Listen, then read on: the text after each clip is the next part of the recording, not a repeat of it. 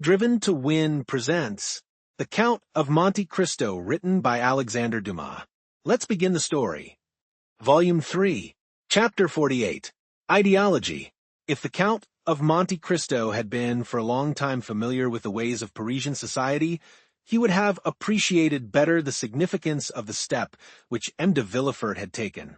Standing well at court, whether the king regnant was of the older or younger branch, whether the government was doctrinaire liberal or conservative, looked upon by all as a man of talent, since those who have never experienced a political check are generally so regarded.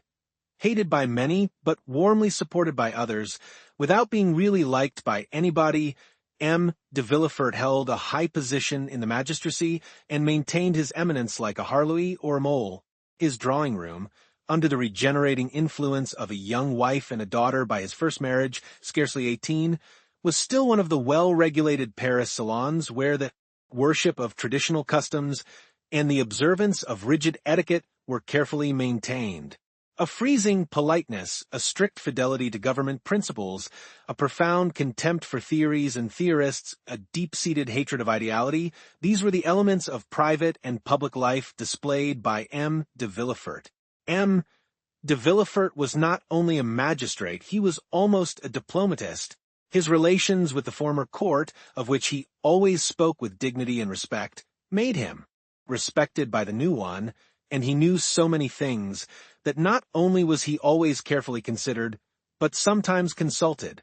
Perhaps this would not have been so had it been possible to get rid of M. de Villefort, but like the feudal barons who rebelled against their sovereign, he dwelt in an impregnable fortress. This fortress was his post as king's attorney, all the advantages of which he exploited with marvelous skill, and which he would not have resigned but to be made deputy and thus to replace neutrality by opposition. Ordinarily, M. de Villefort made and returned very few visits. His wife visited for him, and this was the received thing in the world where the weighty and multifarious occupations of the magistrate were accepted as an excuse for what was really only calculated pride, a manifestation of professed superiority. In fact, the application of the axiom, pretend to think well of yourself, and the world will think well of you, an axiom 100 times more useful in society nowadays than that of the Greeks. Know thyself, a knowledge for which, in our days, we have substituted the less difficult and more advantageous science of knowing others. To his friends, M. de Villefort was a powerful protector. To his enemies, he was a silent but bitter opponent. For those who were neither the one nor the other, he was a statue of the law-made man. He had a haughty bearing, a look either steady and impenetrable or insolently piercing and inquisitorial. 4. Successive revolutions had built and cemented the pedestal upon which his fortune was based. M. de Villefort had the reputation of being the least curious and the least wearisome man in France. He gave a ball every year at which he appeared for a quarter of an hour only, that is to say, 45 minutes less than the king is visible at his balls. He was never seen at the theaters, at concerts, or in any place of public resort. Occasionally, but seldom, he played at whist and then care was taken to select partners worthy of him. Sometimes they were ambassadors, sometimes archbishops, or sometimes a prince or a president or some dowager duchess. Such was the man whose carriage had just now stopped before the Count of Monte Cristo's door. The valet de chambre announced M. de Villefort at the moment when the Count, leaning over a large table, was tracing on a map the route from St. Petersburg to China. The procureur entered with the same grave and measured step he would have employed in entering a court of justice. He was the same man, or rather the development of the same man, whom we have heretofore seen as assistant attorney at Marseilles. Nature, according to her way, had made no deviation in the path he had marked out for himself. From being slender, he had now become meager. Once pale, he was now yellow. His deep-set eyes were hollow, and the gold spectacles shielding his eyes seemed to be an integral portion of his face.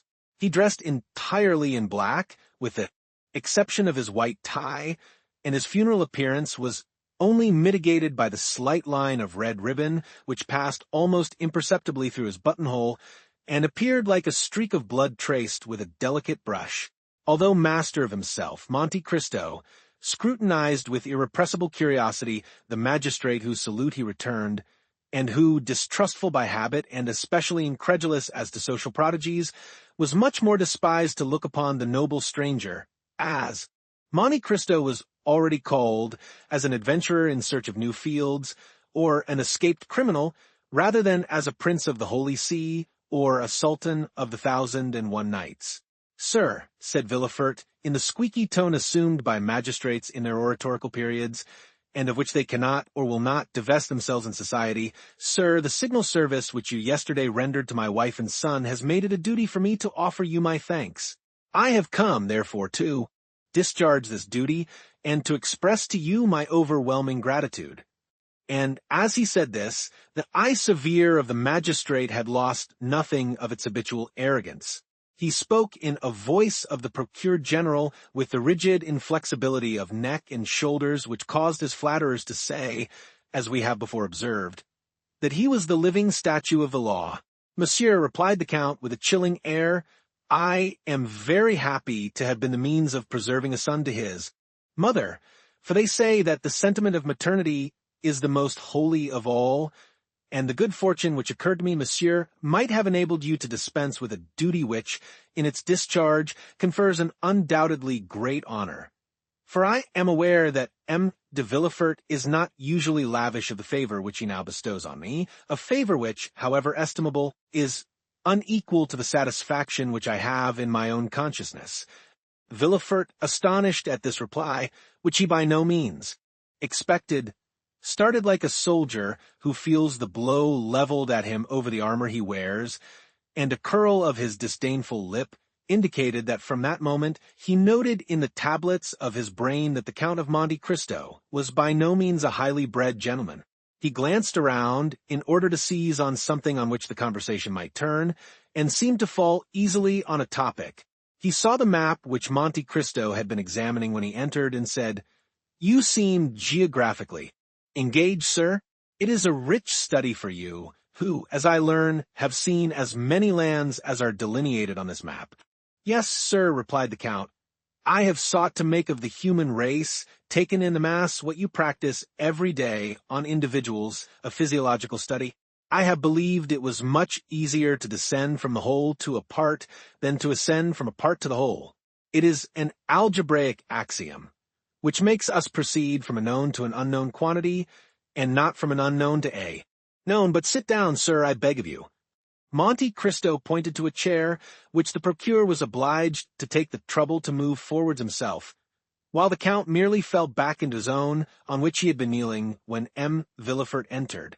Thus the Count was halfway turned towards his visitor, having his back towards the window, his elbow resting on the geographical chart which furnished the theme of conversation for the moment, a conversation which assumed, as in the case of the interviews with Danglars and Morcerf, a turn analogous to the persons, if not to the situation. "Ah, you philosophize," replied Villefort after a moment's silence, during which, like a wrestler who encounters a powerful opponent, he took breath. "Well, sir, really, if, like you, I had nothing else to do, I should seek a more amusing occupation."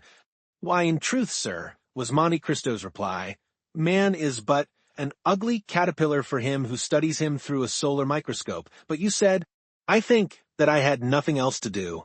Now, really, let me ask, sir, do you believe you have anything to do? Or, to speak in plain terms, do you really think that what you do deserves being called anything?" Villefort's astonishment redoubled at this second thrust, so forcibly made by his strange adversary. It was a long time since the magistrate had heard a paradox so strong, or rather, to say the truth more exactly, it was the first time he had ever heard of it. The procureur exerted himself to reply. "Sir," he responded, "you are a stranger, and I believe you say yourself that a portion of your life has been spent in Oriental countries, so you are not aware how human justice, so expeditious in barbarous countries, takes with us a prudent and well-studied course." "Oh, yes, yes, I do, sir. It is the pidiclotto of the ancients. I know all that, for it is with the justice of all countries especially that I have occupied myself. It is with the criminal procedure of all nations. that I have compared natural justice, and I must say, sir, that it is the law of primitive nations, that is, the law of retaliation, that I have most frequently found to be according to the law of God. If this law were adopted, sir, said the procureur, it would greatly simplify our legal codes, and in that case the magistrates would not, as you just observe, have much to do. It may perhaps come to this in time, observed Monte Cristo. You know that human inventions march from the complex to the simple, and simplicity is always perfection. In the meanwhile, continued the magistrate, our codes are in full force, with all their contradictory enactments derived from Gallic customs, Roman laws, and Frank usages. The knowledge of all which, you will agree, is not to be acquired without extended labor. It needs tedious study to acquire this knowledge, and when acquired, a strong power of brain to retain it. I agree with you entirely, sir. But all that even you know with respect to the French code, I know not only in reference to that code, but as regards the codes of all nations. The English, Turkish, Japanese, Hindu laws are as familiar to me as the French laws, and thus I was right when I said to you that relatively, you know that everything is relative, sir, that relatively to what I have done, you have very little to do, but that relatively to all I have learned, you have yet a great deal to learn. But with what motive have you learned all this? Inquired Villefort, in astonishment. Monte Cristo smiled. Really, sir, he observed, I see that in spite of the reputation which you have acquired as a superior man, you look at everything from the material and vulgar view of society, beginning with man and ending with man, that is to say, in the most restricted, most narrow view, which it is possible for human understanding to embrace. Pray, sir, explain yourself, said Villefort, more and more astonished. I really do not understand. You, perfectly. I say, sir, that with the eyes fixed on the social organization of nations, you see only the springs of the machine and lose sight of the sublime workman who makes them act. I say that you do not recognize before you and around you any but those office holders whose commissions have been signed by a minister or king, and that the men whom God has put above those office holders, ministers, and kings, by giving them a mission to follow out, instead of a post to fill, I say that they escape your narrow, limited field of observation. It is thus that human weakness fails from its debilitated and imperfect organs. Tobias took the angel who restored him to light for an ordinary young man. The nations took Attila, who was doomed to destroy them, for a conqueror similar to other conquerors, and it was necessary for both to reveal their missions that they might be known and acknowledged. One was compelled to say, I am the angel of the Lord, and the other, I am the hammer of God, in order that the divine essence in both might be revealed. Then, said Villefort, more and more amazed, and really supposing he was speaking to a mystic or a madman, you consider yourself as one of those extraordinary beings whom you have mentioned? And why not? Said Monte Cristo coldly. Your pardon, sir, replied Villefort, quite astounded. But you will excuse me if, when I presented myself to you, I was unaware that I should meet with a person whose knowledge and understanding so far surpass the usual knowledge and understanding of men. It is not usual with us corrupted wretches of civilization to find gentlemen like yourself possessors as you are of immense fortune, at least so it is said, and I beg you to observe that I do not inquire, I merely repeat. It is not usual, I say, for such privileged and wealthy beings to waste their time in speculations on the state of society, in philosophical reveries, intended at best to console those whom fate has disinherited from the goods of this world. Really, sir, retorted the Count, have you attained the eminent situation in which you are without having admitted, or even without having met with exceptions, and do you never use your eyes, which must have acquired so much finesse and certainty, to divine at a glance the kind of man by whom you are confronted? Should not a magistrate be not merely the best administrator of the law, but the most crafty expounder of the chicanery of his profession, a steel probe to search hearts, a touchstone to try the gold which in each soul is mingled with more or less of alloy? Sir, said Villefort, upon my word, you overcome me. I really never heard a person speak as you do. Because you remain eternally encircled in a round of general conditions, and have never dared to raise your wings into those upper spheres which God has peopled with invisible or exceptional beings. And you allow then, sir, that spheres exist and that these marked and invisible beings mingle amongst us. Why should they not? Can you see the air you breathe, and yet without which you could not for a moment exist? Then we do not see those beings to whom you allude? Yes, we do. You see them whenever God pleases to allow them to assume a material form. You touch them, come in contact with them, speak to them, and they reply to you. Ah, said Villefort, smiling, I confess I should like to be warned when one of these beings is in contact with me. You have been served as you desire, monsieur, for you were warned just now, and I now again warn you. Then you yourself are one of these marked beings? Yes, monsieur, I believe so, for until now, no man has found himself in a position similar to mine. The dominions of kings are limited either by mountains or rivers or a change of manners or an alteration of language. My kingdom is bounded only by the world, for I am not an Italian or a Frenchman or a Hindu or an American or a Spaniard. I am a cosmopolite. No country can say it saw my birth. God alone knows what country will see me die. I adopt all customs, speak all languages. You believe me to be a Frenchman, for I speak French with the same facility and purity as yourself. Well, Ali, my Nubian, believes me to be an Arab. Bertuccio, my steward, takes me for a Roman. Haiti, my slave, thinks me a Greek. You may therefore comprehend that being of no country, asking no protection from any government acknowledging no man as my brother, not one of the scruples that arrest the powerful or the obstacles which paralyze the weak, paralyzes or arrests me. I have only two adversaries. I will not say two conquerors, for with perseverance I subdue. Even them, they are time and distance. There is a third, and the most terrible, that is my condition as a mortal being. This alone can stop me in my onward career before I have attained the goal at which I aim. For all the rest I have reduced to mathematical terms. What men call the chances of fate, namely ruin, change, circumstances, I have fully anticipated, and if any of these should overtake me, yet it will not overwhelm me. Unless I die, I shall always be what I am, and therefore it is that I utter the things you have never heard, even from the mouths of kings, for kings of need, and other persons have fear of you. For who is there who does not say to himself, in a society as incongruously organized as ours, perhaps some day I shall have to do with a king's attorney? But can you not say that, sir? The moment you become an inhabitant of France, you are naturally subjected to the French law. I know it, sir, replied Monte Cristo, but when I visit a country, I begin to study, by all the means which are available, the men from whom I may have anything to hope or to fear, till I know them as well as, perhaps better than, they know themselves.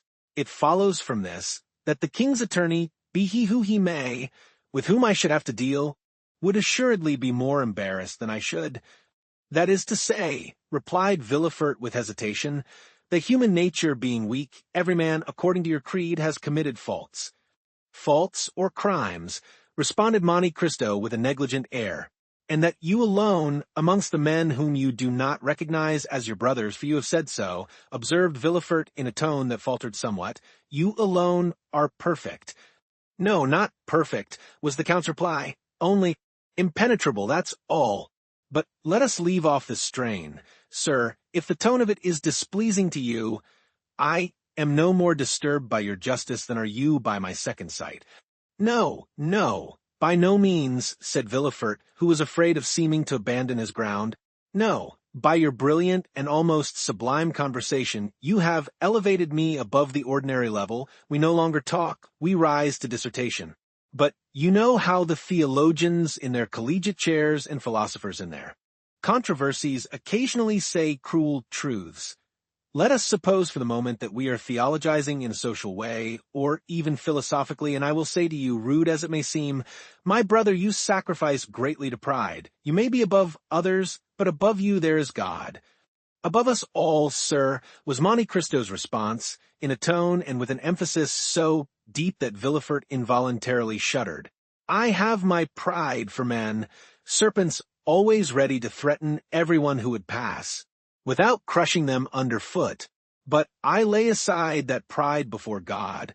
who has taken me from nothing to make me what I am. Then, Count, I admire you, said Villefort, who, for the first time in this strange conversation, used the aristocratic form to the unknown personage, whom until now he had only called Monsieur. Yes, and I say to you, if you are really strong, really superior, really pious, or impenetrable, which you were right in saying amounts to the same thing, then be proud, sir, for that is the characteristic of predominance. Yet you have unquestionably some ambition. I have, sir. And what may it be? I too, as happens to every man once in his life, have been taken by Satan into the highest mountain in the earth, and when there he showed me all the kingdoms of the world, and as he said before, so said he to me, Child of earth, what wouldst thou have to make thee adore me? I reflected long, for a gnawing ambition had long preyed upon me, and then I replied, Listen, I have always heard of Providence, and yet I have never seen him or anything that resembles him, or which can make me believe that he exists. I wish to be Providence myself, for I feel that the most beautiful, noblest, most sublime thing in the world is to recompense and punish. Satan bowed his head and groaned. You mistake, he said. Providence does exist, only you have never seen him, because the child of God is as invisible as the parent. You have seen nothing that resembles him, because he works by secret springs and moves by hidden ways. All I can do for you is to make you one of the agents of that providence. The bargain was concluded. I may sacrifice my soul, but what matters it, added Monte Cristo. If the thing were to do again, I would again do it. Villefort looked at Monte Cristo with extreme amazement. Count, he inquired, have you any relations? No, sir, I am alone in the world. So much the worse. Why? Asked Monte Cristo. Because then you might witness a spectacle calculated to break down your pride. You say you fear nothing but death? I did not say that I feared it. I only said that death alone could check the execution of my plans. And old age? My end will be achieved before I grow old. And madness? I have been nearly mad. And you know the axiom, non bis in idem. It is an axiom of criminal law, and consequently, you understand its full application. Sir, continued Villefort, there is something to fear besides. Death, old age, and madness. For instance, there is apoplexy, that lightning stroke which strikes but does not destroy you, and yet which brings everything to an end. You are still yourself as now, and yet you are yourself no longer. You who, like Ariel, verge on the angelic, are but an inert mass which, like Caliban, verges on the brutal. And this is called in human tongues, as I tell you, neither more nor less than apoplexy. Come, if so you will, Count, and continue this conversation at my house any day. You may be willing to see an adversary capable of understanding and anxious to refute you, and I will show you my father, M. Noirtier de Villefort, one of the most fiery Jacobins of the French Revolution. That is to say, he had the most remarkable audacity, seconded by a most powerful organization, a man who has not, perhaps like yourself, seen all the kingdoms of the earth, but who has helped to overturn one of the greatest. In fact, a man who believed himself, like you, one of the envoys not of God, but of a supreme being, not of providence, but of fate. Well, sir, the rupture of a blood vessel on the lobe of the brain has destroyed all this, not in a day, not in an hour, but in a second. M.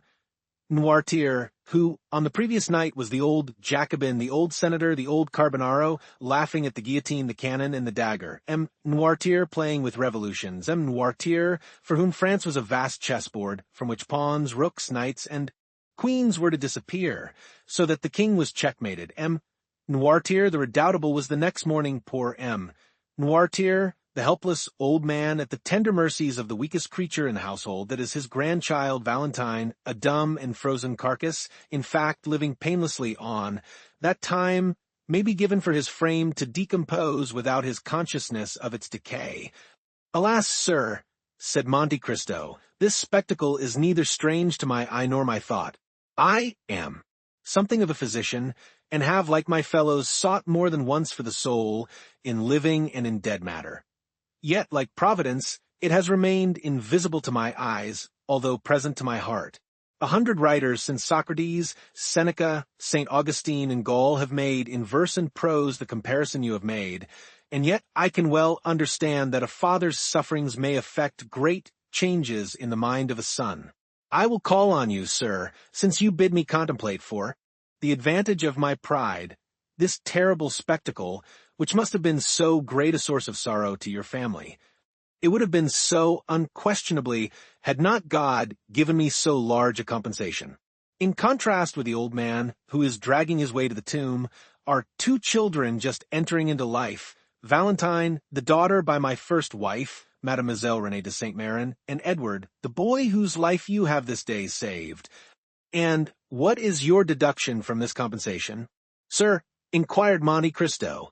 My deduction is, replied Villefort, that my father, led away by his passions, has committed some fault unknown to human justice, but marked by the justice of God. That God, desirous in his mercy to punish but one person, has visited this justice on him alone. Monte Cristo, with a smile on his lips, uttered in the depths of his soul a groan which would have made Villefort fly had he but heard it. Adieu, sir, said the magistrate, who had risen from his seat. I leave you, bearing a remembrance of you, a remembrance of esteem, which I hope will not be disagreeable to you when you know me better, for I am not a man to bore my friends, as you will learn. Besides, you have made an eternal friend of Madame de Villefort. The Count bowed and contented himself with seeing Villefort to the door of his cabinet, the procureur being escorted to his carriage by 2 footmen, who, on a signal from their master, followed him with every mark of attention. When he had gone, Monte Cristo breathed a profound sigh and said, Enough of this poison. Let me now seek the antidote. Then, sounding his bell, he said to Ollie, who entered, I am going to Madame's chamber. Have the carriage ready at 1 o'clock. Chapter 49. Haydée. It will be recollected that the new, or rather old, acquaintances of the Count of Monte Cristo, residing in the Rue Meslay, were no other than Maximilian, Julie, and Emmanuel, the very anticipations of delight to be enjoyed in his forthcoming visits. The bright, pure gleam of heavenly happiness it diffused over the almost deadly warfare in which he had voluntarily engaged, illumined his whole countenance with a look of ineffable joy and calmness, as immediately after Villefort's departure, his thoughts flew back to the cheering prospect before him, of tasting, at least, a brief respite from the fierce and stormy passions of his mind.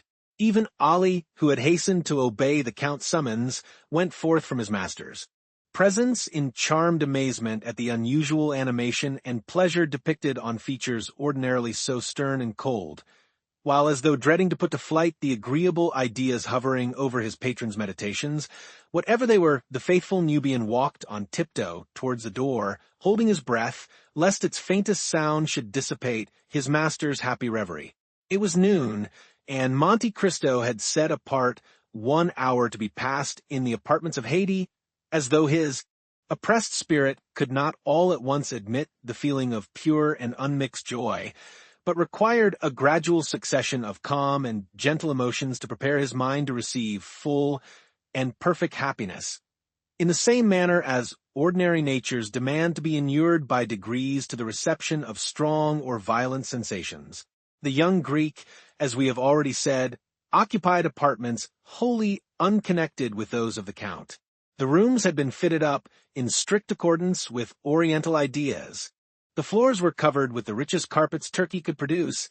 The walls hung with brocaded silk of the most magnificent designs and texture, while around each chamber luxurious divans were placed, with piles of soft and yielding cushions that needed only to be arranged at the pleasure or convenience of such as sought repose. Haydée had 3 French maids and 1 who was a Greek. The first 3 remained constantly in a small waiting room, ready to obey the summons of a small golden bell, or to receive the orders of the Romaic slave, who knew just enough French to be able to transmit her mistress's wishes to the 3 other waiting women. The latter had received most peremptory instructions from Monte Cristo to treat Haydée with all the deference they would observe to a queen. The young girl herself generally passed her time in the chamber at the farther end of her apartments. This was a sort of boudoir, circular, and lighted only from the roof, which consisted of rose-colored glass. Haiti was reclining upon soft, downy cushions, covered with blue satin spotted with silver. Her head, supported by one of her exquisitely molded arms, rested on the divan immediately behind her, while the other was employed in adjusting to her lips the coral tube of a rich narghileh, through whose flexible pipe she drew the smoke fragrant by its passage through perfumed water. Her attitude, though perfectly natural for an Eastern woman, would, in a European, have been deemed too full of coquettish straining after effect.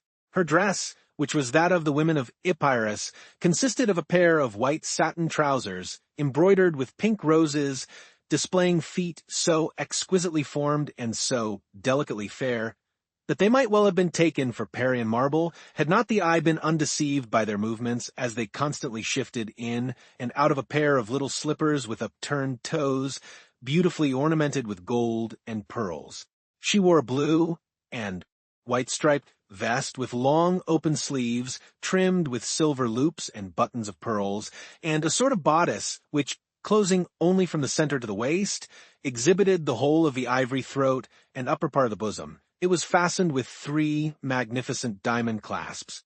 The junction of the bodice and drawers was entirely concealed by one of the many-colored scarves, whose brilliant hues and rich silken fringe have rendered them so precious in the eyes of Parisian belles. Tilted on one side of her head, she had a small cap of gold-colored silk embroidered with pearls, while on the other, a purple rose mingled its glowing colors with the luxuriant masses of her hair, of which the blackness was so intense that it was tinged with blue. The extreme beauty of the countenance, that shone forth in loveliness that mocked the vain attempts of dress to augment it, was peculiarly and purely Grecian. There were the large, dark, melting eyes, the finely formed nose, the coral lips, and pearly teeth that belonged to her race and country. And, to complete the whole, Haiti was in the very springtide and fullness of youthful charms. She had not yet numbered more than 19 or 20 summers. Monte Cristo summoned the Greek attendant, and bade her inquire whether it would be agreeable to her mistress to receive his visit. Haiti's only reply was to direct her servant by a sign to withdraw the tapestried curtain that hung before the door of her boudoir, the framework of the opening thus made serving as a sort of border to the graceful tableau presented by the young girl's picturesque attitude and appearance. As Monte Cristo approached, she leaned upon the elbow of the arm that held the narghileh, and, extending to him her other hand, said, with a smile of captivating sweetness in the sonorous language spoken by the women of Athens and Sparta, "Why demand permission ere you enter? Are you no longer my master, or have I ceased to be your slave?" "Monte Cristo," returned her smile. "Haiti," said he, "you well know."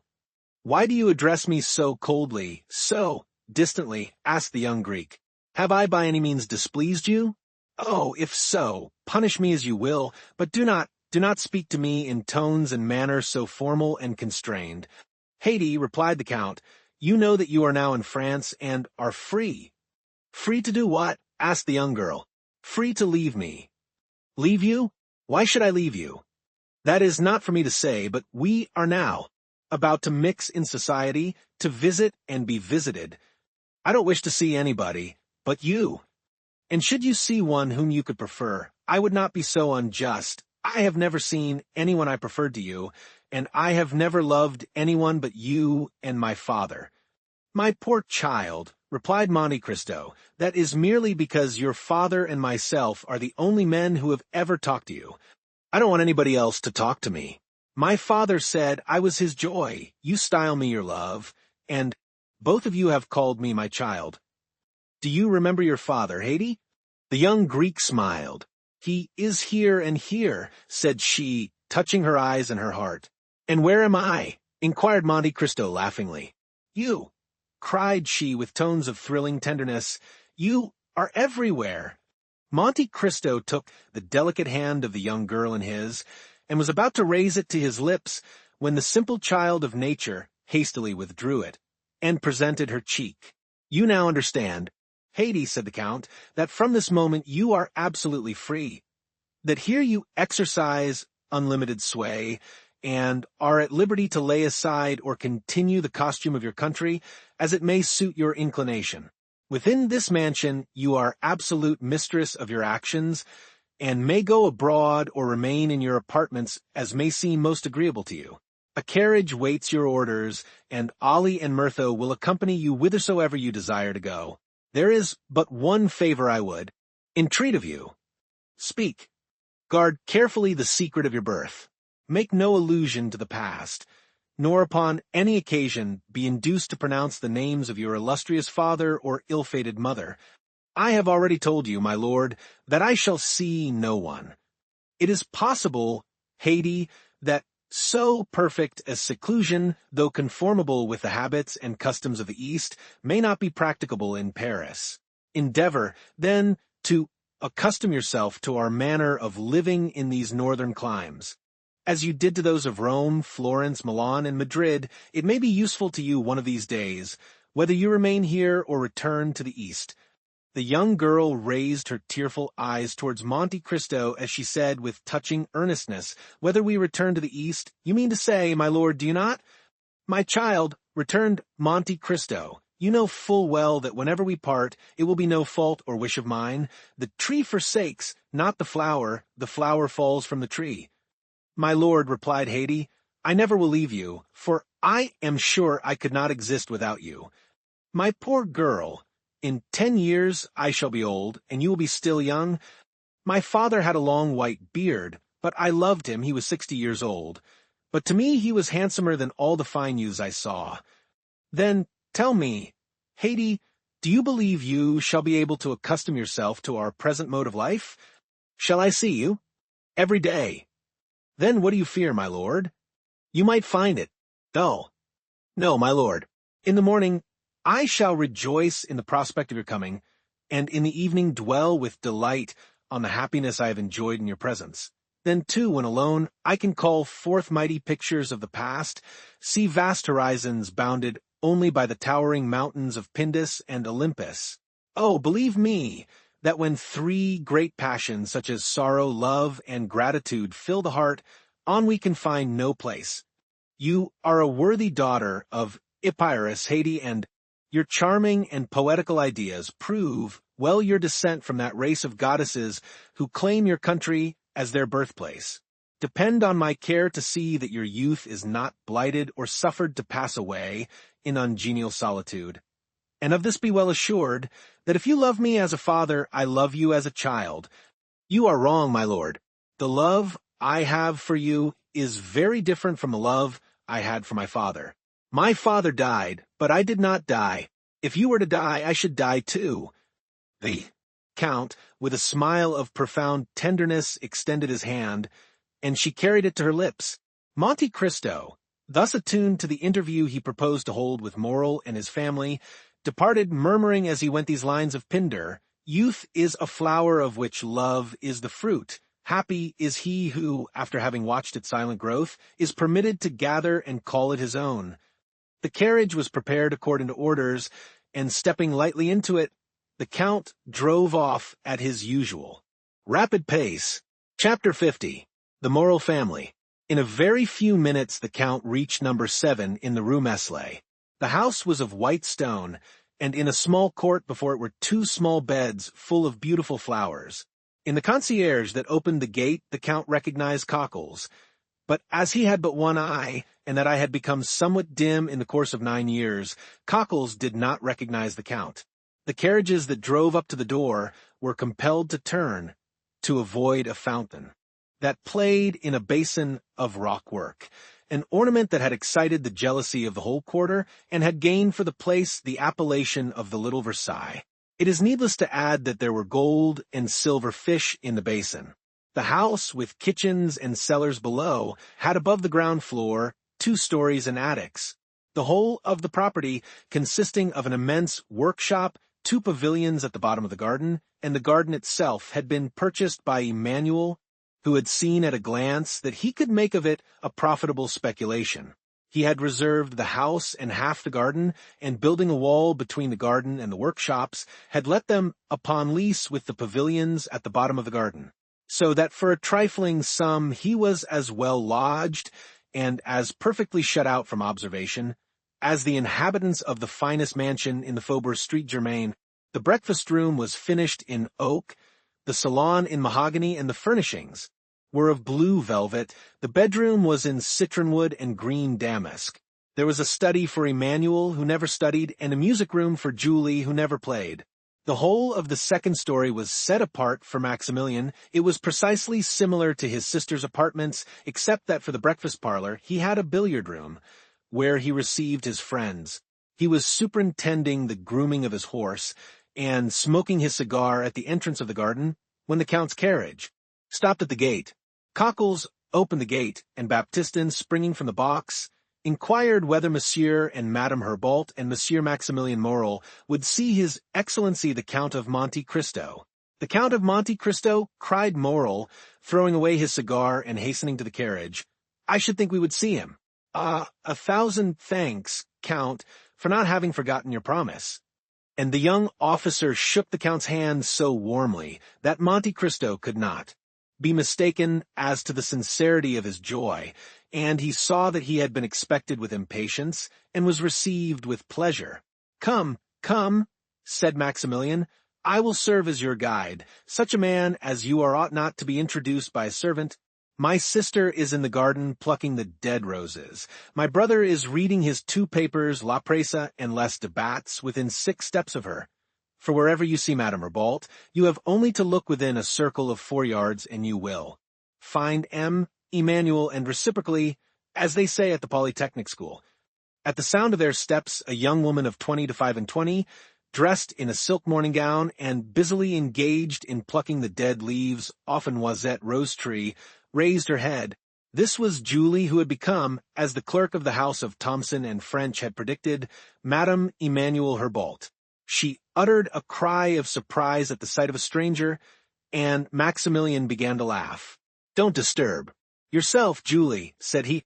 "The Count has only been 2 or 3 days in Paris, but he already knows what a fashionable woman of the Marais is, and if he does not, you will show him."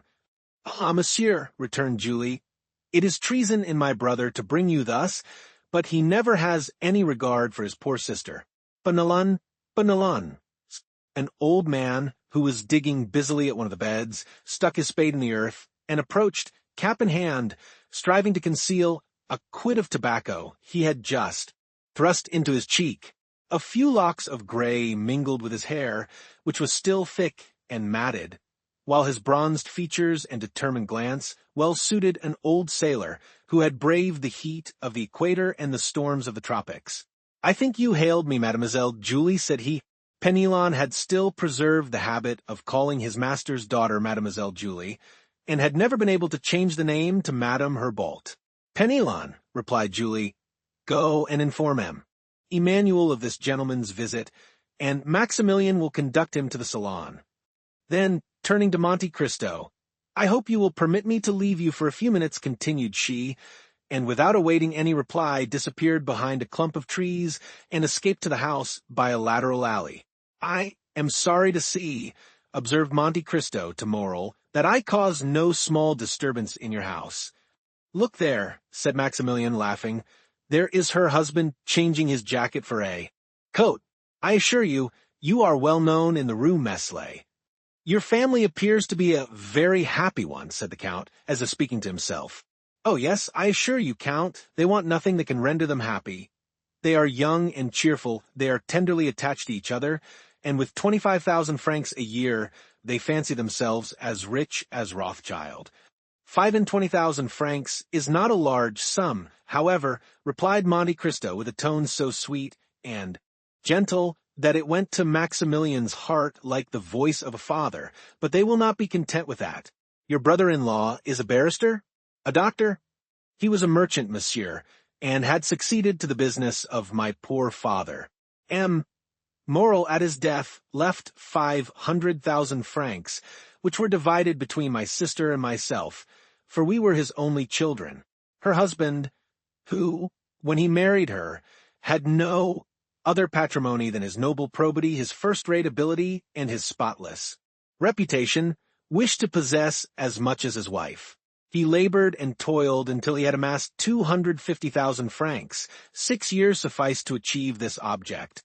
Oh, I assure you, sir, it was a touching spectacle to see these young creatures destined by their talents for higher stations toiling together, and through their unwillingness to change any of the customs of their paternal house, taking 6 years to accomplish what less scrupulous people would have effected in 2 or 3.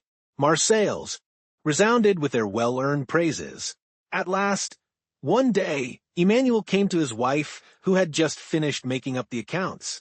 "Julie," said he to her, "Cockles has just given me the last rouleau of 100 francs. That completes the 250,000 francs we had fixed as the limits of our gains. Can you content yourself with the small fortune which we shall possess for the future? Listen to me. Our house transacts business to the amount of 1 million a year, from which we derive an income of 40,000 francs. We can dispose of the business, if we please, in an hour, for I have received a letter from M. Delaunay, in which he offers to purchase the goodwill of the house, to unite with his own, for 300,000 francs. Advise me what I had better do." "Emmanuel," returned my sister, "the house of Morel can only be carried on by a Morel. Is it not worth 300,000 francs to save our father's name from the chances of evil fortune and failure?" "I thought so," replied Emmanuel, "but I wished to have your advice. This is my counsel. Our accounts are made up and our bills paid. All we have to do is to stop the issue of any more and close our office." This was done instantly. It was 3 o'clock. At 1/4 past, a merchant presented himself to insure 2 ships. It was a clear profit of 15,000 francs. "Monsieur," said Emmanuel, "have the goodness to address yourself to M. Delaunay. We have quitted business." "How long?" inquired the astonished merchant. "A quarter of an hour," was the reply. "And this is the reason, monsieur," continued Maximilian, "of my sister and brother-in-law having only 25,000 francs a year." Maximilian had scarcely finished his story, during which the Count's heart had swelled within him, when Emmanuel entered wearing a hat and coat. He saluted the Count with the air of a man who is aware of the rank of his guest. Then, after having led Monte Cristo around the little garden, he returned to the house. A large vase of Japan porcelain, filled with flowers that loaded the air with their perfume, stood in the salon. Julie, suitably dressed, and her hair arranged, she had accomplished this feat in less than 10 minutes, received the Count on his entrance. The songs of the birds were heard in an aviary hard by, and the branches of laburnums and rose acacias formed an exquisite framework to the blue velvet curtains. Everything in this charming retreat, from the warble of the birds to the smile of the mistress, breathed tranquility and repose. The Count had felt the influence of this happiness from the moment he entered the house, and he remained silent and pensive, forgetting that he was expected to renew the conversation, which had ceased after the first salutations had been exchanged. The silence became almost painful, when, by a violent effort, tearing himself from his pleasing reverie, "Madam," said he at length, "I pray you to excuse my emotion, which must astonish you who are only accustomed to the happiness I meet here. But contentment is so new a sight to me, that I could never be weary of looking at yourself and your husband." "We are very happy, monsieur," replied Julie, "but we have also known unhappiness, and few have ever undergone more bitter sufferings than ourselves." The Count's features displayed an expression of the most intense curiosity. "Oh, all this is a family history, as Chateaurenaud told you the other day," observed Maximilian. "This humble picture would have but little interest for you, accustomed as you are to behold the pleasures and the misfortunes of the wealthy and industrious. But such as we are, we have experienced bitter sorrows, and God has poured balm into your wounds, as he does into those of all who are in affliction," said Monte Cristo inquiringly. "Yes, Count," returned Julie, "we may indeed say he has, for he has done for us what he grants only to his chosen. He sent us one of his angels." The Count's cheeks became scarlet, and he coughed in order to have an excuse for putting his handkerchief to his mouth. "Those born to wealth, and who have the means of gratifying every wish," said Emmanuel, "know not what is the real happiness of life, just as those who have been tossed on the stormy waters of the ocean on a few frail planks can alone realize the blessings of fair weather."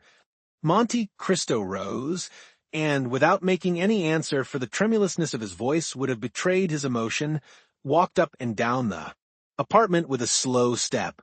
"Our magnificence makes you smile, Count," said Maximilian, who had followed him with his eyes.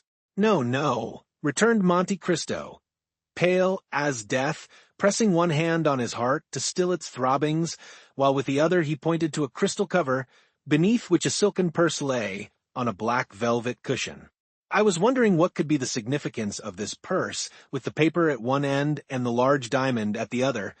"Count," replied Maximilian with an air of gravity, "those are our most precious family treasures." "The stone seems very brilliant," answered the Count. "Oh, my brother does not allude to its value, although it has been estimated at 100,000 francs. He means that the articles contained in this purse are the relics of the angel I spoke of just now.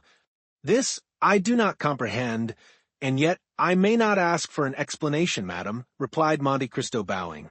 "Pardon me, I had no intention of committing an indiscretion." "Indiscretion? Oh, you make us happy by giving us an excuse for expatiating on the subject. If we wanted to conceal the noble action this purse commemorates, we should not expose it thus to view. Oh, would we could relate it everywhere and to everyone, so that the emotion of our unknown benefactor might reveal his presence." "Ah, really," said Monte Cristo in a half-stifled voice. "Monsieur," returned Maximilian, raising the glass cover and respectfully kissing the silken purse, "this has touched the hand of a man who saved my father from suicide, us from ruin, and our name from shame and disgrace, a man by whose matchless benevolence we poor children, doomed to want and wretchedness, can at present hear everyone envying our happy lot. This letter," as he spoke, Maximilian drew a letter from the purse and gave it to the Count. "This letter was written by him the day that my father had taken a desperate resolution, and this diamond was given by the generous unknown to my sister, as her dowry." Monte Cristo opened the letter and read it with an indescribable feeling of delight. It was the letter written, as our readers know, to Julie, and signed Sinbad the Sailor. "Unknown, you say? Is the man who rendered you this service unknown to you?" "Yes, we have never had the happiness of pressing his hand," continued Maximilian. "We have supplicated heaven in vain to grant us this favor.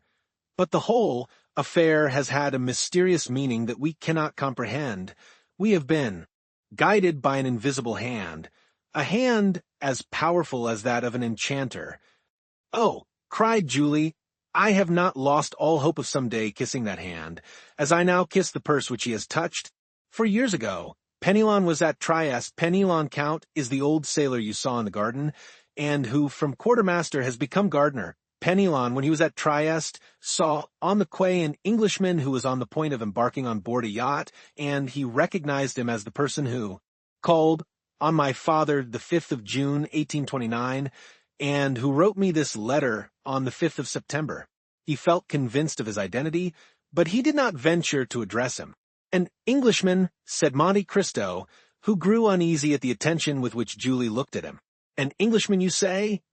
"Yes," replied Maximilian, "an Englishman who represented himself as the confidential clerk of the house of Thomson and French at Rome. It was this that made me start when you said the other day, at M. de Morcerf's, that Messrs. Thomson and French were your bankers. That happened, as I told you, in 1829. For God's sake, tell me, did you know this Englishman? But you tell me also that the house of Thomson and French have constantly denied having rendered you this service?" "Yes."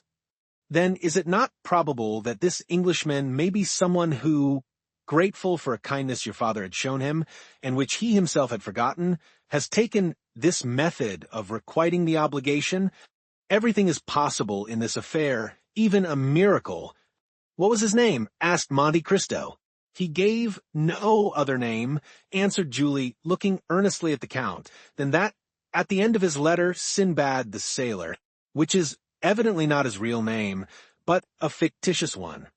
Then, noticing that Julie was struck with the sound of his voice, "Tell me," continued he, "was he not about my height, perhaps a little taller, with his chin imprisoned as it were in a high cravat, his coat closely buttoned up, and constantly taking out his pencil?" "Oh, do you then know him?" cried Julie, whose eyes sparkled with joy. "No," returned Monte Cristo, "I only guessed. I knew a Lord Wilmore who was constantly doing actions of this kind.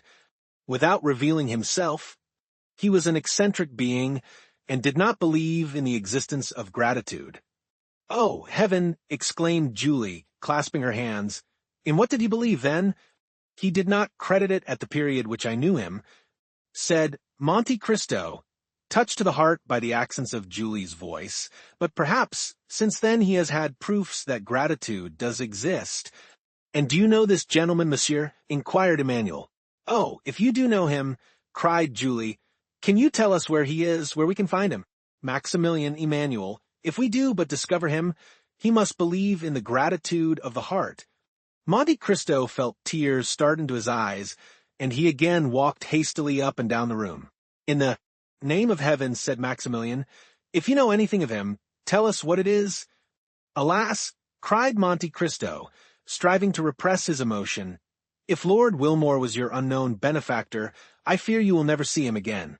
I parted from him 2 years ago at Palermo, and he was then on the point of setting out for the most remote regions, so that I fear he will never return." "Oh, monsieur, this is cruel of you," said Julie, much affected, and the young lady's eyes swam with tears. "Madam," replied Monte Cristo gravely, and gazing earnestly on the 2 liquid pearls that trickled down Julie's cheeks, "had Lord Wilmore seen what I now see, he would become attached to life, for the tears you shed would reconcile him to mankind." And he held out his hand to Julie, who gave him hers, carried away by the look and accent of the Count. "But," continued she, "Lord Wilmore had a family or friends. He must have known someone, can we not—" "Oh, it is useless to inquire," returned the Count. "Perhaps, after all, he was not the man you seek for. He was my friend, he had no secrets for me, and if this had been so, he would have confided in me." "And he told you nothing?" "Not a word." "Nothing that would lead you to suppose?" "Nothing. And yet you spoke of him at once." "Ah, in such a case one supposes—" "Sister, sister," said Maximilian, coming to the Count's aid. "Monsieur is quite right. Recollect what our excellent father so often told us. It was no Englishman that thus saved us." Monte Cristo started. "What did your father tell you, M. Morrel?" said he eagerly. "My father thought that this action had been miraculously performed. He believed that a benefactor had arisen from the grave to save us." "Oh, it was a touching superstition, monsieur, and although I did not myself believe it, I would not for the world have destroyed my father's faith. How often did he muse over it and pronounce the name of a dear friend, a friend lost to him forever, and on his deathbed, when the near approach of eternity seemed to have illumined his mind with supernatural light, this thought, which had until then been but a doubt, became a conviction, and his last words were, 'Maximilian, it was Edmond Dantès.'" At these words the Count's paleness, which had for some time been increasing, became alarming. He could not speak. He looked at his watch like a man who has forgotten the hour, said a few hurried words to Madame Herbault, and pressing the hands of Emmanuel. "And Maximilian, madam," said he, "I trust you will allow me to visit you occasionally. I value your friendship and feel grateful to you for your welcome, for this is the first time for many years that I have thus yielded to my feelings," and he hastily quitted the apartment. "This Count of Monte Cristo is a strange man," said Emmanuel. "Yes," answered Maximilian, "but I feel sure he has an excellent heart, and that he likes us." "His voice went to my heart," observed Julie, "and 2 or 3 times I fancied that I had heard it before." Chapter 51. Pyramus and Thisbe. About 2/3 of the way along the Faubourg Saint-Honoré, and in the rear of one of the most imposing mansions in this rich neighborhood, where the various houses vie with each other for elegance of design and magnificence of construction, extended a large garden, where the wide-spreading chestnut trees raise their heads high above the walls in a solid rampart, and with the coming of every spring scattered shower of delicate pink and white blossoms into the large stone vases that stood upon the 2 square pilasters of a curiously wrought iron gate, that dated from the time of Louis XIII. This noble entrance, however, in spite of its striking appearance and the graceful effect of the geraniums planted in the 2 vases, as they waved their variegated leaves in the wind and charmed the eye with their scarlet bloom, had fallen into utter disuse. The proprietors of the mansion had many years before thought it best to confine themselves to the possession of the house itself, with its thickly planted courtyard opening into the Faubourg Saint-Honoré, and to the garden shut in by this gate, which formerly communicated with a fine kitchen garden of about an acre. For the demon of speculation drew a line, or, in other words, projected a street at the farther side of the kitchen garden.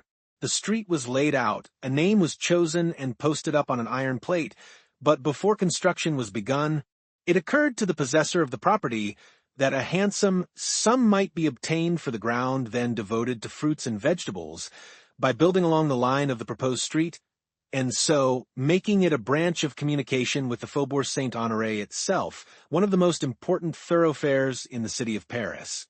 In matters of speculation, however, though man proposes, yet money disposes. From some such difficulty, the newly named street died almost in birth, and the purchaser of the kitchen garden, having paid a high price for it, and being quite unable to find anyone willing to take his bargain off his hands without a considerable loss, yet still clinging to the belief that at some future day he should obtain a sum for it that would repay him, not only for his past outlay, but also the interest upon the capital locked up in his new acquisition, contented himself with letting the ground temporarily to some market gardeners at a yearly rental of 500 francs. And so, as we have said, the iron gate leading into the kitchen garden had been closed up and left to the rust, which bade fair before long to eat off its hinges, while to prevent the ignoble glances of the diggers and delvers of the ground from presuming to sully the aristocratic enclosure belonging to the mansion, the gate had been boarded up to a height of 6 feet.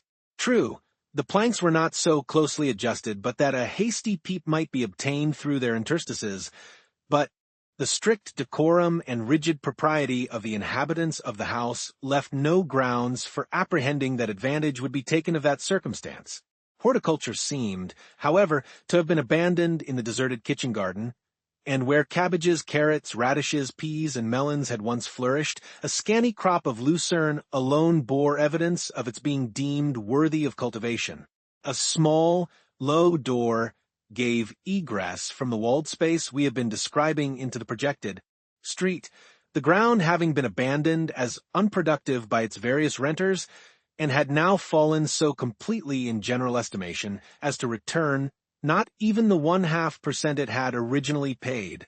Towards the house, the chestnut trees we have before mentioned rose high above the wall, without in any way affecting the growth of other luxuriant shrubs and flowers that eagerly dress forward to fill up the vacant spaces, as though asserting their right to enjoy the boon of light and air. At one corner, where the foliage became so thick as almost to shut out day, a large stone bench and sundry rustic seats indicated that this sheltered spot was either in general favor or particular use by some inhabitant of the house, which was faintly discernible through the dense mass of verdure that partially concealed it, though situated but 100 paces off. Whoever had selected this retired portion of the grounds as the boundary of a walk, or as a place for meditation, was abundantly justified in the choice by the absence of all glare, the cool, refreshing shade, the screen it afforded from the scorching rays of the sun, that found no entrance there even during the burning days of hottest summer, the incessant and melodious warbling of birds, and the entire removal from either the noise of the street or the bustle of the mansion.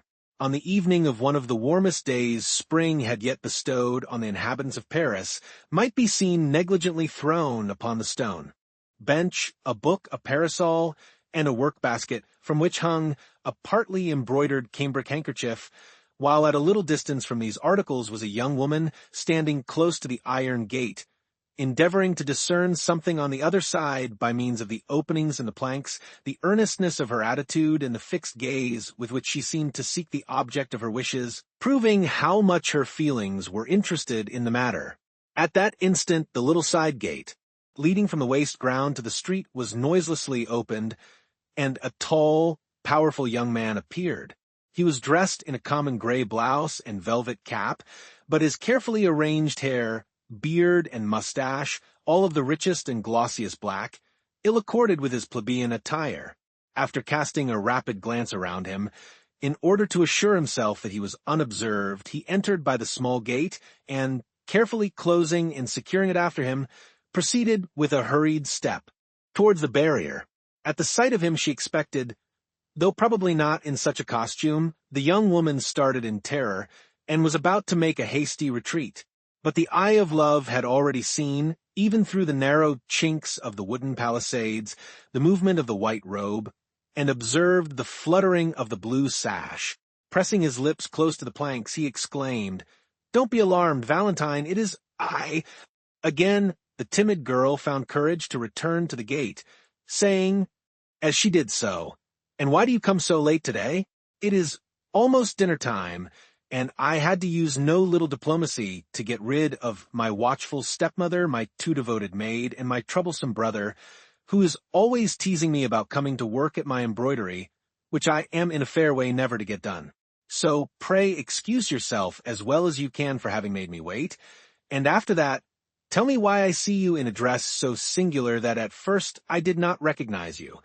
"Dearest Valentine," said the young man, "the difference between our respective stations makes me fear to offend you by speaking of my love, but yet I cannot find myself in your presence without longing to pour forth my soul and tell you how fondly I adore you. If it be but to carry away with me the recollection of such sweet moments, I could even thank you for chiding me, for it leaves me a gleam of hope that if you did not expect me, and that indeed would be worse than vanity to suppose, at least I was in your thoughts. You ask me the cause of my being late, and why I come disguised. I will candidly explain the reason of both, and I trust to your goodness to pardon me. I have chosen a trade." "A trade? Oh, Maximilian, how can you jest at a time when we have such deep cause for uneasiness? Heaven keep me from jesting with that, which is far dearer to me than life itself. But listen to me, Valentine, and I will tell you all about it. I became weary of ranging fields and scaling walls, and seriously, alarmed at the idea suggested by you, that if caught hovering about here, your father would very likely have me sent to prison as a thief, that would compromise the honor of the French army, to say nothing of the fact that the continual presence of a captain of Spahis in a place where no warlike projects could be supposed to account for it might well create surprise. So I have become a gardener, and consequently adopted the costume of my calling." "What excessive nonsense you talk, Maximilian." "Nonsense? Pray do not call what I consider the wisest action of my life by such a name. Consider, by becoming a gardener, I effectually screen our meetings from all suspicion or danger. I beseech of you, Maximilian, to cease trifling, and tell me what you really mean." "Simply, that having ascertained that the piece of ground on which I stand was to let, I made application for it, was readily accepted by the proprietor, and am now master of this fine crop of lucerne. Think of that, Valentine. There is nothing now to prevent my building myself a little hut on my plantation, and residing not 20 yards from you. Only imagine what happiness that would afford me. I can scarcely contain myself at the bare idea. Such felicity seems above all price, as a thing impossible and unattainable. But would you believe that I purchase all this delight, joy, and happiness, for which I would cheerfully have surrendered 10 years of my life, at the small cost of 500 francs per annum, paid quarterly? Henceforth we have nothing to fear. I am on my own ground, and have an undoubted right to place a ladder against the wall, and to look over when I please, without having any apprehensions of being taken off by the police as a suspicious character. I may also enjoy the precious privilege of assuring you of my fond, faithful, and unalterable affection whenever you visit your favorite bower, unless, indeed, it offends your pride to listen to professions of love from the lips of a poor working man, clad in a blouse and cap. A faint cry of mingled pleasure and surprise escaped from the lips of Valentine, who almost instantly said in a saddened tone, as though some envious cloud darkened the joy which illumined her heart, "Alas, no, Maximilian, this must not be for many reasons. We should presume too much on our own strength, and like others, perhaps, be led astray by our blind confidence in each other's prudence. How can you for an instant entertain so unworthy a thought, dear Valentine? Have I not, from the first blessed hour of our acquaintance, schooled all my words and actions to your sentiments and ideas? And you have, I am sure, the fullest confidence in my honor.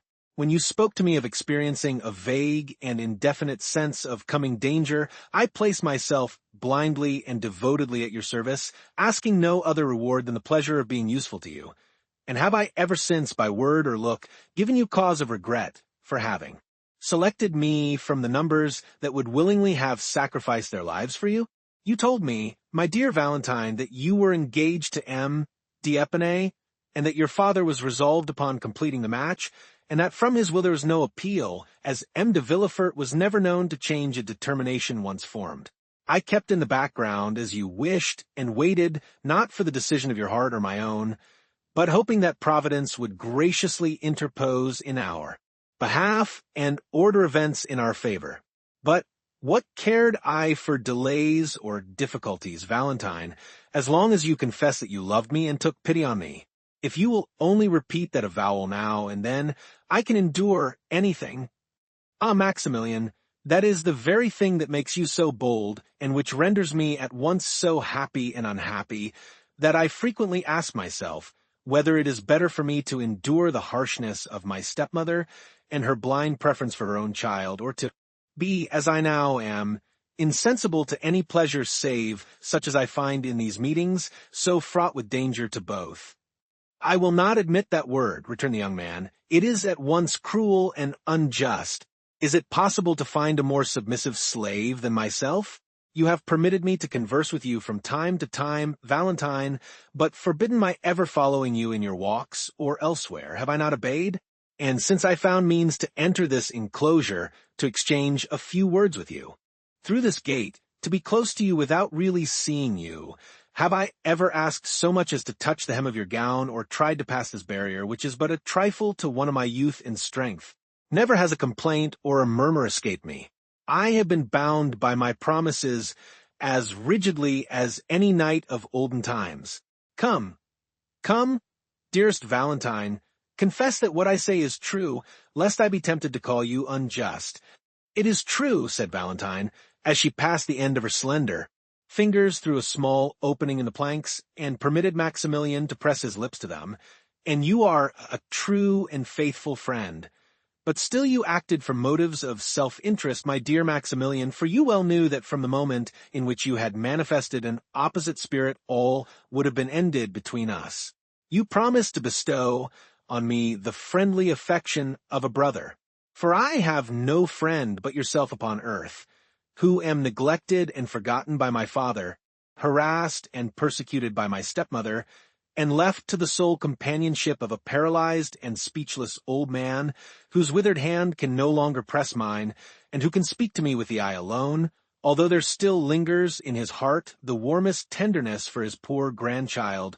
Oh, how bitter a fate is mine, to serve either as a victim or an enemy to all who are stronger than myself, while my only friend and supporter is a living corpse. Indeed, Maximilian, I am very miserable, and if you love me, it must be out of pity. Valentine, replied the young man, deeply affected, I will not say you are all I love in the world, for I dearly prize my sister and brother-in-law, but my affection for them is calm and tranquil, in no manner resembling what I feel for you. When I think of you, my heart beats fast, the blood burns in my veins, and I can hardly breathe. But I solemnly promise you to restrain all this ardor, this fervor and intensity of feeling, until you yourself shall require me to render them available in serving or assisting you. M. Franz is not expected to return home for a year to come, I am told. In that time many favorable and unforeseen chances may befriend us. Let us, then, hope for the best. Hope is so sweet a comforter.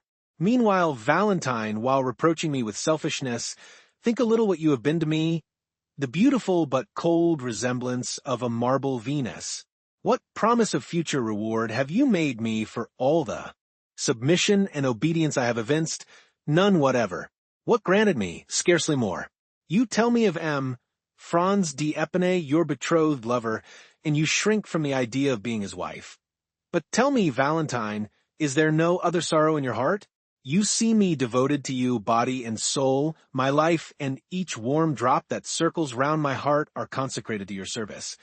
You know full well that my existence is bound up in yours, that were I to lose you I would not outlive the hour of such crushing misery. Yet you speak with calmness of the prospect of your being the wife of another. Oh, Valentine, were I in your place, and did I feel conscious as you do of being worshipped, adored, with such a love as mine, 100 times at least should I have passed my hand between these iron bars and said, "Take this hand, dearest Maximilian, and believe that living or dead, I am yours only and forever." The poor girl made no reply, but her lover could plainly hear her sobs and tears. A rapid change took place in the young man's feelings. "Dearest Valentine," exclaimed he, "forgive me if I have offended you, and forget the words I spoke if they have unwittingly caused you pain."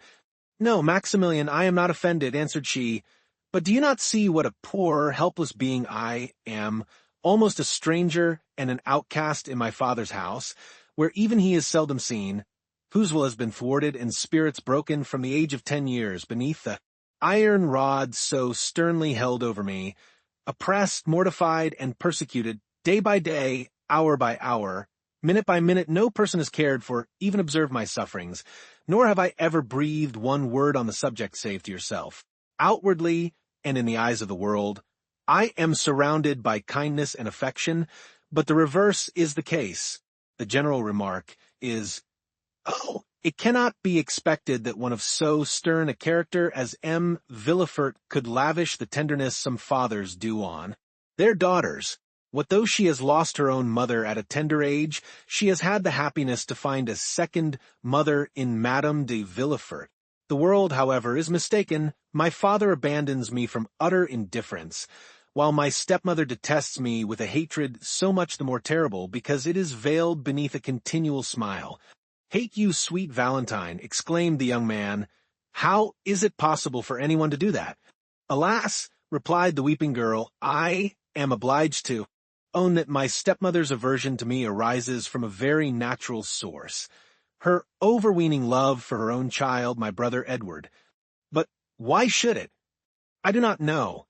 But though unwilling to introduce money matters into our present conversation, I will just say this much, that her extreme dislike to me has its origin there, and I much fear she envies me the fortune I enjoy in right of my mother, and which will be more than doubled at the death of M. and Madame de Saint Méran, whose soul, heiress I am.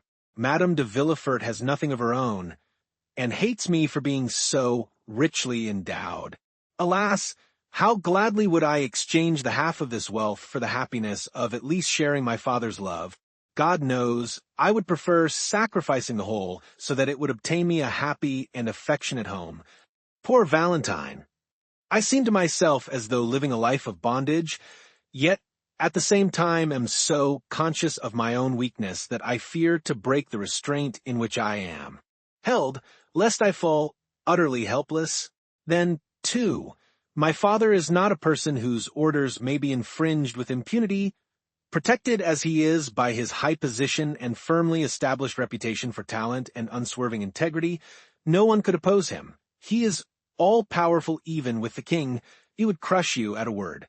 Dear Maximilian, believe me when I assure you that if I do not attempt to resist my father's commands, it is more on your account than my own.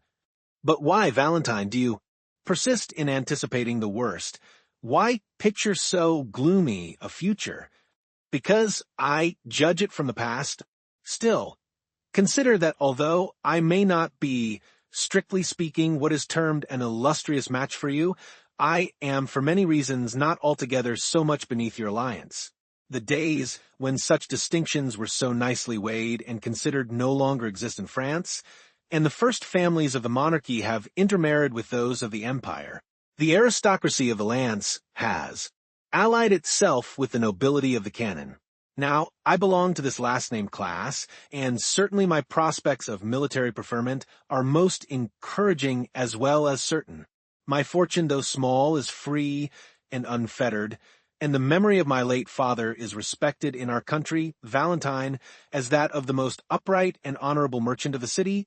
I say our country, because you were born not far from Marseilles, Don't speak of Marseilles, I beg of you, Maximilian, that one word brings back my mother to my recollection, my angel mother who died too soon for myself and all who knew her, but who, after watching over her child during the brief period allotted to her in this world, now, I fondly hope, watches from her home in heaven. Oh, if my mother were still living, there would be nothing to fear, Maximilian, for I would tell her that I loved you, and she would protect us. I fear, Valentine, replied the lover, that were she living I should never have had the happiness of knowing you. You would then have been too happy to have stooped from your grandeur to bestow a thought on me. Now, it is you who are unjust, Maximilian, cried Valentine, but there is one thing I wish to know. And what is that? Inquired the young man, perceiving that Valentine hesitated. Tell me truly, Maximilian, whether in former days, when our fathers dwelt at Marseilles, there was ever any misunderstanding between them? Not that I am aware of, replied the young man, unless, indeed, any ill feeling might have arisen from their being of opposite parties. Your father was, as you know, a zealous partisan of the Bourbons, while mine was wholly devoted to the emperor. There could not possibly be any other difference between them. But why do you ask? I will tell you, replied the young girl, for it is but right you should know. Well, on the day when your appointment as an officer of the Legion of Honor was announced in the papers, we were all sitting with my grandfather, M. Noirtier. M. Danglars was there also. You recollect M. Danglars, do you not, Maximilian the banker, whose horses ran away with my stepmother and little brother and very nearly killed them?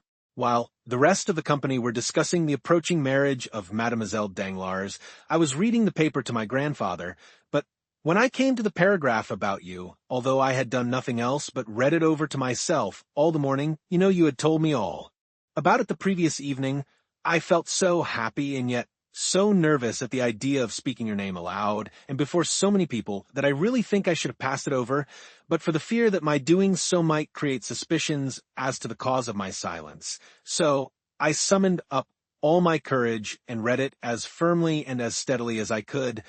Dear Valentine. Well, would you believe it?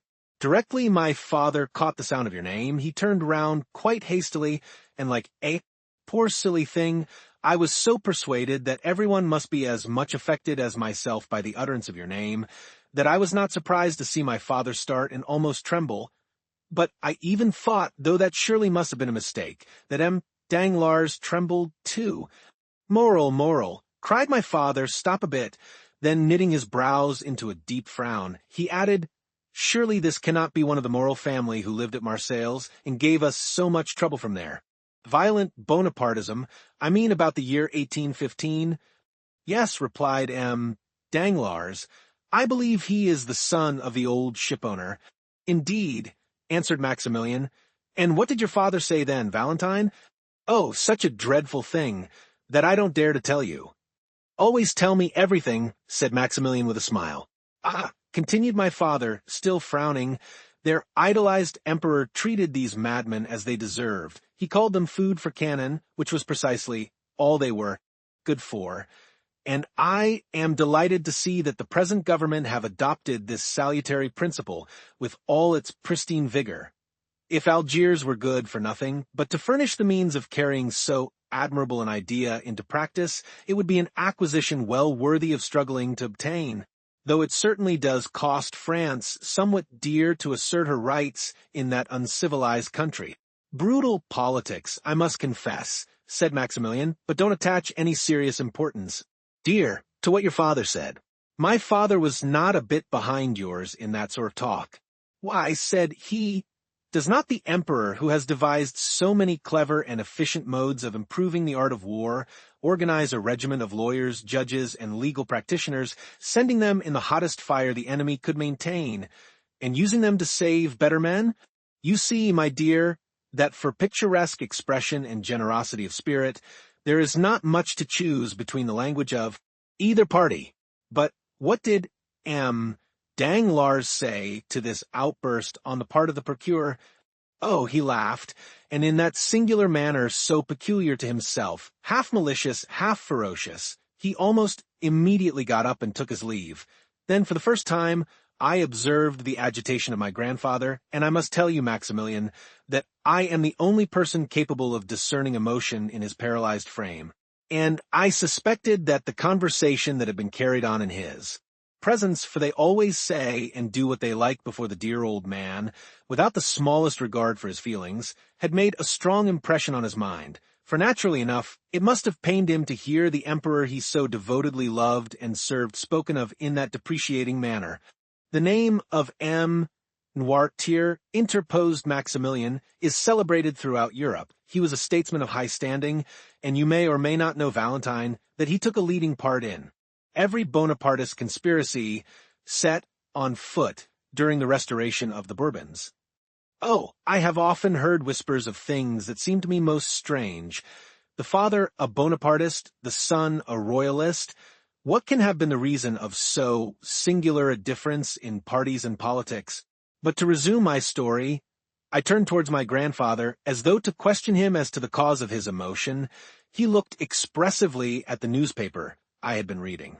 "What is the matter, dear grandfather?" said I. "Are you pleased?" He gave me a sign in the affirmative. With what my father said just now, he returned a sign in the negative. Perhaps you liked what M. Danglars said? Another sign in the negative. Oh, then, you were glad to hear that M. Morel, I didn't dare to say Maximilian, had been made an officer of the Legion of Honor? He signified assent. Only think of the poor old man's being so pleased to think that you, who were a perfect stranger to him, had been made an officer of the Legion of Honor. Perhaps it was a mere whim on his part, for he is falling, they say, into second childhood, but I love him for showing so much interest in you. How singular, murmured Maximilian. Your father hates me, while your grandfather, on the contrary, what strange feelings are aroused by politics. Hush, cried Valentine. Suddenly, someone is coming. Maximilian leaped at one bound into his crop of lucerne, which he began to pull up in the most ruthless way, under the pretext of being occupied in weeding it. "Mademoiselle, mademoiselle!" exclaimed a voice from behind the trees. "Madame is searching for you everywhere. There is a visitor in the drawing-room." "A visitor?" inquired Valentine, much agitated. "Who is it?" "Some grand personage. A prince, I believe they said, the Count of Monte Cristo." "I will come directly," cried Valentine aloud. The name of Monte Cristo sent an electric shock through the young man on the other side of the iron gate, to whom Valentine's "I am coming" was the customary signal of farewell. "Now then," said Maximilian, leaning on the handle of his spade, "I would give a good deal to know how it comes about that the Count of Monte Cristo is acquainted with M. de Villefort." Chapter 52. Toxicology. It was really the Count of Monte Cristo who had just arrived at Madame de Villefort's for the purpose of returning the procureur's visit, and at his name, as may be easily imagined, the whole house was in confusion. Madame de Villefort, who was alone in her drawing-room when the Count was announced, desired that her son might be brought thither instantly to renew his thanks to the Count, and Edward, who heard this great personage talked of for 2 whole days, made all possible haste to come to him, not from obedience to his mother, or out of any feeling of gratitude to the Count, but from sheer curiosity, and that some chance remark might give him the opportunity for making one of the impertinent speeches which made his mother say, "Oh, that naughty child, but I can't be severe with him, he is really so bright." After the usual civilities, the Count inquired after M. de Villefort. "My husband dines with the Chancellor," replied the young lady. "He is just gone, and I am sure he'll be exceedingly sorry not to have had the pleasure of seeing you before he went." 2 visitors who were there when the Count arrived, having gazed at him with all their eyes, retired after that reasonable delay which politeness admits and curiosity requires. "What is your sister Valentine doing?" inquired Madame de Villefort of Edward. "Tell someone to bid her come here, that I may have the honor of introducing her to the Count." "You have a daughter, then, madam?" inquired the Count. "Very young, I presume?" "The daughter of M. de Villefort by his first marriage," replied the young wife. "A fine, well-grown girl." "But melancholy," interrupted Master Edward, snatching the feathers out of the tail of a splendid paroquet that was screaming on its gilded perch in order to make a plume for his hat. Madame de Villefort merely cried, "Be still, Edward." She then added, "This young madcap is, however, very nearly right, and merely re-echoes what he has heard me say with pain 100 times, for Mademoiselle de Villefort is, in spite of all we can do to rouse her, of a melancholy disposition and taciturn habit, which frequently injure the effect of her beauty. But what detains her? Go, Edward, and see." "Because they are looking for her, where she is not to be found." "And where are they looking for her?" "With Grandpapa Noirtier." "And do you think she is not there?" "No, no, no, no, no, she is not there," replied Edward, singing his words. "And where is she, then? If you know, why don't you tell?" "She is under the big chestnut tree," replied the spoiled brat, as he gave, in spite of his mother's commands, live flies to the parrot, which seemed keenly to relish such fare. Madame de Villefort stretched out her hand to ring, intending to direct her waiting maid to the spot where she would find Valentine, when the young lady herself entered the apartment. She appeared much dejected, and any person who considered her attentively might have observed the traces of recent tears in her eyes. Valentine, whom we have in the rapid march of our narrative presented to our readers without formally introducing her, was a tall and graceful girl of 19, with bright chestnut hair, deep blue eyes, and that reposeful air of quiet distinction which characterized her mother. Her white and slender fingers, her pearly neck, her cheeks tinted with varying hues reminded one of the lovely English women who have been so poetically compared in their manner to the gracefulness of a swan. She entered the apartment, and seeing near her stepmother the stranger of whom she had already heard so much, saluted him without any girlish awkwardness or even lowering her eyes, and with an elegance that redoubled the Count's attention.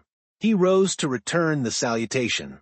"Mademoiselle de Villefort, my stepdaughter," said Madame de Villefort to Monte Cristo, leaning back on her sofa and motioning towards Valentine with her hand, "and M. de Monte Cristo, King of China, Emperor of Cochin China," said the young imp, looking slyly towards his sister. Madame de Villefort at this really did turn pale, and was very nearly angry with this household plague, who answered to the name of Edward. But the Count, on the contrary, smiled, and appeared to look at the boy complacently, which caused the maternal heart to bound again with joy and enthusiasm. "But, madam," replied the Count, continuing the conversation, and looking by turns at Madame de Villefort and Valentine, "have I not already had the honor of meeting yourself and Mademoiselle before? I could not help thinking so just now. The idea came over my mind, and as Mademoiselle entered the sight of her was an additional ray of light, thrown on a confused remembrance. Excuse the remark. I do not think it likely, sir. Mademoiselle de Villefort is not very fond of society, and we very seldom go out," said the young lady. "Then it was not in society that I met with Mademoiselle, or yourself, madam, or this charming little merry boy. Besides, the Parisian world is entirely unknown to me, for as I believe I told you, I have been in Paris but very few days." "No, but perhaps you will permit me to call to mind, stay." The Count placed his hand on his brow, as if to collect his thoughts. "No, it was somewhere away from here, I do not know, but it appears that this recollection is connected with a lovely sky and some religious fate. Mademoiselle was holding flowers in her hand, the interesting boy was chasing a beautiful peacock in a garden, and you, madam, were under the trellis of some arbor. Pray come to my aid, madam. Do not these circumstances appeal to your memory?" "No, indeed," replied Madame de Villefort, "and yet it appears to me, sir, that if I had met you anywhere, the recollection of you must have been imprinted on my memory." "Perhaps the Count saw us in Italy," said Valentine timidly. "Yes, in Italy. It was in Italy most probably," replied Monte Cristo. "You have traveled, then, in Italy, mademoiselle?" "Yes, madam and I were there 2 years ago. The doctors, anxious for my lungs, had prescribed the air of Naples. We went by Bologna, Perugia, and Rome." "Ah, yes, true, mademoiselle," exclaimed Monte Cristo, as if this simple explanation was sufficient to revive the recollection he sought. "It was at Perugia on Corpus Christi Day, in the garden of the Hôtel de Postes, when chance brought us together. You, Madame de Villefort, and her son. I now remember having had the honor of meeting you. I perfectly well remember Perugia, sir, and the Hotel de Postes and the festival of which you speak, said Madame de Villefort, but in vain do I tax my memory, of whose treachery I am ashamed, for I really do not recall to mind that I ever had the pleasure of seeing you before. It is strange, but neither do I recollect meeting with you, observed Valentine, raising her beautiful eyes to the Count. But I remember it perfectly, interposed the darling Edward. I will assist your memory, madam, continued the Count. The day had been burning hot. You were waiting for horses, which were delayed in consequence of the festival. Mademoiselle was walking in the shade of the garden, and your son disappeared in pursuit of the peacock. And I caught it, mamma, don't you remember? Interposed Edward, and I pulled 3 such beautiful feathers out of his tail. You, madam, remained under the arbor. Do you not remember that while you were seated on a stone bench, and while, as I told you, Mademoiselle de Villefort and your young son were absent, you conversed for a considerable time with somebody? Yes, in truth, yes, answered the young lady, turning very red. I do remember conversing with a person wrapped in a long woolen mantle. He was a medical man, I think. Precisely so, madam. This man was myself. For a fortnight I had been at that hotel, during which period I had cured my valet de chamber of a fever and my landlord of the jaundice, so that I really acquired a reputation as a skillful physician. We discoursed a long time, madam, on different subjects, of Perugino, of Raphael, of manners, customs, of the famous Aquatofana, of which they had told you. I think you said that certain individuals in Perugia had preserved the secret. Yes, true, replied Madame de Villefort, somewhat uneasily. I remember now. I do not recollect, now, all of the various subjects of which we discoursed, madam, continued the Count with perfect calmness, but I perfectly remember that, falling into the error which others had entertained respecting me, you consulted me as to the health of Mademoiselle de Villefort. Yes, really, sir, you were in fact a medical man, said Madame de Villefort, since you had cured the sick. Molière or Beaumarchais would reply to you, madam, that it was precisely because I was not that I had cured my patients. For myself, I am content to say to you that I have studied chemistry and the natural sciences somewhat deeply, but still only as an amateur, you understand. At this moment the clock struck 6. It is 6 o'clock, said Madame de Villefort, evidently agitated.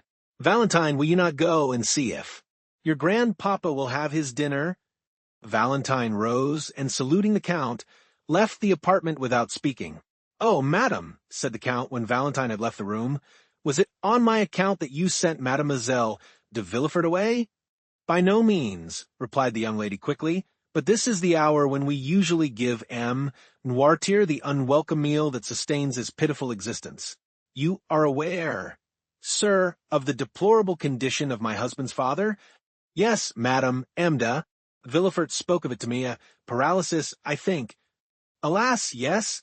The poor old gentleman is entirely helpless. The mind alone is still active in this human machine, and that is faint and flickering like the light of a lamp about to expire. But excuse me, sir, for talking of our domestic misfortunes. I interrupted you at the moment when you were telling me that you were a skillful chemist. No, madam, I did not say as much as that, replied the Count with a smile. Quite the contrary. I have studied chemistry, because having determined to live in eastern climates, I have been desirous of following the example of King Mithridates. Mithridates, Rex Ponticus, said the young scamp, as he tore some beautiful portraits out of a splendid album, the individual who took cream in his cup of poison every morning at breakfast. Edward, you naughty boy, exclaimed Madame de Villefort, snatching the mutilated book from the urchin's grasp. You are positively past bearing. You really disturb the conversation. Go, leave us, and join your sister Valentine in dear Grandpapa Noirtier's room. The album, said Edward sulkily. What do you mean, the album? I want the album. How dare you tear out the drawings? Oh, it amuses me. Go at once. I won't go unless you give me the album, said the boy, seating himself doggedly in an armchair, according to his habit of never giving way. Take it, then, and pray disturb us no longer, said Madame de Villefort, giving the album to Edward, who then went towards the door, led by his mother. The Count followed her with his eyes. Let us see if she shuts the door after him, he muttered. Madame de Villefort closed the door carefully after the child, the Count appearing not to notice her. Then casting a scrutinizing glance around the chamber, the young wife returned to her chair, in which she seated herself. "Allow me to observe, madam," said the Count, with that kind tone he could assume so well, "you are really very severe with that dear, clever child." "Oh, sometimes severity is quite necessary," replied Madame de Villefort with all a mother's real firmness. It was his Cornelius Nepos that Master Edward was repeating when he referred to King Mithridates, continued the Count, and you interrupted him in a quotation, which proves that his tutor has by no means neglected him, for your son is really advanced for his years. "The fact is, Count," answered the mother, agreeably flattered, "he has great aptitude, and learns all that is set before him. He has but one fault, he is somewhat willful, but really on referring for a moment to what he said, do you truly believe that Mithridates used these precautions, and that these precautions were efficacious?" "I think so, madam, because I myself have made use of them, that I might not be poisoned at Naples, at Palermo, and at Smyrna, that is to say on 3 several occasions when, but for these precautions, I must have lost my life." "And your precautions were successful?"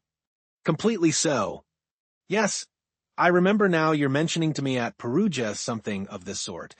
"Indeed," said the Count with an air of surprise, remarkably well counterfeited. "I really did not remember. I inquired of you if poisons acted equally and with the same effect on men of the North as on men of the South, and you answered me that the cold and sluggish habits of the North did not present the same aptitude as the rich and energetic temperaments of the natives of the South." "And that is the case," observed Monte Cristo.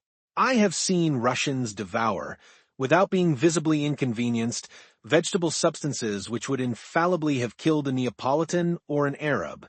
And you really believe the result would be still more sure with us than in the East, and in the midst of our fogs and rains a man would habituate himself, more easily than in a warm latitude, to this progressive absorption of poison?" "Certainly, it being at the same time perfectly understood that he should have been duly fortified against the poison to which he had not been accustomed." "Yes, I understand that. And how would you habituate yourself, for instance, or rather, how did you habituate yourself to it?" "Oh, very easily. Suppose you knew beforehand the poison that would be made use of against you. Suppose the poison was, for instance, brucine. Brucine is extracted from a false Angostura 8, is it not?" inquired Madame de Villefort. "Precisely, madam," replied Monte Cristo, "but I perceive I have not much to teach you. Allow me to compliment you on your knowledge. Such learning is very rare among ladies." "Oh, I am aware of that," said Madame de Villefort, "but I have a passion for the occult sciences, which speak to the imagination like poetry, and are reducible to figures like an algebraic equation. But go on, I beg of you, what you say interests me to the greatest degree." "Well," replied Monte Cristo, "suppose then that this poison was brucine, and you were to take 1 milligram the first day, 2 milligrams the second day, and so on. Well, at the end of 10 days, you would have taken a centigram. At the end of 20 days, increasing another milligram, you would have taken 300 centigrams. That is to say, a dose which you would support without inconvenience, and which would be very dangerous for any other person who had not taken the same precautions as yourself. Well, then, at the end of a month, when, drinking water from the same carafe, you would kill the person who drank with you, without your perceiving, otherwise than from slight inconvenience, that there was any poisonous substance mingled with this water. Do you know any other counterpoisons?" "I do not. I have often read, and read again, the history of Mithridates," said Madame de Villefort in a tone of reflection, "and had always considered it a fable. No, madam, contrary to most history, it is true. But what you tell me, madam, what you inquire of me, is not the result of a chance query. For 2 years ago you asked me the same questions, and said then that for a very long time this history of Mithridates had occupied your mind." "True, sir. The 2 favorite studies of my youth were botany and mineralogy, and subsequently, when I learned that the use of simples frequently explained the whole history of a people and the entire life of individuals in the East, as flowers betoken and symbolize a love affair, I have regretted that I was not a man that I might have been a Flamel, a Fontana, or a Cabanis. And the more, madam, said Monte Cristo, as the Orientals do not confine themselves, as did Mithridates, to make a cuirass of his poisons, but they also made them a dagger. Science becomes, in their hands, not only a defensive weapon, but still more frequently an offensive one. The one serves against all their physical sufferings, the other against all their enemies. With opium belladonna, brucea, snakewood, and the cherry laurel, they put to sleep all who stand in their way. There is not one of those women, Egyptian, Turkish, or Greek, whom here you call good women, who do not know how, by means of chemistry, to stupefy a doctor, and in psychology to amaze a confessor. Really, said Madame de Villefort, whose eyes sparkled with strange fire at this conversation. Oh, yes, indeed, madam. Continued Monte Cristo, the secret dramas of the East begin with a love philtre, and end with a death potion, begin with paradise, and end with hell. There are as many elixirs of every kind as there are caprices and peculiarities in the physical and moral nature of humanity. And I will say further, the art of these chemists is capable with the utmost precision to accommodate and proportion the remedy and the bane to yearnings for love or desires for vengeance. But, sir, remarked the young woman, these Eastern societies, in the midst of which you have passed a portion of your existence, are as fantastic as the tales that come from their strange land. A man can easily be put out of the way there, then. It is, indeed, the Baghdad and Basora of the 1001 Nights. The sultans and viziers who rule over society there, and who constitute what in France we call the government, are really Haroun al-Raskids and Jaafars, who not only pardon a poisoner, but even make him a prime minister if his crime has been an ingenious one, and who, under such circumstances, have the whole story written in letters of gold to divert their hours of idleness and ennui. By no means, madam, the fanciful exists no longer in the East.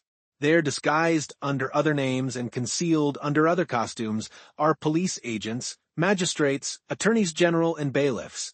They hang, behead, and impale their criminals in the most agreeable possible manner, but some of these, like clever rogues, have contrived to escape human justice and succeed in their fraudulent enterprises by cunning stratagems.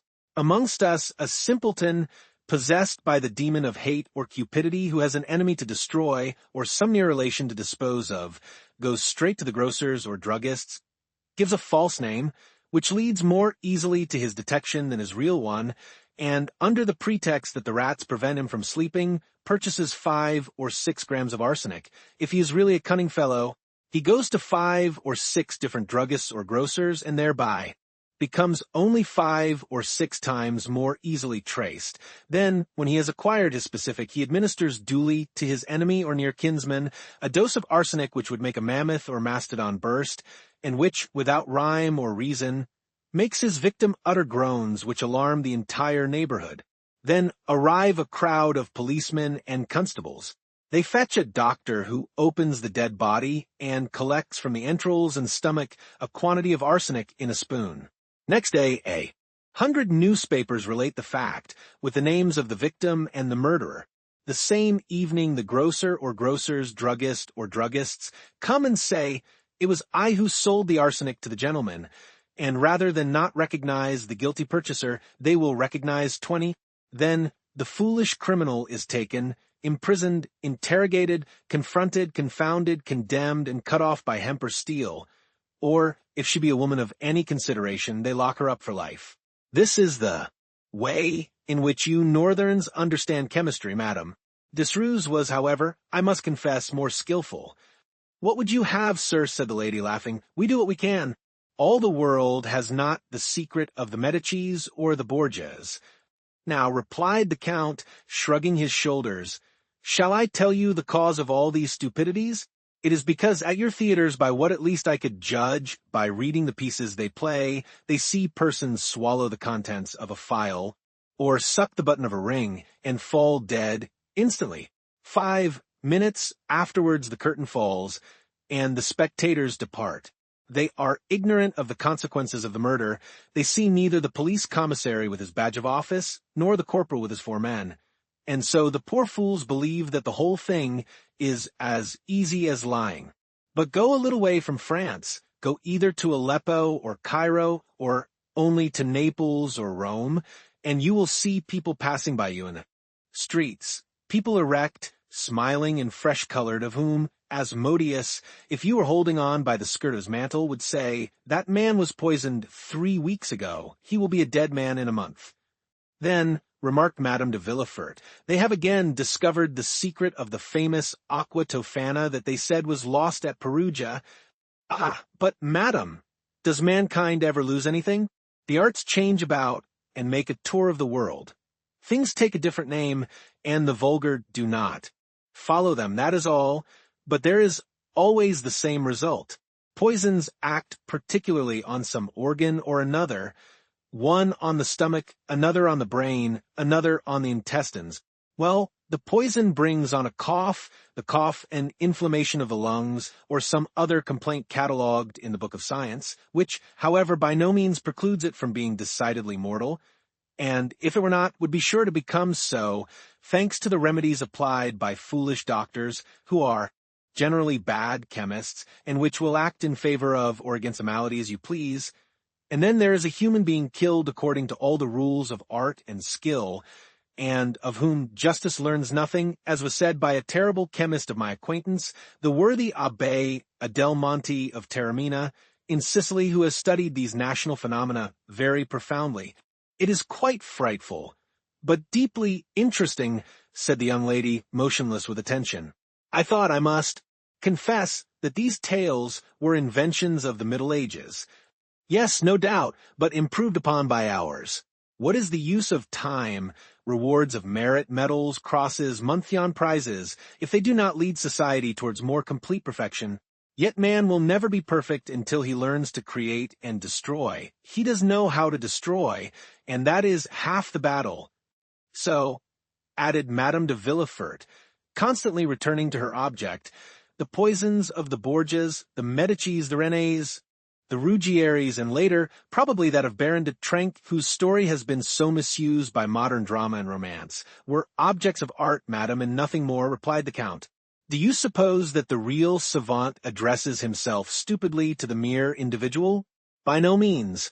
Science loves eccentricities, leaps and bounds, trials of strength, fancies, if I may be allowed so to term them. Thus, for instance, the excellent Abbé Adelmonte, of whom I spoke just now, made in this way some marvelous experiments. Really? Yes, I will mention one to you. He had a remarkably fine garden, full of vegetables, flowers, and fruit. From amongst these vegetables, he selected the most simple, a cabbage, for instance. For 3 days he watered this cabbage with a distillation of arsenic. On the third, the cabbage began to droop and turn yellow. At that moment he cut it. In the eyes of everybody it seemed fit for table, and preserved its wholesome appearance. It was only poison too. The Abbé Adelmonte. He then took the cabbage to the room where he had rabbits, for the Abbé Adelmonte had a collection of rabbits, cats, and guinea pigs, fully as fine as his collection of vegetables, flowers, and fruit. Well, the Abbé Adelmonte took a rabbit and made it eat a leaf of the cabbage. The rabbit died. What magistrate would find, or even venture to insinuate, anything against this? What procureur has ever ventured to draw up an accusation against M. Magendie or M. Flowerens in consequence of the rabbits, cats, and guinea pigs they have killed? Not one. So, then, the rabbit dies and justice takes no notice. This rabbit dead, the Abbé Adelmonte has its entrails taken out by his cook and thrown on the dunghill. On this dunghill is a hen who, pecking these intestines, is in her turn taken ill and dies next day. At the moment when she is struggling in the convulsions of death, a vulture is flying by. There are a good many vultures in Adelmont's country. This bird darts on the dead fowl and carries it away to a rock, where it dines off its prey. 3 days afterwards, this poor vulture, which has been very much indisposed since that dinner, suddenly feels very giddy while flying aloft in the clouds, and falls heavily into a fish pond. The pike, eels, and carp eat greedily always, as everybody knows. Well, they feast on the vulture. Now suppose that next day one of these eels or pike or carp, poisoned at the fourth remove, is served up at your table. Well then, Your guest will be poisoned at the 5th remove and die at the end of 8 or 10 days of pains in the intestines, sickness, or abscess of the pylorus. The doctors open a body and say, with an air of profound learning, the subject has died of a tumor on the liver or of typhoid fever. But, remarked Madame de Villefort, all these circumstances which you link thus to one another may be broken by the least accident. The vulture may not see the fowl, or may fall 100 yards from the fish pond. Ah, that is where the art comes in. To be a great chemist in the East, one must direct chance, and this is to be achieved. Madame de Villefort was in deep thought, yet listened attentively, but she exclaimed suddenly, "Arsenic is indelible, indestructible. In whatsoever way it is absorbed, it will be found again in the body of the victim from the moment when it has been taken in sufficient quantity to cause death." "Precisely so," cried Monte Cristo. "Precisely so. And this is what I said to my worthy Adelmani." He reflected, smiled, and replied to me by a Sicilian proverb, which I believe is also a French proverb. "My son, the world was not made in a day, but in 7. Return on Sunday." On the Sunday following I did return to him. Instead of having watered his cabbage with arsenic, he had watered it this time with a solution of salts, having their basis in strychnine, Strychnus colubrina, as the learned term it. Now, the cabbage had not the slightest appearance of disease in the world, and the rabbit had not the smallest distrust. Yet 5 minutes afterwards the rabbit was dead. The fowl pecked at the rabbit, and the next day was a dead hen. This time we were the vultures, so we opened the bird, and this time all special symptoms had disappeared. There were only general symptoms. There was no peculiar indication in any organ, an excitement of the nervous system. That was it, a case of cerebral congestion, nothing more. The fowl had not been poisoned, she had died of apoplexy. Apoplexy is a rare disease among fowls, I believe, but very common among men. Madame de Villefort appeared more and more thoughtful. "It is very fortunate," she observed, "that such substances could only be prepared by chemists, otherwise all the world would be poisoning each other." "By chemists and persons who have a taste for chemistry," said Monte Cristo carelessly. And then said Madame de Villefort, endeavoring by a struggle and with effort to get away from her thoughts, "however skillfully it is prepared, crime is always crime, and if it avoid human scrutiny, it does not escape the eye of God. The Orientals are stronger than we are in cases of conscience, and very prudently have no hell. That is the point. Really, madam, this is a scruple, which naturally must occur to a pure mind like yours, but which would easily yield before sound reasoning. The bad side of human thought will always be defined by the paradox of Jean-Jacques Rousseau. You remember the mandarin who is killed 500 leagues off by raising the tip of the finger. Man's whole life passes in doing these things, and his intellect is exhausted by reflecting on them. You will find very few persons who will go and brutally thrust a knife in the heart of a fellow creature, or will administer to him, in order to remove him from the surface of the globe on which we move with life and animation, that quantity of arsenic of which we just now talked. Such a thing is really out of rule, eccentric, or stupid. To attain such a point, the blood must be heated to 36 degrees, the pulse be at least at 90, and the feelings excited beyond the ordinary limit.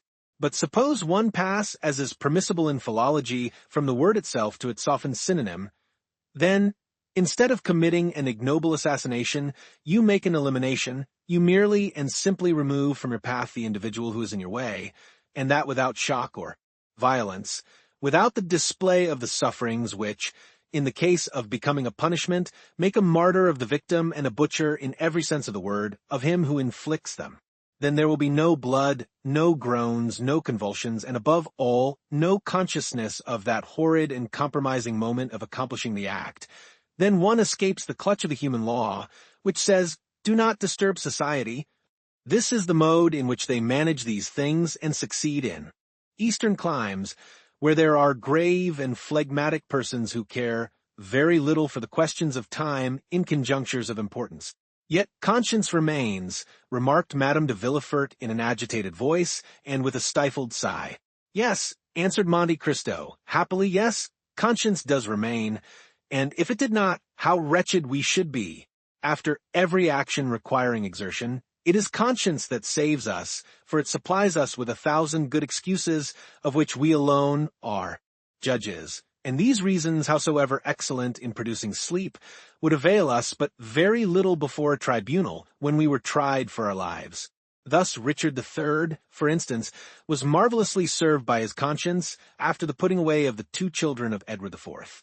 In fact, he could say, these 2 children of a cruel and persecuting king who have inherited the vices of their father, which I alone could perceive in their juvenile propensities, these 2 children are impediments in my way of promoting the happiness of the English people, whose unhappiness they, the children, would infallibly have caused.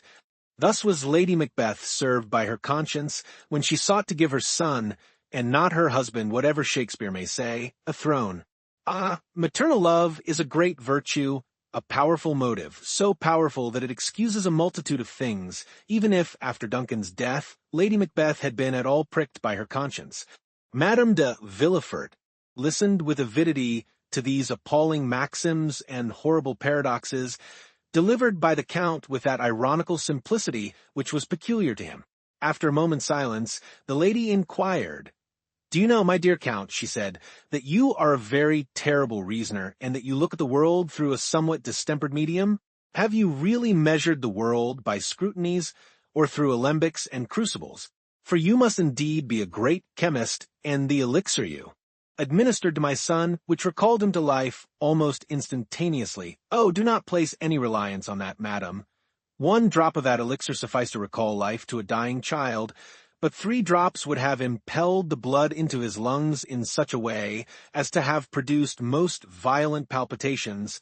6 would have suspended his respiration, and caused syncope more serious than that in which he was. 10 would have destroyed him. You know, madam, how suddenly I snatched him from those phials which he so imprudently touched. Is it then so terrible a poison? Oh, no. In the first place, let us agree that the word poison does not exist, because in medicine use is made of the most violent poisons, which become, according as they are employed, most salutary remedies. What then is it? A skillful preparation of my friends the worthy Abbé Adelmonte, who taught me the use of it. Oh, observed Madame de Villefort, it must be an admirable antispasmodic. Perfect, madam, as you have seen, replied the Count, and I frequently make use of it, with all possible prudence, though, be it observed, he added with a smile of intelligence. Most assuredly, responded Madame de Villefort in the same tone. As for me, so nervous and so subject to fainting fits, I should require a Dr. Adelmonte to invent for me some means of breathing freely and tranquilizing my mind in the fear I have of dying some fine day of suffocation. In the meanwhile, as the thing is difficult to find in France, and your Abbé is not probably disposed to make a journey to Paris on my account, I must continue to use Monsieur Planche's antispasmodics, and mint and Hoffman's drops are among my favorite remedies. Here are some lozenges which I have made up on purpose. They are compounded doubly strong. Monte Cristo opened the tortoise-shell box, which the lady presented to him, and inhaled the odor of the lozenges with the air of an amateur who thoroughly appreciated their composition. They are indeed exquisite, he said, but as they are necessarily submitted to the process of deglutition, a function which it is frequently impossible for a fainting person to accomplish, I prefer my own specific. Undoubtedly, and so should I prefer it after the effects I have seen produced, but of course it is a secret, and I am not so indiscreet as to ask it of you. But said Monte Cristo, rising as he spoke, I am gallant enough to offer it you. How kind you are. Only, remember one thing, a small dose is a remedy, a large one is poison. 1 drop will restore life, as you have seen. 5 or 6 will inevitably kill, and in a way the more terrible inasmuch as, poured into a glass of wine, it would not in the slightest degree affect its flavor. But I say no more, madam. It is really as if I were prescribing for you. The clock struck 6:30, and a lady was announced, a friend of Madame de Villefort, who came to dine with her. If I had had the honor of seeing you for the third or fourth time, Count, instead of only for the second, said Madame de Villefort. If I had had the honor of being your friend, instead of only having the happiness of being under an obligation to you, I should insist on detaining you to dinner, and not allow myself to be daunted by a first refusal. 1,000 thanks, madam, replied Monte Cristo, but I have an engagement which I cannot break. I have promised to escort to the Academy a Greek princess of my acquaintance who has never seen your grand opera, and who relies on me to conduct her thither. Adieu then, sir, and do not forget the prescription. Ah, in truth, madam, to do that I must forget the hour's conversation I have had with you, which is indeed impossible. Monte Cristo bowed and left the house. Madame de Villefort remained immersed in thought. He is a very strange man, she said, and in my opinion is himself the Adele Monte he talks about. As to Monte Cristo, the result had surpassed his utmost expectations. Good, said he as he went away. This is a fruitful soil, and I feel certain that the seed sown will not be cast on barren ground. Next morning, faithful to his promise, he sent the prescription requested. Chapter 53. Robert le Diable. The pretext of an opera engagement was so much the more feasible, as there chanced to be on that very night a more than ordinary attraction at the Académie Royale. Le Vasseur, who had been suffering under severe illness, made his reappearance in the character of Bertram, and, as usual, the announcement of the most admired production of the favorite composer of the day had attracted a brilliant and fashionable audience. Morcerf, like most other young men of rank and fortune, had his orchestra stall, with the certainty of always finding a seat in at least a dozen of the principal boxes occupied by persons of his acquaintance. He had, moreover, his right of entry into the omnibus box.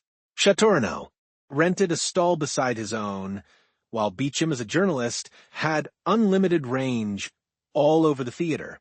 It happened that on this particular night the minister's box was placed at the disposal of Lucien Debray, who offered it to the Comte de Morcerf, who again, upon his rejection of it by Mercédès, sent it to Danglars, with an intimation that he should probably do himself the honor of joining the Baroness and her daughter during the evening, in the event of their accepting the box in question. The ladies received the offer with too much pleasure to dream of a refusal. To no class of persons is the presentation of a gratuitous opera box more acceptable than to the wealthy millionaire who still hugs economy while boasting of carrying a king's ransom in his waistcoat pocket. Danglars had, however, protested against showing himself in a ministerial box, declaring that his political principles and his parliamentary position as member of the opposition party would not permit him so to commit himself. The Baroness had, therefore, dispatched a note to Lucien Debray, bidding him call for them, it being wholly impossible for her to go alone with Eugénie to the opera. There is no gainsaying the fact that a very unfavorable construction would have been put upon the circumstance if the two women had gone without escort, while the addition of a third, in the person of her mother's admitted lover, enabled Mademoiselle Danglars to defy malice and ill nature. One must take the world as one finds it. The curtain rose, as usual, to an almost empty house, it being one of the absurdities of Parisian fashion never to appear at the opera until after the beginning of the performance, so that the first act is generally played without the slightest attention being paid to it, that part of the audience already assembled being too much occupied in observing the fresh arrivals, while nothing is heard but the noise of opening and shutting doors and the buzz of conversation. Surely, said Albert, as the door of a box on the first circle opened, that must be the Countess G. And who is the Countess G? Inquired Châteaurenaud. What a question! Now, do you know, Baron, I have a great mind to pick a quarrel with you for asking it, as if all the world did not know who the Countess G. was. Ah, to be sure, replied Châteaurenaud, the lovely Venetian, is it not? Herself. At this moment, the Countess perceived Albert, and returned his salutation with a smile. You know her, it seems, said Châteaurenaud. Franz introduced me to her at Rome, replied Albert. Well, then, will you do as much for me in Paris as Franz did for you in Rome? With pleasure. There was a cry of "shut up" from the audience. This manifestation on the part of the spectators of their wish to be allowed to hear the music produced not the slightest effect on the two young men who continued their conversation. The Countess was present at the races in the Champenois, said Châteaurenaud. Today? Yes. Bless me, I quite forgot the races. Did you bet? Oh, merely a paltry 50 louis. And who was the winner? Nautilus. I staked on him. But there were 3 races, were there not? Yes, there was the prize given by the Jockey Club, a gold cup, and a very singular circumstance occurred about that race. What was it? Oh, shut up, again interposed some of the audience. Why? It was won by a horse and rider utterly unknown on the course. Is that possible? True as day. The fact was, nobody had observed a horse entered by the name of Vampa, or that of a jockey-style job, when at the last moment a splendid roan, mounted by a jockey about as big as your fist, presented themselves at the starting post. They were obliged to stuff at least 20 pounds weight of shot in the small rider's pockets to make him wait.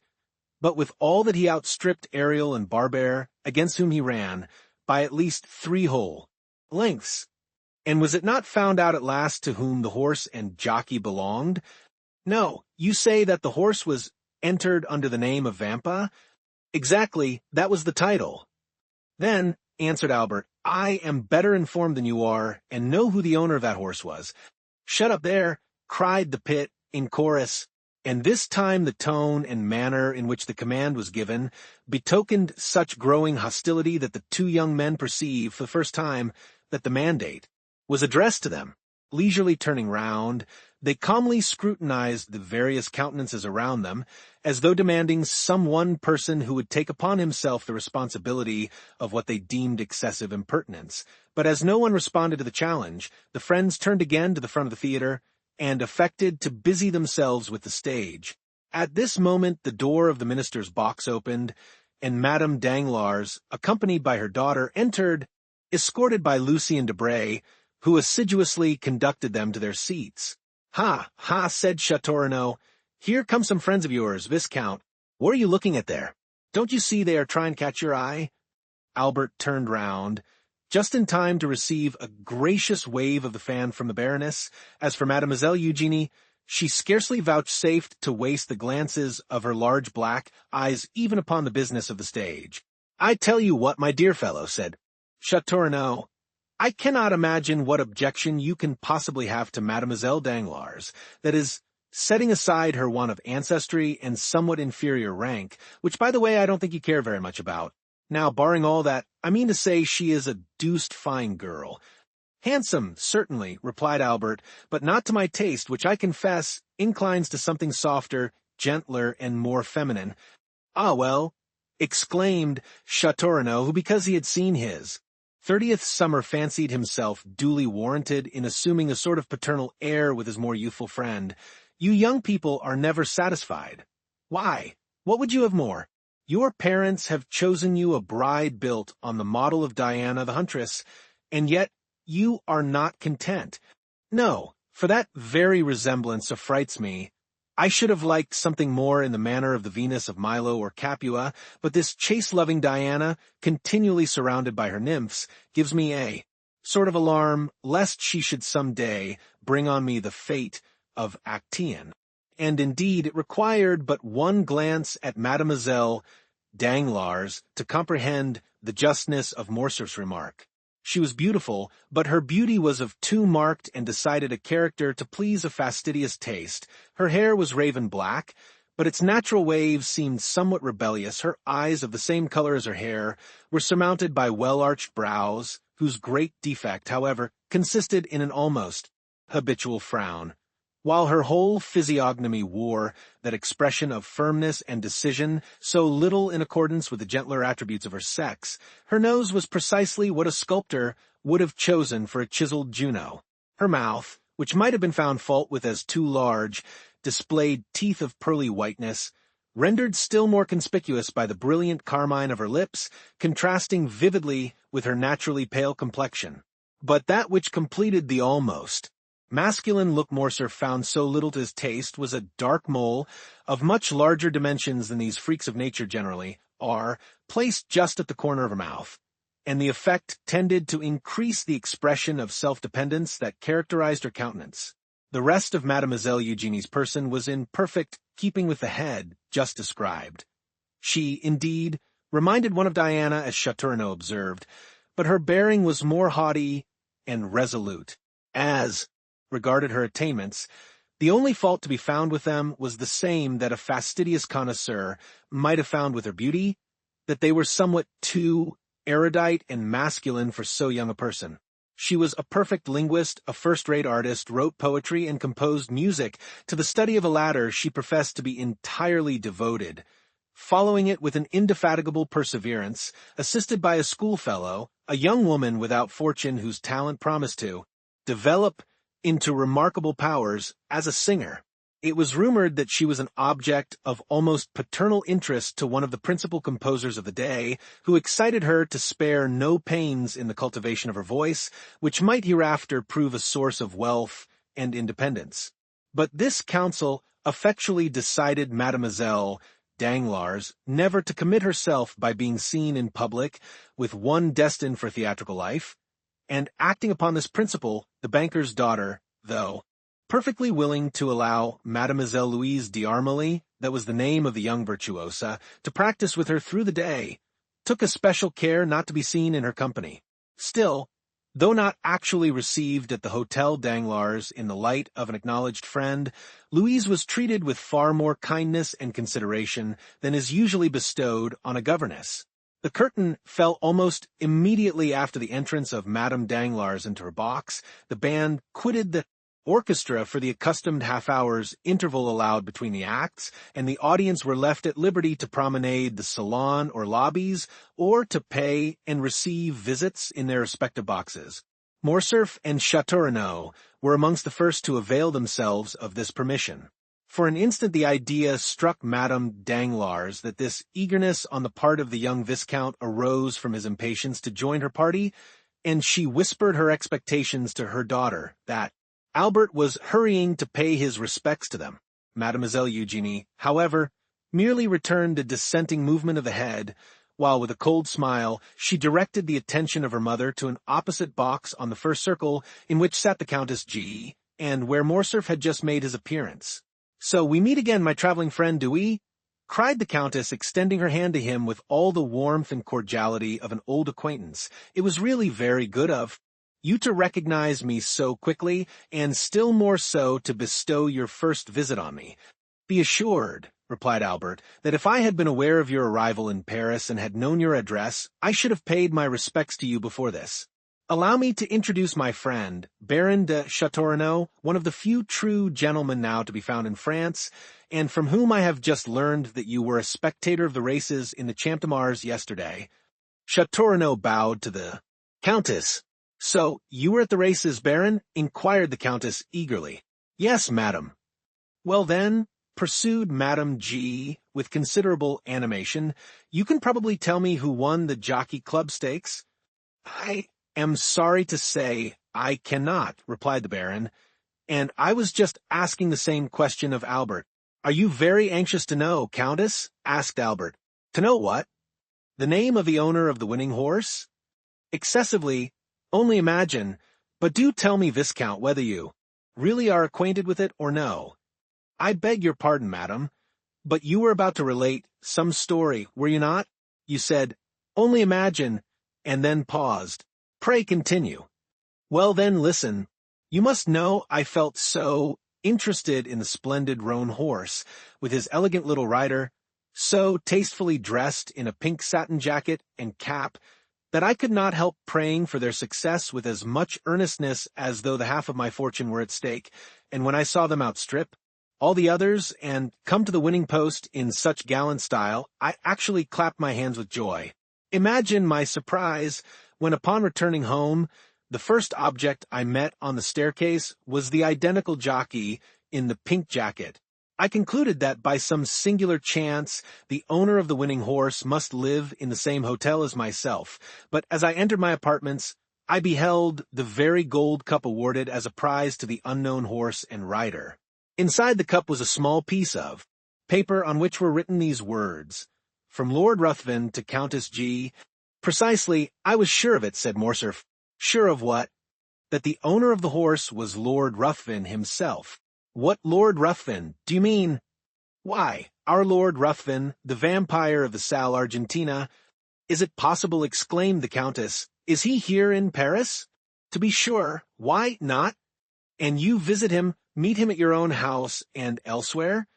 I assure you he is my most intimate friend, and Amda, Chateaurenaud, has also the honor of his acquaintance.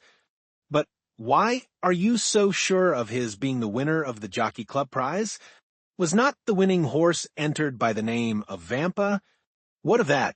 Why, do you not recollect the name of the celebrated bandit by whom I was made prisoner? Oh, yes. And from whose hands the Count extricated me in so wonderful a manner? To be sure, I remember it all now. He called himself Vampa. You see, it's evident where the Count got the name. But what could have been his motive for sending the cup to me? In the first place, because I had spoken much of you to him, as you may believe. And in the second, because he delighted to see a countrywoman take so lively an interest in his success. I trust and hope you never repeated to the Count all the foolish remarks we used to make about him. I should not like to affirm upon oath that I have not. Besides his presenting you the cup under the name of Lord Ruthven. Oh, but that is dreadful. Why, the man must owe me a fearful grudge. Does his action appear like that of an enemy? No, certainly not. Well then, and so he is in Paris? Yes. And what effect does he produce? Why, said Albert, he was talked about for a week. Then the coronation of the Queen of England took place, followed by the theft of Mademoiselle Mars's diamonds. And so people talked of something else. My good fellow, said Chateaurenaud, the Count is your friend and you treat him accordingly. Do not believe what Albert is telling you, Countess. So far from the sensation excited in the Parisian circles by the appearance of the Count of Monte Cristo having abetted, I take upon myself to declare that it is as strong as ever. His first astounding act upon coming amongst us was to present a pair of horses worth 32,000 francs to Madame Danglars. His second, the almost miraculous preservation of Madame de Villefort's life. Now, it seems that he has carried off the prize, awarded by the Jockey Club.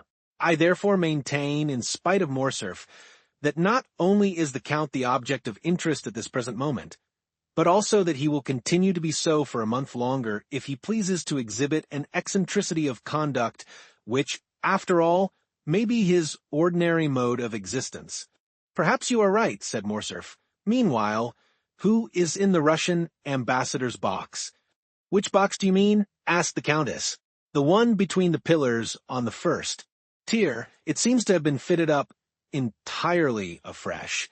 Did you observe anyone during the first act? Asked Chateaurenaud. Where? In that box. No, replied the Countess. It was certainly empty during the first act. Then, resuming the subject of their previous conversation, she said, And so you really believe it was your mysterious Count of Monte Cristo that gained the prize? I am sure of it. And who afterwards sent the cup to me? Undoubtedly. But I don't know him, said the Countess. I have a great mind to return it. Do no such thing, I beg of you. He would only send you another, formed of a magnificent sapphire, or hollowed out of a gigantic ruby. It is his way, and you must take him as you find him.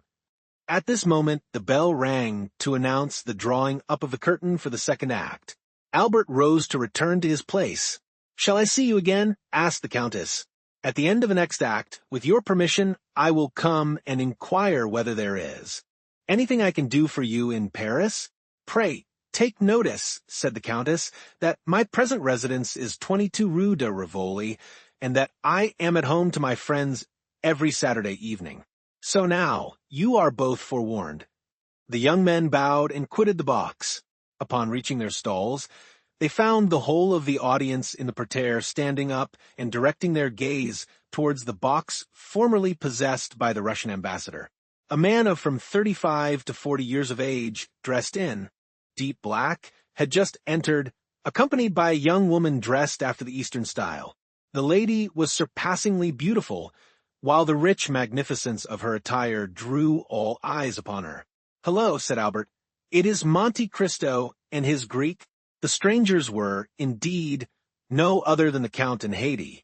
In a few moments the young girl had attracted the attention of the whole house, and even the occupants of the boxes leaned forward to scrutinize her magnificent diamonds. The second act passed away during one continued buzz of voices, one deep whisper, intimating that some great and universally interesting event had occurred. All eyes, all thoughts, were occupied with a young and beautiful woman, whose gorgeous apparel and splendid jewels made a most extraordinary spectacle.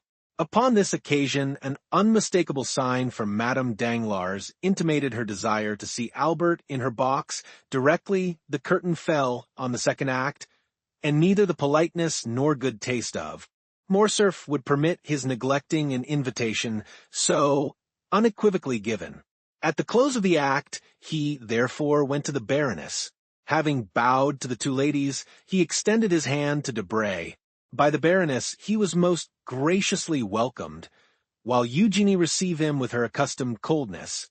"My dear fellow," said Debray, "you have come in the nick of time. There is Madame overwhelming me with questions respecting the Count. She insists upon it that I can tell her his birth, education, and parentage, where he came from, and whither he is going. Being no disciple of Cagliostro, I was wholly unable to do this, so by way of getting out of the scrape, I said, 'Ask Morcerf, he has got the whole history of his beloved Monte Cristo at his fingers' ends.' Whereupon the Baroness signified her desire to see you. Is it not almost incredible," said Madame Danglars, "that a person having at least 500,000 of Secret Service money at his command should possess so little information?" "Let me assure you, madame," said Lucien, "that had I really the sum you mention at my disposal, I would employ it more profitably than in troubling myself to obtain particulars respecting the Count of Monte Cristo, whose only merit in my eyes consists in his being twice as rich as a nabob. However, I have turned the business over to Morcerf, so pray settle it with him as may be most agreeable to you. For my own part, I care nothing about the Count or his mysterious doings. I am very sure no nabob would have sent me a pair of horses worth 32,000 francs, wearing on their heads 4 diamonds valued at 5,000 francs each." "He seems to have a mania for diamonds," said Morcerf, smiling, "and I verily believe that, like Potemkin, he keeps his pockets filled for the sake of strewing them along the road, as Tom Thumb did his flintstones." "Perhaps he has discovered some mine," said Madame Danglars. "I suppose, you know, he has an order for unlimited credit on the Baron's banking establishment." "I was not aware of it," replied Albert, "but I can readily believe it. And further, that he stated to M. Danglars his intention of only staying a year in Paris, during which time he proposed to spend 6 millions. He must be the Shah of Persia, traveling incognito. Have you noticed the remarkable beauty of the young woman, M. Lucien?" inquired Eugenie. "I really never met with one woman so ready to do justice to the charms of another as yourself," responded Lucien, raising his lorgnette to his eye. "A most lovely creature, upon my soul," was his verdict. "Who is this young person, M. de Morcerf?" inquired Eugenie. "Does anybody know?" "Mademoiselle," said Albert, replying to this direct appeal, "I can give you very exact information on that subject, as well as on most points relative to the mysterious person of whom we are now conversing. The young woman is a Greek, so I should suppose by her dress. If you know no more than that, everyone here is as well informed as yourself." "I am extremely sorry you find me so ignorant a cicerone," replied Morcerf, "but I am reluctantly obliged to confess I have nothing further to communicate. Yes, stay, I do know one thing more, namely, that she is a musician, for one day when I chanced to be breakfasting with the Count, I heard the sound of a guzla. It is impossible that it could have been touched by any other finger than her own." "Then your Count entertains visitors, does he?" asked Madame Danglars. "Indeed he does, and in a most lavish manner, I can assure you. I must try and persuade M. Danglars to invite him to a ball or dinner or something of the sort, that he may be compelled to ask us in return." "What," said Debray, laughing, "do you really mean you would go to his house?" "Why not? My husband could accompany me." But do you know this mysterious count is a bachelor? You have ample proof to the contrary. If you look opposite, said the Baroness, as she laughingly pointed to the beautiful Greek. No, no, exclaimed Debray. That girl is not his wife. He told us himself she was his slave. Do you not recollect Morcerf his telling us so at your breakfast? Well then, said the Baroness, if slave she be, she has all the air and manner of a princess, of the Arabian Nights. If you like, but tell me, my dear Lucien, what it is that constitutes a princess. Why, diamonds, and she is covered with them. To me she seems overloaded, observed Eugenie. She would look far better if she wore fewer, and we should then be able to see her finely formed throat and wrists.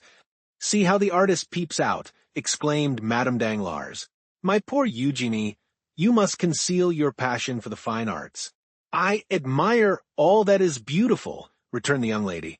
What do you think of the Count? Inquired Debray. He is not much amiss, according to my ideas of good looks.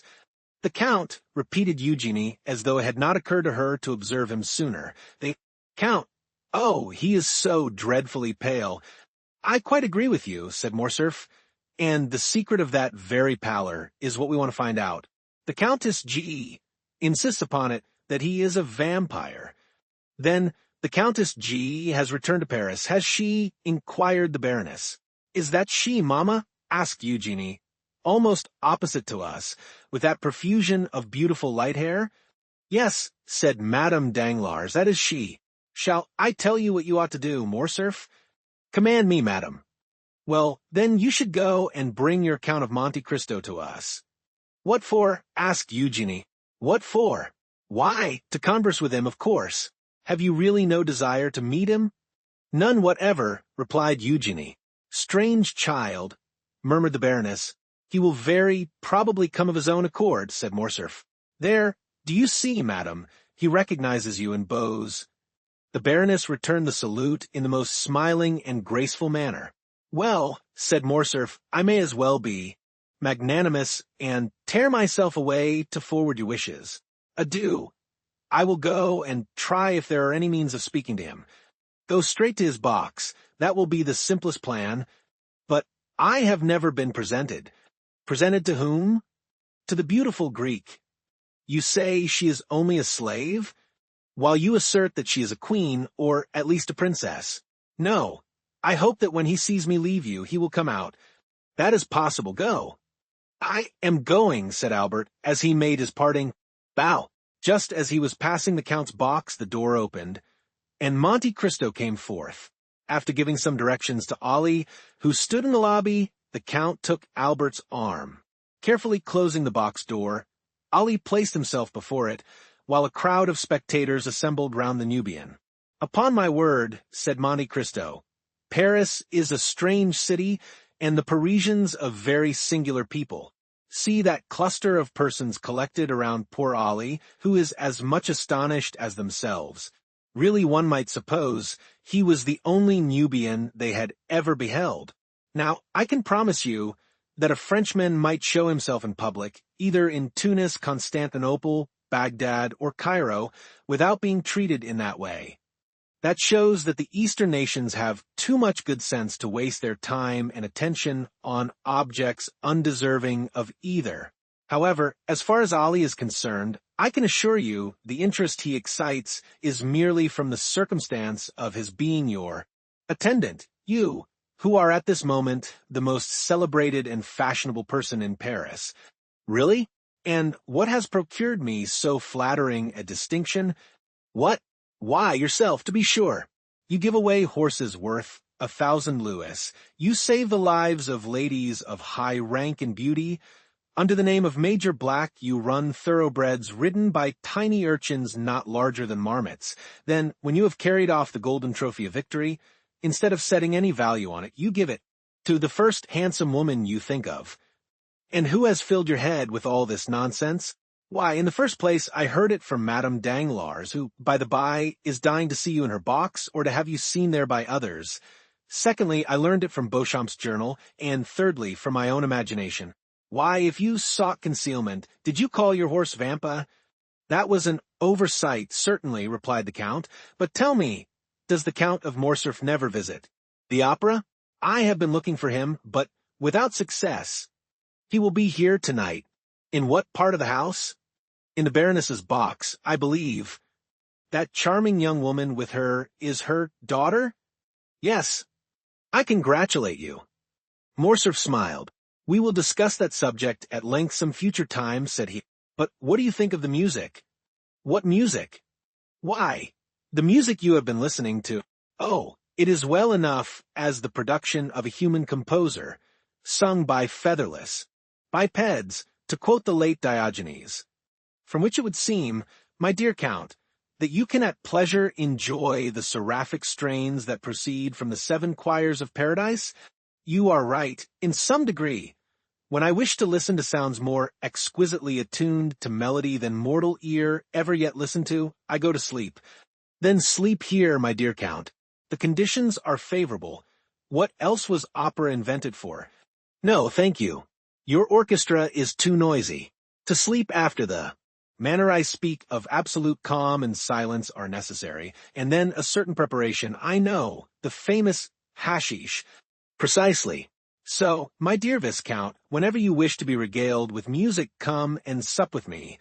I have already enjoyed that treat when breakfasting with you, said Morcerf.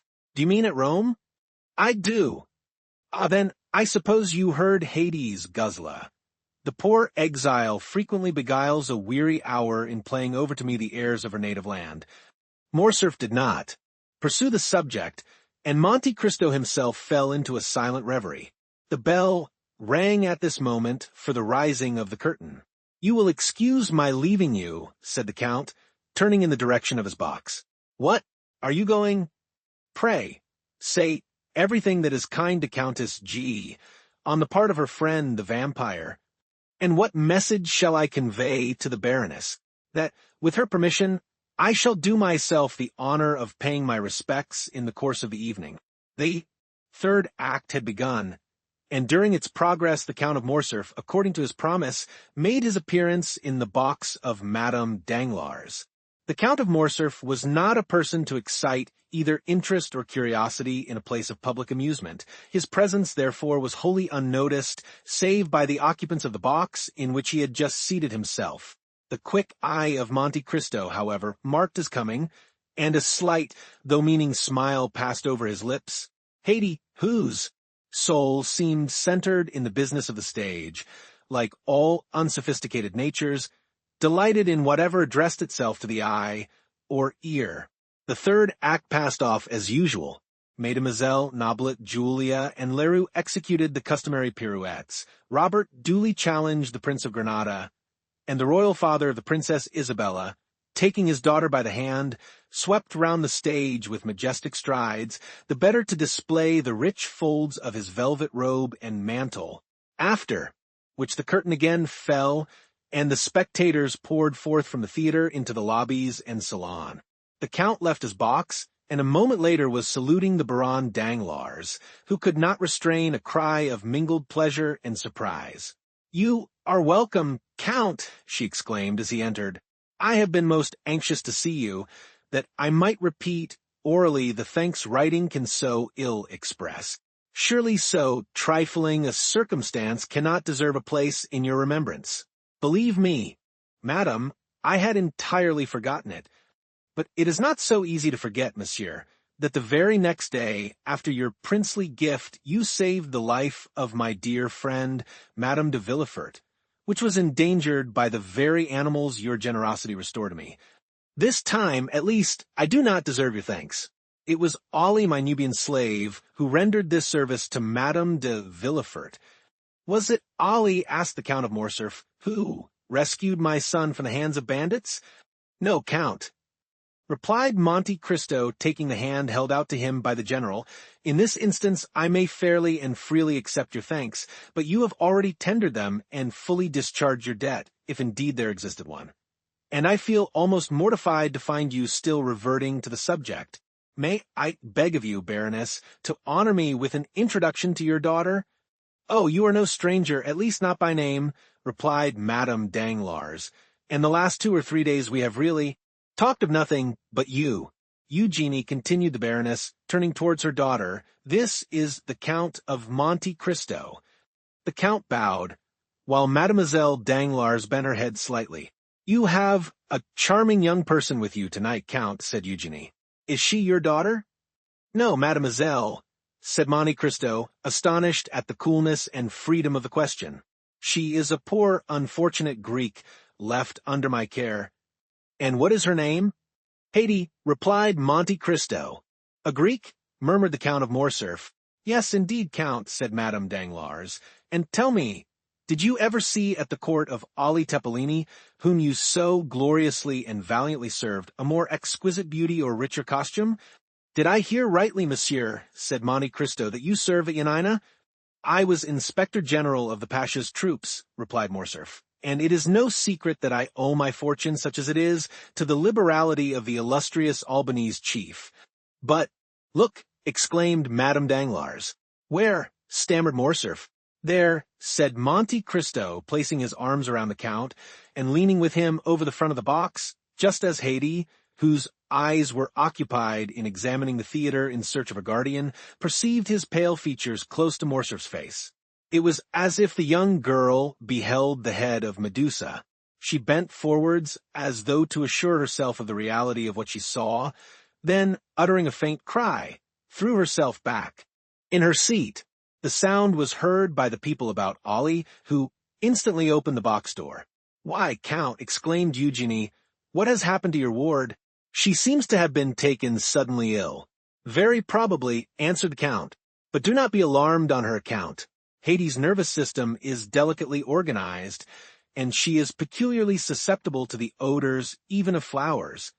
Nay, there are some which cause her to faint if brought into her presence. However, continued Monte Cristo, drawing a small phial from his pocket, I have an infallible remedy.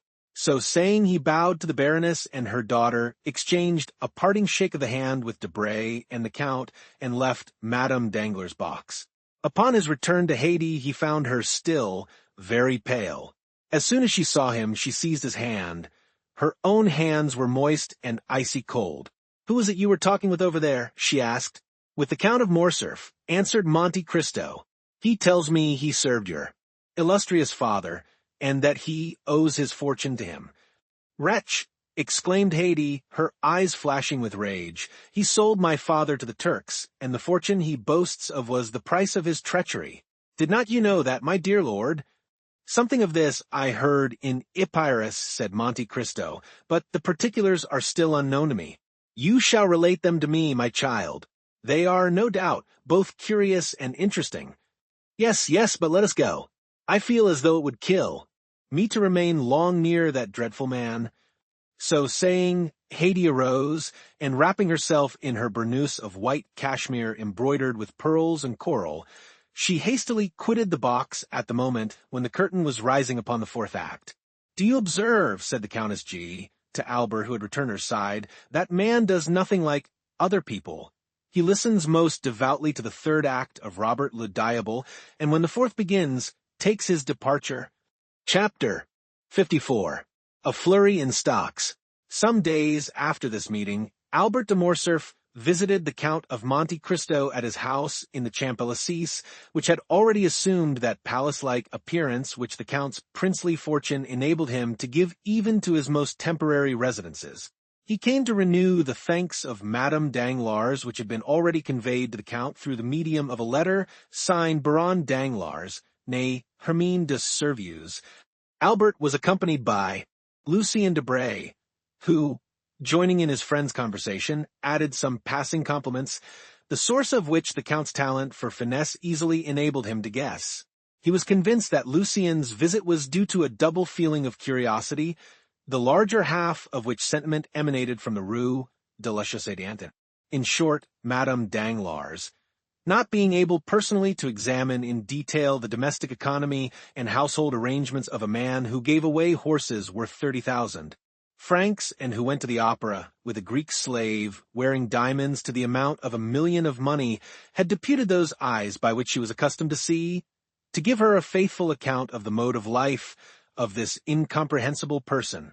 But the Count did not appear to suspect that there could be the slightest connection between Lucien's visit and the curiosity of the Baroness. "You are in constant communication with the Baron Danglars?" The Count inquired of Albert de Morcerf. "Yes, Count, you know what I told you? All remains the same. Then in that quarter?" "It is more than ever a settled thing," said Lucien. And considering that this remark was all that he was at that time called upon to make, he adjusted the glass to his eye, and, biting the top of his gold-headed cane, began to make the tour of the apartment, examining the arms and the pictures. "Ah," said Monte Cristo, "I did not expect that the affair would be so promptly concluded. Oh, things take their course without our assistance. While we are forgetting them, they are falling into their appointed order, and when again our attention is directed to them, we are surprised at the progress they have made towards the proposed end. My father and M. Danglars served together in Spain, my father in the army and M. Danglars in the commissariat department. It was there that my father, ruined by the Revolution, and M. Danglars, who never had possessed any patrimony, both laid the foundations of their different fortunes." "Yes," said Monte Cristo, "I think M. Danglars mentioned that in a visit which I paid him," and continued he, casting a side glance at Lucien, who was turning over the leaves of an album, "Mademoiselle Eugénie is pretty. I think I remember that to be her name." "Very pretty, or rather, very beautiful," replied Albert, "but of that style of beauty which I do not appreciate. I am an ungrateful fellow." "You speak as if you were already her husband." "Ah," returned Albert, in his turn looking around to see what Lucien was doing. "Really," said Monte Cristo, lowering his voice, "you do not appear to me to be very enthusiastic on the subject of this marriage." "Mademoiselle Danglars is too rich for me," replied Morcerf, "and that frightens me." "Bah!" exclaimed Monte Cristo, "that's a fine reason to give. Are you not rich yourself?" "My father's income is about 50,000 francs per annum, and he will give me perhaps 10 or 12,000 when I marry. That, perhaps, might not be considered a large sum, in Paris especially," said the Count, "but everything does not depend on wealth, and it is a fine thing to have a good name, and to occupy a high station in society. Your name is celebrated, your position magnificent. And then the Comte de Morcerf is a soldier, and it is pleasing to see the integrity of a Bayard united to the poverty of a de Guesclin. Disinterestedness is the brightest ray in which a noble sword can shine. As for me, I consider the union with Mademoiselle Danglars a most suitable one. She will enrich you, and you will ennoble her." Albert shook his head and looked thoughtful. "There is still something else," said he. "I confess," observed Monte Cristo, "that I have some difficulty in comprehending your objection to a young lady who is both rich and beautiful." "Oh," said Morcerf, "this repugnance, if repugnance it may be called, is not all on my side." "Whence can it arise, then? For you told me your father desired the marriage." "It is my mother who dissents. She has a clear and penetrating judgment, and does not smile on the proposed union. I cannot account for it, but she seems to entertain some prejudice against the Danglars." "Ah," said the Count in a somewhat forced tone, "that may be easily explained. The Comtesse de Morcerf, who is aristocracy and refinement itself, does not relish the idea of being allied by your marriage with one of ignoble birth. That is natural enough. I do not know if that is her reason," said Albert, "but one thing I do know, that if this marriage be consummated, it will render her quite miserable. There was to have been a meeting 6 weeks ago in order to talk over and settle the affair, but I had such a sudden attack of indisposition, real," interrupted the Count, smiling. "Oh, real enough, from anxiety doubtless. At any rate, they postponed the matter for 2 months. There is no hurry, you know.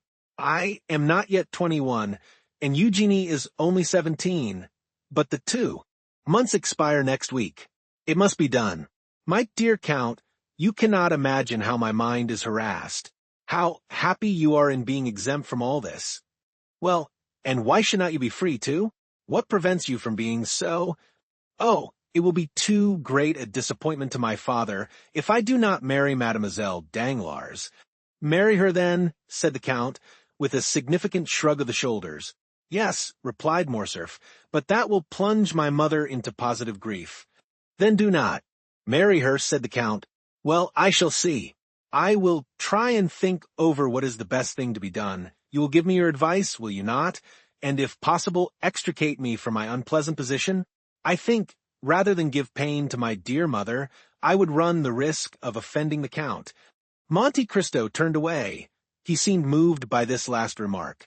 Ah, said he to Debray, who had thrown himself into an easy chair at the farthest extremity of the salon, and who held a pencil in his right hand and an account book in his left. What are you doing there?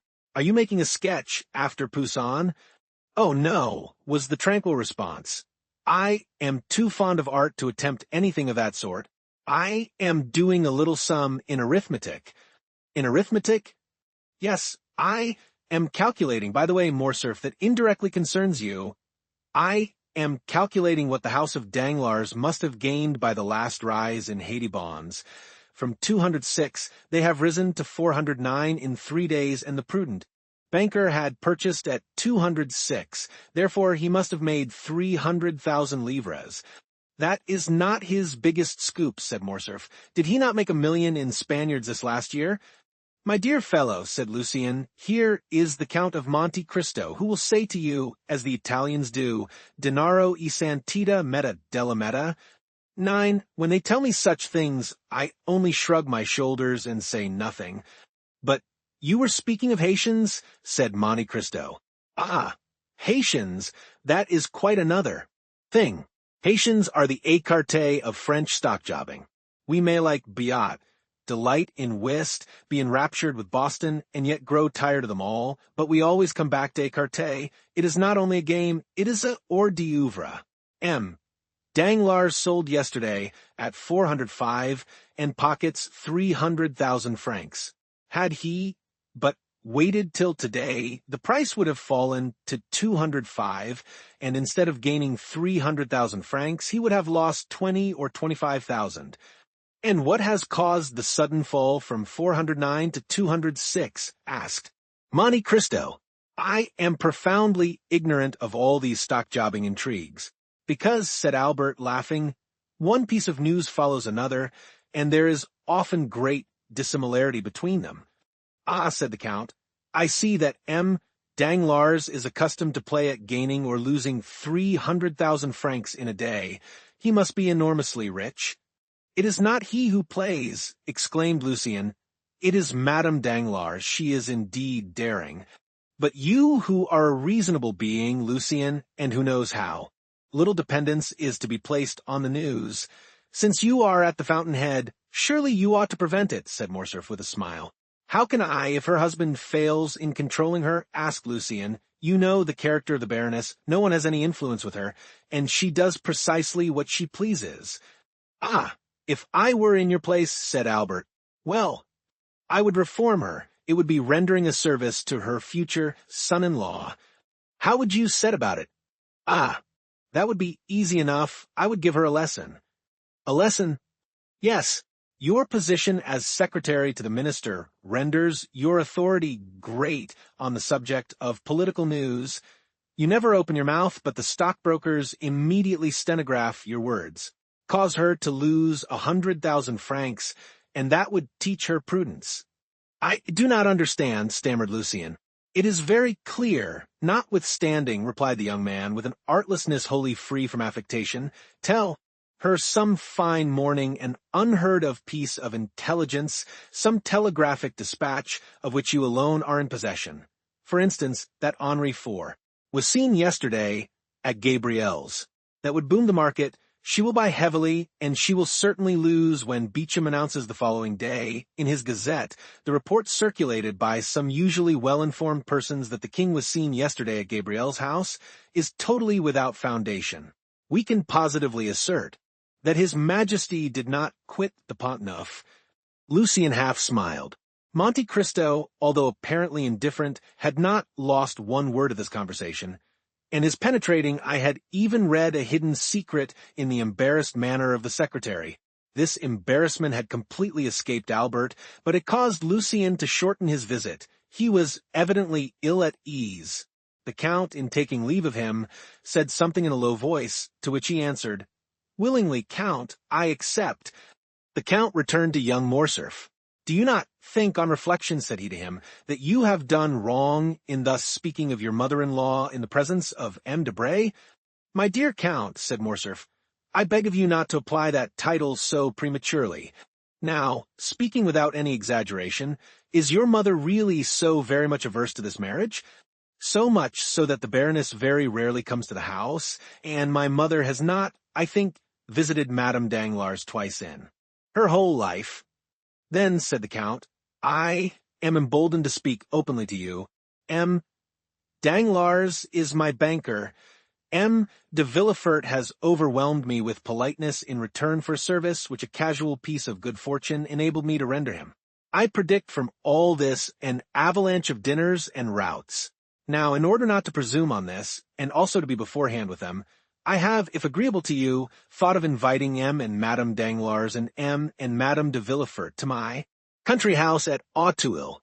If I were to invite you and the Count and Countess of Morcerf to this dinner, I should give it the appearance of being a matrimonial meeting, or at least Madame de Morcerf would look upon the affair in that light, especially if Baron Danglars did me the honor to bring his daughter. In that case your mother would hold me in aversion, and I do not at all wish that. On the contrary, I desire to stand high in her esteem." "Indeed, Count," said Morcerf, "I thank you sincerely for having used so much candor towards me, and I gratefully accept the exclusion which you propose. You say you desire my mother's good opinion. I assure you it is already yours to a very unusual extent." "Do you think so?" said Monte Cristo with interest. "Oh, I am sure of it. We talked of you an hour after you left us the other day.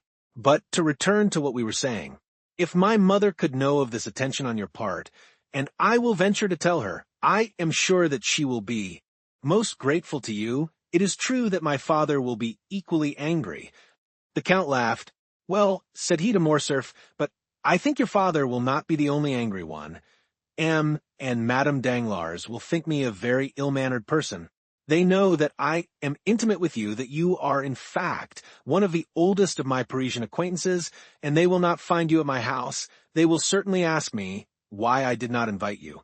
Be sure to provide yourself with some previous engagement, which shall have a semblance of probability, and communicate the fact to me by a line in writing. You know that with bankers nothing but a written document will be valid." "I will do better than that," said Albert. "My mother is wishing to go to the seaside. What day is fixed for your dinner?" "Saturday." "This is Tuesday. Well, tomorrow evening we leave, and the day after we shall be at Treport. Really, Count, you have a delightful way of setting people at their ease. Indeed, you give me more credit than I deserve. I only wish to do what will be agreeable to you, that is all. When shall you send your invitations?" "This very day." "Well, I will immediately call on M. Danglars and tell him that my mother and myself must leave Paris tomorrow.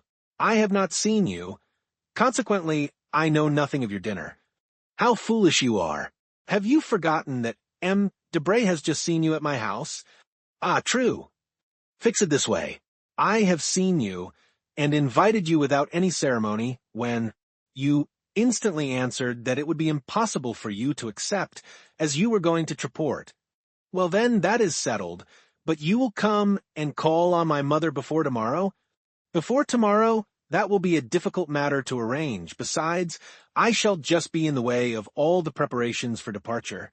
"Well, you can do better. You were only a charming man before, but if you accede to my proposal, you will be adorable. What must I do to attain such sublimity? You are, today, free as air. Come and dine with me. We shall be a small party, only yourself, my mother, and I. You have scarcely seen my mother. You shall have an opportunity of observing her more closely. She is a remarkable woman, and I only regret that there does not exist another like her about 20 years younger. In that case, I assure you, there would very soon be a Countess and Viscountess of Morcerf. As to my father, you will not see him. He is officially engaged and dines with the chief. Referendary. We will talk over our travels, and you who have seen the whole world will relate your adventures. You shall tell us the history of the beautiful Greek, who was with you the other night at the opera, and whom you call your slave and yet treat like a princess. We will talk Italian and Spanish. Come, accept my invitation, and my mother will thank you." "1,000 thanks," said the Count. "Your invitation is most gracious, and I regret exceedingly that it is not in my power to accept it. I am not so much at liberty as you suppose. On the contrary, I have a most important engagement. Take care, you were teaching me just now how, in case of an invitation to dinner, one might creditably make an excuse. I require the proof of a pre-engagement. I am not a banker like M. Danglars, but I am quite as incredulous as he is. I am going to give you a proof," replied the Count, and he rang the bell. "Humph," said Morcerf, "this is the second time you have refused to dine with my mother. It is evident that you wish to avoid her." Monte Cristo started. "Oh, you do not mean that," said he. "Besides, here comes the confirmation of my assertion." Baptistin entered and remained standing at the door. "I had no previous knowledge of your visit, had I? Indeed, you are such an extraordinary person that I would not answer for it. At all events, I could not guess that you would invite me to dinner. Probably not. Well, listen, Baptistin, what did I tell you this morning when I called you into my laboratory? To close the door against visitors as soon as the clock struck 5, replied the valet. What then? Ah, my dear Count, said Albert. No, no. I wish to do away with that mysterious reputation that you have given me, my dear Viscount. It is tiresome to be always acting Manfred. I wish my life to be free and open. Go on, Baptistin. Then to admit no one except Major Bartolomeo Cavalcanti and his son. You hear, Major Bartolomeo Cavalcanti, a man who ranks amongst the most ancient nobility of Italy, whose name Dante has celebrated in the 10th canto of the Inferno. You remember it, do you not? Then there is his son, Andrea, a charming young man, about your own age, Viscount, bearing the same title as yourself, and who is making his entry into the Parisian world, aided by his father's millions. The Major will bring his son with him this evening, the Contino, as we say, in Italy. He confides him to my care. If he proves himself worthy of it, I will do what I can to advance his interests. You will assist me in the work, will you not? Most undoubtedly. This Major Cavalcanti is an old friend of yours, then? By no means. He is a perfect nobleman, very polite, modest, and agreeable, such as may be found constantly in Italy, descendants of very ancient families.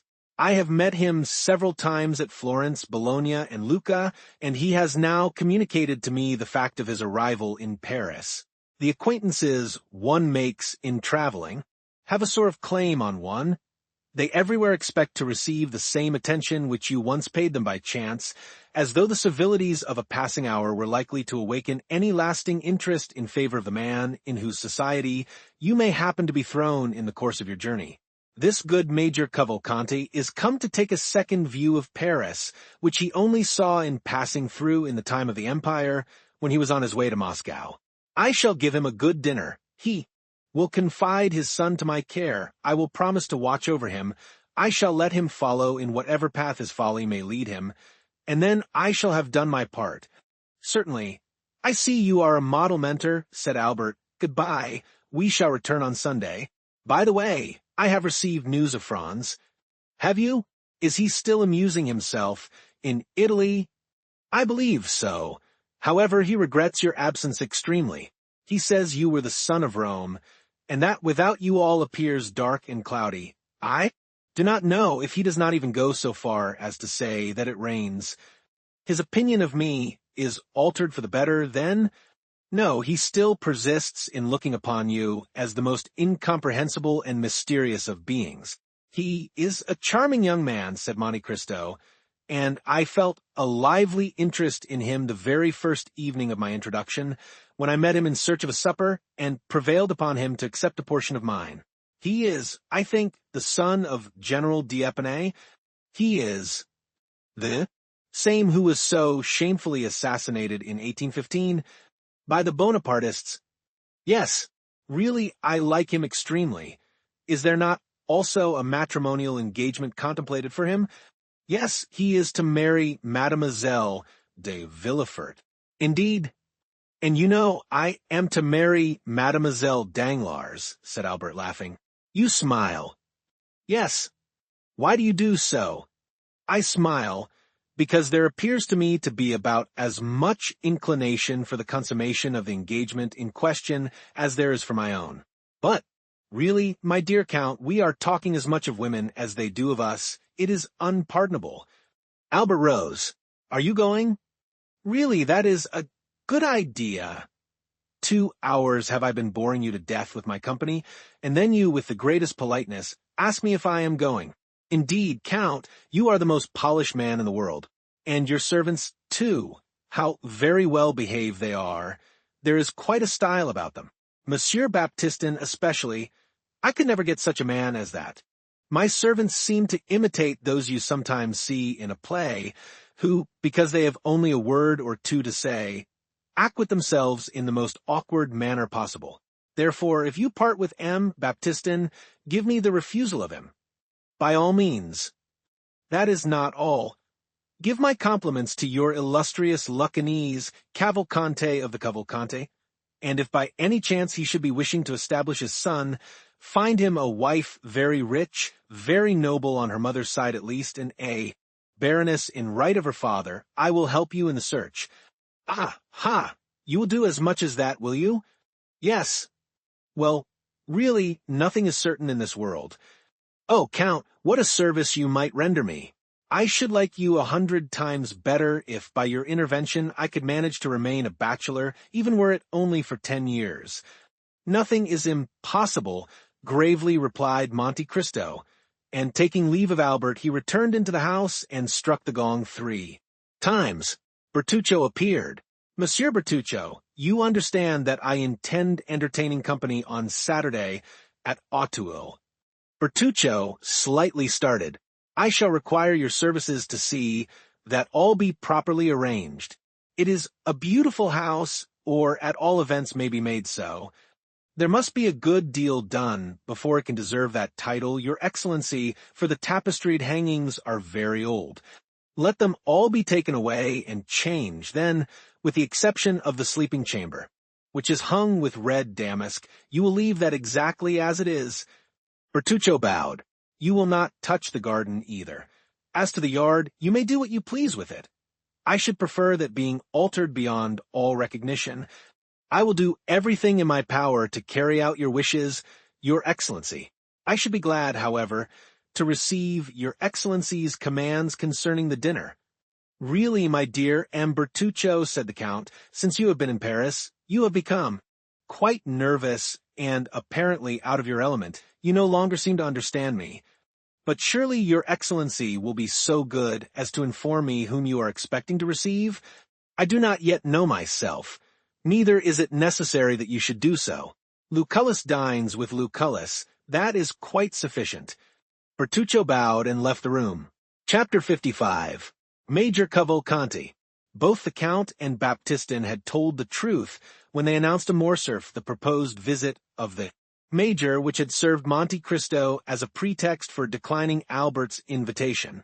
7 o'clock had just struck, and M. Bertuccio, according to the command which had been given him, had 2 hours before left for Auteuil, when a cab stopped at the door, and after depositing its occupant at the gate, immediately hurried away, as if ashamed of its employment. The visitor was about 52 years of age, dressed in one of the green surtouts, ornamented with black frogs, which have so long maintained their popularity all over Europe. He wore trousers of blue cloth, boots tolerably clean, but not of the brightest polish, and a little too thick in the soles, buckskin gloves, a hat somewhat resembling in shape those usually worn by the gendarmes, and a black cravat striped with white, which, if the proprietor had not worn it of his own free will, might have passed for a halter, so much did it resemble one. Such was the picturesque costume of the person who rang at the gate, and demanded if it was not at number 30 in the Avenue de Champs-Élysées that the Count of Monte Cristo lived, and who, being answered by the porter in the affirmative, entered, closed the gate after him, and began to ascend the steps. The small and angular head of this man, his white hair and thick gray mustaches, caused him to be easily recognized by Baptistin, who had received an exact description of the expected visitor, and who was awaiting him in the hall. Therefore, scarcely had the stranger time to pronounce his name before the Count was apprised of his arrival. He was ushered into a simple and elegant drawing-room, and the Count rose to meet him with a smiling air. "Ah, my dear sir, you are most welcome. I was expecting you." "Indeed," said the Italian. "Was your Excellency then aware of my visit?" "Yes, I had been told that I should see you today at 7 o'clock. Then you have received full information concerning my arrival?" "Of course." "Ah, so much the better, I feared. This little precaution might have been forgotten." "What precaution?" "That of informing you beforehand of my coming." "Oh, no, it has not." "But you are sure you are not mistaken?" "Very sure. It really was I whom your Excellency expected at 7 o'clock this evening? I will prove it to you beyond a doubt." "Oh, no, never mind that," said the Italian. "It is not worth the trouble." "Yes, yes," said Monte Cristo. His visitor appeared slightly uneasy. "Let me see," said the Count. "Are you not the Marquis Bartolomeo Cavalcanti?" "Bartolomeo Cavalcanti," joyfully replied the Italian. "Yes, I am really he." "Ex-major in the Austrian service?" "Was I a major?" timidly asked the old soldier. "Yes," said Monte Cristo, "you were a major. That is the title the French give to the post which you filled in Italy." "Very good," said the major. "I do not demand more, you understand. Your visit here today is not of your own suggestion, is it?" said Monte Cristo. "No, certainly not." "You were sent by some other person?" "Yes." "By the excellent Abbé Busoni?" "Exactly so," said the delighted major. "And you have a letter?" "Yes, there it is." "Give it to me, then." And Monte Cristo took the letter, which he opened and read. The major looked at the Count with his large staring eyes, and then took a survey of the apartment, but his gaze almost immediately reverted to the proprietor of the room. "Yes, yes, I see. Major Cavalcanti, a worthy patrician of Lucca, a descendant of the Cavalcanti of Florence," continued Monte Cristo, reading aloud, "possessing an income of 500,000. Monte Cristo raised his eyes from the paper and bowed. "500,000, said he. "Magnificent." "500,000, is it?" said the major. "Yes, in so many words. And it must be so, for the Abbé knows correctly the amount of all the largest fortunes in Europe. Be it 500,000, then. But, on my word of honor, I had no idea that it was so much. Because you are robbed by your steward. You must make some reformation in that quarter." "You have opened my eyes," said the Italian gravely. "I will show the gentleman the door." Monte Cristo resumed the perusal of the letter, and who only needs one thing more to make him happy. "Yes, indeed but one," said the major with a sigh, "which is to recover a lost and adored son. A lost and adored son, stolen away in his infancy either by an enemy of his noble family or by the gypsies. At the age of 5 years," said the major with a deep sigh, and raising his eye to heaven. "Unhappy father," said Monte Cristo. The Count continued, "I have given him renewed life and hope in the assurance that you have the power of restoring the son whom he has vainly sought for 15 years. The major looked at the Count with an indescribable expression of anxiety. "I have the power of so doing," said Monte Cristo. The major recovered his self-possession. "So then," said he, "the letter was true to the end?" "Did you doubt it, my dear Monsieur Bartolomeo?" "No, indeed. Certainly not. A good man, a man holding religious office, as does the Abbé Busoni, could not condescend to deceive or play off a joke. But your Excellency has not read all." "Ah, true," said Monte Cristo. "There is a postscript." "Yes, yes," repeated the major. "Yes, there is a postscript. In order to save Major Cavalcanti the trouble of drawing on his banker, I send him a draft for 2,000 francs to defray his traveling expenses and credit. On you for the further sum of 48,000 francs, which you still owe me." The major awaited the conclusion of the postscript, apparently with great anxiety. "Very good," said the Count. "He said very good," muttered the major. "Then, sir," replied he. "Then what?" asked Monte Cristo. Then the postscript. Well, what of the postscript? Then the postscript is as favorably received by you as the rest of the letter? Certainly. The Abbé Busoni and myself have a small account open between us. I do not remember if it is exactly 48,000 francs, which I am still owing him, but I dare say we shall not dispute the difference. You attached great importance then to this postscript, my dear Monsieur Cavalcante. I must explain to you, said the Major, that fully confiding in the signature of the Abbé Busoni, I had not provided myself with any other funds, so that if this resource had failed me, I should have found myself very unpleasantly situated in Paris.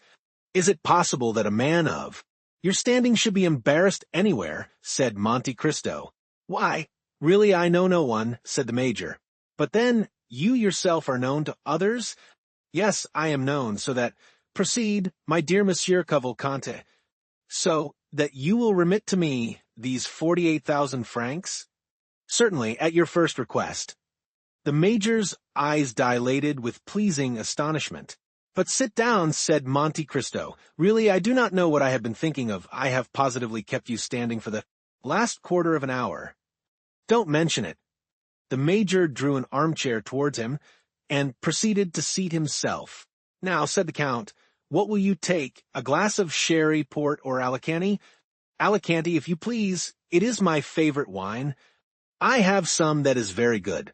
You will take a biscuit with it, will you not? Yes, I will take a biscuit, as you are so obliging.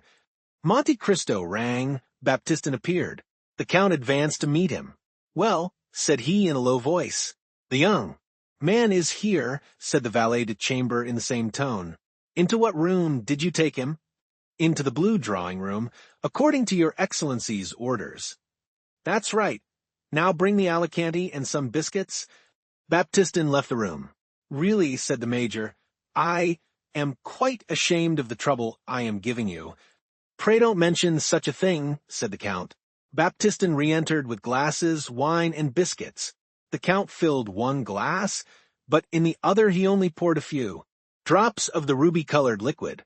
The bottle was covered with spiders' webs, and all the other signs which indicate the age of wine more truly than do wrinkles on a man's face. The Major made a wise choice. He took the full glass and a biscuit.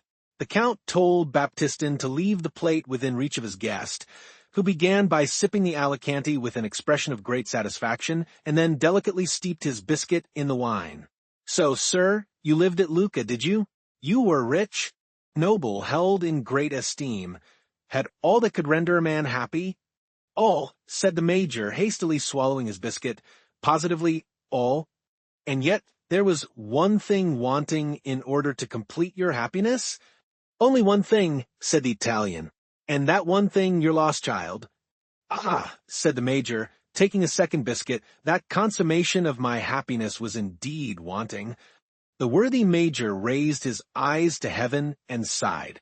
Let me hear then, said the Count, who this deeply regretted son was, for I always understood you were a bachelor.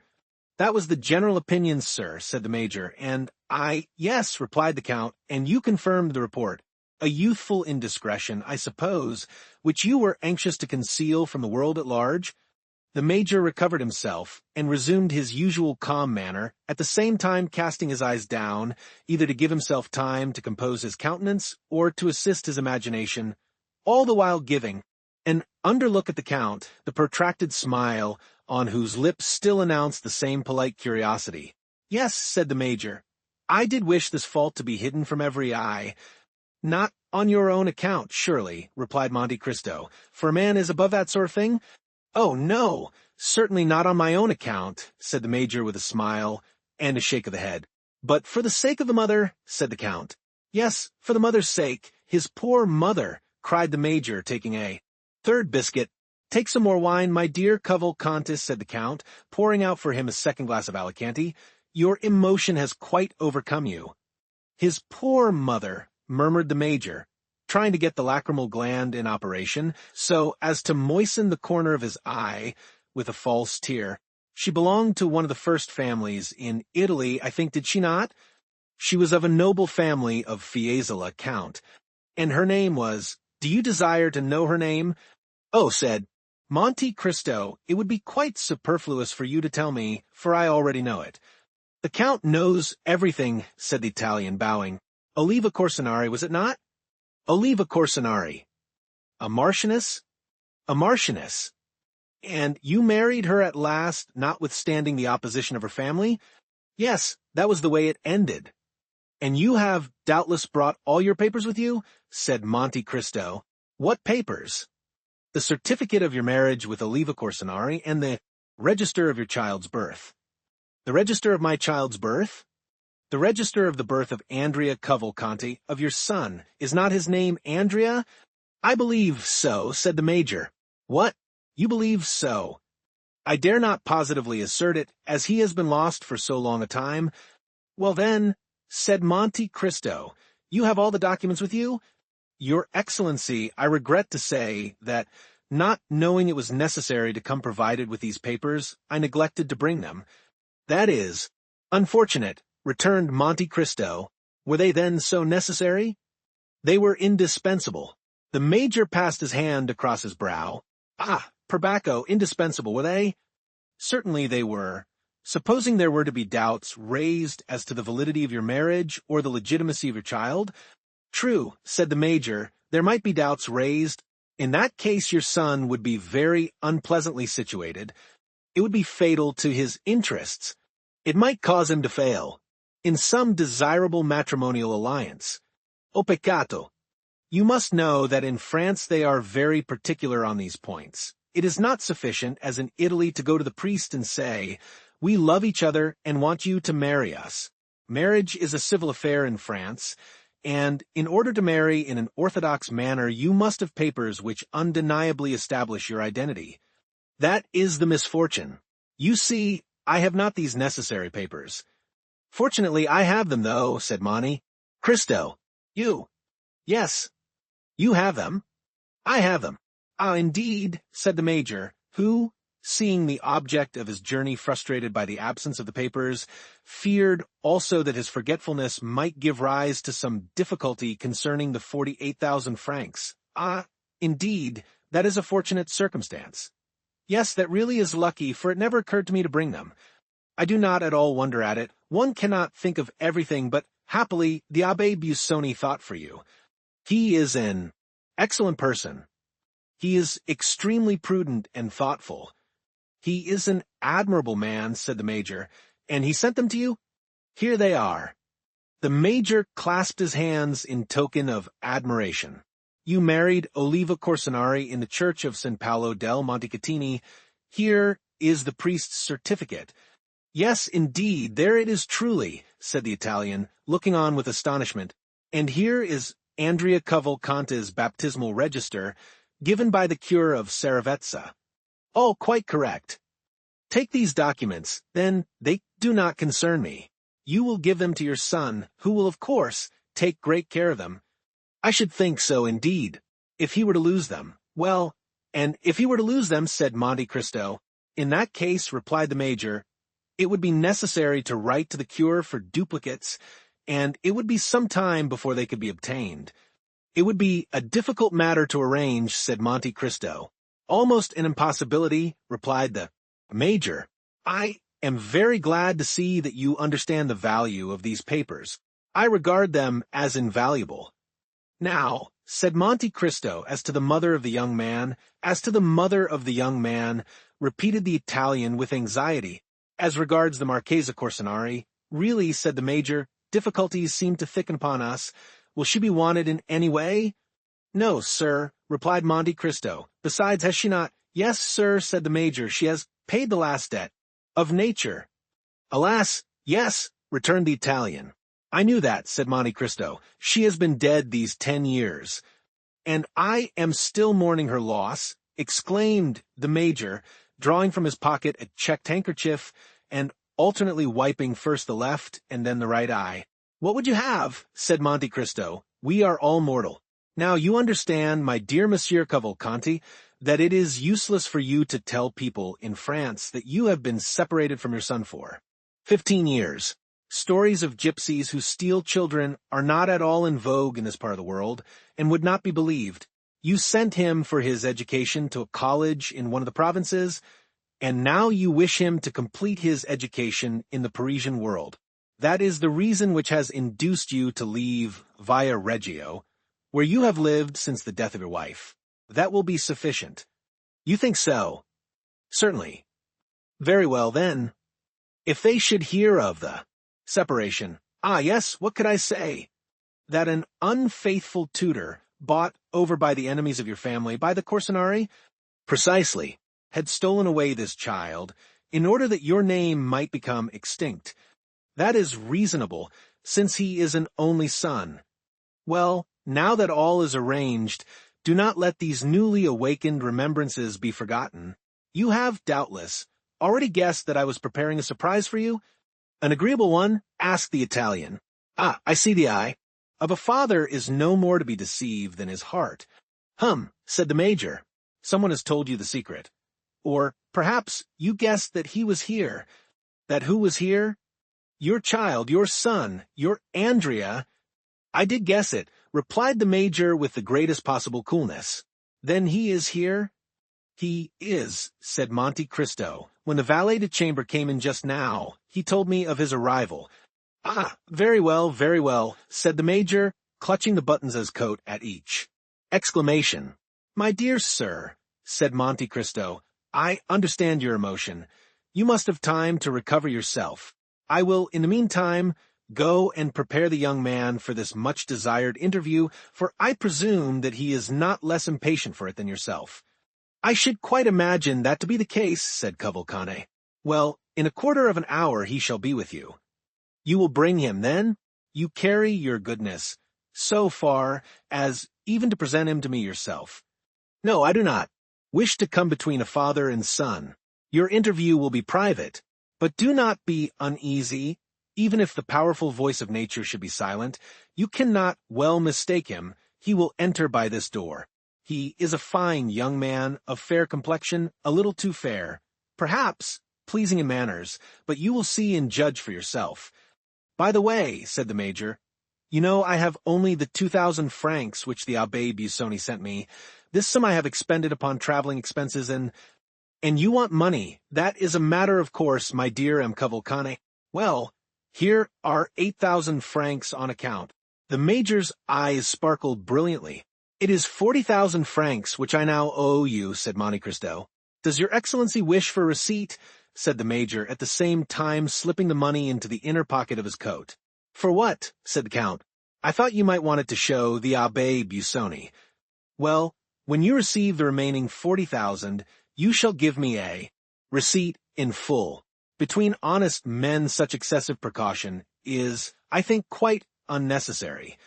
Yes, so it is between perfectly upright people. One word more, said Monte Cristo. Say on. You will permit me to make one remark? Certainly, pray do so. Then I should advise you to leave off wearing that style of dress. Indeed, said the Major, regarding himself with an air of complete satisfaction. Yes, it may be worn at Via Reggio, but that costume, however elegant in itself, has long been out of fashion in Paris. That's unfortunate. Oh, if you really are attached to your old mode of dress, you can easily resume it when you leave Paris. But what shall I wear? What you find in your trunks. In my trunks? I have but one portmanteau. I dare say you have nothing else with you. What is the use of boring oneself with so many things? Besides, an old soldier always likes to march with as little baggage as possible. That is just the case, precisely so. But you are a man of foresight and prudence, therefore you sent your luggage on before you. It has arrived at the Hôtel de Princes, Rue de Richelieu. It is there you are to take up your quarters. Then in these trunks, I presume you have given orders to your valet de chambre to put in all you are likely to need, your plain clothes and your uniform. On grand occasions you must wear your uniform. That will look very well. Do not forget your crosses. They still laugh at them in France, and yet always wear them for all that. Very well, said the Major, who was in ecstasy at the attention paid him by the Count. Now, said Monte Cristo, that you have fortified yourself against all painful excitement, prepare yourself, my dear M. Cavalcanti, to meet your lost Andrea, saying which Monte Cristo bowed, and disappeared behind the tapestry, leaving the Major fascinated beyond expression with the delightful reception which he had received at the hands of the Count. Chapter 56. Andrea Cavalcanti. The Count of Monte Cristo entered the adjoining room, which Baptistin had designated as the drawing-room, and found there a young man of graceful demeanor and elegant appearance, who had arrived in a cab about half an hour previously. Baptistin had not found any difficulty in recognizing the person who presented himself at the door for admittance. He was certainly the tall young man with light hair, red beard, black eyes, and brilliant complexion, whom his master had so particularly described to him. When the Count entered the room, the young man was carelessly stretched on a sofa, tapping his boot with the gold-headed cane which he held in his hand. On perceiving the Count, he rose quickly. "The Count of Monte Cristo, I believe," said he. "Yes, sir, and I think I have the honor of addressing Count Andrea Cavalcanti." "Count Andrea Cavalcanti," repeated the young man, accompanying his words with a bow. "You are charged with a letter of introduction addressed to me, are you not?" said the Count. "I did not mention that because the signature seemed to me so strange. The letter signed Sinbad the Sailor, is it not?" "Exactly so. Now, as I have never known any Sinbad, with the exception of the one celebrated in 1001 Nights, well, it is one of his descendants and a great friend of mine. He is a very rich Englishman, eccentric almost to insanity, and his real name is Lord Wilmore." "Ah, indeed? Then that explains everything, that is." "Extraordinary," said Andrea. "He is, then, the same Englishman whom I met at—" "Ah, yes, indeed. Well, monsieur, I am at your service." "If what you say be true," replied the Count, smiling, "perhaps you will be kind enough to give me some account of yourself and your family?" "Certainly I will do so," said the young man, with a quickness which gave proof of his ready invention. "I am, as you have said, the Count Andrea Cavalcanti, son of Major Bartolomeo Cavalcanti, a descendant of the Cavalcanti, whose names are inscribed in the Golden Book at Florence. Our family, although still rich, for my father's income amounts to 500,000, has experienced many misfortunes, and I myself was, at the age of 5 years, taken away by the treachery of my tutor, so that for 15 years I have not seen the author of my existence. Since I have arrived at years of discretion and become my own master, I have been constantly seeking him, but all in vain. At length I received this letter from your friend, which states that my father is in Paris, and authorizes me to address myself to you for information respecting him. Really, all you have related to me is exceedingly interesting," said Monte Cristo, observing the young man with a gloomy satisfaction, "and you have done well to conform in everything to the wishes of my friend Sinbad, for your father is indeed here and is seeking you." The Count, from the moment of first entering the drawing-room, had not once lost sight of the expression of the young man's countenance. He had admired the assurance of his look and the firmness of his voice, but at these words, so natural in themselves, "Your father is indeed here and is seeking you," young Andrea started and exclaimed, "My father? Is my father here?" "Most undoubtedly," replied Monte Cristo. "Your father, Major Bartolomeo Cavalcanti." The expression of terror which, for the moment, had overspread the features of the young man had now disappeared. "Ah, yes, that is the name, certainly. Major Bartolomeo Cavalcanti. And you really mean to say, monsieur, that my dear father is here?" "Yes, sir. And I can even add that I have only just left his company. The history which he related to me of his lost son touched me to the quick. Indeed, his griefs, hopes, and fears on that subject might furnish material for a most touching and pathetic poem. At length, he one day received a letter stating that the abductors of his son now offered to restore him, or at least to give notice where he might be found, on condition of receiving a large sum of money by way of ransom. Your father did not hesitate an instant, and the sum was sent to the frontier of Piedmont, with a passport signed for Italy. You were in the south of France, I think?" "Yes," replied Andrea with an embarrassed air. "I was in the south of France."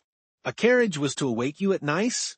"Precisely so, and it conveyed me from Nice to Genoa, from Genoa to Turin, from Turin to Chabris, from Chabris to Pont-de-Beauvoisine, and from Pont-de-Beauvoisine to Paris. Indeed, then, your father ought to have met with you on a road, for it is exactly the same route which he himself took, and that is how we have been able to trace your journey to this place. But, said Andrea, if my father had met me, I doubt if he would have recognized me. I must be somewhat altered since he last saw me. Oh, the voice of nature, said Monte Cristo. True, interrupted the young man. I had not looked upon it in that light. Now, replied Monte Cristo, there is only one source of uneasiness left in your father's mind, which is this: he is anxious to know how you have been employed during your long absence from him, how you have been treated by your persecutors, and if they have conducted themselves towards you with all the deference due to your rank. Finally, he is anxious to see if you have been fortunate enough to escape the bad moral influence to which you have been exposed, and which is infinitely more to be dreaded than any physical suffering.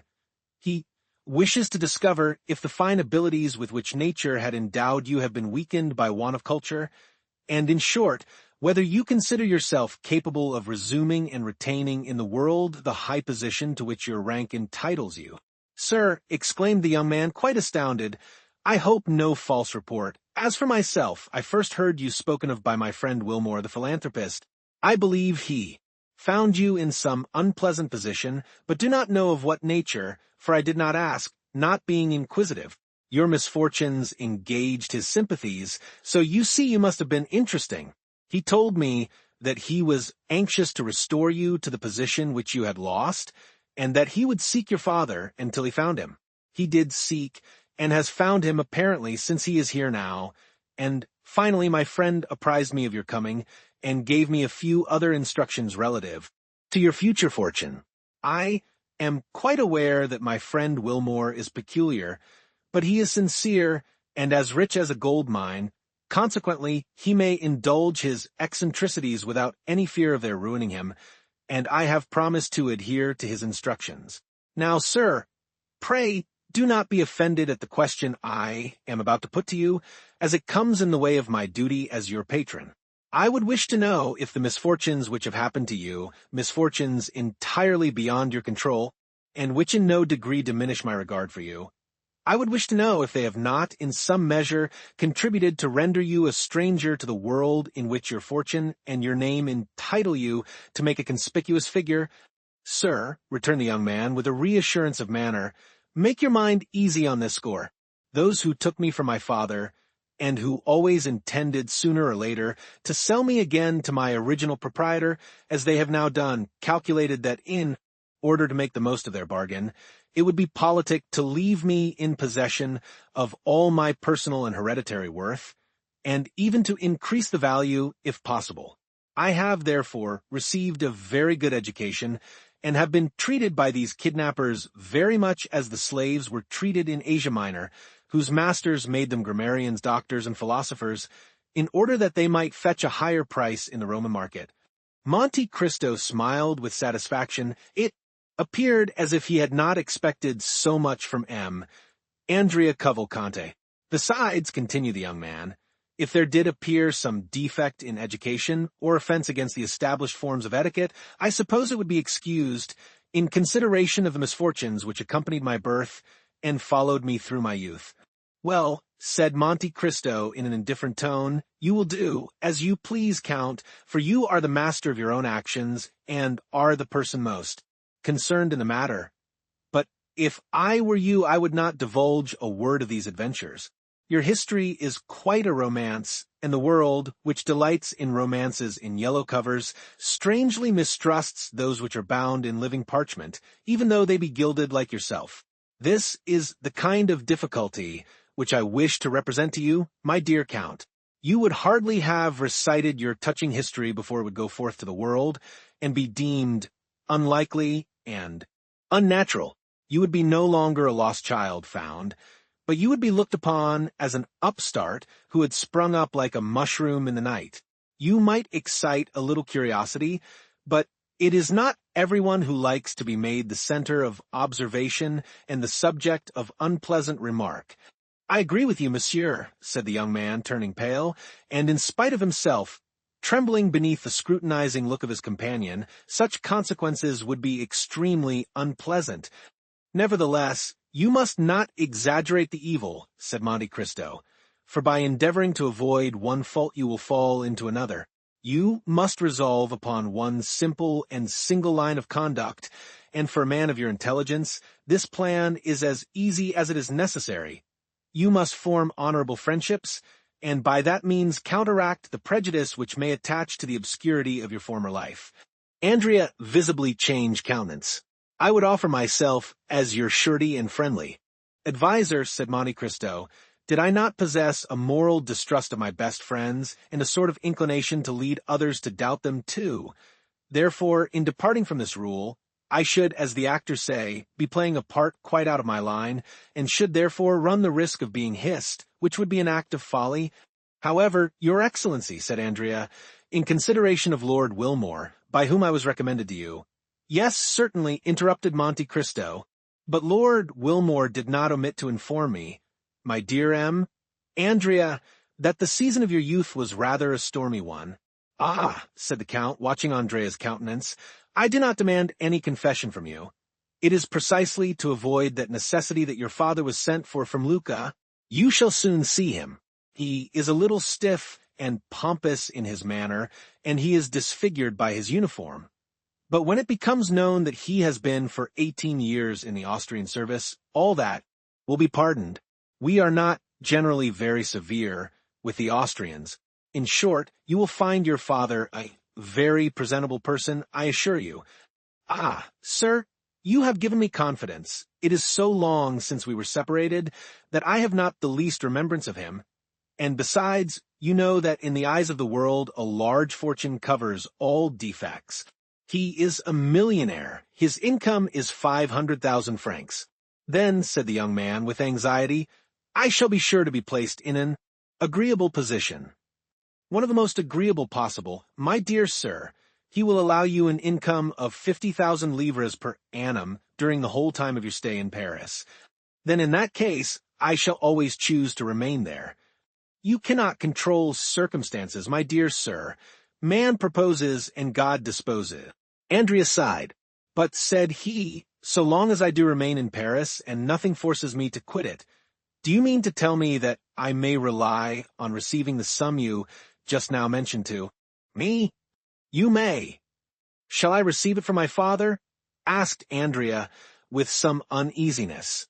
Yes, you will receive it from your father personally, but Lord Wilmore will be the security for the money. He has, at the request of your father, opened an account of 5,000 francs a month at M. Danglars, which is one of the safest banks in Paris. And does my father mean to remain long in Paris? Asked Andrea. Only a few days, replied Monte Cristo. His service does not allow him to absent himself more than 2 or 3 weeks together. Ah, my dear father, exclaimed Andrea, evidently charmed with the idea of his speedy departure. Therefore, said Monte Cristo, feigning to mistake his meaning, therefore I will not, for another instant, retard the pleasure of your meeting. Are you prepared to embrace your worthy father? I hope you do not doubt it. Go, then, into the drawing-room, my young friend, where you will find your father awaiting you. Andrea made a low bow to the Count, and entered the adjoining room. Monte Cristo watched him till he disappeared, and then touched a spring in a panel made to look like a picture, which, in sliding partly from the frame, discovered to view a small opening so cleverly contrived that it revealed all that was passing in the drawing-room now occupied by Cavalcanti and Andrea.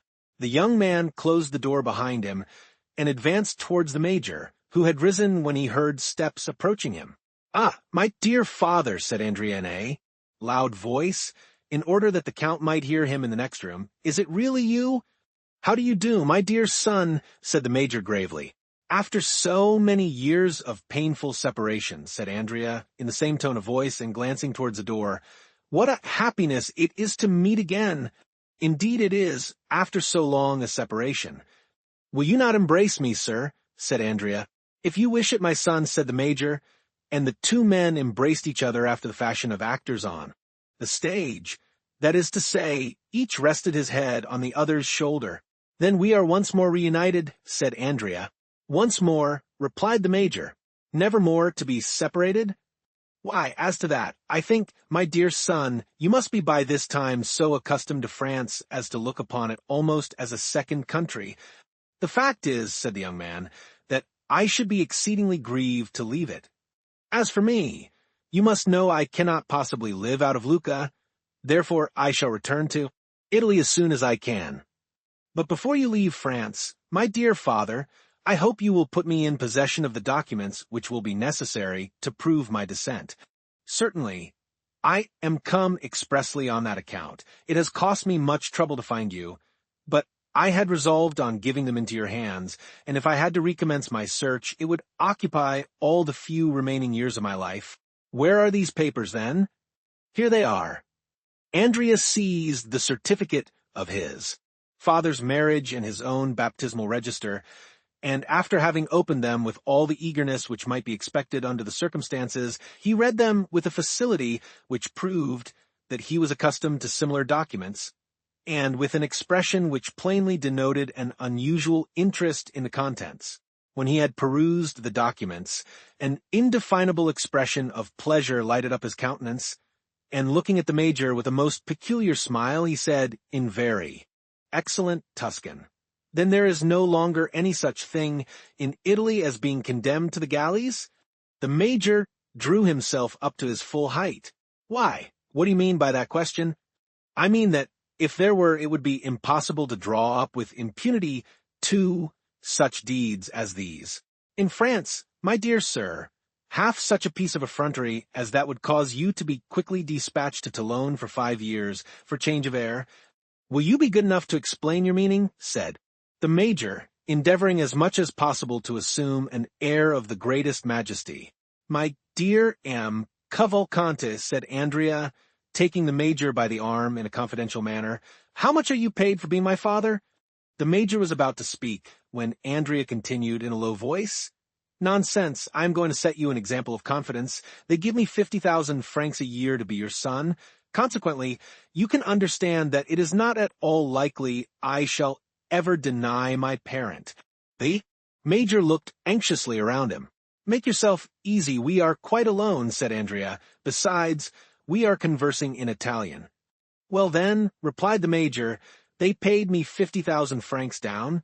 "Monsieur Cavalcanti," said Andrea, "do you believe in fairy tales?" "I used not to do so, but I really feel now almost obliged to have faith in them." "You have, then, been induced to alter your opinion. You have had some proofs of their truth?" The major drew from his pocket a handful of gold. "Most palpable proofs," said he, "as you may perceive." "You think, then, that I may rely on the Count's promises?" "Certainly I do." "You are sure he will keep his word with me?" "To the letter, but at the same time, remember, we must continue to play our respective parts. I as a tender father, and I as a dutiful son, as they choose that I shall be descended from you." "Whom do you mean by they?" "My foi, I can hardly tell, but I was alluding to those who wrote the letter you received." "One, did you not?" "Yes." "From whom?" "From a certain Abbé Busoni." "Have you any knowledge of him?" "No, I have never seen him." "What did he say in the letter?" "You will promise not to betray me?" "Rest assured of that. You well know that our interests are the same." "Then read for yourself." And the major gave a letter into the young man's hand. Andrea read in a low voice, "You are poor, a miserable old age awaits you. Would you like to become rich, or at least independent? Set out immediately for Paris, and demand of the Count of Monte Cristo, Avenue de Champs-Élysées, number 30, the son whom you had by the Marchesa Corsinari, and who was taken from you at 5 years of age. This son is named Andrea Cavalcante. In order that you may not doubt the kind intention of the writer of this letter, you will find enclosed an order for 2,400 francs, payable in Florence at Signor Gazzi's. Also a letter of introduction to the Count of Monte Cristo, on whom I give you a draft of 48,000 francs. Remember to go to the Count on the May 26th at 7 o'clock in the evening. Signed, Abbé Busoni." "It is the same." "What do you mean?" said the major. I was going to say that I received a letter almost to the same effect. You? Yes. From the Abbé Busoni? No, from whom, then? From an Englishman called Lord Wilmore, who takes the name of Sinbad the Sailor, and of whom you have no more knowledge than I of the Abbé Busoni. You are mistaken. There I am ahead of you. You have seen him, then? Yes, once. Where? Ah, that is just what I cannot tell you. If I did, I should make you as wise as myself, which it is not my intention to do. And what did the letter contain? Read it. You are poor, and your future prospects are dark and gloomy. Do you wish for a name? Should you like to be rich and your own master? Parbleu, said the young man. Was it possible there could be two answers to such a question? Take the post-chaise which you will. Find, waiting at the Porte de Jeans as you enter Nice, pass through Turin-Chabery and Pont de Beauvoisin. Go to the Count of Monte Cristo, Avenue de Champs-Élysées, on the 26th of May at 7 o'clock in the evening, and demand of him your father. You are the son of the Marchese Cavalcanti and the Marchesa Oliva Corsinari. The Marquis will give you some papers which will certify this fact and authorize you to appear under that name in the Parisian world. As to your rank and annual income, of 50,000 livres will enable you to support it admirably. I enclose a draft for 5,000 livres, payable on M. Feria, banker at Nice, and also a letter of introduction to the Count of Monte Cristo, whom I have directed to supply all your wants. Sinbad the Sailor. Humph, said the Major. Very good. You have seen the Count, you say? I have only just left him. And has he conformed to all that the letter specified? He has. Do you understand it? Not in the least. There is a dupe. Somewhere. At all events, it is neither you nor I. Certainly not. Well then, why, it does not much concern us. Do you think it does? No, I agree with you there. We must play the game to the end, and consent to be blindfolded. Ah, you shall see. I promise you I will sustain my part to admiration. I never once doubted your doing so. Monte Cristo chose this moment for re-entering the drawing-room.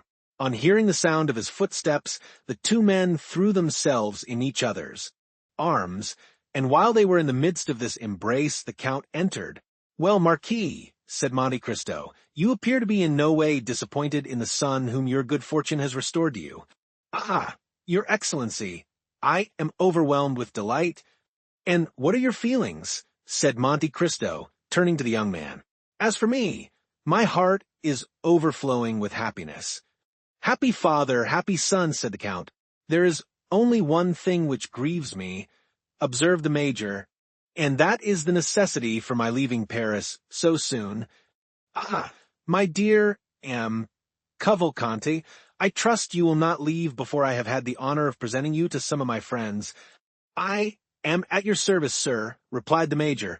Now, sir, said Monte Cristo, addressing Andrea, make your confession. To whom? Tell M. Cavalcanti something of the state of your finances. My foi, monsieur, you have touched upon a tender chord. Do you hear what he says, Major? Certainly I do. But do you understand? I do. Your son says he requires money. Well, what would you have me do? Said the Major. You should furnish him with some, of course, replied Monte Cristo. Yes, you, said the Count, at the same time advancing towards Andrea and slipping a packet of banknotes into the young man's hand. What is this? It is from your father. From my father? Yes. Did you not tell him just now that you wanted money? Well, then he deputes me to give you this. Am I to consider this as part of my income on account?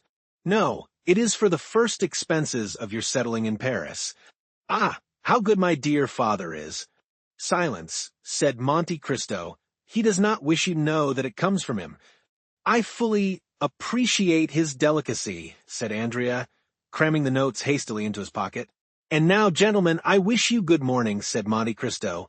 And when shall we have the honor of seeing you again, your Excellency? Asked Cavalcanti. Ah, said Andrea, when may? We hope for that pleasure. On Saturday, if you will. Yes, let me see, Saturday, I am to dine at my country house at Auteuil on that day, Rue de la Fontaine, number 28. Several persons are invited, and among others, M. Danglars, your banker. I will introduce you to him, for it will be necessary he should know you, as he is to pay your money. Full dress? Said the major half aloud. Oh, yes, certainly, said the count. Uniform, cross, knee breeches. And how shall I be dressed? Demanded Andrea. Oh, very simply, black trousers, patent leather boots, white waistcoat, either a black or blue coat, and a long cravat. Go to Blin or Veronique for your clothes. Baptistin will tell you where, if you do not know their address. The less pretension there is in your attire, the better will be the effect, as you are a rich man. If you mean to buy any horses, get them of Devidas, and if you purchase a phaeton, go to Baptiste for it. At what hour shall we come? Asked the young man. About 6:30. We will be with you at that time, said the major. The two cavalcanda bowed to the count and left the house. Monte Cristo went to the window and saw them crossing the street arm in arm. There go two miscreants, said he. It is a pity they are not really related. Then, after an instant of gloomy reflection, Come, I will go to see the morals, said he. I think that disgust is even more sickening than hatred. Chapter 57. In the Lucerne Patch.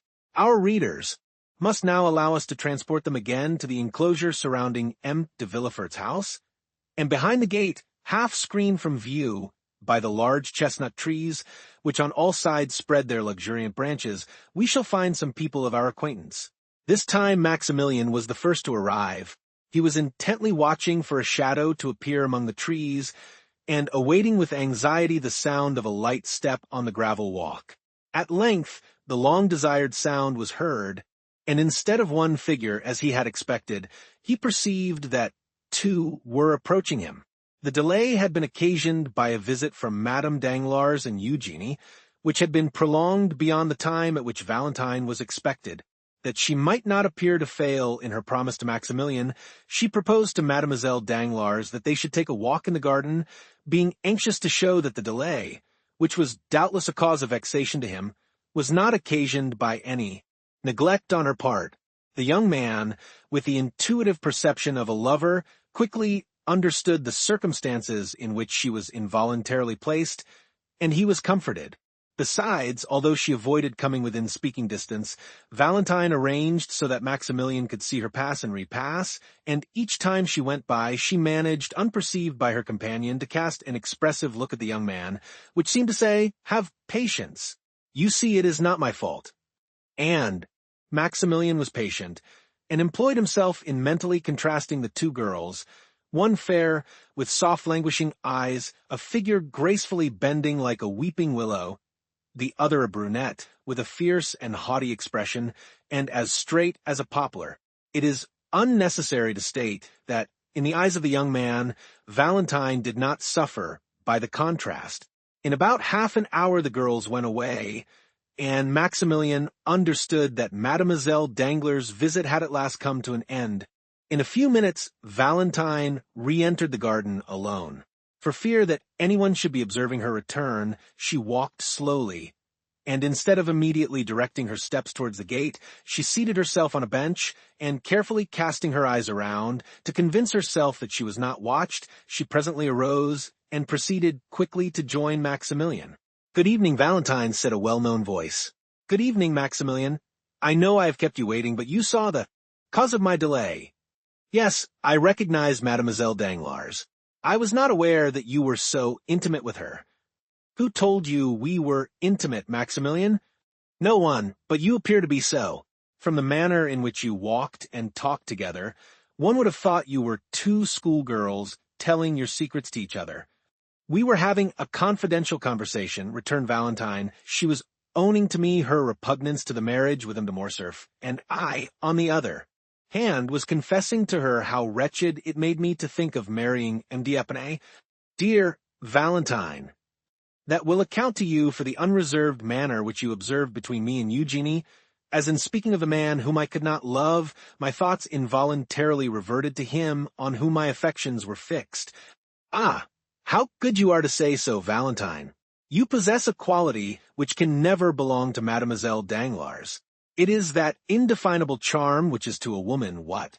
Perfume is to the flower and flavor to the fruit, for the beauty of either is not the only quality we seek. It is your love which makes you look upon everything in that light. No, Valentine, I assure you such is not the case. I was observing you both when you were walking the garden, and on my honor, without at all wishing to depreciate the beauty of Mademoiselle Danglars, I cannot understand how any man can really love her. The fact is, Maximilian, that I was there in my presence, had the effect of rendering you unjust in your comparison. No, but tell me, it is a question of simple curiosity, and which was suggested by certain ideas passing in my mind relative to Mademoiselle Danglars. I dare say it is something disparaging which you are going to say. It only proves how little indulgence we may expect from your sex, interrupted Valentine. You cannot, at least, deny that you are very harsh judges of each other. If we are so, it is because we generally judge under the influence of excitement. But return to your question. Does Mademoiselle Danglars object to this marriage with M. de Morcerf on account of loving another? I told you I was not on terms of strict intimacy with Eugenie. Yes, but girls tell each other secrets without being particularly intimate. Own now that you did question her on the subject. Ah, I see you are smiling. If you are already aware of the conversation that passed, the wooden partition which interposed between us and you has proved but a slight security. Come, what did she say? She told me that she loved no one, said Valentine, that she disliked the idea of being married, that she would infinitely prefer leading an independent and unfettered life, and that she almost wished her father might lose his fortune, that she might become an artist like her friend, Mademoiselle Louise d'Armilly. You see, well, what does that prove? Asked Valentine. Nothing, replied Maximilian. Then why did you smile? Why, you know very well that you are reflecting on yourself, Valentine. Do you want me to go away? No. But do not let us lose time. You are the subject on which I wish to speak. True. We must be quick, for we have scarcely 10 minutes more to pass together. Foi, said Maximilian in consternation. Yes, you are right. I am but a poor friend to you. What a life I cause you to lead, poor Maximilian, you who are formed for happiness. I bitterly reproach myself, I assure you.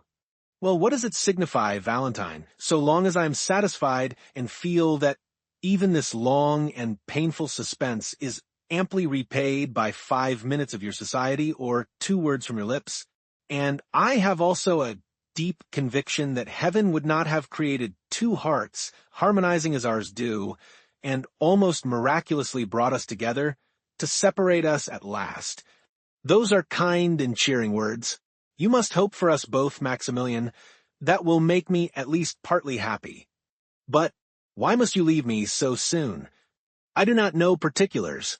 I can only tell you that Madame de Villefort sent to request my presence, as she had a communication to make on which a part of my fortune depended. Let them take my fortune, I am already too rich, and perhaps, when they have taken it, they will leave me in peace and quietness. You would love me as much if I were poor, would you not, Maximilian? Oh, I shall always love you. What should I care for either riches or poverty, if my Valentine was near me, and I felt certain that no one could deprive me of her? But do you not fear that this communication may relate to your marriage? I do not think that is the case. However it may be, Valentine, you must not be alarmed. I assure you that, as long as I live, I shall never love anyone else. Do you think to reassure me when you say that, Maximilian? Pardon me, you are right. I am a brute. But I was going to tell you that I met M. de Morcerf the other day. Well, Monsieur Franz is his friend, you know. What then? Monsieur de Morcerf has received a letter from Franz announcing his immediate return. Valentine turned pale and leaned her hand against the gate. Heavens, if it were that! But no, the communication would not come through Madame de Villefort. Why not? Because I scarcely know why, but it has appeared as if Madame de Villefort secretly objected to the marriage, although she did not choose openly to oppose it. Is it so? Then I feel as if I could adore Madame de Villefort. Do not be in such a hurry to do that, said Valentine with a sad smile. If she objects to your marrying M. d'Épinay, she would be all the more likely to listen to any other proposition. No, Maximilian, it is not suitors to which Madame de Villefort objects, it is marriage itself. Marriage? If she dislikes that so much, why did she ever marry herself? You do not understand me, Maximilian. About a year ago, I talked of retiring to a convent. Madame de Villefort, in spite of all the remarks which she considered it her duty to make, secretly approved of the proposition. My father consented to it at her instigation, and it was only on account of my poor grandfather that I finally abandoned the project. You can form no idea of the expression of that old man's eye when he looks at me, the only person in the world whom he loves, and I had almost said, by whom he is beloved in return. When he learned my resolution, I shall never forget the reproachful look which he cast on me, and the tears of utter despair which chased each other down his lifeless cheeks. Ah, Maximilian, I experienced at that moment such remorse for my intention that, throwing myself at his feet, I exclaimed, "Forgive me! Pray forgive me, my dear grandfather. They may do what they will with me, I will never leave you." When I had ceased speaking, he thankfully raised his eyes to heaven, but without uttering a word. Maximilian, I may have much to suffer, but I feel as if my grandfather's look at that moment would more than compensate for all. Dear Valentine, you are a perfect angel, and I am sure I do not know what I, sabering right and left among the Bedouins, can have done to merit your being revealed to me, unless, indeed, heaven took into consideration the fact that the victims of my sword were infidels. But tell me what interest Madame de Villefort can have in your remaining unmarried? Did I not tell you just now that I was rich? Maximilian, too rich? I possess nearly 50,000 livres in right of my mother. My grandfather and my grandmother, the Marquis and Marquise de Saint-Méran, will leave me as much, and M. Noirtier evidently intends making me his heir. My brother Edward, who inherits nothing from his mother, will therefore be poor in comparison with me. Now, if I had taken the veil, all this fortune would have descended to my father, and in reversion to his son. Ah, how strange it seems that such a young and beautiful woman should be so avaricious. It is not for herself that she is so, but for her son, and what you regard as a vice becomes almost a virtue when looked at in the light of maternal love. But could you not compromise matters and give up a portion of your fortune to her son? How could I make such a proposition, especially to a woman who always professes to be so entirely disinterested? Valentine, I have always regarded our love in the light of something sacred. Consequently, I have covered it with the veil of respect and hid it in the innermost recesses of my soul. No human being, not even my sister, is aware of its existence. Valentine, will you permit me to make a confidant of a friend and reveal to him the love I bear you? Valentine started. A friend, Maximilian, and who is this friend? I tremble to give my permission. Listen, Valentine. Have you never experienced for anyone that sudden and irresistible sympathy which made you feel as if the object of it had been your old and familiar friend, though in reality it was the first time you had ever met? Nay, further, have you never endeavored to recall the time, place, and circumstances of your former intercourse, and failing in this attempt, have almost believed that your spirits must have held converse with each other in some state of being anterior to the present, and that you are only now occupied in a reminiscence of the past? Yes. Well, that is precisely the feeling which I experienced when I first saw that extraordinary man. Extraordinary, did you say? Yes. You have known him for some time, then? Scarcely longer than 8 or 10 days. And do you call a man your friend whom you have only known for 8 or 10 days? Ah, Maximilian, I had hoped you set a higher value on the title of friend. Your logic is most powerful, Valentine, but say what you will, I can never renounce the sentiment which has instinctively taken possession of my mind. I feel as if it were ordained that this man should be associated with all the good which the future may have in store for me. and sometimes it really seems as if his eye was able to see what was to come, and his hand endowed with the power of directing events according to his own will. He must be a prophet then, said Valentine, smiling. Indeed, said Maximilian, I have often been almost tempted to attribute to him the gift of prophecy. At all events, he has a wonderful power of foretelling any future good.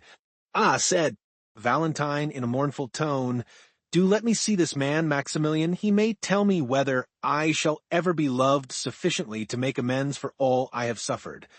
My poor girl, you know him already. I know him. Yes, it was he who saved the life of your stepmother and her son. The Count of Monte Cristo? The same. Ah, cried Valentine, he is too much the friend of Madame de Villefort ever to be mine. The friend of Madame de Villefort? It cannot be. Surely, Valentine, you are mistaken. No, indeed, I am not, for I assure you his power over our household is almost unlimited, courted by my stepmother, who regards him as the epitome of human wisdom, admired by my father, who says he has never before heard such sublime ideas so eloquently expressed, idolized by Edward, who, notwithstanding his fear of the Count's large black eyes, runs to meet him the moment he arrives and opens his hand, in which he is sure to find some delightful present. M. de Monte Cristo appears to exert a mysterious and almost uncontrollable influence over all the members of our family. If such be the case, my dear Valentine, you must yourself have felt, or at all events will soon feel, the effects of his presence. He meets Albert de Morcerf in Italy.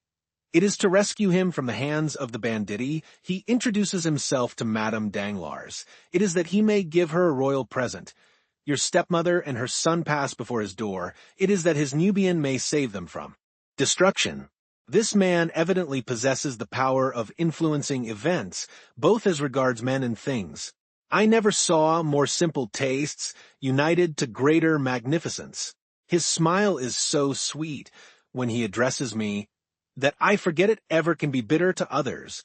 Ah, Valentine, tell me if he ever looked on you with one of those sweet smiles? If so, depend on it, you will be happy. Me, said the young girl, he never even glances at me. On the contrary, if I accidentally cross his path, he appears rather to avoid me.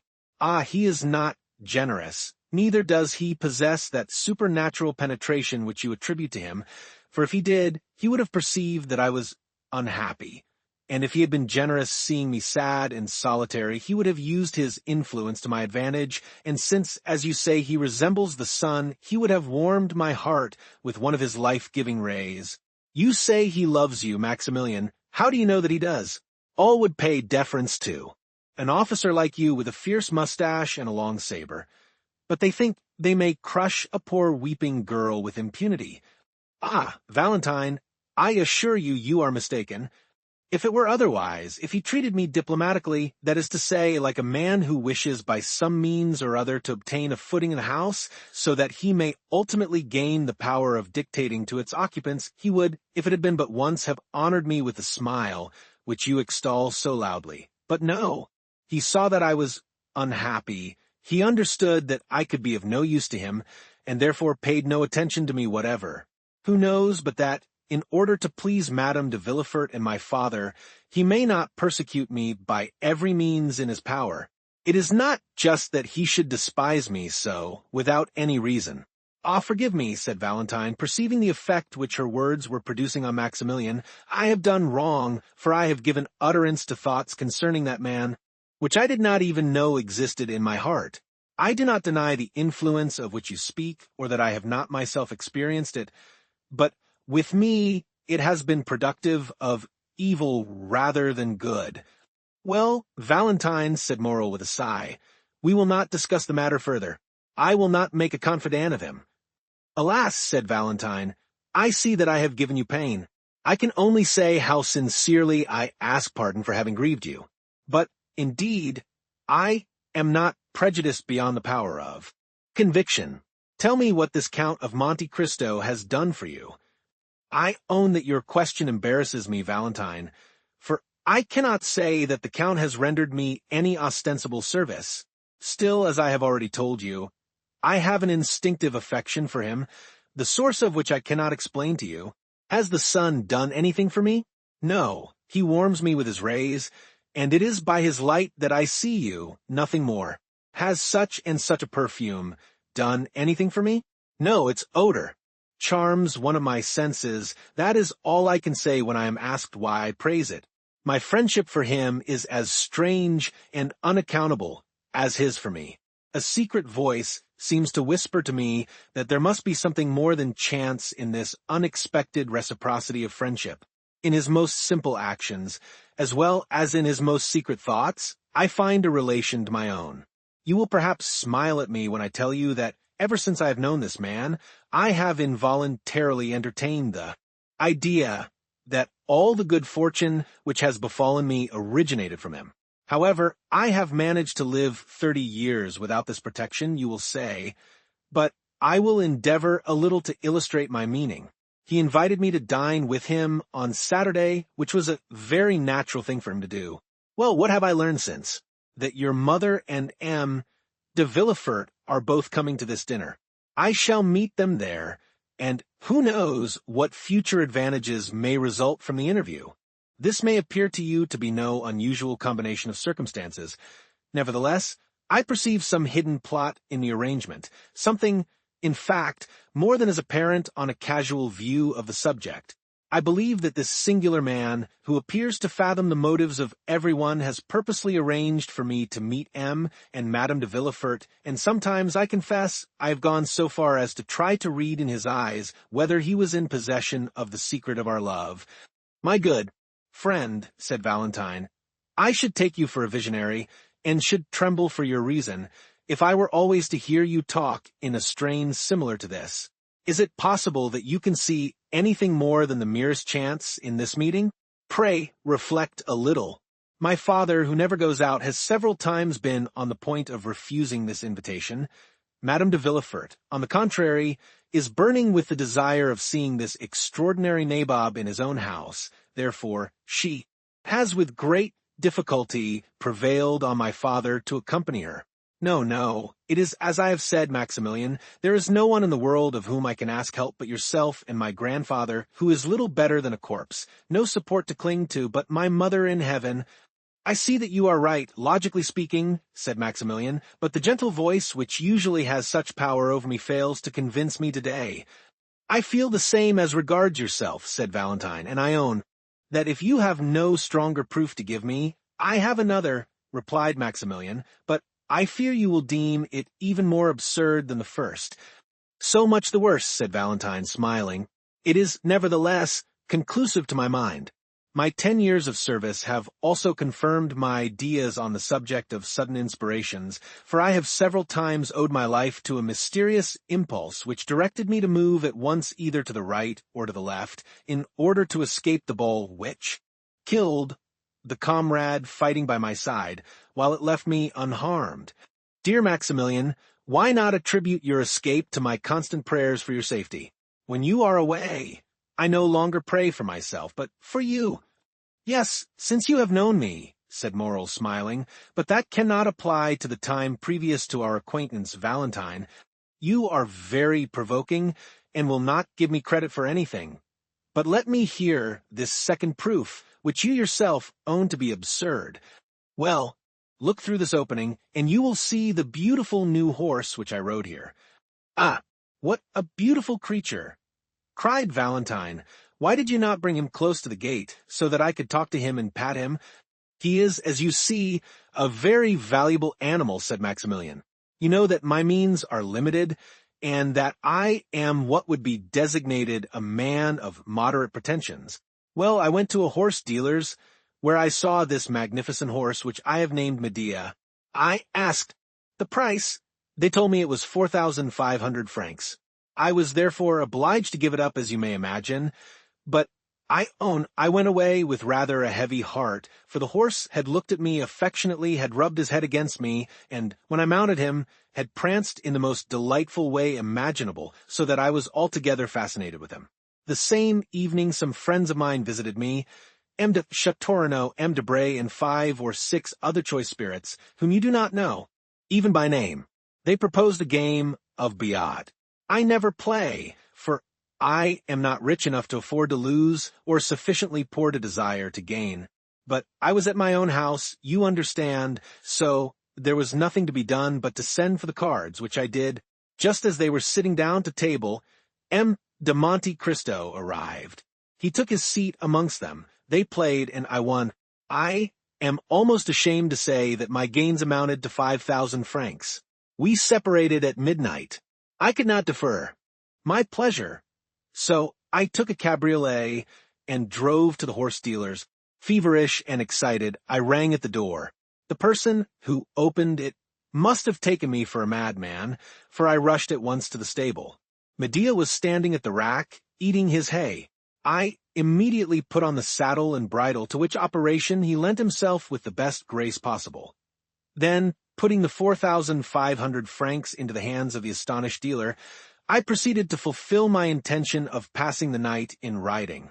In the Champs-Élysées. As I rode by the Count's house, I perceived a light in one of the windows, and fancied I saw the shadow of his figure moving behind the curtain. Now, Valentine, I firmly believe that he knew of my wish to possess this horse, and that he lost expressly to give me the means of procuring him. My dear Maximilian, you are really too fanciful. You will not love even me long. A man who accustoms himself to live in such a world of poetry and imagination must find far too little excitement in a common, everyday sort of attachment such as ours. But they are calling me. Do you hear? Ah, Valentine, said Maximilian, give me but one finger through this opening in the grating, one finger, the littlest finger of all, that I may have the happiness of kissing it. Maximilian, we said we would be to each other as two voices, two shadows. As you will, Valentine. Shall you be happy if I do what you wish? Oh, yes. Valentine mounted on a bench, and passed not only her finger but her whole hand through the opening. Maximilian uttered a cry of delight, and, springing forwards, seized the hand extended towards him, and imprinted on it a fervent and impassioned kiss. The little hand was then immediately withdrawn, and the young man saw Valentine hurrying towards the house, as though she were almost terrified at her own sensations. Chapter 58. M. Noirtier de Villefort. We will now relate what was passing in the house of the king's attorney after the departure of Madame Danglars and her daughter, and during the time of the conversation between Maximilian and Valentine, which we have just detailed. M. de Villefort entered his father's room, followed by Madame de Villefort. Both of the visitors, after saluting the old man and speaking to Barrois, a faithful servant who had been 25 years in his service, took their places on either side of the paralytic. M. Noirtier was sitting in an armchair, which moved upon casters, in which he was wheeled into the room in the morning, and in the same way drawn out again at night. He was placed before a large glass, which reflected the whole apartment, and so, without any attempt to move, which would have been impossible, he could see all who entered the room and everything which was going on around him. M. Noirtier, although almost as immovable as a corpse, looked at the newcomers with a quick and intelligent expression, perceiving at once by their ceremonious courtesy that they were come on business of an unexpected and official character. Sight and hearing were the only senses remaining, and they, like two solitary sparks, remained to animate the miserable body which seemed fit for nothing but the grave. It was only, however, by means of one of these senses that he could reveal the thoughts and feelings that still occupied his mind, and the look by which he gave expression to his inner life was like the distant gleam of a candle which a traveler sees by night across some desert place, and knows that a living being dwells beyond the silence and obscurity. Noirtier's hair was long and white and flowed over his shoulders, while in his eyes, shaded by thick black lashes, was concentrated, as it often happens with an organ which is used to the exclusion of the others, all the activity, address, force, and intelligence which were formerly diffused over his whole body. And so, although the movement of the arm, the sound of the voice, and the agility of the body were wanting, the speaking eye sufficed for all. He commanded with it. It was the medium through which his thanks were conveyed. In short, his whole appearance produced on the mind the impression of a corpse with living eyes, And nothing could be more startling than to observe the expression of anger or joy suddenly lighting up these organs, while the rest of the rigid and marble-like features were utterly deprived of the power of participation. 3 persons only could understand this language of the poor paralytic. These were Villefort, Valentine, and the old servant of whom we have already spoken. But as Villefort saw his father but seldom, and then only when absolutely obliged, and as he never took any pains to please or gratify him when he was there, all the old man's happiness was centered in his granddaughter. Valentine, by means of her love, her patience, and her devotion, had learned to read in Nordier's look all the varied feelings which were passing in his mind. To this dumb language, which was so unintelligible to others, she answered by throwing her whole soul into the expression of her countenance. And in this manner were the conversations sustained between the blooming girl and the helpless invalid, whose body could scarcely be called a living one, but who, nevertheless, possessed a fund of knowledge and penetration, united with a will as powerful as ever, although clogged by a body rendered utterly incapable of obeying its impulses. Valentine had solved the problem, and was able easily to understand his thoughts and to convey her own in return, and through her untiring and devoted assiduity, it was seldom that in the ordinary transactions of everyday life she failed to anticipate the wishes of the living, thinking mind, or the wants of the almost inanimate body. As to the servant, he had, as we have said, been with his master for 25 years, therefore he knew all his habits, and it was seldom that Noirtier found it necessary to ask for anything. So prompt was he in administering to all the necessities of the invalid. Villefort did not need the help of either Valentine or the domestic in order to carry on with his father the strange conversation which he was about to begin. As we have said, he perfectly understood the old man's vocabulary, and if he did not use it more often, it was only indifference and ennui which prevented him from so doing. He therefore allowed Valentine to go into the garden, sent away Barrois, and, after having seated himself at his father's right hand, while Madame de Villefort placed herself on the left, he addressed him thus: "I trust you will not be displeased, sir, that Valentine has not come with us, or that I dismiss Barrois, for our conference will be one which could not with propriety be carried on in the presence of either. Madame de Villefort and I have a communication to make to you." Nordier's face remained perfectly passive during this long preamble, while, on the contrary, Villefort's, I was endeavoring to penetrate into the inmost recesses of the old man's heart.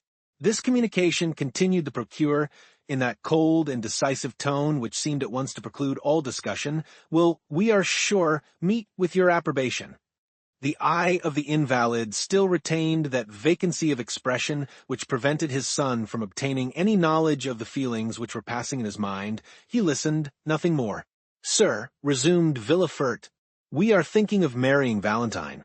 Had the old man's face been molded in wax, it could not have shown less emotion at this news than was now to be traced there. "The marriage will take place in less than 3 months," said Villefort. Nordier's I still retained its inanimate expression. Madame de Villefort now took her part in the conversation and added, "We thought this news would possess an interest for you, sir, who have always entertained a great affection for Valentine. It, therefore, only now remains for us to tell you the name of the young man for whom she is destined. It is one of the most desirable connections which could possibly be formed. He possesses fortune, a high rank in society, and every personal qualification likely to render Valentine supremely happy. His name, moreover, cannot be wholly unknown to you. It is M. Franz de Quesnel, Baron d'Épinay." While his wife was speaking, Villefort had narrowly watched the old man's countenance. When Madame de Villefort pronounced the name of Franz, the pupil of M. Nordier's, I began to dilate, and his eyelids trembled with the same movement that may be perceived on the lips of an individual about to speak, and he darted a lightning glance at Madame de Villefort and his son. The procureur, who knew the political hatred which had formerly existed between M. Noirtier and the elder d'Épinay, well understood the agitation and anger which the announcement had produced, but feigning not to perceive either, he immediately resumed the narrative begun by his wife. "Sir," said he, You are aware that Valentine is about to enter her 19th year, which renders it important that she should lose no time in forming a suitable alliance. Nevertheless, you have not been forgotten in our plans, and we have fully ascertained beforehand that Valentine's future husband will consent not to live in this house, for that might not be pleasant for the young people, but that you should live with them, so that you and Valentine, who are so attached to each other, would not be separated, and you would be able to pursue exactly the same course of life which you have hitherto done, and thus, instead of losing, you will be a gainer by the change, as it will secure to you 2 children instead of 1 to watch over and comfort you.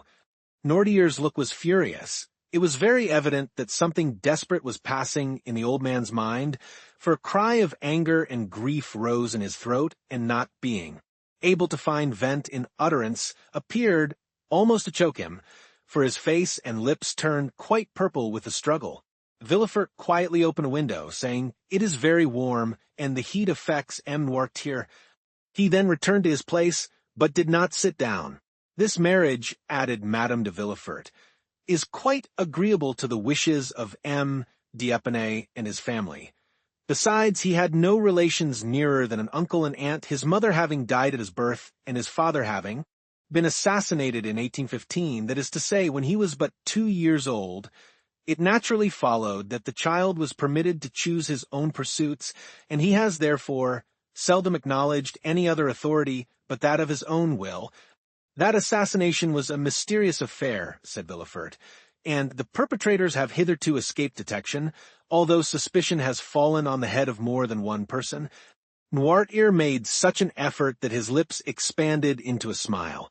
"Now," continued Villefort, "those to whom the guilt really belongs, by whom the crime was committed, on whose heads the justice of man may probably descend here, and the certain judgment of God hereafter, would rejoice in the opportunity thus afforded of bestowing such a peace offering as Valentine on the son of him whose life they so ruthlessly destroyed."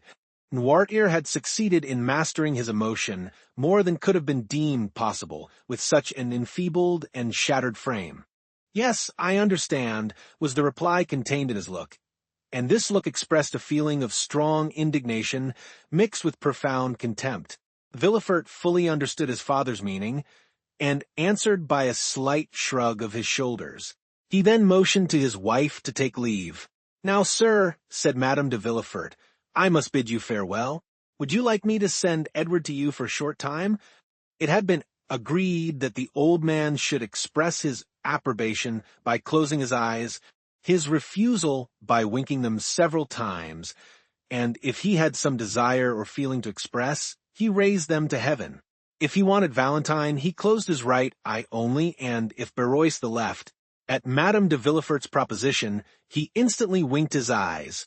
Provoked by a complete refusal, she bit her lip and said, "Then shall I send Valentine to you?"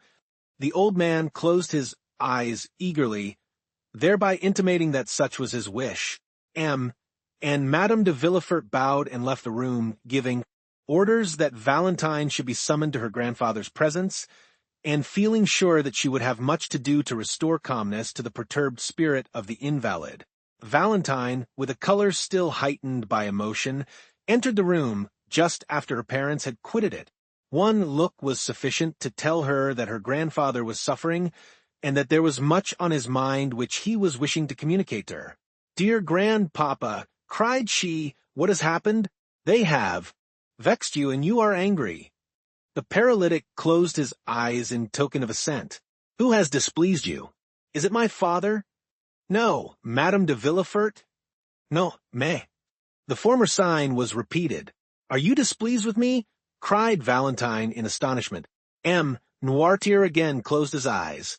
"And what have I done, dear grandpapa, that you should be angry with me?" cried Valentine. There was no answer, and she continued, "I have not seen you all day. Has anyone been speaking to you against me?" "Yes," said the old man's look with eagerness. "Let me think a moment. I do assure you, grandpapa, I am, and Madame de Villefort have just left this room, have they not?" "Yes." "And it was they who told you something which made you angry? What was it then? May I go and ask them, that I may have the opportunity of making my peace with you?" "No, no," said Noirtier's look. "Ah, you frighten me. What can they have said? And she again tried to think what it could be. Ah, I know, said she, lowering her voice and going close to the old man. They have been speaking of my marriage, have they not? Yes, replied the angry look. I understand. You are displeased at the silence I have preserved on the subject. The reason of it was that they had insisted on my keeping the matter a secret and begged me not to tell you anything of it. They did not even acquaint me with their intentions, and I only discovered them by chance. That is why I have been so reserved with you, dear grandpapa. Pray forgive me. But there was no look calculated to reassure her. All it seemed to say was, it is not only your reserve which afflicts me. What is it then? Asked the young girl. Perhaps you think I shall abandon you, dear grandpapa, and that I shall forget you when I am married? No, they told you then that M. d'Épinay consented to our all living together? Yes. Then why are you still vexed and grieved? The old man's eyes beamed with an expression of gentle affection. Yes, I understand, said Valentine. It is because you love me. The old man assented. And you are afraid I shall be unhappy? Yes. You do not like M. Franz? The eyes repeated several times, no, no, no. Then you are vexed with the engagement? Yes. Well, listen, said Valentine, throwing herself on her knees and putting her arm round her grandfather's neck. I am vexed too, for I do not love M. Franz d'Épinay.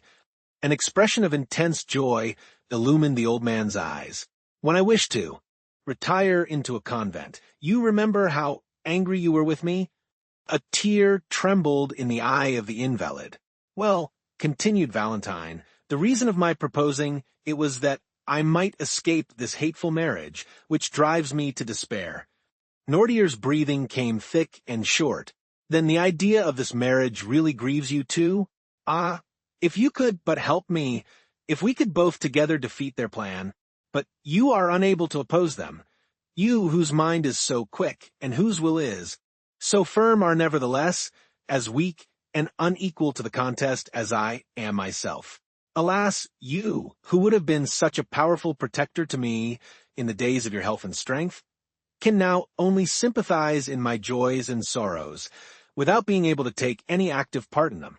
However, this is much and calls for gratitude, and heaven has not taken away all my blessings when it leaves me your sympathy and kindness. At these words there appeared in Nordier's eye an expression of such deep meaning that the young girl thought she could read these words there. You are mistaken. I can still do much for you. Do you think you can help me, dear grandpapa? Said Valentine. Yes. Noirtier raised his eyes. It was the sign agreed on between him and Valentine when he wanted anything. What is it you want, dear grandpapa? Said Valentine, and she endeavored to recall to mind all the things which he would be likely to need. And as the ideas presented themselves to her mind, she repeated them aloud. Then, finding that all her efforts elicited nothing but a constant no, she said, Come, since this plan does not answer, I will have recourse to another. She then recited all the letters of the alphabet from A down to N. When she arrived at that letter, the paralytic made her understand that she had spoken the initial letter of the thing he wanted. Ah, said Valentine, the thing you desire begins with the letter N. It is with N that we have to do, then? Well, let me see, what? Can you want that begins with N? Nah, no, and I know. Yes, yes, yes, said the old man's eye. Ah, it is no, then? Yes. Valentine fetched a dictionary, which she placed on a desk before Noirtier. She opened it, and, seeing that the old man's eye was thoroughly fixed on its pages, she ran her finger quickly up and down the columns. During the 6 years which had passed since Noirtier first fell into this sad state, Valentine's powers of invention had been too often put to the test not to render.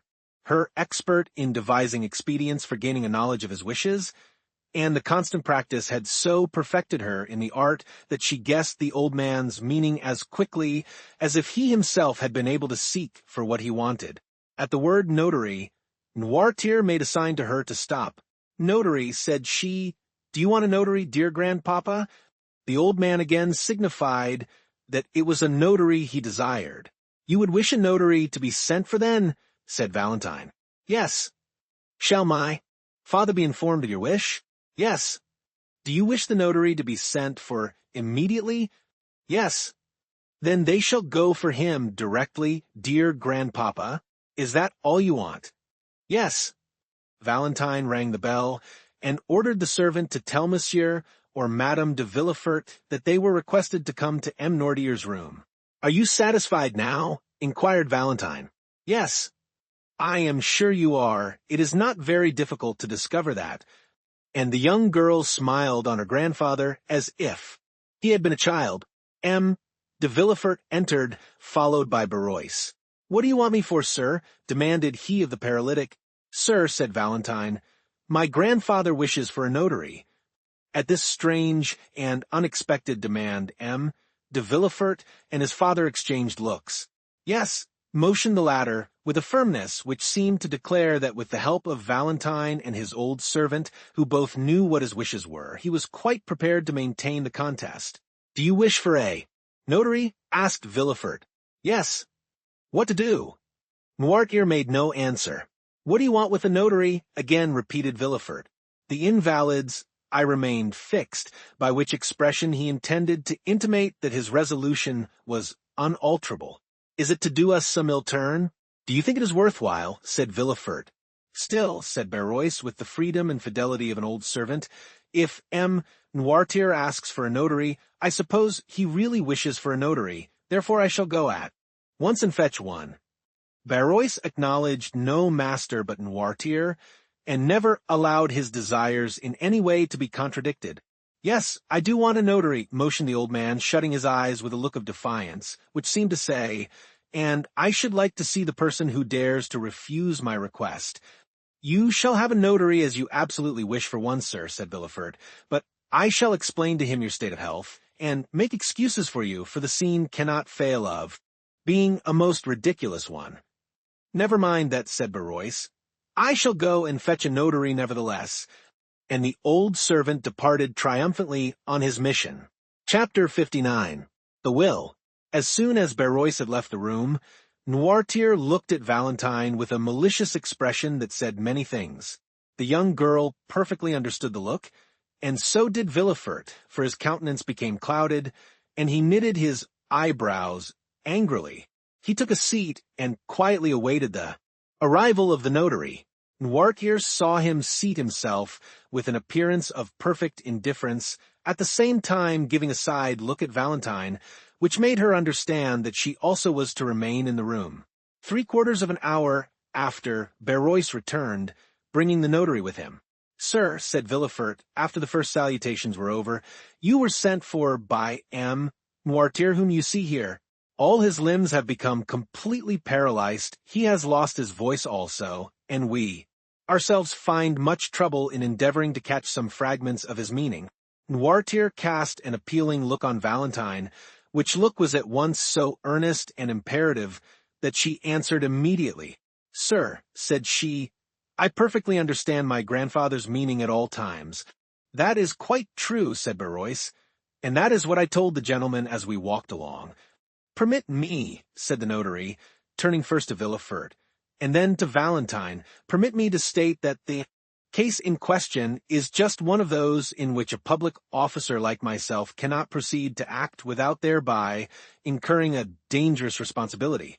The first thing necessary to render an act valid is that the notary should be thoroughly convinced that he has faithfully interpreted the will and wishes of the person dictating the act. Now, I cannot be sure of the approbation or disapprobation of a client who cannot speak, and, as the object of his desire or his repugnance cannot be clearly proved to me on account of his want of speech, my services here would be quite useless and cannot be legally exercised. The notary then prepared to retire. An imperceptible smile of triumph was expressed on the lips of the procureur. Noirtier looked at Valentine with an expression so full of grief that she arrested the departure of the notary. Sir, said she, the language which I speak with my grandfather may be easily learnt, and I can teach you in a few minutes to understand it almost as well as I can myself. Will you tell me what you require in order to set your conscience quite at ease on the subject? In order to render an act valid, I must be certain of the approbation or disapprobation of my client. illness of body would not affect the validity of the deed, but sanity of mind is absolutely requisite. Well, sir, by the help of two signs with which I will acquaint you presently, you may ascertain with perfect certainty that my grandfather is still in the full possession of all his mental faculties. M. Noirtier, being deprived of voice and motion, is accustomed to convey his meaning by closing his eyes when he wishes to signify yes and to wink when he means no. You now know quite enough to enable you to converse with him. Noirtier, try. Noirtier gave Valentine such a look of tenderness and gratitude that it was comprehended even by the notary himself. You have heard and understood what your granddaughter has been saying, sir, have you? Asked the notary.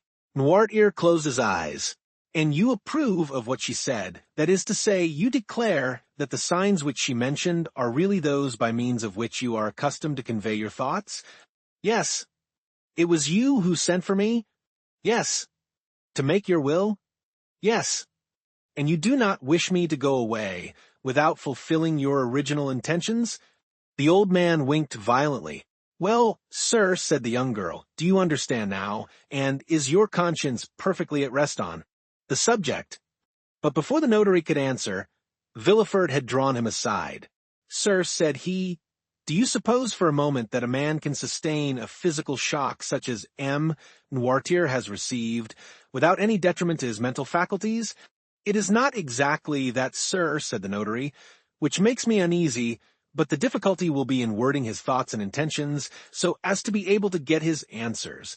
You must see that to be an utter impossibility, said Villefort. Valentine and the old man heard this conversation, and Noirtier fixed his eye so earnestly on Valentine that she felt bound to answer to the look. Sir, said she, that need not make you uneasy, however difficult it may at first sight appear to be. I can discover and explain to you my grandfather's thoughts, so as to put an end to all your doubts and fears on the subject. I have now been 6 years with M. Noirtier, and let him tell you if ever once during that time he has entertained a thought which he was unable to make me understand. No, signed the old man. Let us try what we can do. Then, said the notary, you accept this young lady as your interpreter, M. Noirtier? Yes. Well, sir, what do you require of me, and what document is it that you wish to be drawn up? Valentine named all the letters of the alphabet until she came to W. At this letter the eloquent eye of Noirtier gave her notice that she was to stop. It is very evident that it is the letter W which M. Noirtier wants, said the notary. Wait, said Valentine, and turning to her grandfather, she repeated, why. The old man stopped her at the last syllable. Valentine then took the dictionary, and the notary watched her while she turned over the pages. She passed her fingers slowly down the columns, and when she came to the word, will M. Noirtier's, I bade her stop. Will, said the notary, it is very evident that M. Noirtier is desirous of making his will. Yes, motioned. The invalid. Really, sir, you must allow that this is most extraordinary, said the astonished notary, turning to M. de Villefort. Yes, said the procureur, and I think the will promises to be yet more extraordinary, for I cannot see how it is to be drawn up without the intervention of Valentine, and she may, perhaps, be considered as too much interested in its contents to allow of her being a suitable interpreter of the obscure and ill-defined wishes of her grandfather. No, replied the eye of the paralytic. What, said Villefort, do you mean to say that Valentine is not interested in your will? No, sir, said the notary, whose interest had been greatly excited, and who had resolved on publishing far and wide the account of this extraordinary and picturesque scene. What appeared so impossible to me an hour ago has now become quite easy and practicable, and this may be a perfectly valid will, provided it be read in the presence of 7 witnesses approved by the testator and sealed by the notary in the presence of the witnesses. As to the time, it will not require very much more than the generality of wills. There are certain forms necessary to be gone through, and which are always the same. As to the details, the greater part will be furnished afterwards by the state in which we find the affairs of the testator, and by yourself who, having had the management of them, can doubtless give full information on the subject. But besides all this, in order that the instrument may not be contested, I am anxious to give it the greatest possible authenticity. Therefore, one of my colleagues will help me, and contrary to custom, will assist in the dictation of the testament. Are you satisfied, sir? Continued the notary, addressing the old man. Yes, looked the invalid, his eye beaming with delight at the ready interpretation of his meaning. What is he going to do? Thought Villefort, whose position demanded much reserve, but who was longing to know what his father's intentions were. He left the room to give orders for another notary to be sent, but Barrois, who had heard all that passed, had guessed his master's wishes, and had already gone to fetch one. The procureur then told his wife to come up. In the course of a quarter of an hour, everyone had assembled in the chamber of the paralytic. The second notary had also arrived. A few words sufficed for a mutual understanding between the two officers of the law. They read to Noirtier the formal copy of a will, in order to give him an idea of the terms in which such documents are generally couched. Then, in order to test the capacity of the testator, the first notary said, turning towards him, "When an individual makes his will, it is generally in favor or in prejudice of some person." "Yes." "Have you an exact idea of the amount of your fortune?" "Yes." "I will name to you several sums which will increase by gradation. You will stop me when I reach the one representing the amount of your own possessions?" "Yes." There was a kind of solemnity in this interrogation. Never had the struggle between mind and matter been more apparent than now, and if it was not a sublime, it was at least a curious spectacle. They had formed a circle round the invalid. The second notary was sitting at a table prepared for writing, and his colleague was standing before the testator in the act of interrogating him on the subject to which we have alluded. "Your fortune exceeds 300,000 francs, does it not?" asked he. Noirtier made a sign that it did. "Do you possess 400,000 francs?" inquired the notary. Noirtier's eye remained immovable. 500,000? The same expression continued. 600,000, 700,000, 800,000, 900,000? Noirtier stopped him at the last named sum. "You are then in possession of 900,000 francs?" asked the notary. "Yes." "In landed property?" "No, in stock." "Yes." "The stock is in your own hands." The look which Noirtier cast on Barrois showed that there was something wanting which he knew where to find. The old servant left the room, and presently returned, bringing with him a small casket. "Do you permit us to open this casket?" asked the notary. Noirtier gave his assent. They opened it, and found 900,000 francs in bank scrip. The first notary handed over each note as he examined it to his colleague. The total amount was found to be as Noirtier had stated. It is all as he has said. It is very evident that the mind still retains its full force and vigor.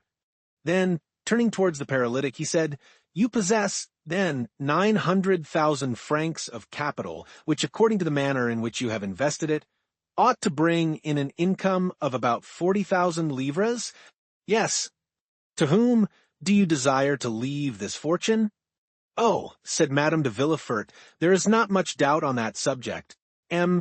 Noirtier tenderly loves his granddaughter, Mademoiselle de Villefort. It is she who has nursed and tended him for 6 years, and has, by her devoted attention, fully secured the affection, I had almost said the gratitude, of her grandfather, and it is but just that she should reap the fruit of her devotion."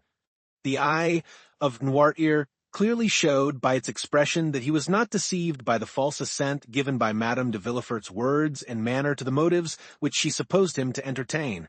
"Is it, then, to Mademoiselle Valentine de Villefort that you leave these 900,000 francs?" demanded the notary, thinking he had only to insert this clause, but waiting first for the assent of Noirtier, which it was necessary should be given before all the witnesses of this singular scene. Valentine, when her name was made the subject of discussion, had stepped back to escape unpleasant observation. Her eyes were cast down, and she was crying. The old man looked at her for an instant with an expression of the deepest tenderness, Then, turning towards the notary, he significantly winked his eye in token of dissent. "What?" said the notary. "Do you not intend making Mademoiselle Valentine de Villefort your residuary legatee?" "No, you are not making any mistake, are you?" said the notary. "You really mean to declare that such is not your intention?" "No," repeated Noirtier. No, Valentine raised her head, struck dumb with astonishment. It was not so much the conviction that she was disinherited that caused her grief, but her total inability to account for the feelings which had provoked her grandfather to such an act. But Noirtier looked at her with so much affectionate tenderness that she exclaimed, "Oh, grandpapa, I see now that it is only your fortune of which you deprive me. You still leave me the love which I have always enjoyed." "Ah, yes, most assuredly," said the eyes of the paralytic, for he closed them with an expression which Valentine could not mistake. Thank you, murmured she. The old man's declaration that Valentine was not the destined inheritor of his fortune had excited the hopes of Madame de Villefort. She gradually approached the invalid and said, "Then, doubtless, dear M. Noirtier, you intend leaving your fortune to your grandson, Edward de Villefort?" The winking of the eyes which answered this speech was most decided and terrible, and expressed a feeling almost amounting to hatred. "No," said the notary, "then perhaps it is to your son M. de Villefort?" "No." The two notaries looked at each other in mute astonishment and inquiry as to what were the real intentions of the testator.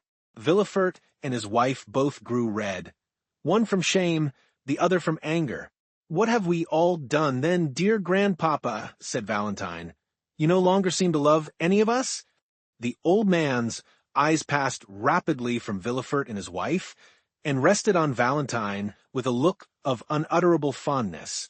"Well," said she, "if you love me, grandpapa, try and bring that love to bear upon your actions at this present moment. You know me well enough to be quite sure that I have never thought of your fortune. Besides, they say I am already rich in right of my mother, too rich, even." "Explain yourself, then." Noirtier fixed his intelligent eyes on Valentine's hand. "My hand," said she.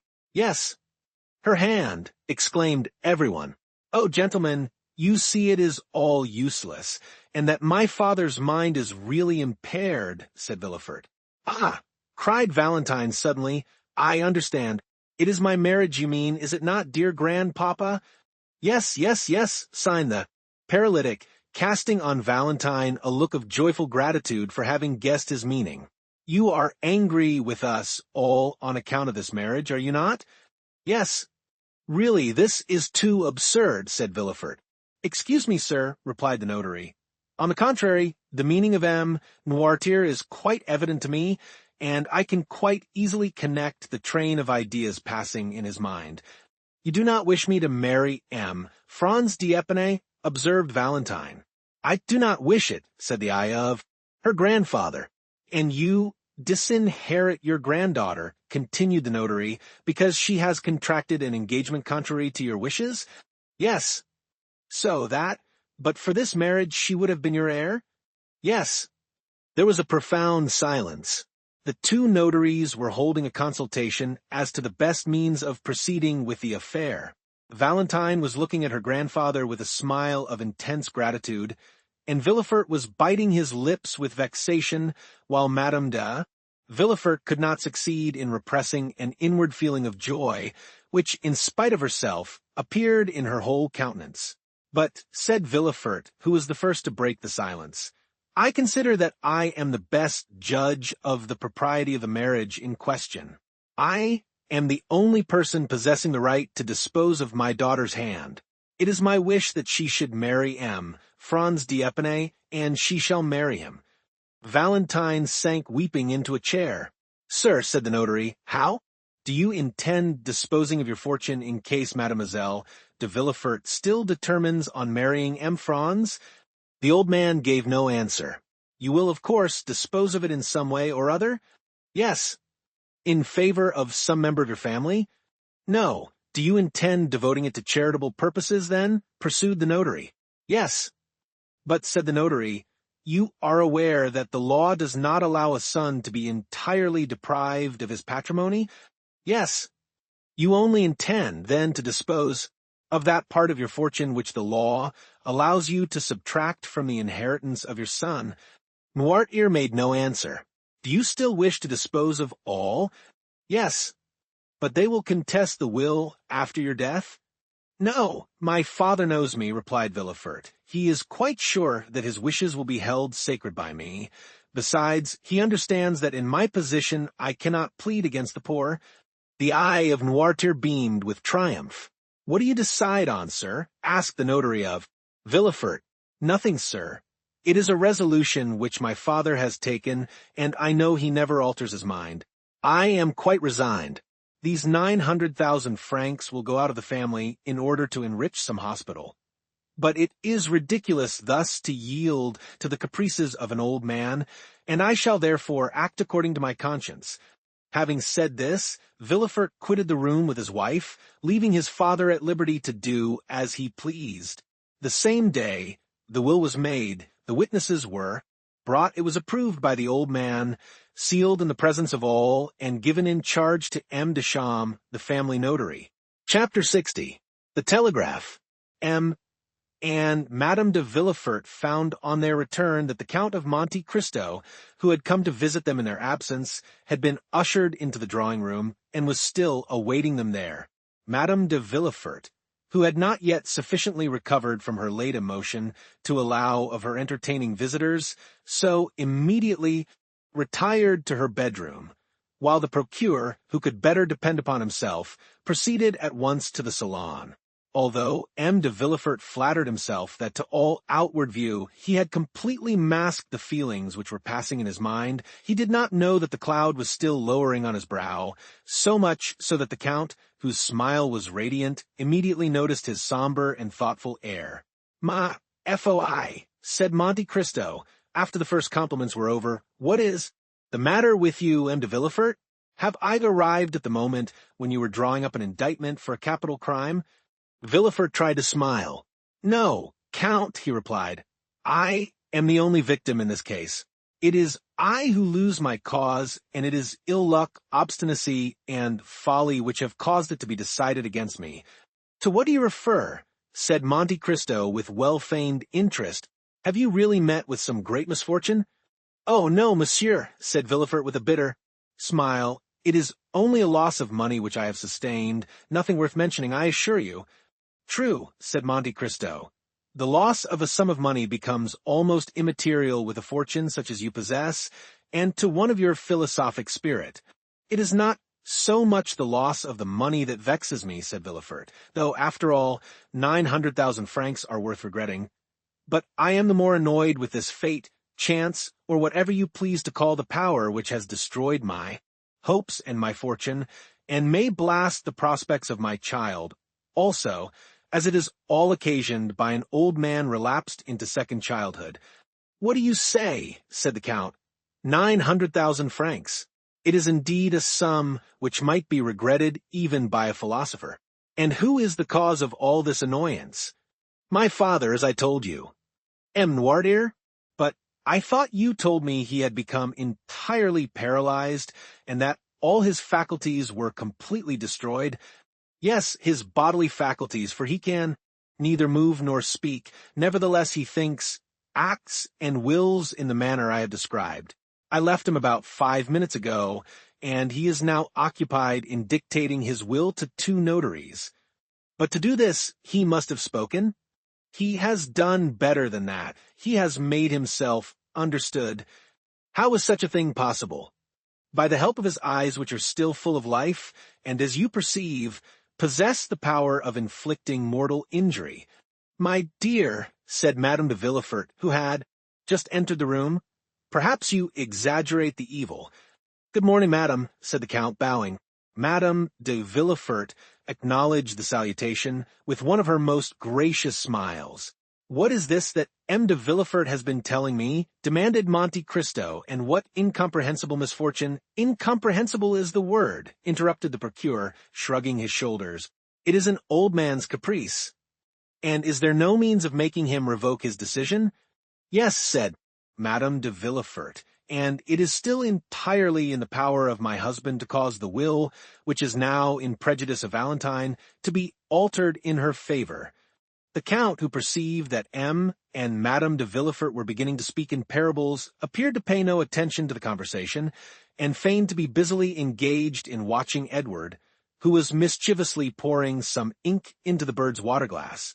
"My dear," said Villefort in answer to his wife, "you know I have never been accustomed to play the patriarch in my family, nor have I ever considered that the fate of a universe was to be decided by my nod. Nevertheless, it is necessary that my will should be respected in my family, and that the folly of an old man and the caprice of a child should not be allowed to overturn a project which I have entertained for so many years. The Baron d'Épinay was my friend, as you know, and an alliance with his son is the most suitable thing that could possibly be arranged. Do you think," said Madame de Villefort, "that Valentine is in league with him? She has always been opposed to this marriage, and I should not be at all surprised if what we have just seen and heard is nothing but the execution of a plan concerted between them."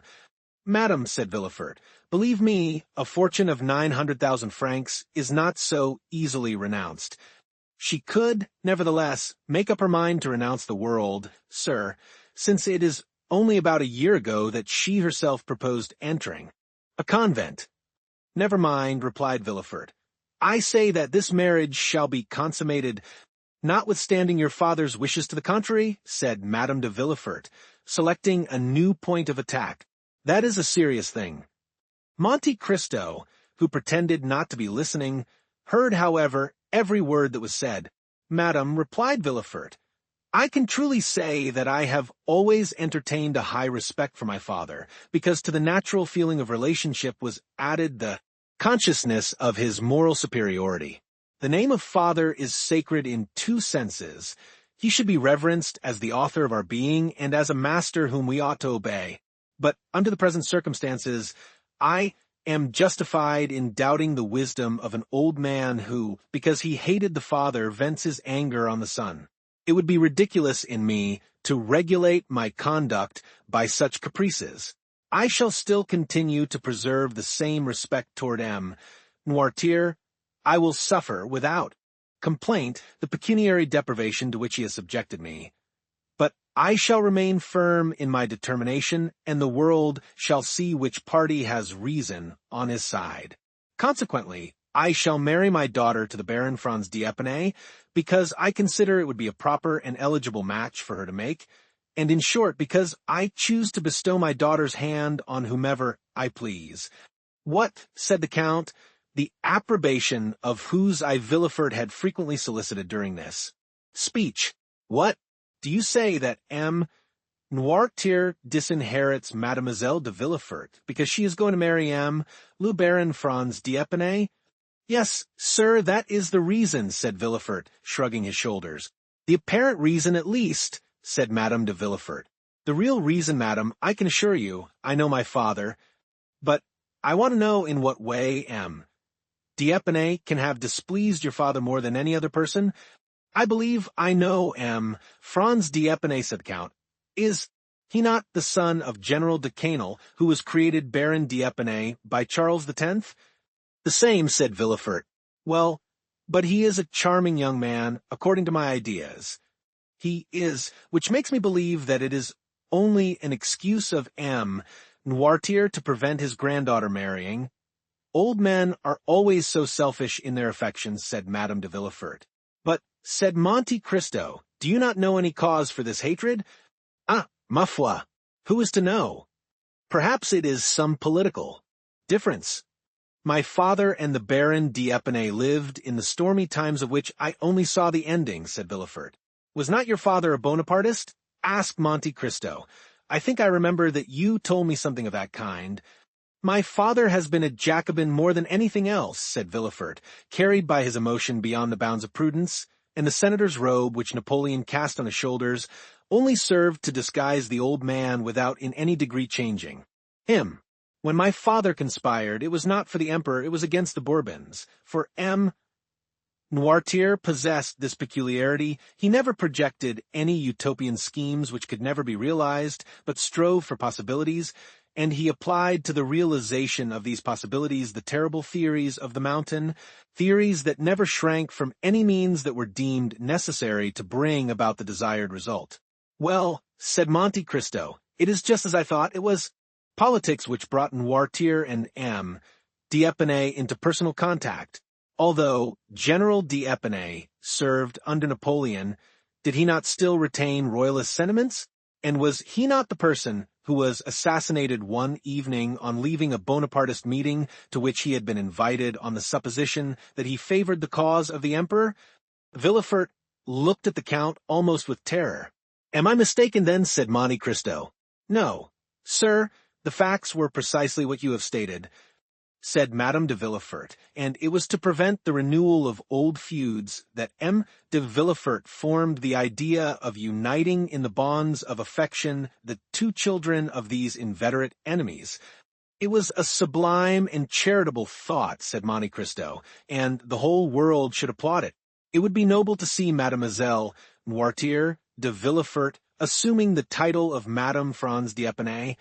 Villefort shuddered and looked at Monte Cristo as if he wished to read in his countenance the real feelings which had dictated the words he had just uttered. But the Count completely baffled the procureur and prevented him from discovering anything beneath the never-varying smile he was so constantly in the habit of assuming.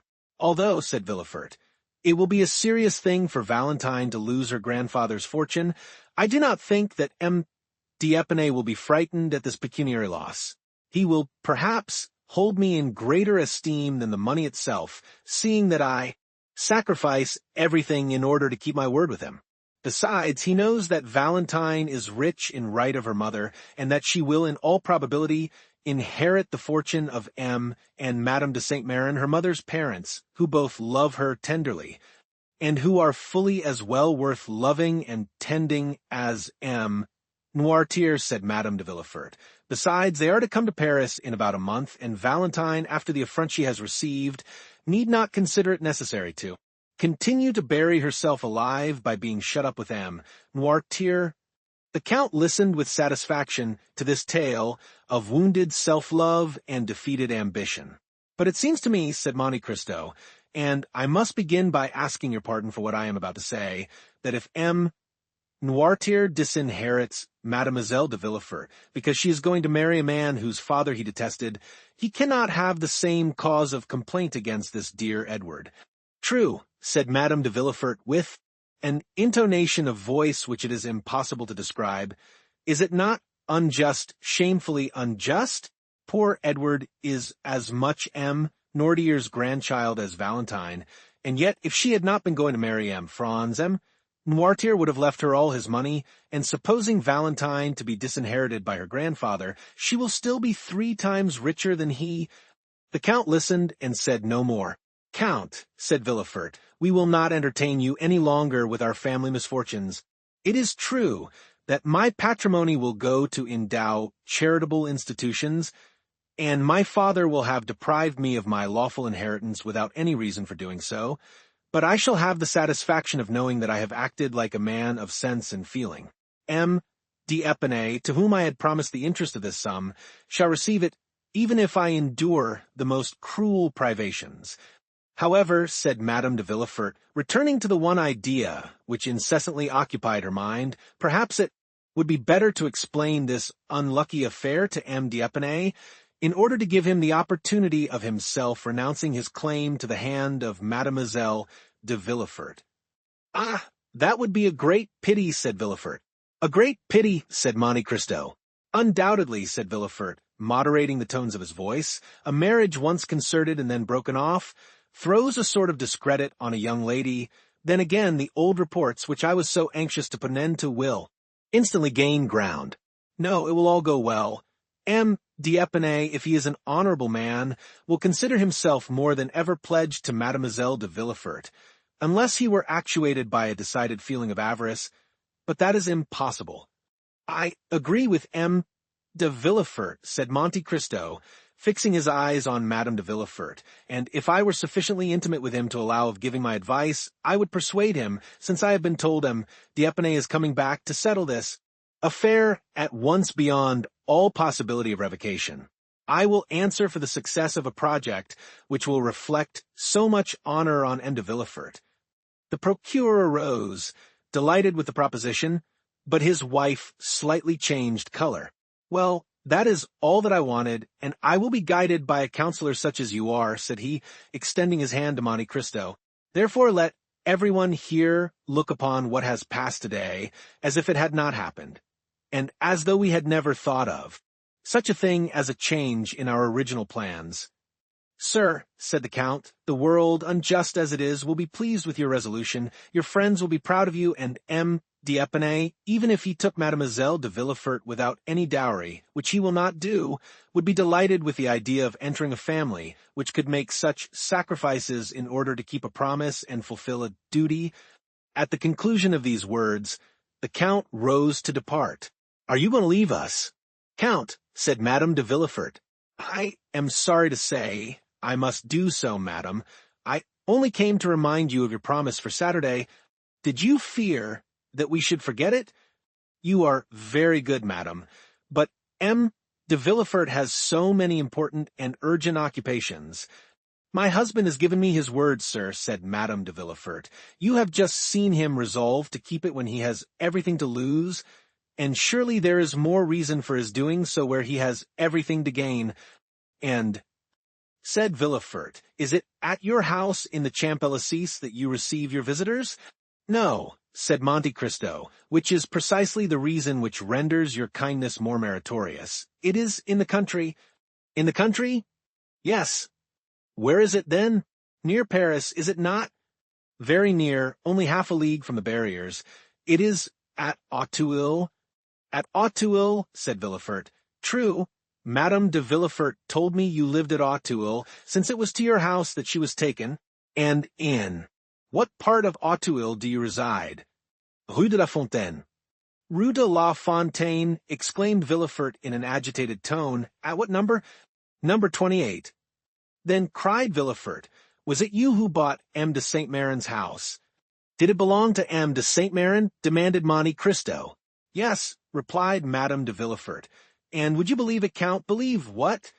You think this house pretty, do you not? I think it charming. Well, my husband would never live in it. Indeed, returned Monte Cristo, that is a prejudice on your part, M. de Villefort, for which I am quite at a loss to account. I do not like Auteuil, sir, said the procureur, making an evident effort to appear calm. But I hope you will not carry your antipathy so far as to deprive me of the pleasure of your company, sir, said Monte Cristo. No, Count, I assure you I shall do my best, stammered Villefort. Oh, said Monte Cristo, I allow of no excuse. On Saturday at 6 o'clock, I shall be expecting you, and if you fail to come, I shall think, for how do I know to the contrary, that this house, which has remained uninhabited for 20 years, must have some gloomy tradition or dreadful legend connected with it. I will come, Count, I will be sure to come, said Villefort eagerly. Thank you, said Monte Cristo. Now you must permit me to take my leave of you. You said before that you were obliged to leave us, monsieur, said Madame de Villefort, and you were about to tell us.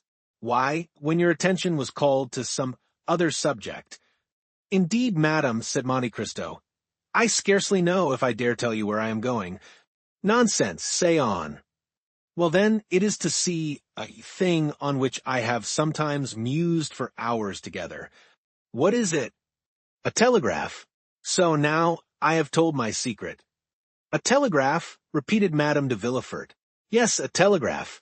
I had often seen one placed at the end of a road on a hillock, and in the light of the sun its black arms, bending in every direction, always reminded me of the claws of an immense beetle, and I assure you it was never without emotion that I gazed on it, for I could not help thinking how wonderful it was that these various signs should be made to cleave the air with such precision as to convey to the distance of 300 leagues the ideas and wishes of a man sitting at a table at one end of the line to another man similarly placed at the opposite extremity, and all this effected by a simple act of volition on the part of the sender of the message.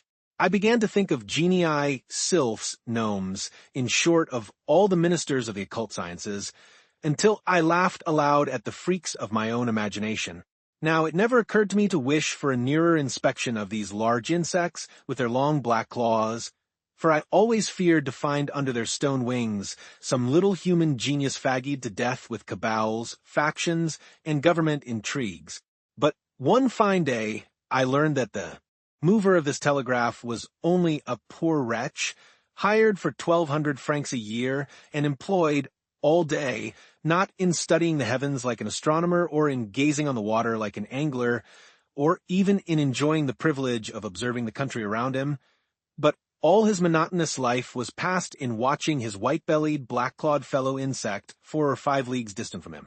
At length, I felt a desire to study this living chrysalis more closely and to endeavor to understand the secret part played by these insect actors when they occupy themselves simply with pulling different pieces of string. And are you going there? I am. What telegraph do you intend visiting? That of the home department or of the observatory? Oh, no. I should find there people who would force me to understand things of which I would prefer to remain ignorant, and who would try to explain to me in spite of myself a mystery which even they do not understand. I should wish to keep my illusions concerning insects unimpaired. It is quite enough to have those dissipated which I had formed of my fellow creatures. I shall therefore not visit either of these telegraphs, but one in the open country where I shall find a good-natured simpleton who knows no more than the machine he is employed to work. You are a singular man, said Villefort. What line would you advise me to study? The one that is most in use just at this time. The Spanish one, you mean, I suppose? Yes. Should you like a letter to the minister that they might explain to you? No, said Monte Cristo, since, as I told you before, I do not wish to comprehend it. The moment I understand it, there will no longer exist a telegraph for me. It will be nothing more than a sign from M. Ducatel or from M. Montalivet, transmitted to the prefect of Bayonne, mystified by 2 Greek words, telegraphian.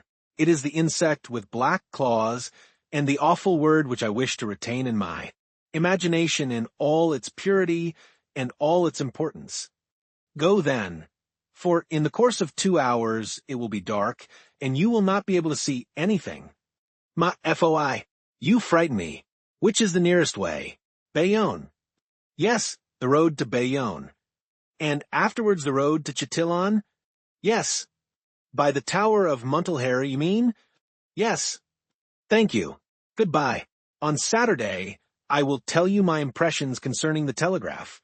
At the door, the Count was met by the 2 notaries who had just completed the act which was to disinherit Valentine, and who were leaving under the conviction of having done a thing which could not fail of redounding considerably to their credit.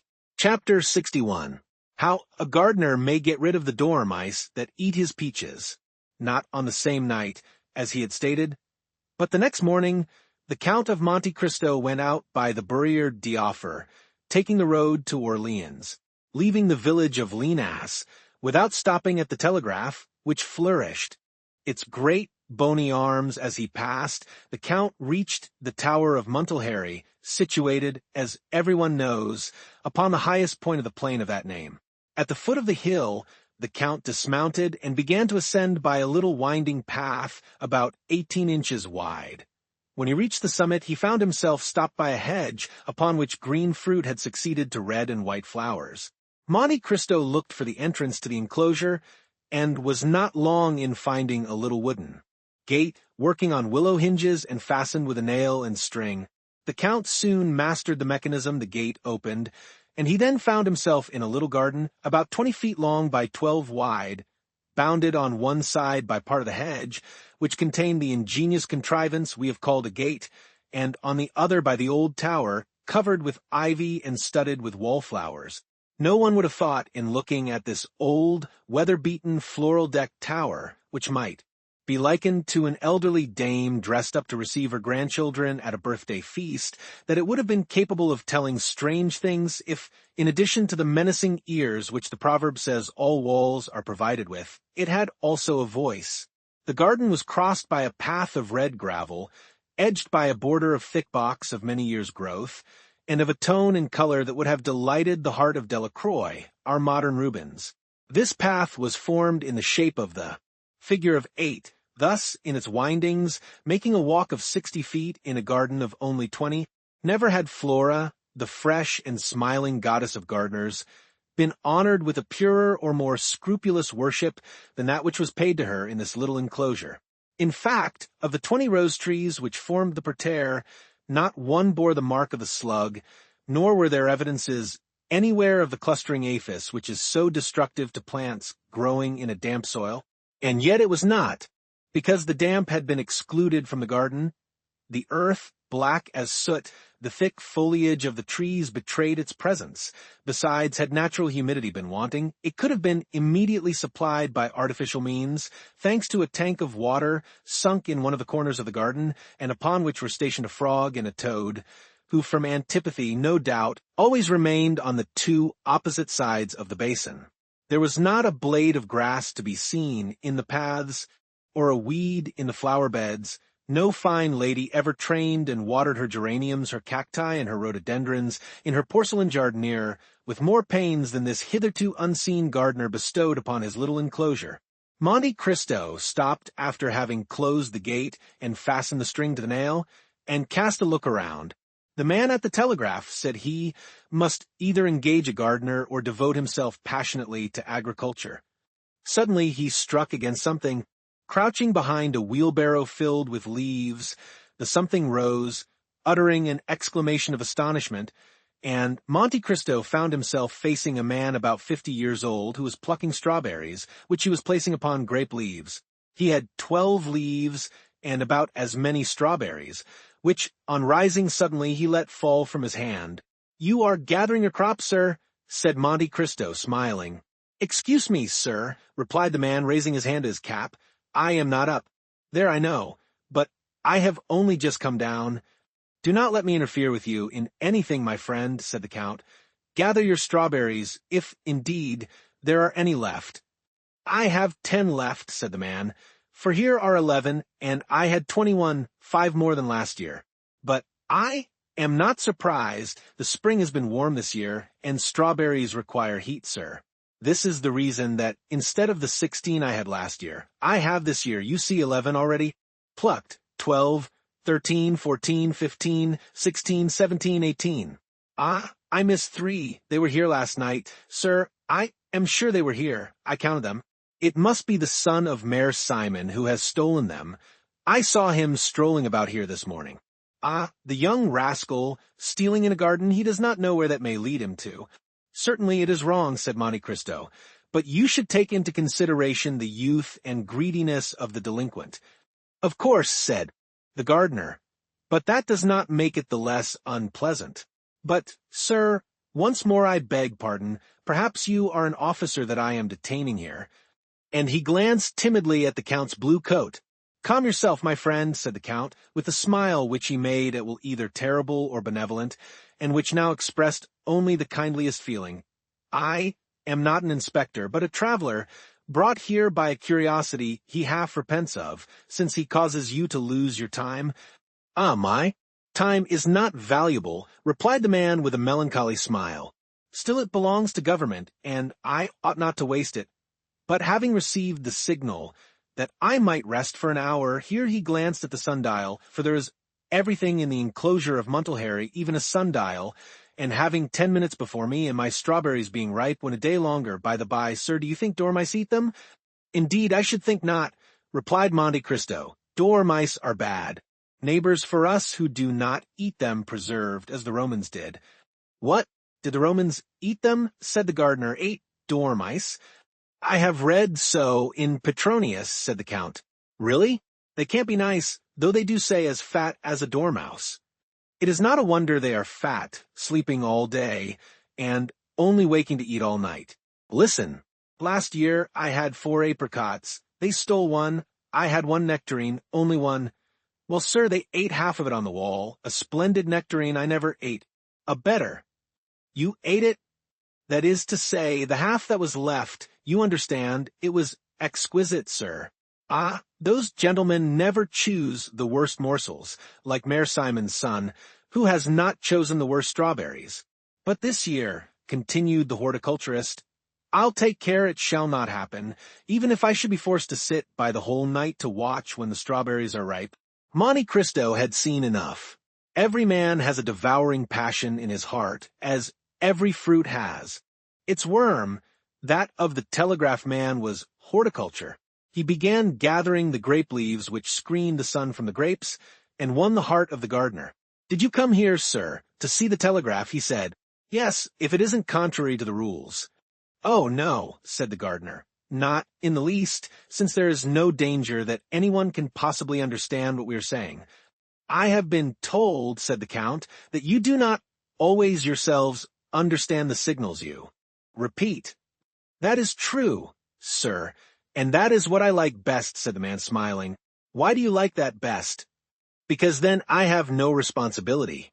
I am a machine then, and nothing else, and so long as I work, nothing more is required of me."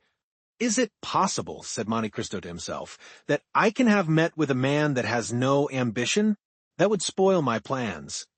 "Sir," said the gardener, glancing at the sundial, "the 10 minutes are almost up. I must return to my post. Will you go? Up with me? I follow you." Monte Cristo entered the tower, which was divided into 3 stories. The tower contained implements such as spades, rakes, watering pots, hung against the wall. This was all the furniture. The second was the man's conventional abode, or rather sleeping place. It contained a few poor articles of household furniture, a bed, a table, 2 chairs, a stone pitcher, and some dry herbs, hung up to the ceiling, which the Count recognized as sweet peas, and of which the good man was preserving the seeds. He had labeled them with as much care as if he had been master botanist in the Jardin des Plantes. "Does it require much study to learn the art of telegraphing?" asked Monte Cristo. "The study does not take long. It was acting as a supernumerary that was so tedious." "And what is the pay?" 1,000 francs, sir." "It is nothing." "No. But then we are lodged, as you perceive." Monte Cristo looked at the room. They passed to the 3rd story. It was the telegraph room. Monte Cristo looked in turn at the 2 iron handles by which the machine was worked. "It is very interesting," he said, "but it must be very tedious for a lifetime." "Yes. At first my neck was cramped with looking at it, but at the end of a year I became used to it, and then we have our hours of recreation and our holidays." "Holidays?" "Yes." "When?" "When we have a fog." "Ah, to be sure. Those are indeed holidays to me. I go into the garden, I plant, I prune, I trim, I kill the insects all day long." "How long have you been here?" 10 years, and 5 as a supernumerary make 15. "You are 55 years old. How long must you have served to claim the pension?" "Oh, sir, 25 years." "And how much is the pension?" 100 crowns. "Poor humanity," murmured Monte Cristo. "What did you say, sir?" asked the man. "I was saying it was very interesting." "What was?" "All you were showing me. And you really understand none of these signals?" "None at all." "And have you never tried to understand them?" "Never. Why should I?" "But still there are some signals only addressed to you." "Certainly." "And do you understand them?" "They are always the same. And they mean nothing new. You have an hour, or tomorrow." "This is simple enough," said the Count, "but look, is not your correspondent putting itself in motion?" "Ah, yes. Thank you, sir." "And what is it saying? Anything you understand?" "Yes, it asks if I am ready." "And you?" "Reply." "By the same sign which, at the same time, tells my right-hand correspondent that I am ready, while it gives notice to my left-hand correspondent to prepare in his turn." "It is very ingenious," said the Count. "You will see," said the man proudly. "In 5 minutes he will speak." "I have then 5 minutes," said Monte Cristo to himself. "It is more time than I require. My dear sir, will you allow me to ask you a question?" "What is it, sir?" "You are fond of gardening?" "Passionately." "And you would be pleased to have, instead of this terrace of 20 feet, an enclosure of 2 acres?" "Sir, I should make a terrestrial paradise of it." "You live badly on your 1,000 francs?" "Badly enough, but yet I do live." Yes, but you have a wretchedly small garden. True, the garden is not large. And then, such as it is filled with dormice who eat everything. Ah, they are my scourges. Tell me, should you have the misfortune to turn your head while your right-hand correspondent was telegraphing, I should not see him, then what would happen? I could not repeat the signals, and then, not having repeated them, through negligence, I should be fined. How much? 100 francs. The 10th of your income, that would be fine work. Ah, said man. Has it ever happened to you? Said Monte Cristo. Once, sir, when I was grafting a rose tree. Well, suppose you were to alter a signal and substitute another? Ah, that is another case. I should be turned off and lose my pension. 300 francs? 100 crowns, yes, sir. So you see that I am not likely to do any of these things. Not even for 15 years' wages? Come, it is worth thinking about. For 15,000 francs? Yes. Sir, you alarm me. Nonsense. Sir, you are tempting me? Just so, 15,000 francs, do you understand? Sir, let me see my right-hand correspondent. On the contrary, do not look at him, but at this. What is it? What? Do you not know these bits of paper? Banknotes. Exactly. There are 15 of them. And whose are they? Yours, if you like. Mine, exclaimed the man half suffocated. Yes, yours, your own property. Sir, my right-hand correspondent is signaling. Let him signal. Sir, you have distracted me. I shall be fined. That will cost you 100 francs. You see, it is your interest to take my banknotes. Sir, my right-hand correspondent redoubles his signals. He is impatient. Never mind, take these. And the Count placed the packet in the man's hands. Now this is not all, he said. You cannot live upon your 15,000 francs. I shall still have my place. No, you will lose it, for you are going to alter your correspondent's message. Oh, sir, what are you proposing? Sir, unless you force me, I think I can effectually force you. And Monte Cristo drew another packet from his pocket. Here are 10,000 more francs, he said. With the 15,000 already in your pocket, they will make 25,000. With 5,000, you can buy a pretty little house with 2 acres of land. The remaining 20,000 will bring you in 1,000 francs a year. A garden with 2 acres of land. And 1,000 francs a year. Oh, heavens! Come, take them. And Monte Cristo forced the banknotes into his hand. What am I to do? Nothing very difficult. But what is it? To repeat these signs, Monte Cristo took a paper from his pocket upon which were drawn 3 signs, with numbers to indicate the order in which they were to be worked. There, you see it will not take long. Yes, but do this, and you will have nectarines and all the rest. The shot told, red with fever. While the large drops fell from his brow, the man executed, one after the other, the 3 signs given by the Count, in spite of the frightful contortions of the right-hand correspondent, who, not understanding the change, began to think the gardener had gone mad. As to the left-hand one, he conscientiously repeated the same signals, which were finally transmitted to the Minister of the Interior. Now you are rich, said Monte Cristo. Yes, replied the man, but at what a price? Listen, friend, said Monte Cristo. I do not wish to cause you any remorse. Believe me, then, when I swear to you that you have wronged no man, but on the contrary have benefited mankind. The man looked at the banknotes, felt them, counted them, turned pale, then red, then rushed into his room to drink a glass of water, but he had no time to reach the water jug and fainted in the midst of his dried herbs. 5 minutes after the new telegram reached the minister, Debray had the horses put to his carriage, and drove to Danglars' house. Has your husband any Spanish bonds? He asked of the Baroness. I think so indeed. He has 6 millions worth. He must sell them at whatever price. Why? Because Don Carlos has fled from Bourges and has returned to Spain. How do you know? Debray shrugged his shoulders. The idea of asking how I hear the news, he said. The Baroness did not wait for a repetition. She ran to her husband, who immediately hastened to his agent, and ordered him to sell at any price. When it was seen that Danglars sold, the Spanish funds fell directly. Danglars lost 500,000 francs, but he rid himself of all his Spanish shares. The same evening the following was read in lieu. Messager, by telegraph. The king, Don Carlos, has escaped the vigilance of his guardians at Bourges and has returned to Spain by the Catalonian frontier. Barcelona has risen in his favor. All that evening nothing was spoken of but the foresight of Danglars, who had sold his shares, and of the luck of the stock-jobber, who only lost 500,000 francs by such a blow. Those who had kept their shares or bought those of Danglars looked upon themselves as ruined and passed a very bad night. Next morning Le Moniteur contained the following. It was without any foundation that Le Messager yesterday announced the flight of Don Carlos and the revolt of Barcelona. The king Don Carlos has not left Bourges, and the peninsula is in the enjoyment of profound peace.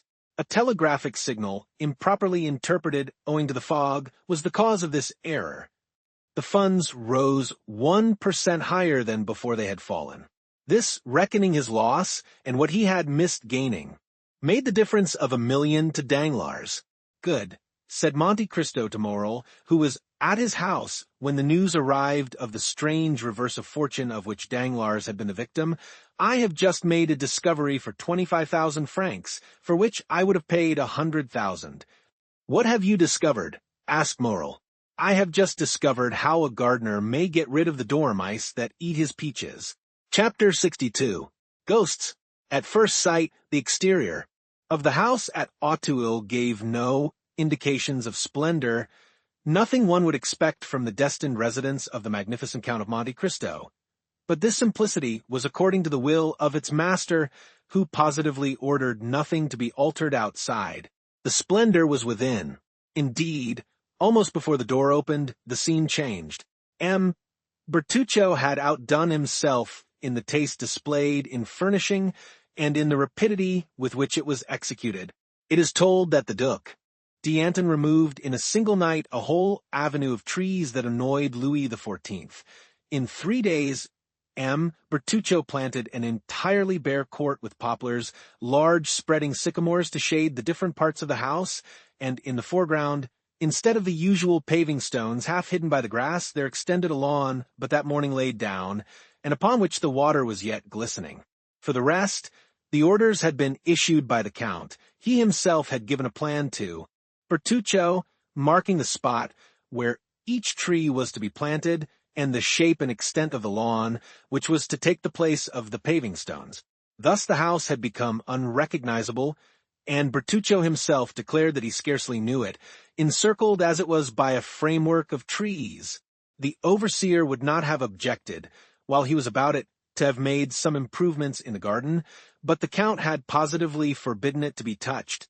Bertuccio made amends, however, by loading the antechambers, staircases, and mantelpieces with flowers. What, above all, manifested the shrewdness of the steward and the profound science of the master, the one in carrying out the ideas of the other, was that this house, which appeared only the night before so sad and gloomy, impregnated with that sickly smell one can almost fancy to be the smell of time, had in a single day acquired the aspect of life, was scented with its master's favorite perfumes, and had the very light, regulated according to his wish.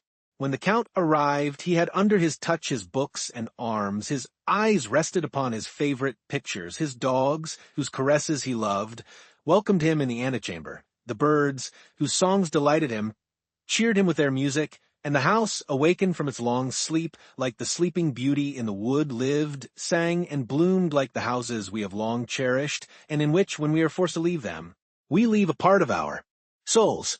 The servants passed gaily along the fine courtyard. Some, belonging to the kitchens, gliding down the stairs restored but the previous day, as if they had always inhabited the house. Others filling the coach-houses, where the equipages, encased and numbered, appeared to have been installed for the last 50 years. And in the stables the horses replied with neighs to the grooms, who spoke to them with much more respect than many servants pay their masters. The library was divided into 2 parts on either side of the wall, and contained upwards of 2,000 volumes. One division was entirely devoted to novels, and even the volume which had been published but the day before was to be seen in its place in all the dignity of its red and gold binding. On the other side of the house, to match with the library, was the conservatory ornamented with rare flowers that bloomed in china jars. And in the midst of the greenhouse, marvelous alike to sight and smell, was a billiard table, which looked as if it had been abandoned during the past hour by players who had left the balls on the cloth. One chamber alone had been respected by the magnificent Bertuccio. Before this room, to which you could ascend by the grand, and go out by the back staircase, the servants passed with curiosity, and Bertuccio with terror. At 5 o'clock precisely, the Count arrived before the house at Auteuil, followed by Ollie. Bertuccio was awaiting this arrival with impatience, mingled with uneasiness. He hoped for some compliments, while at the same time he feared to have frowns. Monte Cristo descended into the courtyard, walked all over the house, without giving any sign of approbation or pleasure, until he entered his bedroom, situated on the opposite side to the closed room. Then he approached a little piece of furniture made of rosewood, which he had noticed at a previous visit. "That can only be to hold gloves," he said. "Will your Excellency deign to open it?" said the delighted Bertuccio, "and you will find gloves in it." Elsewhere the Count found everything he required: smelling bottles, cigars, knickknacks. "Good," he said, and Bertuccio left enraptured. So great, so powerful, and real was the influence exercised by this man over all who surrounded him. At precisely 6 o'clock the clatter of horses' hoofs was heard at the entrance door. It was our captain of Spahis, who had arrived on Medea. "I am sure I am the first," cried Morrel. "I did it on purpose to have you a minute to myself before everyone came. Julie and Emmanuel have 1,000 things to tell you." "Ah, really this is magnificent. But tell me, Count, will your people take care of my horse?" "Do not alarm yourself, my dear Maximilian, they understand. I mean, because he wants petting. If you had seen at what a pace he came, like the wind." "I should think so. A horse that cost 5,000 francs, said Monte Cristo, in the tone which a father would use toward a son. "Do you regret them?" asked Morrel with his open laugh. "I? Certainly not," replied the Count. "No. I should only regret if the horse had not proved good. It is so good that I have distanced M. de Châteaurenaud, one of the best riders in France, and M. Debray, who both mount the minister's Arabians, and close on their heels are the horses of Madame Danglars, who always go at 6 leagues an hour." "Then they follow you?" asked Monte Cristo. "See, they are here." And at the same minute a carriage with smoking horses, accompanied by 2 mounted gentlemen, arrived at the gate, which opened before them. The carriage drove round and stopped at the steps, followed by the horsemen. The instant Debray had touched the ground, he was at the carriage door. He offered his hand to the Baroness, who, descending, took it with a peculiarity of manner imperceptible to everyone but Monte Cristo. But nothing escaped the Count's notice, and he observed a little note, passed with the facility that indicates frequent practice from the hand of Madame Danglars to that of the minister's secretary. After his wife, the banker descended, as pale as though he had issued from his tomb instead of his carriage. Madame Danglars threw a rapid and inquiring glance, which could only be interpreted by Monte Cristo, around the courtyard, over the peristyle, and across the front of the house, then, repressing a slight emotion, which must have been seen on her countenance if she had not kept her color, she ascended the steps, saying to Morrel, "Sir, if you were a friend of mine, I should ask you if you would sell your horse." Morrel smiled with an expression very like a grimace, and then turned round to Monte Cristo, as if to ask him to extricate him from his embarrassment. The Count understood him. "Ah, madam," he said, "why did you not make that request of me?" "With you, sir," replied the Baroness, "one can wish for nothing, one is so sure to obtain it." "If it were so with M. Morrel, unfortunately," replied the Count, "I am witness that M. Morrel cannot give up his horse, his honor being engaged in keeping it." "How so?" "He laid a wager he would tame Medea in the space of 6 months. You understand now that if he were to get rid of the animal before the time named, he would not only lose his bet, but people would say he was afraid. and a brave captain of spies cannot risk this, even to gratify a pretty woman, which is, in my opinion, one of the most sacred obligations in the world. You see my position, madam, said Morrel, bestowing a grateful smile on Monte Cristo. It seems to me, said Danglars in his coarse tone, ill-concealed by a forced smile, that you have already got horses enough. Madame Danglars seldom allowed remarks of this kind to pass unnoticed, but to the surprise of the young people, she pretended not to hear it and said nothing. Monte Cristo smiled at her unusual humility and showed her 2 immense porcelain jars over which wound marine plants, of a size and delicacy that nature alone could produce. The Baroness was astonished. "Why," said she, "you could plant one of the chestnut trees in the Tuileries inside. How can such enormous jars have been manufactured?" "Ah, madam," replied Monte Cristo, "you must not ask of us, the manufacturers of fine porcelain, such a question. It is the work of another age, constructed by the genii of earth and water." "How so? At what period can that have been?" "I do not know. I have only heard that an emperor of China had an oven built expressly, and that in this oven 12 jars like this were successively baked. 2 broke from the heat of the fire. The other 10 were sunk 300 fathoms deep into the sea. The sea, knowing what was required of her, threw over them her weeds, encircled them with coral, and encrusted them with shells. The whole was cemented by 200 years beneath these almost impervious depths, for a revolution carried away the emperor who wished to make the trial, and only left the documents proving the manufacture of the jars and their descent into the sea. At the end of 200 years the documents were found, and they thought of bringing up the jars. Divers descended in machines, made expressly on the discovery, into the bay where they were thrown.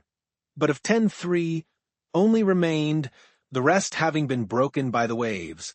I am fond of these jars, upon which perhaps misshapen, frightful monsters have fixed their cold, dull eyes, and in which myriads of small fish have slept, seeking a refuge from the pursuit of their enemies. Meanwhile, Danglars, who had cared little for curiosities, was mechanically tearing off the blossoms of a splendid orange tree, one after another. When he had finished with the orange tree, he began at the cactus, but this, not being so easily plucked as the orange tree, pricked him dreadfully. He shuddered, and rubbed his eyes as though awaking from a dream. "Sir," said Monte Cristo to him, "I do not recommend my pictures to you, who possess such splendid paintings, but nevertheless here are 2 by Hobbema, a Paul Potter, a Mieris, 2 by Gerard Dow, a Raphael, a Van Dyck, a Zurbrand, and 2 or 3 by Murillo, worth looking at." "Stay," said Debray. "I recognize this Hobbema." "Ah, indeed." "Yes, it was proposed for the museum." "Which, I believe, does not contain one," said Monte Cristo. "No, and yet they refused to buy it." "Why?" said Châteaurenaud. "You pretend not to." "No, because government was not rich enough." "Ah, pardon me," said Châteaurenaud. "I have heard of these things every day during the last 8 years, and I cannot understand them yet." "You will by and by," said Debray. "I think not," replied Châteaurenaud. Major Bartolomeo Cavalcanti and Count Andrea Cavalcanti announced Baptistin, a black satin stock, fresh from the maker's hands, gray mustaches, a bold, a major's uniform ornamented with 3 medals and 5 crosses. In fact, the thorough bearing of an old soldier. Such was the appearance of Major Bartolomeo Cavalcanti, that tender father with whom we are already acquainted.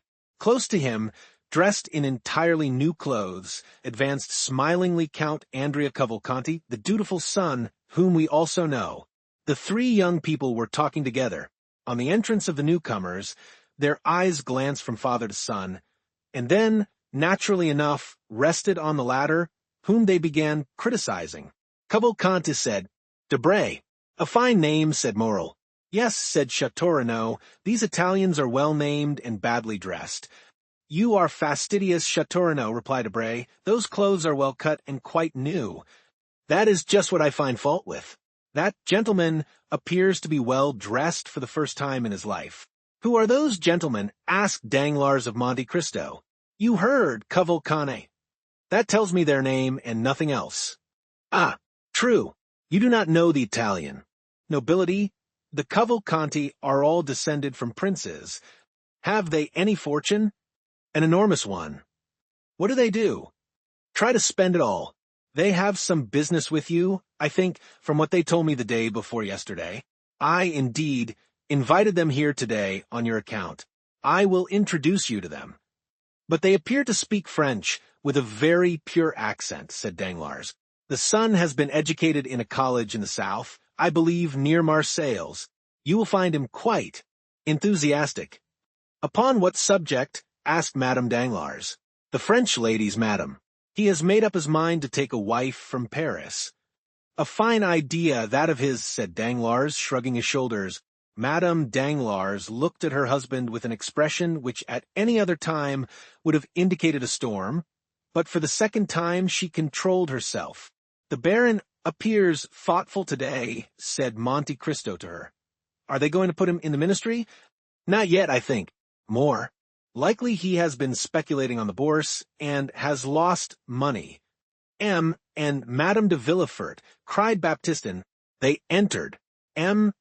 de Villefort, notwithstanding his self-control, was visibly affected, and when Monte Cristo touched his hand, he felt it tremble. Certainly, women alone know how to dissimulate, said Monte Cristo to himself, glancing at Madame Danglars, who was smiling on the procureur and embracing his wife.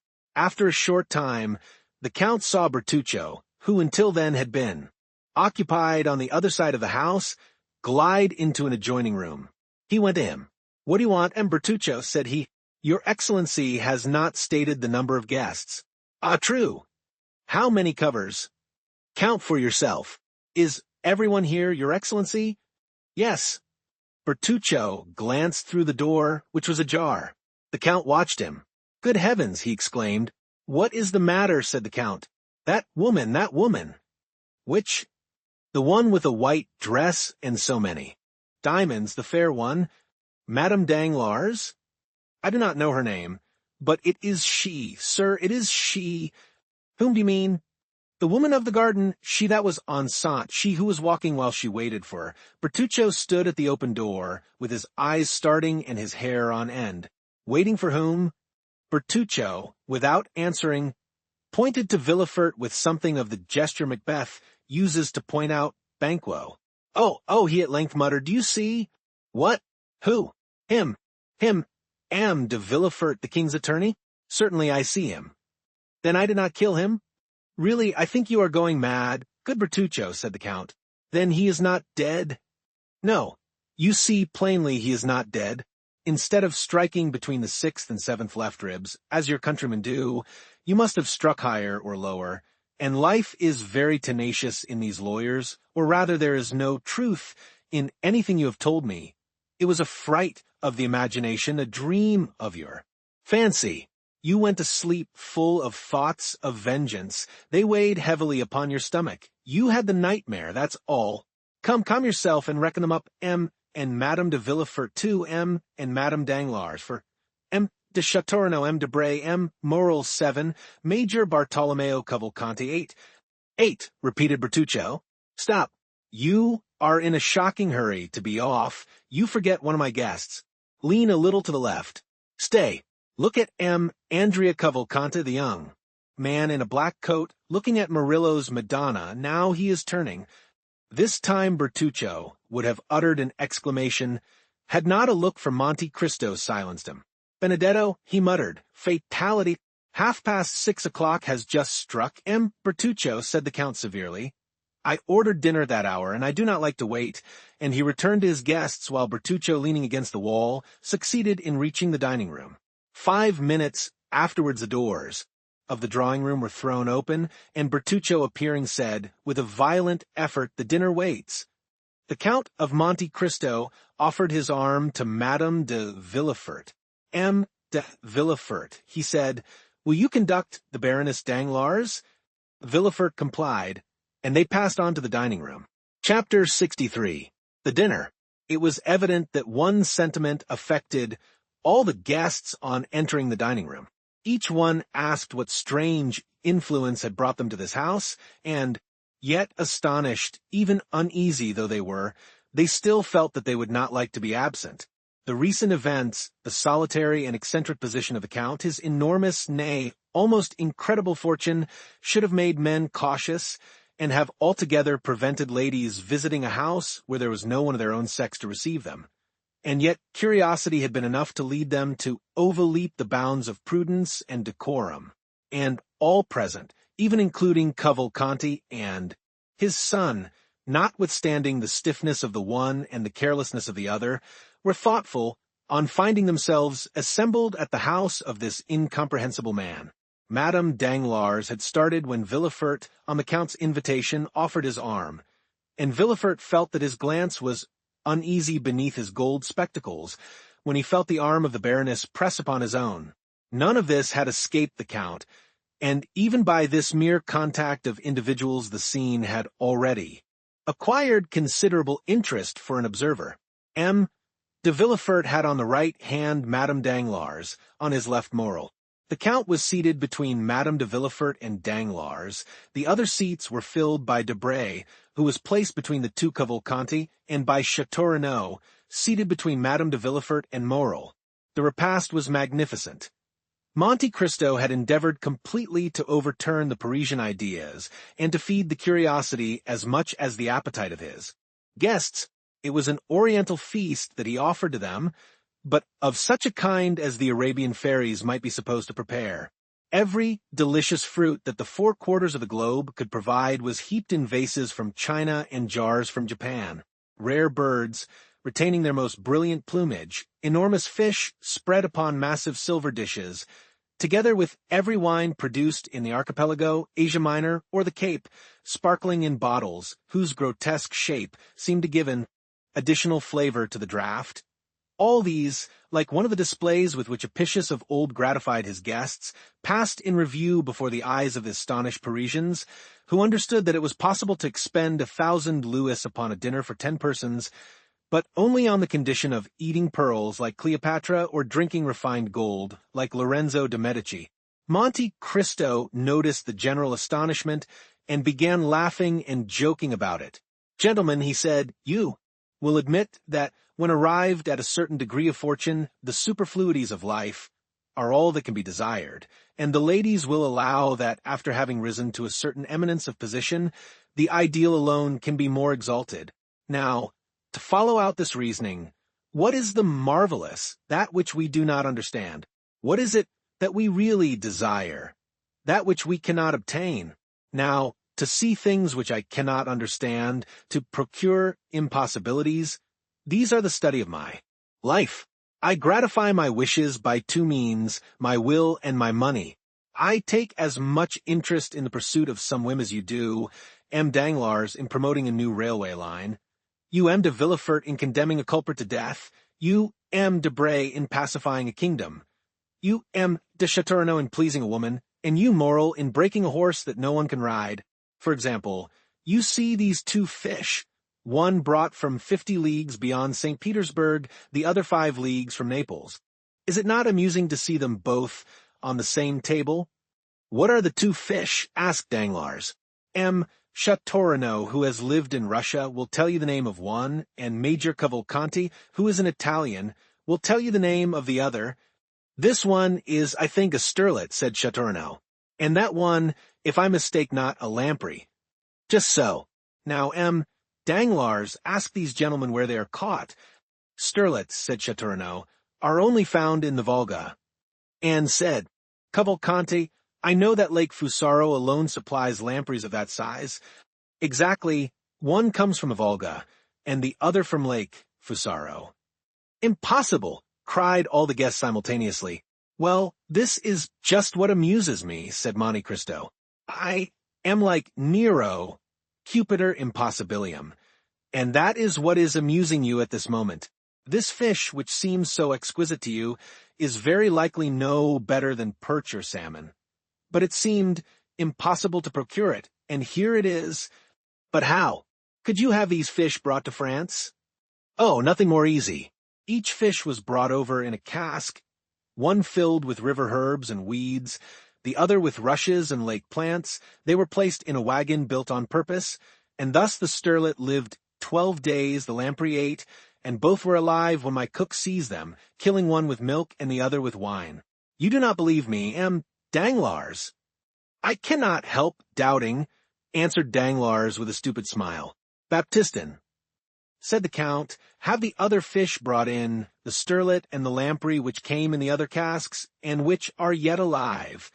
Danglars opened his bewildered eyes. The company clapped their hands. For servants carried in 2 casks covered with aquatic plants, and in each of which was breathing fish similar to those on the table. But why have 2 of each sort? Asked Danglars. Merely because one might have died, carelessly answered Monte Cristo. You are certainly an extraordinary man, said Danglars, and philosophers may well say it is a fine thing to be rich. And to have ideas, added Madame Danglars. Oh, do not give me credit for this, madam. It was done by the Romans who much esteemed them, and Pliny relates that they sent slaves from Ostia to Rome, who carried on their heads fish which he calls the mulus, and which, from the description, must probably be the goldfish. It was also considered a luxury to have them alive, it being an amusing sight to see them die, for when dying they change color 3 or 4 times, and like the rainbow when it disappears, pass through all the prismatic shades, after which they were sent to the kitchen. Their agony formed part of their merit. If they were not seen alive, they were despised when dead. Yes, said Debray, but then Ostia is only a few leagues from Rome. True, said Monte Cristo, but what would be the use of living 1800 years after Lucullus, if we can do no better than he could? The 2 Cavalcanti opened their enormous eyes, but had the good sense not to say anything. All this is very extraordinary, said Châteaurenaud. Still, what I admire the most, I confess, is the marvelous promptitude with which your orders are executed.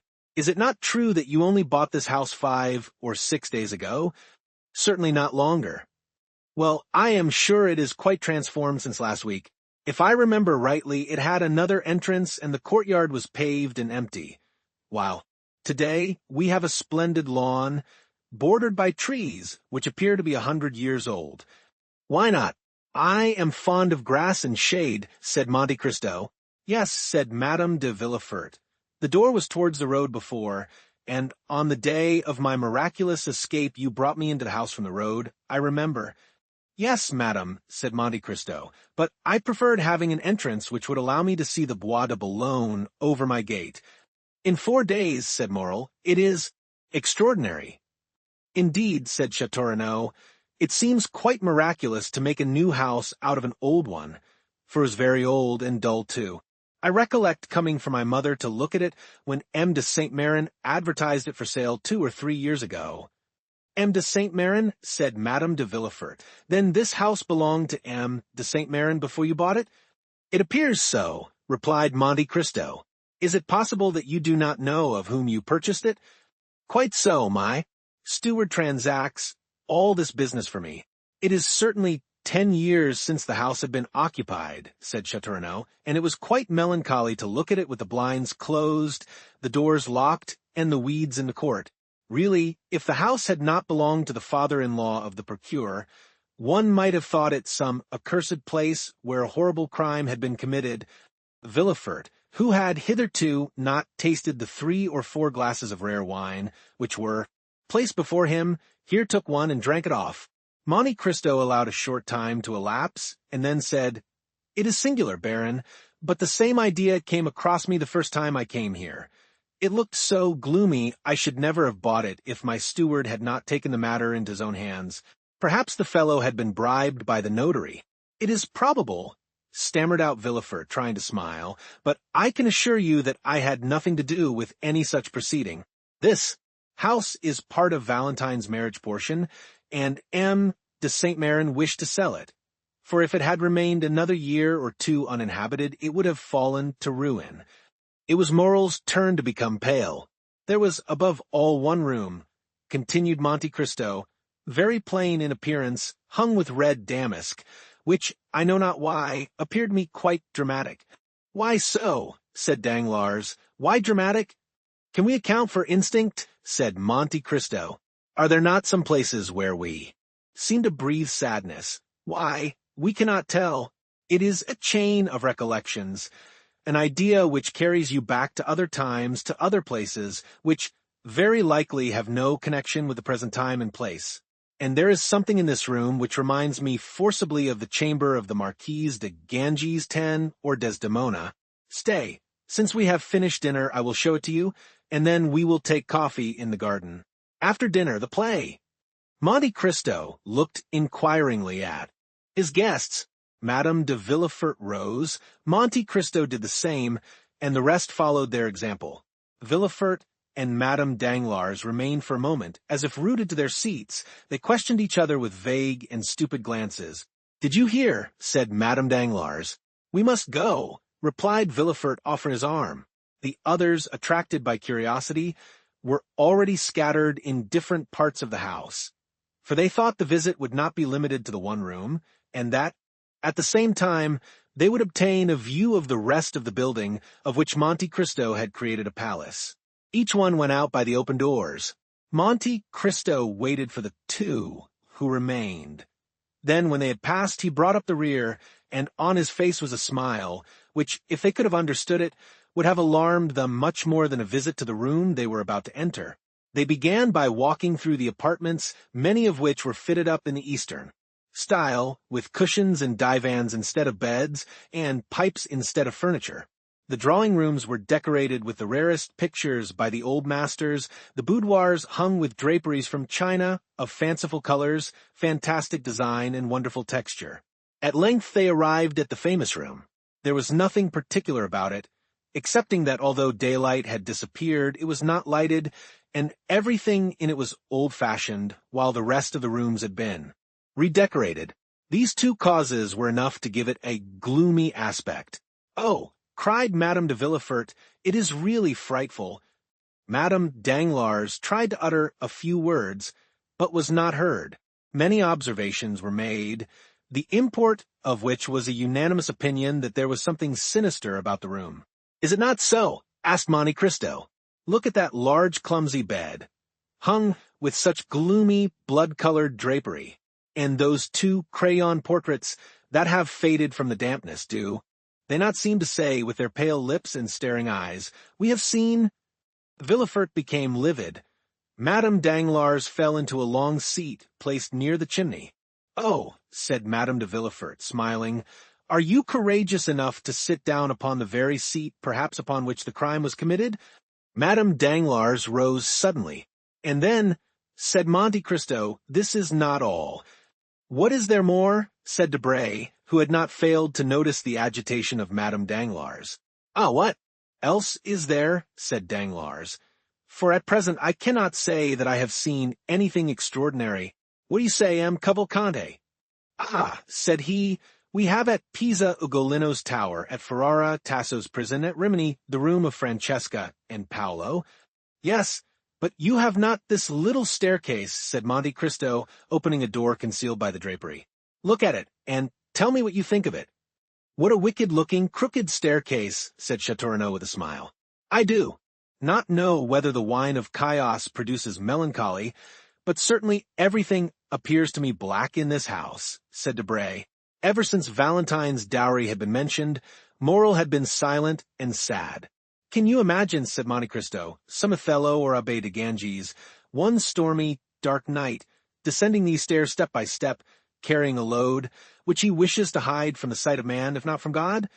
Madame Danglars half fainted on the arm of Villefort, who was obliged to support himself against the wall.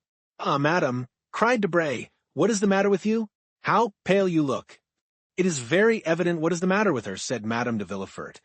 "M. de Monte Cristo is relating horrible stories to us, doubtless intending to frighten us to death." "Yes," said Villefort. "Really, Count, you frighten the ladies. What is the matter?" asked Debray in a whisper of Madame Danglars. "Nothing," she replied with a violent effort. "I want air, that is all." "Will you come into the garden?" said Debray, advancing towards a back staircase. "No, no," she answered. "I would rather remain here." "Are you really frightened, madame?" said Monte Cristo. "Oh, no, sir," said Madame Danglars, "but you suppose scenes in a manner which gives them the appearance of reality." "Ah, yes," said Monte Cristo, smiling. "It is all a matter of imagination." Why should we not imagine this the apartment of an honest mother? And this bed with red hangings, a bed visited by the goddess Lucina? And that mysterious staircase, the passage through which, not to disturb their sleep, the doctor and nurse pass, or even the father carrying the sleeping child? Here Madame Danglars, instead of being calmed by the soft picture, uttered a groan and fainted. Madame Danglars is ill, said Villefort. It would be better to take her to her carriage. Oh, mon Dieu, said Monte Cristo, and I have forgotten my smelling bottle. I have mine, said Madame de Villefort, and she passed over to Monte Cristo a bottle full of the same kind of red liquid whose good properties the Count had tested on Edward. Ah, said Monte Cristo, taking it from her hand. Yes, she said, at your advice I have made the trial. And have you succeeded? I think so. Madame Danglars was carried into the adjoining room. Monte Cristo dropped a very small portion of the red liquid upon her lips. She returned to consciousness. Ah, she cried, what a frightful dream. Villefort pressed her hand to let her know it was not a dream. They looked for M.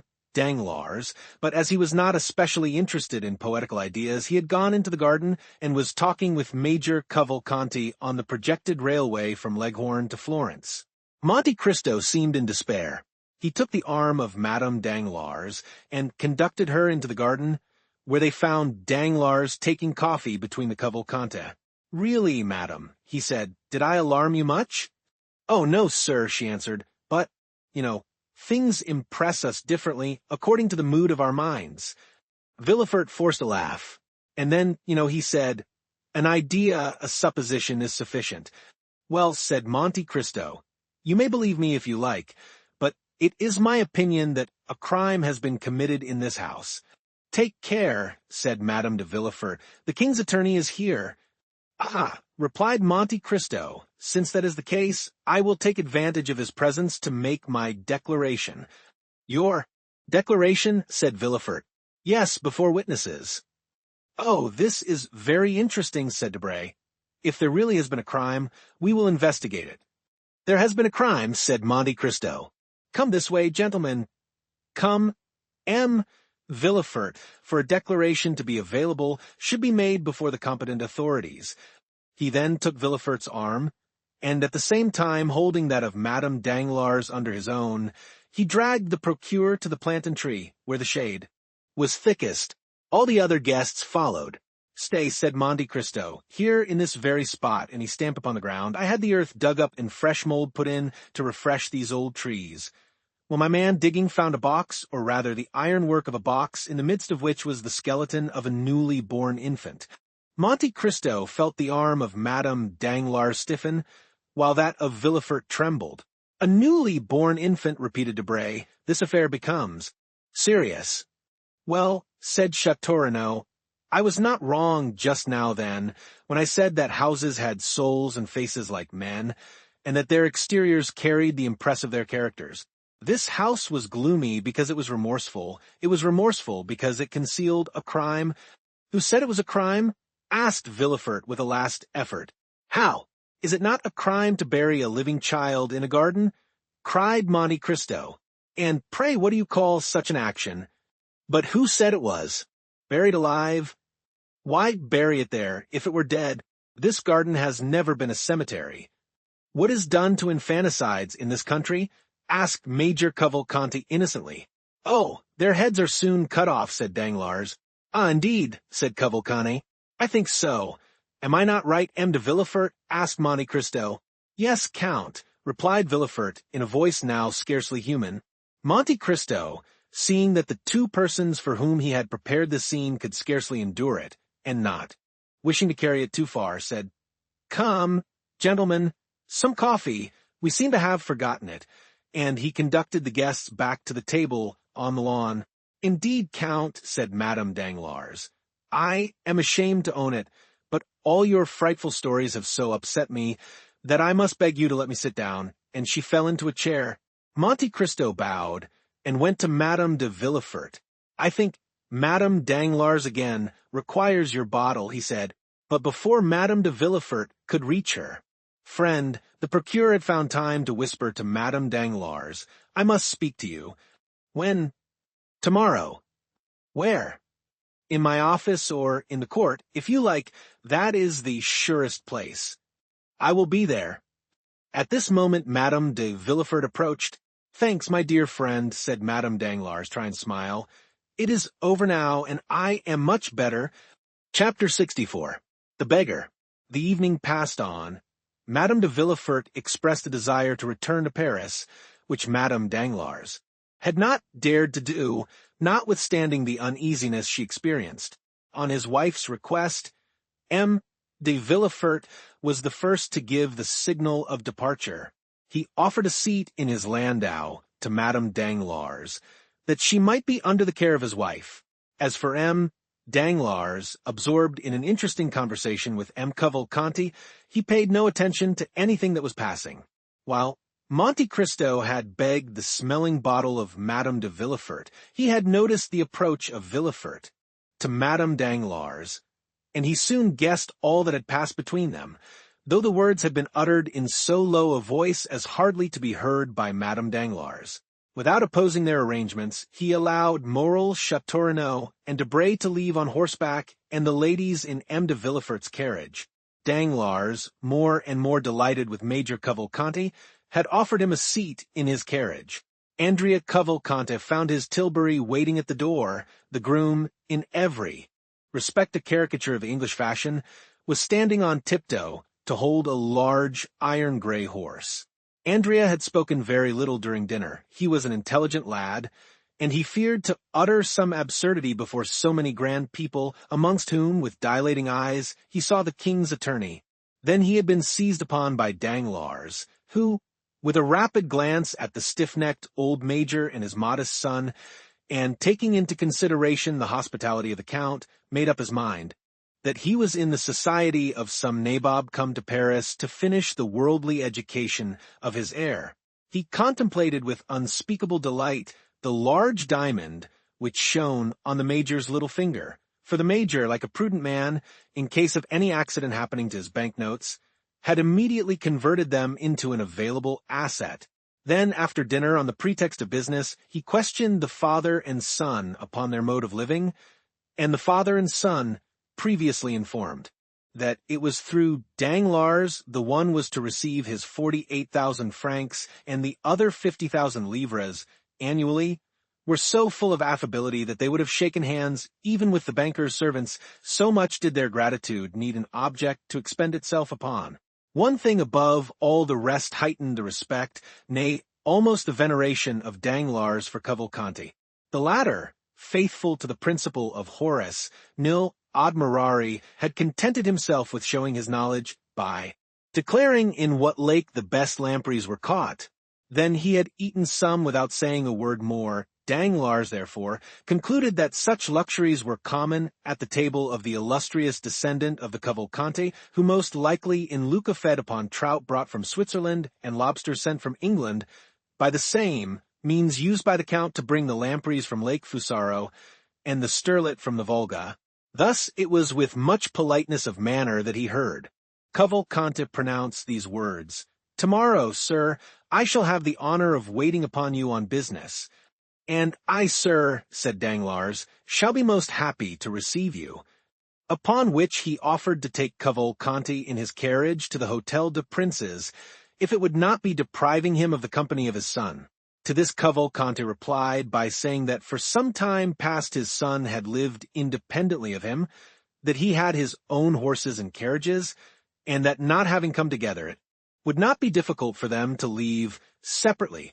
The major seated himself, therefore, by the side of Danglars, who was more and more charmed with the ideas of order and economy which ruled this man, and yet who, being able to allow his son 60,000 francs a year, might be supposed to possess a fortune of 500,000 or 600,000 livres.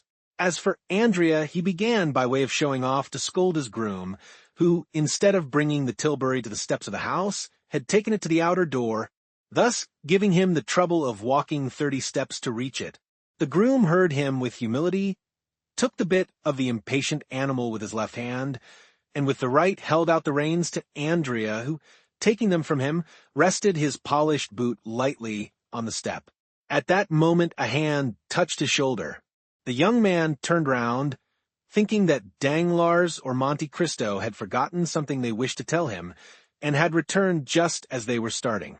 But instead of either of these, he saw nothing but a strange face, sunburnt, and encircled by a beard, with eyes brilliant as carbuncles, and a smile upon the mouth which displayed a perfect set of white teeth, pointed and sharp as the wolf's or jackal's. A red handkerchief encircled his gray head. Torn and filthy garments covered his large bony limbs, which seemed as though, like those of a skeleton, they would rattle as he walked, and the hand with which he leaned upon a young man's shoulder, and which was the first thing Andrea saw, seemed of gigantic size.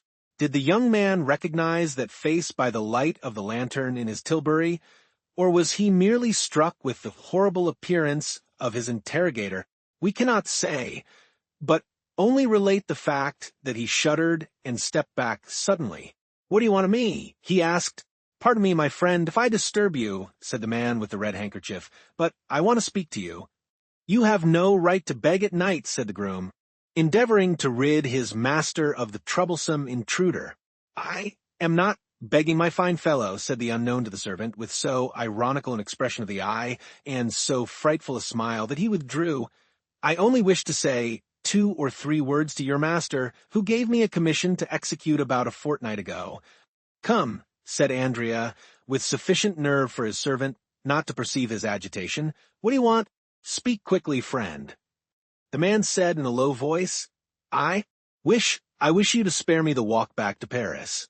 I am very tired, and as I have not eaten so good a dinner as you, I can scarcely stand." The young man shuddered at this strange familiarity. "Tell me," he said, "tell me what you want." "Well then, I want you to take me up in your fine carriage and carry me back." Andrea turned pale, but said nothing. "Yes," said the man, thrusting his hands into his pockets, and looking impudently at the youth. "I have taken the whim into my head. Do you understand, Master Benedetto?"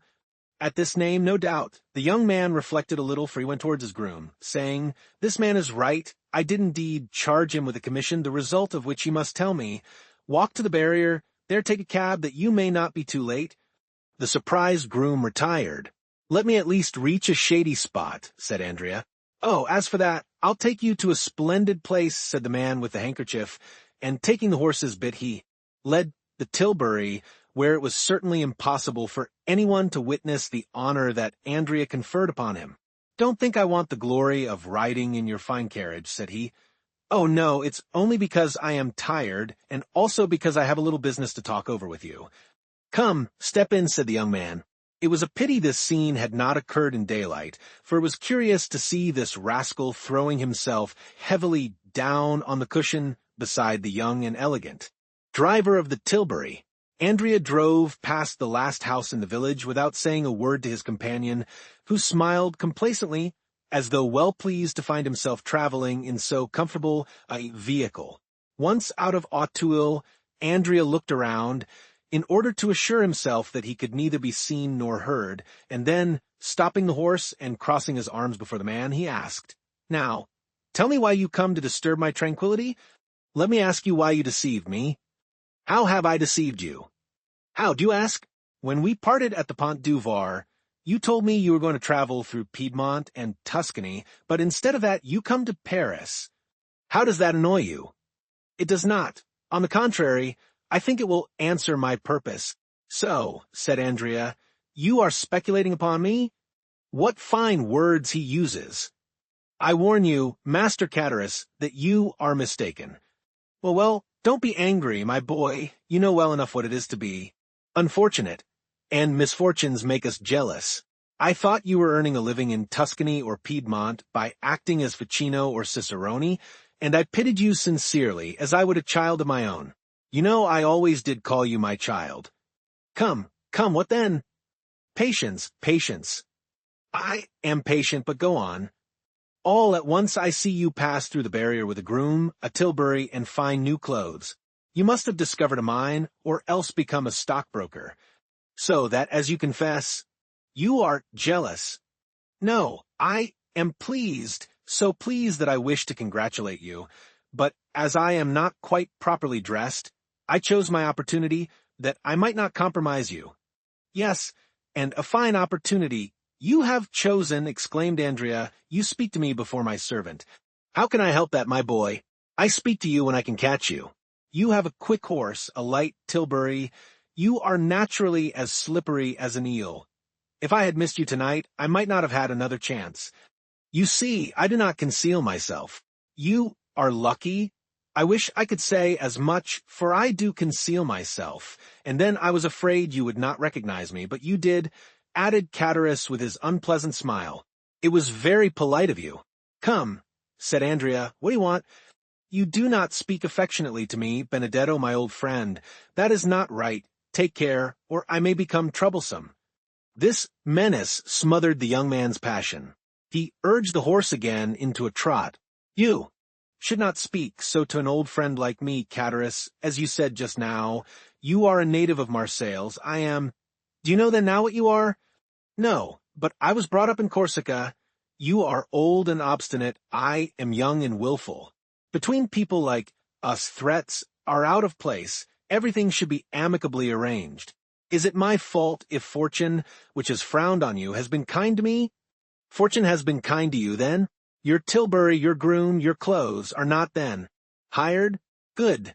So much the better, said Catullus, his eyes sparkling with avarice. Oh, you knew that well enough before speaking to me, said Andrea, becoming more and more excited. If I had been wearing a handkerchief like yours on my head, rags on my back, and worn-out shoes on my feet, you would not have known me. You wrong me, my boy. Now, I have found you. Nothing prevents my being as well-dressed as anyone, knowing, as I do, the goodness of your heart.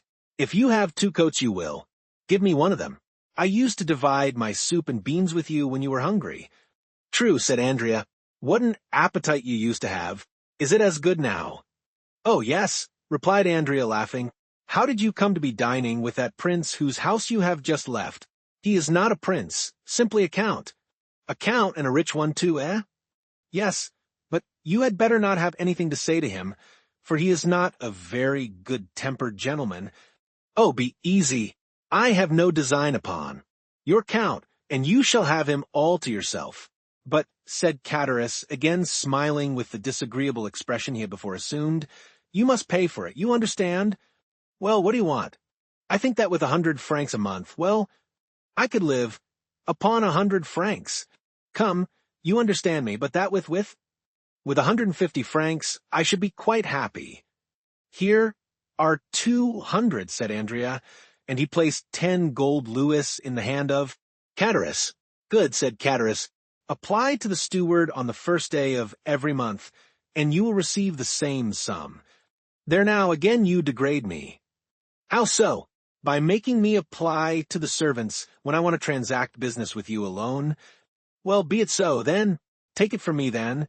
And so long at least as I receive my income, you shall be paid yours. Come. I always said you were a fine fellow, and it is a blessing when good fortune happens to such as you. But tell me all about it. Why do you wish to know? Asked Cavalcante. What? Do you again defy me? No. The fact is, I have found my father. What? A real father? Yes, so long as he pays me. You'll honor and believe him, that's right. What is his name? Major Cavalcante. Is he pleased with you? So far, I have appeared to answer his purpose. And who found this father for you? The Count of Monte Cristo. The man whose house you have just left? Yes. I wish you would try and find me a situation with him as grandfather, since he holds the money chest. Well, I will mention you to him. Meanwhile, what are you going to do? Yes, you. It is very kind of you to trouble yourself about me. Since you interest yourself in my affairs, I think it is now my turn to ask you some questions.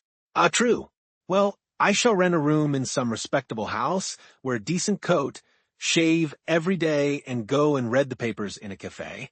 Then, in the evening, I shall go to the theater. I shall look like some retired baker. That is what I want. Come, if you will only put this scheme into execution, and be steady, nothing could be better.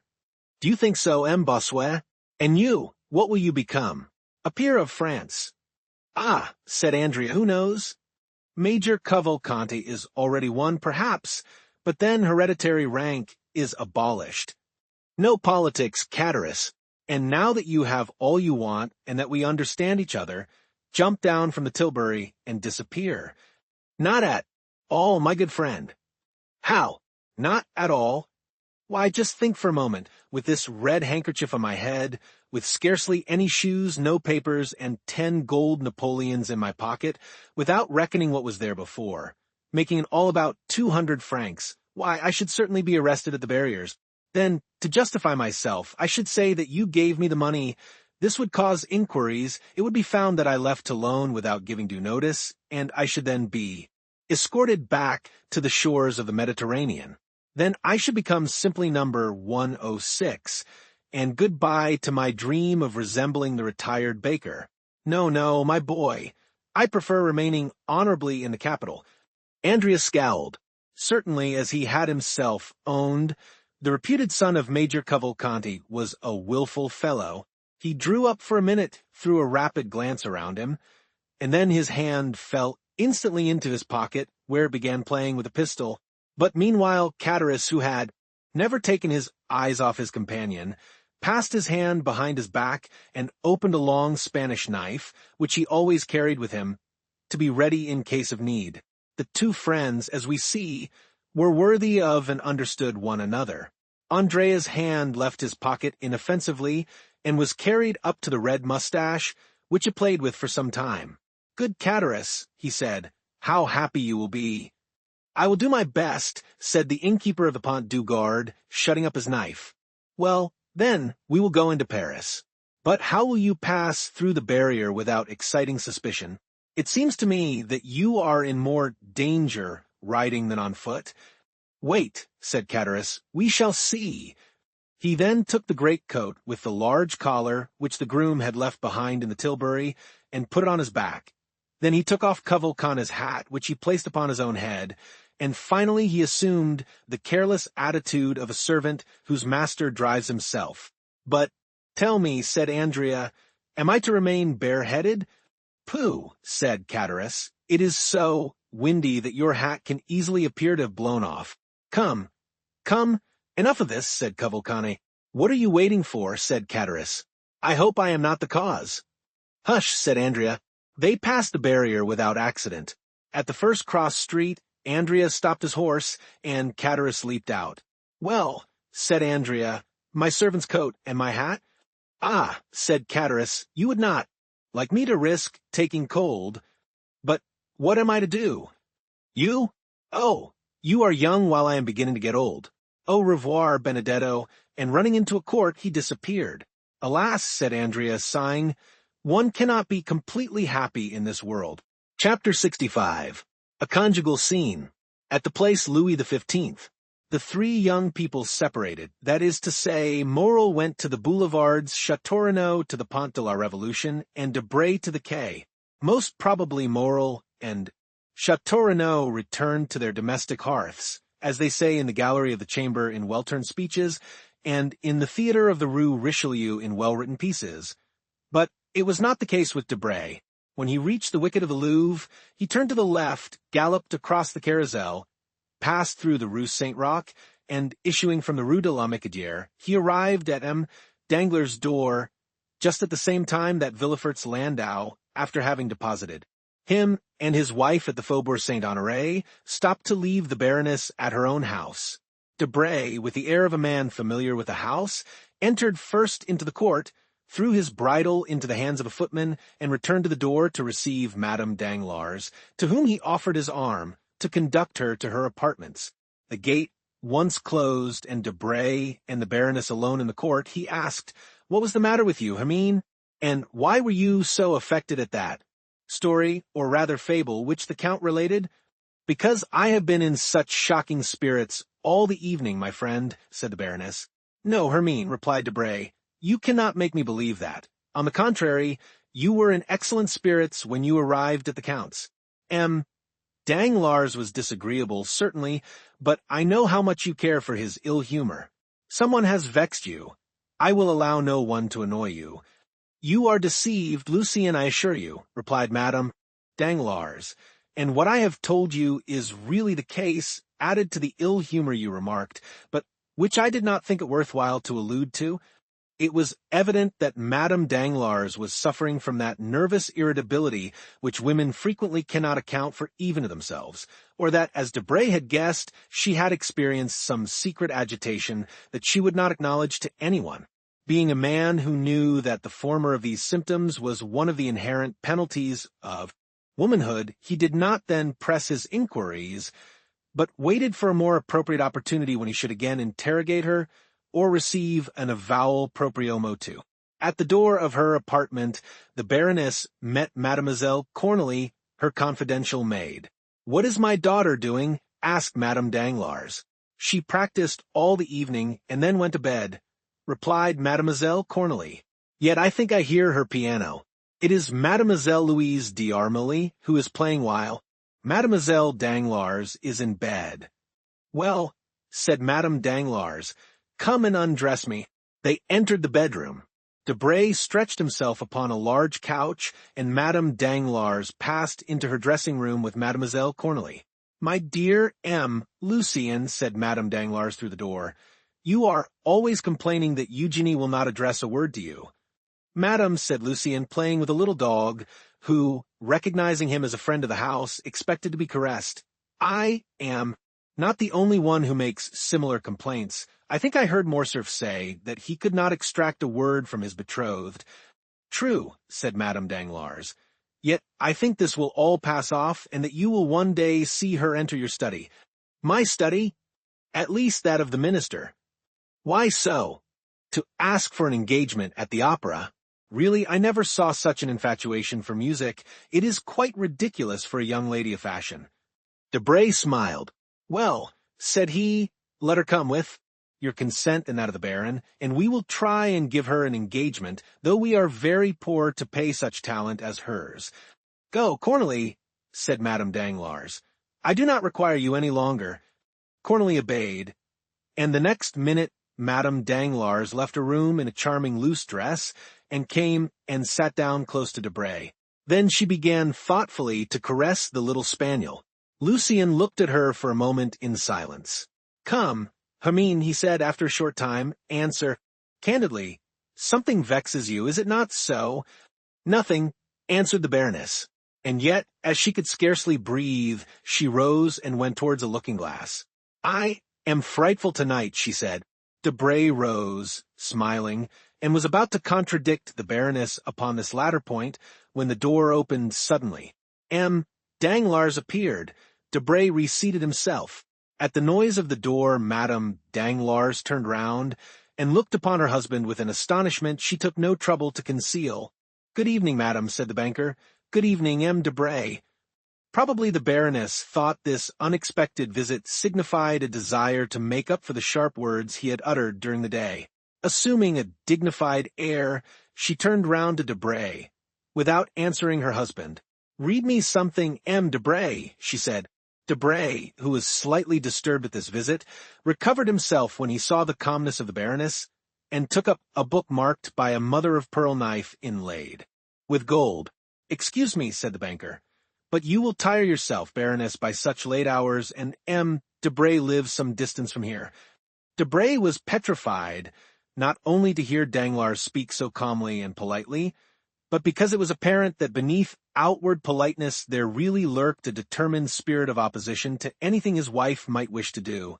The Baroness was also surprised, and showed her astonishment by a look which would doubtless have had some effect upon her husband if he had not been intently occupied with the paper, where he was looking to see the closing stock quotations. The result was that the proud look entirely failed of its purpose. "Lucien," said the Baroness, "I assure you I have no desire to sleep, and that I have 1,000 things to tell you this evening, which you must listen to, even though you slept while hearing me." "I am at your service, madam," replied Lucien coldly. "My dear Debray," said the banker, "do not kill yourself tonight, listening to the follies of Madame Danglars, for you can hear them as well tomorrow. But I claim tonight and will devote it if you will allow me to talk over some serious matters with my wife. This time the blow was so well aimed and hit so directly that Lucien and the Baroness were staggered, and they interrogated each other with their eyes, as if to seek help against this aggression. But the irresistible will of the master of the house prevailed, and the husband was victorious. "Do not think I wish to turn you out, my dear Debray," continued Danglars. "Oh, no, not at all. An unexpected occurrence forces me to ask my wife to have a little conversation with me. It is so rarely I make such a request. I am sure you cannot grudge it to me." Debray muttered something, bowed, and went out, knocking himself against the edge of the door, like Nathan in Athalie. "It is extraordinary," he said, when the door was closed behind him, "how easily these husbands, whom we ridicule, gain an advantage over us." Lucien having left, Danglars took his place on the sofa, closed the open book, and placing himself in a dreadfully dictatorial attitude, he began playing with the dog.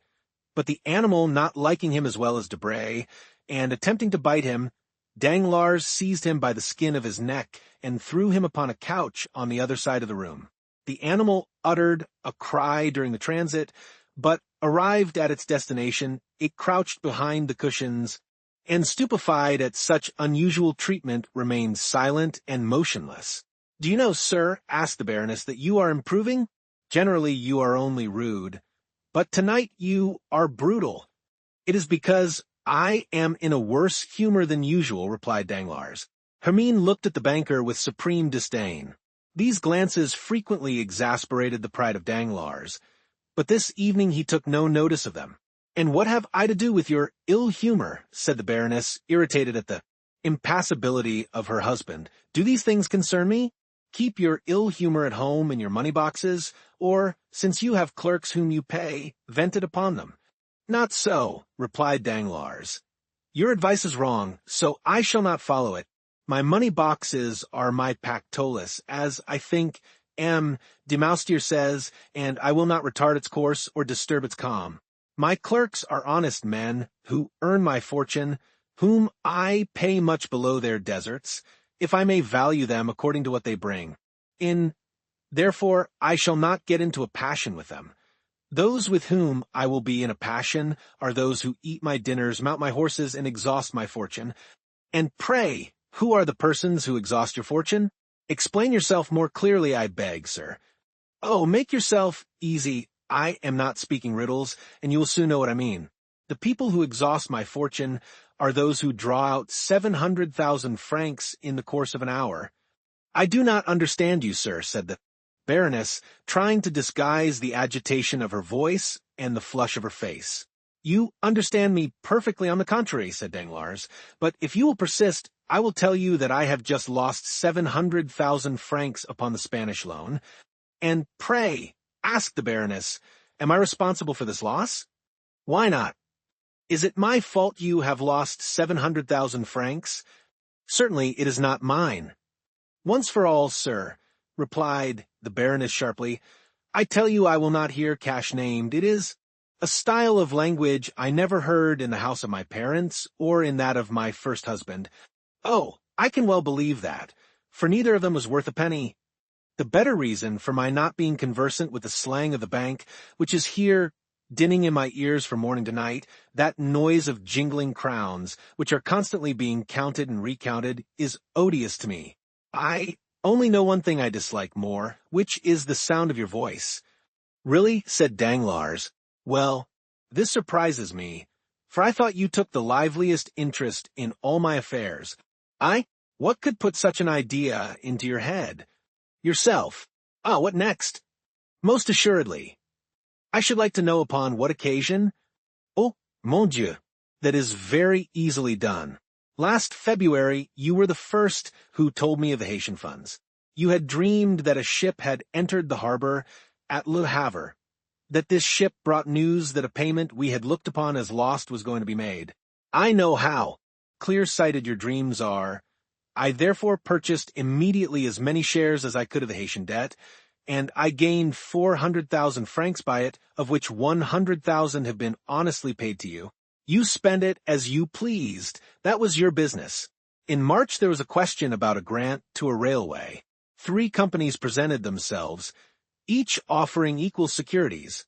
You told me that your instinct, and although you pretend to know nothing about speculations, I think on the contrary that your comprehension is very clear upon certain affairs. Well, you told me that your instinct led you to believe the grant would be given to the company called the Southern. I bought 2/3 of the shares of that company. As you had foreseen, the shares trebled in value, and I picked up 1 million from which 250,000 francs were paid to you for pin money. How have you spent this 250,000 francs? It is no business of mine. When are you coming to the point? Cried the Baroness, shivering with anger and impatience. Patience, madam. I am coming to it. That's fortunate. In April you went to dine at the minister's. You heard a private conversation respecting Spanish affairs on the expulsion of Don Carlos. I bought some Spanish shares.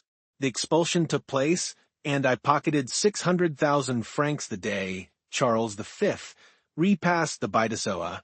Of these 600,000 francs, you took 50,000 crowns.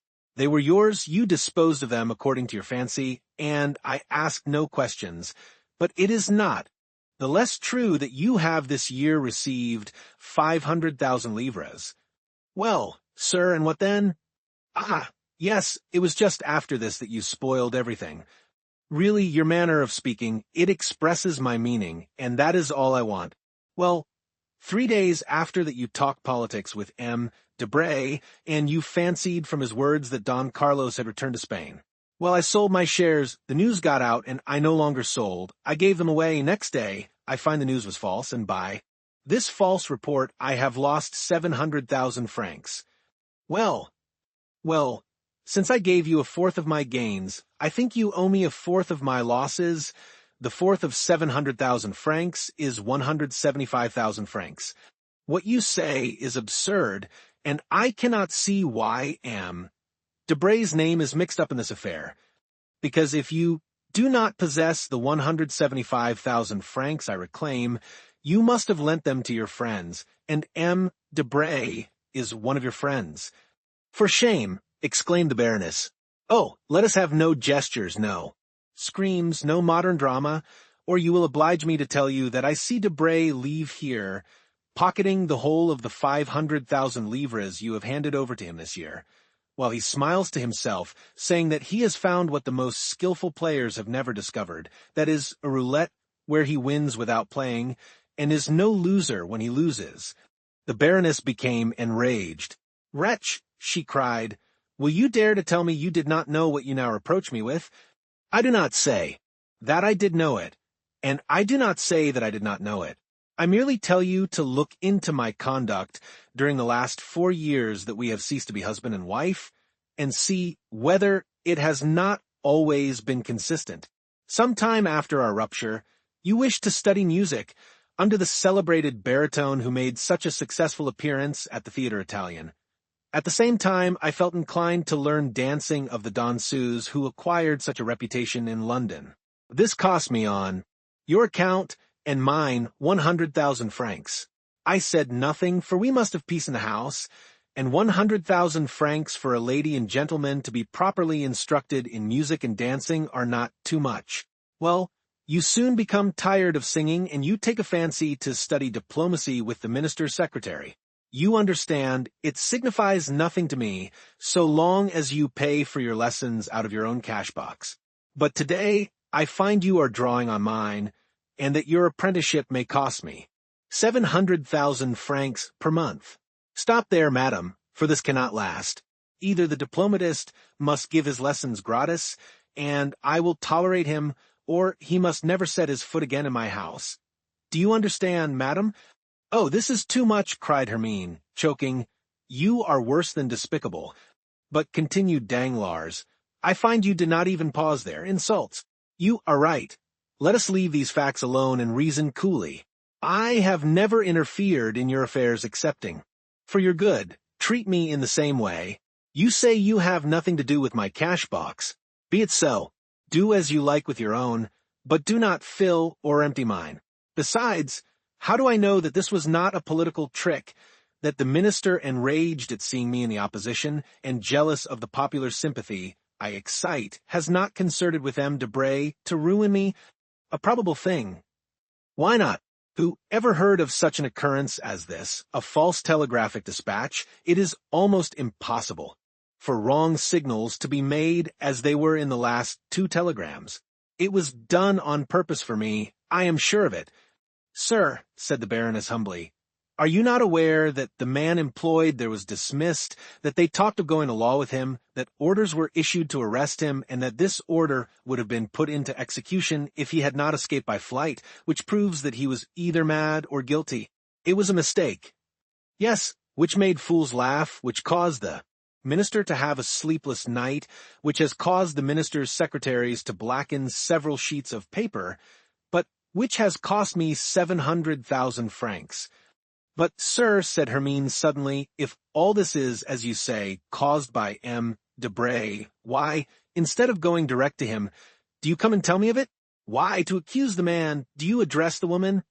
Do I know M. Debray? Do I wish to know him? Do I wish to know that he gives advice? Do I wish to follow it? Do I speculate? No, you do all. This, not I. Still, it seems to me that, as you profit by it, Danglars shrugged his shoulders. Foolish creature, he exclaimed. Women fancy they have talent, because they have managed 2 or 3 intrigues without being the talk of Paris. But know that if you had even hidden your irregularities from your husband, who has but the commencement of the art, for generally husbands will not see, you would then have been but a faint imitation of most of your friends among the women of the world. But it has not been so with me. I see and always have seen during the last 16 years. You may perhaps have hidden a thought, but not a step, not an action, not a fault has escaped me, while you flattered yourself upon your address, and firmly believed you had deceived me. What has been the result? That, thanks to my pretended ignorance, there is none of your friends, from M. de Villefort to M. Debray, who has not trembled before me. There is not one who has not treated me as the master of the house, the only title I desire with respect to you. There is not one, in fact, who would have dared to speak of me as I have spoken of them this day. I will allow you to make me hateful, but I will prevent your rendering me ridiculous, and above all, I forbid you to ruin me. The Baroness had been tolerably composed until the name of Villefort had been pronounced, but then she became pale, and rising as if touched by a spring, she stretched out her hands as though conjuring an apparition. She then took 2 or 3 steps towards her husband, as though to tear the secret from him of which he was ignorant or which he withheld from some odious calculation. Odious, as all his calculations were. M. de Villefort, what do you mean? I mean that M. de Nargonne, your first husband, being neither a philosopher nor a banker, or perhaps being both, and seeing there was nothing to be got out of a king's attorney, died of grief or anger at finding, after an absence of 9 months, that you had been enceinte 6. I am brutal. I not only allow it, but boast of it. It is one of the reasons of my success in commercial business. Why did he kill himself instead of you? Because he had no cash to save. My life belongs to my cash. M. Debray has made me lose 700,000 francs. Let him bear his share of the loss, and we will go on as before. If not, let him become bankrupt for the 250,000 livres, and do as all bankrupts do, disappear. He is a charming fellow, I allow, when his news is correct, but when it is not, there are 50 others in the world who would do better than he. Madame Danglars was rooted to the spot. She made a violent effort to reply to this last attack, but she fell upon a chair thinking of Villefort, of the dinner scene, of the strange series of misfortunes which had taken place in her house during the last few days, and changed the usual calm of her establishment to a scene of scandalous debate. Danglars did not even look at her, though she did. Her best to faint. He shut the bedroom door after him, without adding another word, and returned to his apartments. And when Madame Danglars recovered from her half-fainting condition, she could almost believe that she had had a disagreeable dream. Chapter 66. Matrimonial Projects. The day following this scene, at the hour Debray usually chose to pay a visit to Madame Danglars on his way to his office, his coupe did not appear. At this time, that is, about 12:30, madam. Danglars ordered her carriage and went out. Danglars, hidden behind a curtain, watched the departure he had been waiting for. He gave orders that he should be informed as soon as Madame Danglars appeared.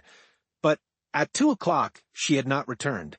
He then called for his horses, drove to the chamber, and inscribed his name to speak against the budget. From 12 to 2 o'clock Danglars had remained in his study, unsealing his dispatches and becoming more and more sad, every minute heaping, figure upon figure, and receiving, among other visits, one from Major Cavalcanti, who, as stiff and exact as ever, presented himself precisely at the hour named the night before to terminate his business with the banker. On leaving the chamber, Danglars, who had shown violent marks of agitation during the sitting, and been more bitter than ever against the ministry, re-entered his carriage, and told the coachman to drive to the Avenue de Champs-Élysées, number 30. Monte Cristo was at home, only he was engaged with someone and begged Danglars to wait for a moment in the drawing-room. While the banker was waiting in the anteroom, the door opened, and a man dressed as an abbé, and doubtless more familiar with the house than he was, came in and instead of waiting, merely bowed, passed on to the farther apartments, and disappeared. A minute after the door by which the priest had entered reopened, and Monte Cristo appeared. "Pardon me," said he, "my dear Baron, but one of my friends, the Abbé Busoni, whom you perhaps saw pass by, has just arrived in Paris. Not having seen him for a long time, I could not make up my mind to leave him sooner. So, I hope this will be sufficient reason for my having made you wait." "Nay," said Danglars, "it is my fault. I have chosen my visit at a wrong time, and will retire." "Not at all. On the contrary, be seated. But what is the matter with you? You look careworn. Really, you alarm me. Melancholy in a capitalist, like the appearance of a comet, presages some misfortune to the world." "I have been in ill luck for several days," said Danglars, "and I have heard nothing but bad news." "Ah, indeed," said Monte Cristo. "Have you had another fall at the Bourse?" "No. I am safe for a few days at least. I am only annoyed about a bankrupt of Trieste." "Really? Does it happen to be Jacopo Manfredi?" "Exactly so. Imagine a man who has transacted business with me for I don't know how long, to the amount of 800,000 or 900,000 francs during the year. Never a mistake or delay. A fellow who paid like a prince. Well, I was 1,000,000 in advance with him, and now my fine Jacopo Manfredi suspends payment. Really? It is an unheard-of fatality. I draw upon him for 600,000 francs, my bills are returned unpaid, and more than that, I hold bills of exchange signed by him to the value of 400,000 francs, payable at his correspondence in Paris at the end of this month. Today is the 30th. I present them, but my correspondent has disappeared. This, with my Spanish affairs, made a pretty end to the month." "Then you really lost by that affair in Spain?" "Yes. Only 700,000 francs out of my cash box, nothing more." "Why? How could you make such a mistake, such an old stager?" "Oh, it is all my wife's fault. She dreamed Don Carlos had returned to Spain. She believes in dreams. It is magnetism, she says, and when she dreams a thing it is sure to happen, she assures me. On this conviction, I allow her to speculate, she having her bank and her stockbroker. She speculated and lost. It is true, she speculates with her own money, not mine. Nevertheless, you can understand that when 700,000 francs leave the wife's pocket, the husband always finds it out. But do you mean to say you have not heard of this?" "Why, the thing has made a tremendous noise." "Yes, I heard it spoken of, but I did not know the details, and then no one can be more ignorant than I am of the affairs in the Bourse." "Then you do not speculate?" How could I speculate when I already have so much trouble in regulating my income? I should be obliged, besides my steward, to keep a clerk and a boy. But touching these Spanish affairs, I think that the Baroness did not dream the whole of the Don Carlos matter. The papers said something about it, did they not?" "Then you believe the papers?" Not the least in the world. Only I fancied that the honest Messager was an exception to the rule, and that it only announced telegraphic dispatches. "Well, that's what puzzles me," replied Danglars. "The news of the return of Don Carlos was brought by telegraph. So that, said Monte Cristo, you have lost nearly 1,700,000 francs this month. Not nearly, indeed. That is exactly my loss.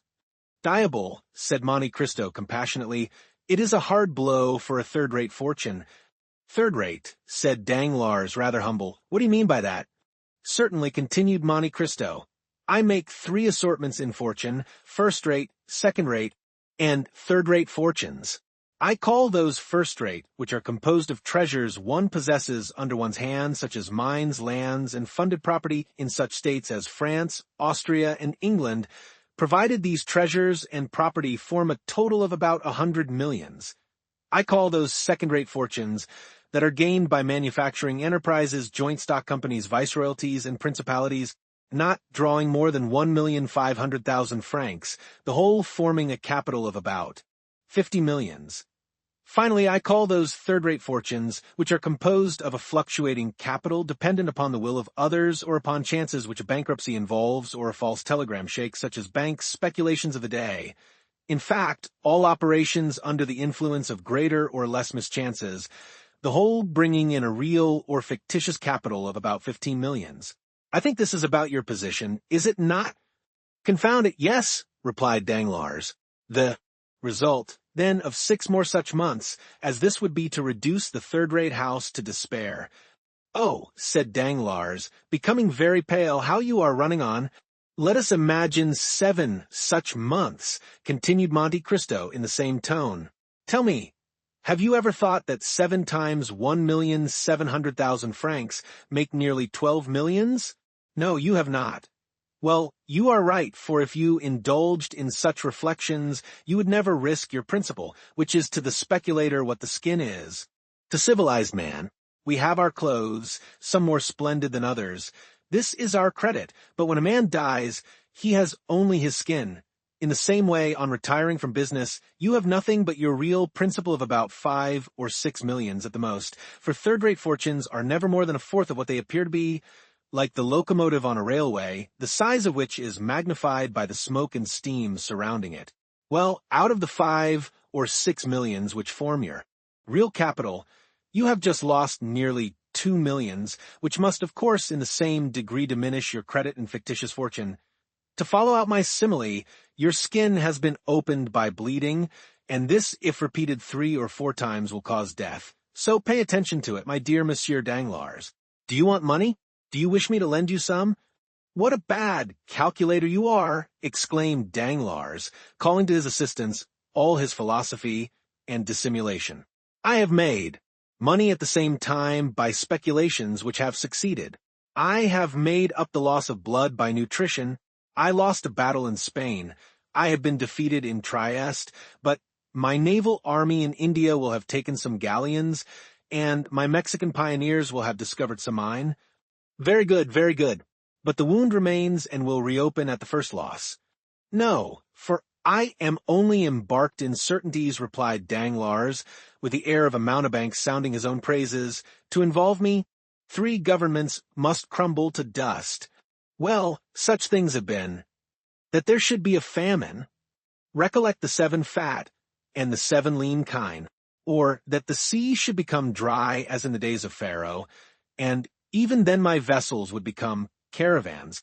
So much the better. I congratulate you, my dear Danglars, said Monte Cristo. I see I was deceived, and that you belong to the class of second-rate fortunes. I think I may aspire to that honor, said Danglars with a smile, which reminded Monte Cristo of the sickly moons which bad artists are so fond of daubing into their pictures of ruins. But while we are speaking of business, Danglars added, pleased to find an opportunity of changing the subject. Tell me what I am to do for Cavalcanti. Give him money if he is recommended to you, and the recommendation seems good. Excellent. He presented himself this morning with a bond of 40,000 francs, payable at sight, on you, signed by Busoni and returned by you to me, with your endorsement. Of course, I immediately counted him over the 40 banknotes. Monte Cristo nodded his head in token of assent. But that is not all, continued Danglars. He has opened an account with my house for his son. May I ask how much he allows the young man? 5,000 francs per month. 60,000 francs per year. I thought I was right in believing that Cavalcante to be a stingy fellow. How can a young man live upon 5,000 francs a month? But you understand that if the young man should want a few thousands more, do not advance it. The father will never repay it.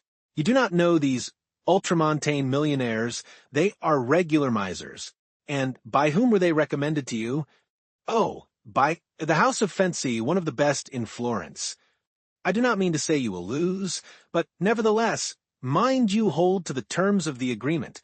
Would you not trust the Cavalcante? I would advance 10 millions on his signature. I was only speaking in reference to the second-rate fortunes we were mentioning just now. And with all this, how unassuming he is. I should never have taken him for anything more than a mere major. And you would have flattered him, for certainly, as you say, he has no manner. The first time I saw him, he appeared to me like an old lieutenant who had grown moldy under his epaulettes. But all the Italians are the same. They are like old Jews when they are not glittering in oriental splendor. The young man is. Better, said Danglars. Yes, a little nervous, perhaps, but upon the whole, he appeared tolerable. I was uneasy about him. Why? Because you met him at my house just after his introduction into the world, as they told me.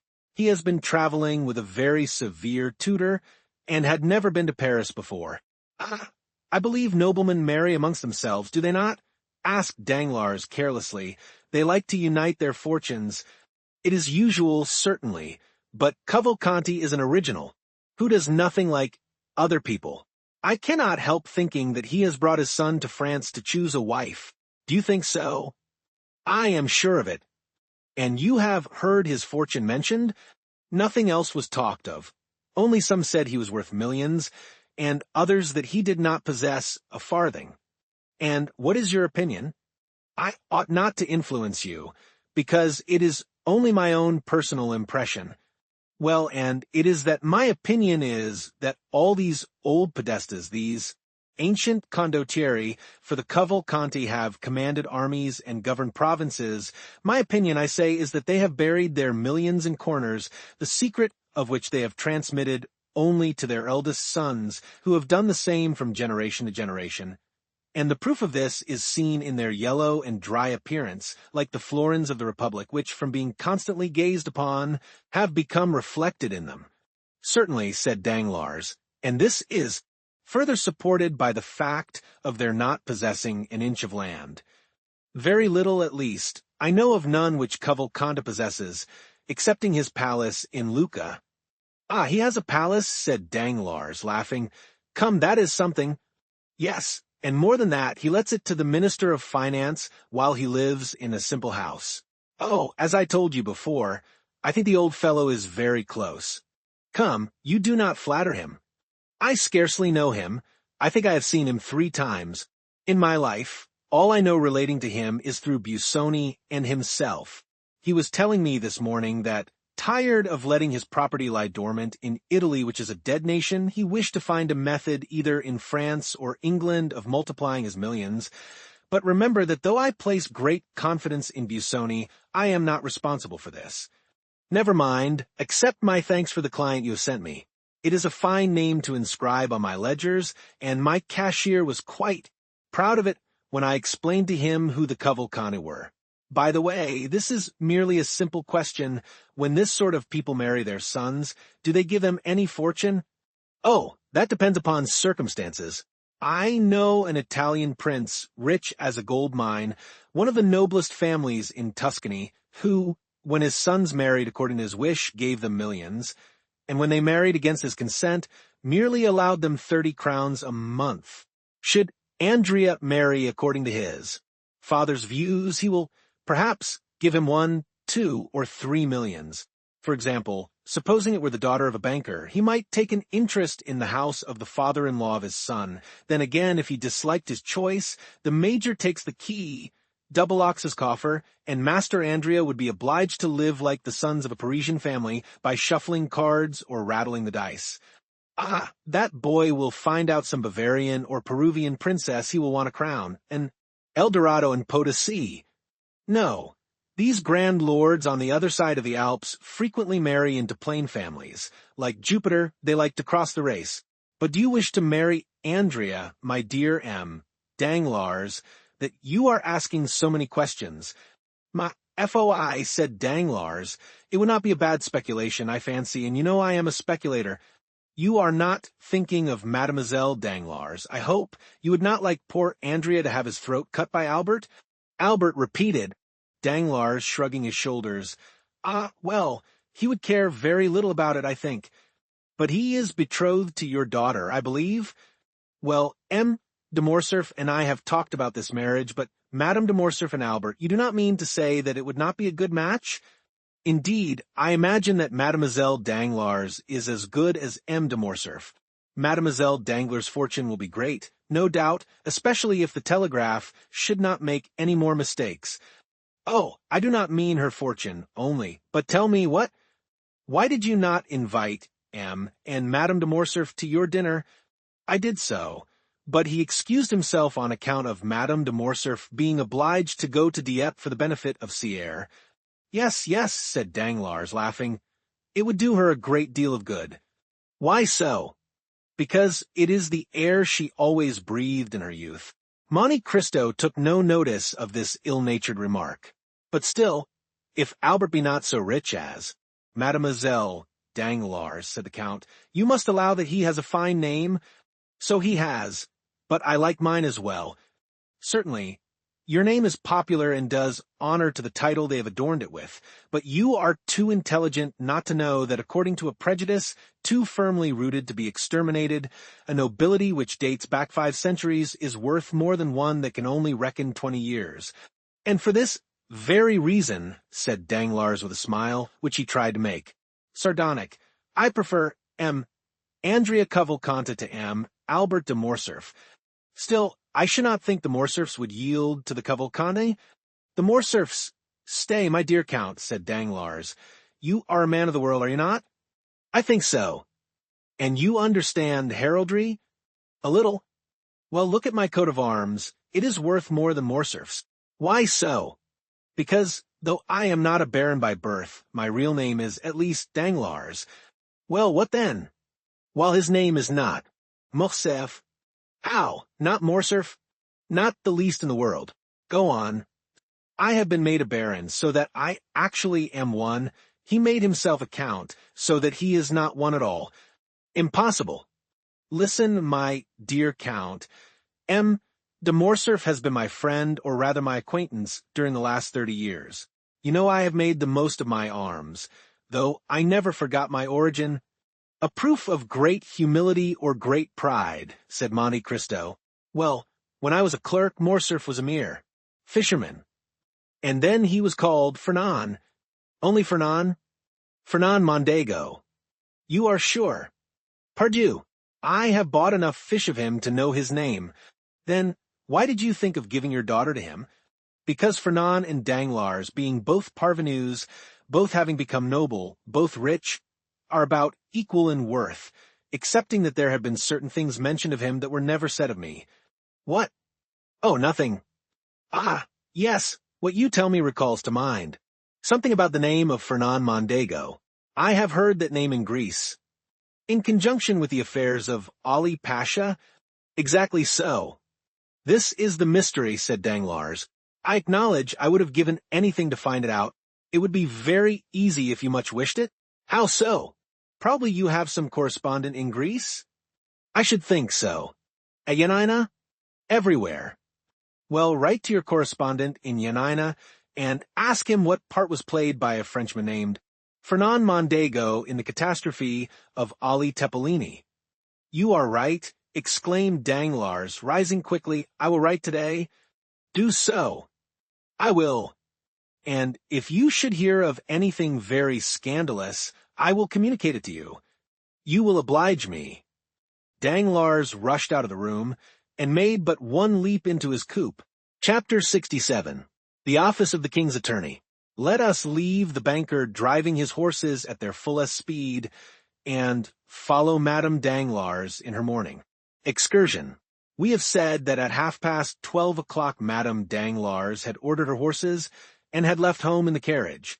She directed her course towards the Faubourg Saint-Germain, went down the Rue Mazarine, and stopped at the Passage du Pont-Neuf. She descended and went through the passage. She was very plainly dressed, as would be the case with a woman of taste walking in the morning. At the Rue Guénégaud she called a cab and directed the driver to go to the Rue de Harley. As soon as she was seated in the vehicle, she drew from her pocket a very thick black veil, which she tied on to her straw bonnet. She then replaced the bonnet and saw with pleasure, in a little pocket mirror, that her white complexion and brilliant eyes were alone visible. The cab crossed the Pont-Neuf and entered the Rue de Harley by the Place Dauphine. The driver was paid as the door opened, and stepping lightly up the stairs, Madame Danglars soon reached the Salle de Papardoux. There was a great deal going on that morning, and many businesslike persons at the Palais. Businesslike persons pay very little attention to women, and Madame Danglars crossed the hall without exciting any more attention than any other woman calling upon her lawyer. There was a great press of people in M. de Villefort's antechamber, but Madame Danglars had no occasion even to pronounce her name. The instant she appeared, the doorkeeper rose, came to her, and asked her whether she was not the person with whom the procureur had made an appointment, and on her affirmative answer being given, he conducted her by a private passage to M. de Villefort's office.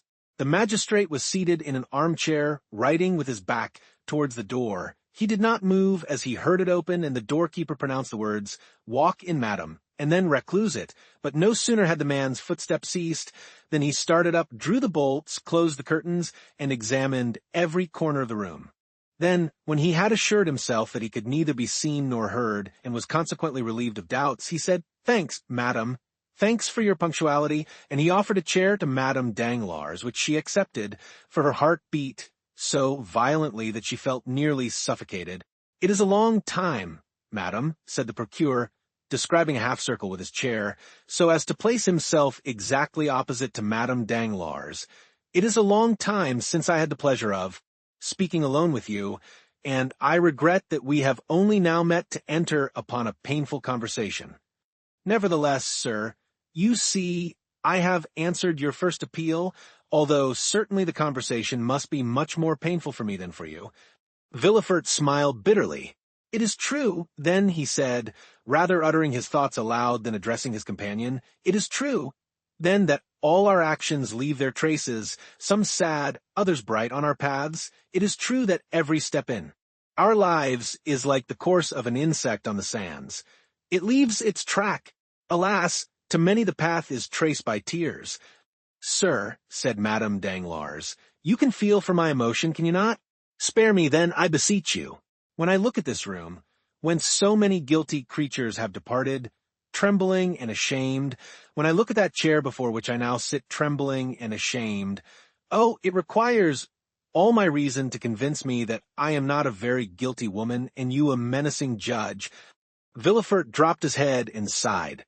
"And he said, I feel that my place is not in the judge's seat, but on the prisoner's bench." "You," said Madame Danglars.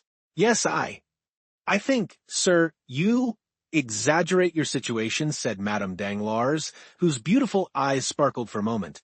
"The paths of which you were just speaking have been traced by all young men of ardent imaginations. Besides the pleasure, there is always remorse from the indulgence of our passions, and after all, what have you men to fear from all this? The world excuses, and notoriety ennobles you." "Madam," replied Villefort, "you know that I am no hypocrite, or at least that I never deceive without a reason. If my brow be severe, it is because many misfortunes have clouded it. If my heart be petrified, it is that it might sustain the blows it has received. I was not so in my youth, I was not so on the night of the betrothal, when we were all seated around a table in the Rue du Cours at Marseilles.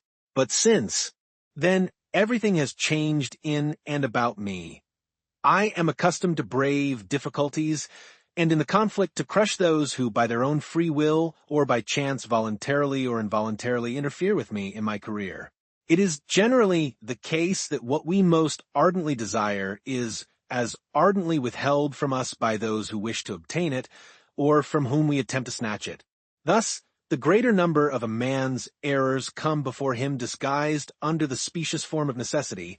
Then, after error has been committed in a moment of excitement, of delirium, or of fear, we see that we might have avoided and escaped it. The means we might have used, which we in our blindness could not see, then seem simple and easy, and we say, "Why did I not do this?" instead of that. Women, on the contrary, are rarely tormented with remorse, for the decision does not come from you. Your misfortunes are generally imposed upon you, and your faults the results of others' crimes. In any case, sir, you will allow, replied Madame Danglars, that even if the fault were alone mine, I last night received a severe punishment for it. Poor thing, said Villefort, pressing her hand, it was too severe for your strength, for you were twice overwhelmed, and yet, well, I must tell you, collect all your courage, for you have not yet heard all. Ah! Exclaimed Madame Danglars, alarmed. What is there more to hear? You only look back to the past, and it is indeed bad enough. Well, picture to yourself a future more gloomy still, certainly frightful, perhaps sanguinary. The Baroness knew how calm Villefort naturally was, and his present excitement frightened her so much that she opened her mouth to scream, but the sound died in her throat. How has this terrible past been recalled? Cried Villefort. How is it that it has escaped from the depths of the tomb and the recesses of our hearts, where it was buried, to visit us now like a phantom, whitening our cheeks and flushing our brows with shame? Alas, said Hermine, doubtless it is chance. Chance, replied Villefort. No, madam, there is no such thing as chance. Oh, yes? Has not a fatal chance revealed all this? Was it not by chance the Count of Monte Cristo bought that house? Was it not by chance he caused the earth to be dug up? Is it not by chance that the unfortunate child was disinterred under the trees? That poor, innocent offspring of mine, which I never even kissed, but for whom I wept. Many tears. Ah, my heart clung to the Count when he mentioned the dear spoil found beneath the flowers. Well, no, madam, this is the terrible news I have to tell you, said Villefort in a hollow voice. No, nothing was found beneath the flowers. There is no child disinterred, no. You must not weep. No, you must not groan. You must tremble. What can you mean? Asked Madame Danglars, shuddering. I mean that M. de Monte Cristo, digging underneath these trees, found neither skeleton nor chest, because neither of them was there. Neither of them there, repeated Madame Danglars, her staring, wide-open eyes expressing her alarm. Neither of them there, she again said, as though striving to impress herself with the meaning of the words which escaped her. No, said Villefort, burying his face in his hands. No, 100 times no. Then you did not bury the poor child there, sir? Why did you deceive me? Where did you place it? Tell me where. There. But listen to me, listen, and you will pity me who has for 20 years alone borne the heavy burden of grief I am about to reveal, without casting the least portion upon you. Oh, you frighten me. But speak, I will listen. You recollect that sad night when you were half expiring on that bed in the red damask room, while I, scarcely less agitated than you, awaited your delivery. The child was born, was given to me, motionless, breathless, voiceless. We thought it dead. Madame Danglars moved rapidly, as though she would spring from her chair, but Villefort stopped and clasped his hands as if to implore her attention. We thought it dead, he repeated. I placed it in the chest, which was to take the place of a coffin. I descended to the garden, I dug a hole, and then flung it down in haste. Scarcely had I covered it with earth, when the arm of the Corsican was stretched towards me. I saw a shadow rise, and at the same time a flash of light. I felt pain. I wished to cry out, but an icy shiver ran through my veins and stifled my voice. I fell lifeless and fancied myself killed. Never shall I forget your sublime courage, when, having returned to consciousness, I dragged myself to the foot of the stairs, and you, almost dying yourself, came to meet me. We were obliged to keep silent upon the dreadful catastrophe. You had the fortitude to regain the house, assisted by your nurse. A duel was the pretext for my wound. Though we scarcely expected it, our secret remained in our own. Keeping alone, I was taken to Versailles. For 3 months I struggled with death, At last, as I seemed to cling to life, I was ordered to the south. For men carried me from Paris to Chalons, walking 6 leagues a day. Madame de Villefort followed the litter in her carriage. At Chalons I was put upon the Saône, thence I passed on to the Rhône, whence I descended merely with the current to Alls. At Alls I was again placed on my litter, and continued my journey to Marseilles. My recovery lasted 6 months. I never heard you mentioned, and I did not dare inquire for you. When I returned to Paris, I learned that you, the widow of M. de Nargonne, had married M. Danglars. What was the subject of my thoughts from the time consciousness returned to me? Always the same, always the child's corpse, coming every night in my dreams, rising from the earth, and hovering over the grave with menacing look and gesture. I inquired immediately on my return to Paris. The house had not been inhabited since we left it, but it had just been let for 9 years. I found the tenant. I pretended that I disliked the idea that a house belonging to my wife's father and mother should pass into the hands of strangers. I offered to pay them for canceling the lease. They demanded 6,000 francs. I would have given 10,000. I would have given 20,000. I had the money with me. I made the tenant sign the deed of resolution, and when I had obtained what I so much wanted, I galloped to Auteuil. No one had entered the house since I had left it. It was 5 o'clock in the afternoon. I ascended into the Red Room and waited for night. There, all the thoughts which had disturbed me during my year of constant agony came back with double force. The Corsican who had declared the vendetta against me, who had followed me from Nîmes to Paris, who had hid himself in the garden, who had struck me, had seen me dig the grave, had seen me inter the child. He might become acquainted with your person, nay, he might even then have known it. Would he not one day make you pay for keeping this terrible secret? Would it not be a sweet revenge for him when he found that I had not died from the blow of his dagger? It was therefore necessary, before everything else, and at all risks, that I should cause all traces of the past to disappear, that I should destroy every material vestige. Too much reality would always remain in my recollection. It was for this I had annulled the lease. It was for this I had come. It was for this I was waiting. Night arrived. I allowed it to become quite dark. I was without a light in that room. When the wind shook all the doors, behind which I continually expected to see some spy concealed, I trembled. I seemed everywhere to hear your moans behind me in the bed, and I dared not turn around. My heart beat so violently that I feared my wound would open. At length, one by one, all the noises in the neighborhood ceased. I understood that I had nothing to fear, that I should neither be seen nor heard. So I decided upon descending to the garden. Listen, Hermine. I consider myself as brave as most men, but when I drew from my breast the little key of the staircase which I had found in my coat, that little key we both used to cherish so much, which you wished to have fastened to a golden ring, when I opened the door and saw the pale moon shedding a long stream of white light on the spiral staircase like a spectre, I leaned against the wall and nearly shrieked. I seemed to be going mad. At last I mastered my agitation. I descended the staircase step by step. The only thing I could not conquer was a strange trembling in my knees. I grasped the railings. If I had relaxed my hold for a moment, I should have fallen. I reached the lower door. Outside this door a spade was placed against the wall. I took it and advanced towards the thicket. I had provided myself with a dark lantern. In the middle of the lawn I stopped to light it, then I continued my path. It was the end of November. All the verdure of the garden had disappeared. The trees were nothing more than skeletons with their long bony arms, and the dead leaves sounded on the gravel under my feet. My terror overcame me to such a degree as I approached the thicket that I took a pistol from my pocket and armed myself. I fancied continually that I saw the figure of the Corsican between the branches. I examined the thicket with my dark lantern. It was empty. I looked carefully around. I was indeed alone. No noise disturbed the silence but the owl, whose piercing cry seemed to be calling up the phantoms of the night. I tied my lantern to a forked branch I had noticed a year before at the precise spot where I stopped to dig the hole.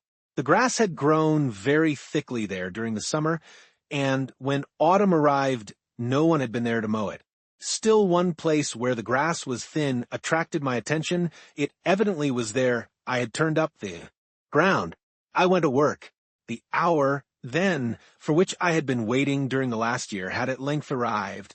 How I worked, how I hoped, how I struck every piece of turf, thinking to find some resistance to my spade. But no, I found nothing, though I had made a hole twice as large as the first. I thought I had been deceived, had mistaken the spot. I turned around, I looked at the trees, I tried to recall the details which had struck me at the time. A cold, sharp wind whistled through the leafless branches, and yet the drops fell from my forehead. I recollected that I was stabbed just as I was trampling the ground to fill up the hole. While doing so, I had leaned against a laburnum. Behind me was an artificial rockery, intended to serve as a resting place for persons walking in the garden. In falling, my hand, relaxing its hold of the laburnum, felt the coldness of the stone. On my right, I saw the tree, behind me the rock. I stood in the same attitude and threw myself down. I rose and again began digging and enlarging the hole. Still I found nothing. The chest was no longer there. The chest no longer there? Murmured Madame Danglars, choking with fear. Think not I contented myself with this one effort, continued Villefort. No, I searched the whole thicket.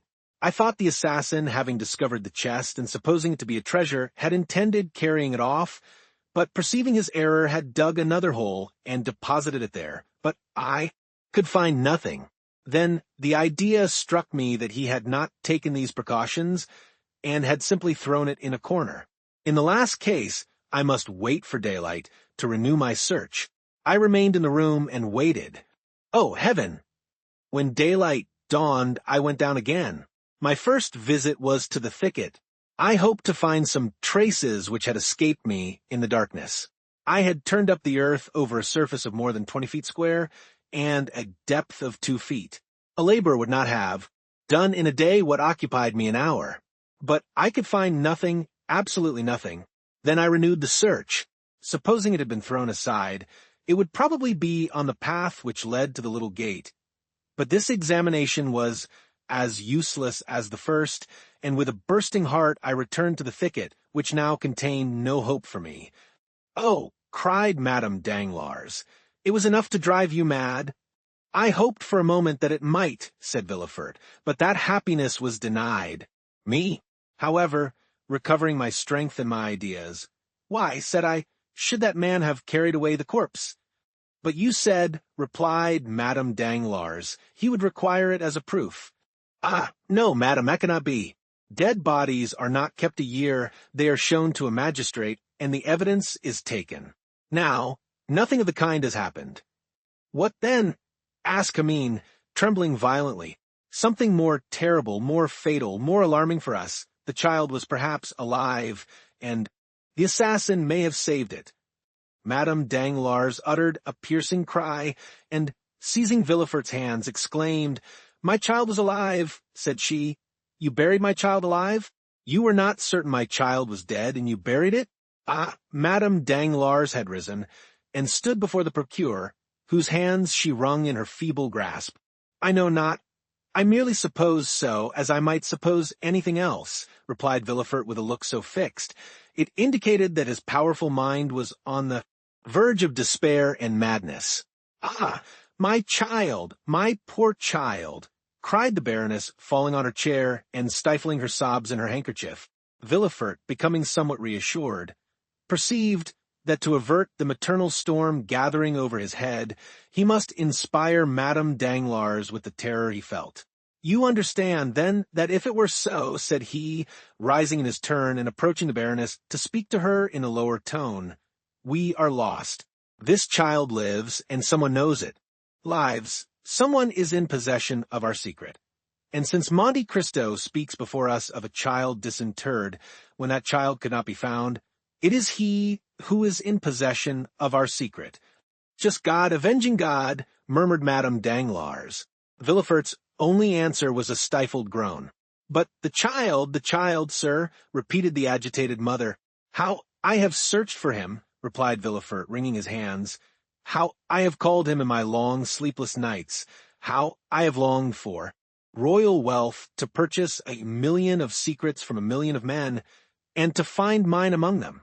At last, one day, when for the 100th time I took up my spade, I asked myself again and again what the Corsican could have done with the child. A child encumbers a fugitive. Perhaps, on perceiving it was still alive, he had thrown it into the river. Impossible, cried Madame Danglars. A man may murder another out of revenge, but he would not deliberately drown a child. Perhaps, continued Villefort, he had put it in the foundling hospital. Oh, yes, yes, cried the Baroness, my child is there. I ran to the hospital and learned that the same night, the night of the 20th of September, a child had been brought there, wrapped in part of a fine linen napkin, purposely torn in half. This portion of the napkin was marked with half a baron's crown and the letter H. Truly, truly, said Madame Danglars, all my linen is marked thus. Monsieur de Nargonne was a baron, and my name is Hermine. Thank God, my child was not then dead. No, it was not dead. And you can tell me so without fearing to make me die of joy? Where is the child? Villefort shrugged his shoulders. Do I know? Said he. And do you believe that if I knew I would relate to you all its trials and all its adventures as would a dramatist or a novel writer? Alas, no, I know not. A woman, about 6 months after, came to claim it with the other half of the napkin. This woman gave all the requisite particulars, and it was entrusted to her. But you should have inquired for the woman. You should have traced her. And what do you think I did? I feigned a criminal process and employed all the most acute bloodhounds and skillful agents in search of her. They traced her to Chalons, and there they lost her. They lost her. Yes, forever. Madame Danglars had listened to this recital with a sigh, a tear, or a shriek for every detail. And this is all, said she, and you stop there? Oh, no, said Villefort. I never ceased to search and to inquire. However, the last 2 or 3 years I had allowed myself some respite, but now I will begin with more perseverance and fury than ever, since fear urges me, not my conscience. But, replied Madame Danglars, the Count of Monte Cristo can know nothing, or he would not seek our society as he does. Oh, the wickedness of man is very great, said Villefort, since it surpasses the goodness of God. Did you observe at man's eyes, while he was speaking to us? No, but have you ever watched him carefully? Doubtless he is capricious, but that is all. One thing alone struck me. Of all the exquisite things he placed before us, he touched nothing. I might have suspected he was poisoning us. And you see you would have been deceived. Yes, doubtless. But believe me, that man has other projects. For that reason I wish to see you, to speak to you, to warn you against everyone, but especially against him. Tell me, cried Villefort, fixing his eyes more steadfastly on her than he had ever done before, did you ever reveal to anyone our connection? Never to anyone. You understand me, replied Villefort affectionately. When I say anyone, pardon my urgency. To anyone living, I mean? Yes, yes, I understand very well, ejaculated the Baroness. Never, I swear to you. Were you ever in the habit of writing in the evening what had transpired in the morning? Do you keep a journal? No, my life has been passed in frivolity. I wish to forget it myself. Do you talk in your sleep? I sleep soundly like a child. Do you not remember? The color mounted to the Baroness's face, and Villefort turned awfully pale. It is true, said he, in so low a tone that he could hardly be heard. Well, said the Baroness. Well, I understand what I now have to do, replied Villefort. In less than 1 week from this time I will ascertain who this M. de Monte Cristo is, whence he comes, where he goes, and why. He speaks in our presence of children that have been disinterred in a garden. Villefort pronounced these words with an accent which would have made the Count shudder had he heard him. Then he pressed the hand the Baroness reluctantly gave him, and led her respectfully back to the door. Madame Danglars returned in another cab to the passage, on the other side of which she found her carriage, and her coachman sleeping peacefully on his box while waiting for her. Chapter 68. A Summer Ball. The same day, during the interview between Madame Danglars and the procureur, a traveling carriage entered the Rue Du Helder, passed through the gateway of number 27 and stopped in the yard. In a moment the door was opened and Madame de Morcerf alighted, leaning on her son's arm. Albert soon left her, ordered his horses, and having arranged his toilet, drove to the Champs-Élysées, to the house of Monte Cristo. The Count received him with his habitual smile. It was a strange thing that no one ever appeared to advance a step in that man's favor. Those who would, as it were, force a passage to his heart, found an impassable barrier. Morcerf, who ran towards him with open arms, was chilled as he drew near, in spite of the friendly smile, and simply held out his hand. Monte Cristo shook it coldly, according to his invariable practice. "Here I am, dear Count. Welcome home again. I arrived an hour since." "From Dieppe?" "No, from Treport." "Indeed? And I have come at once to see you." "That is extremely kind of you," said Monte Cristo with a tone of perfect indifference. "And what is the news?" "You should not ask a stranger, a foreigner, for news. I know it. But in asking for news, have you done anything for me?" "Had you commissioned me?" said Monte Cristo, feigning uneasiness. "Come, come," said Albert, "do not assume so much indifference. It is said, sympathy travels rapidly, and when at Treport I felt the electric shock, you have either been working for me or thinking of me." "Possibly," said Monte Cristo. "I have indeed thought of you, but the magnetic wire I was guiding acted indeed without my knowledge." "Indeed. Pray tell me how it happened." "Willingly. M. Danglars dined with me." "I know it. To avoid meeting him, my mother and I left town, but he met here Andrea Cavalcante." "Your Italian prince?" "Not so fast. Andrea only calls himself Count." "Calls himself, do you say?" "Yes, calls himself. Is he not a count?" "What can I know of him? He calls himself so. I, of course, give him the same title, and everyone else does likewise." "What a strange man you are. What next? You say Danglars dined here." "Yes, with Count Cavalcante, the Marquis, his father, Madame Danglars, and Madame de Villefort. Charming people, Debray, Maximilian Morel, and de Châteaurenaud. Did they speak of me?" "Not a word." "So much the worse." "Why so? I thought you wished them to forget you." "If they did not speak of me, I am sure they thought about me, and I am in despair. How will that affect you, since Mademoiselle Danglars was not among the number here who thought of you? Truly, she might have thought of you at home." "I have no fear of that. Or, if she did, it was only in the same way in which I think of her. Touching sympathy. So, you hate each other?" said the Count. "Listen," said Morcerf, "if Mademoiselle Danglars were disposed to take pity on my supposed martyrdom on her account, and would dispense with all matrimonial formalities between our two families, I am ready to agree to the arrangement. In a word, Mademoiselle Danglars would make a charming mistress, but a wife diable." "And this," said Monte Cristo, "is your opinion of your intended spouse?" "Yes, it is rather unkind, I acknowledge, but it is true. But as this dream cannot be realized, since Mademoiselle Danglars must become my lawful wife, live perpetually with me, sing to me, compose verses and music within 10 paces of me, and that, for my whole life, it frightens me. One may forsake a mistress, but a wife, good heavens, there she must always be, and to marry Mademoiselle Danglars would be awful." "You are difficult to please, Viscount."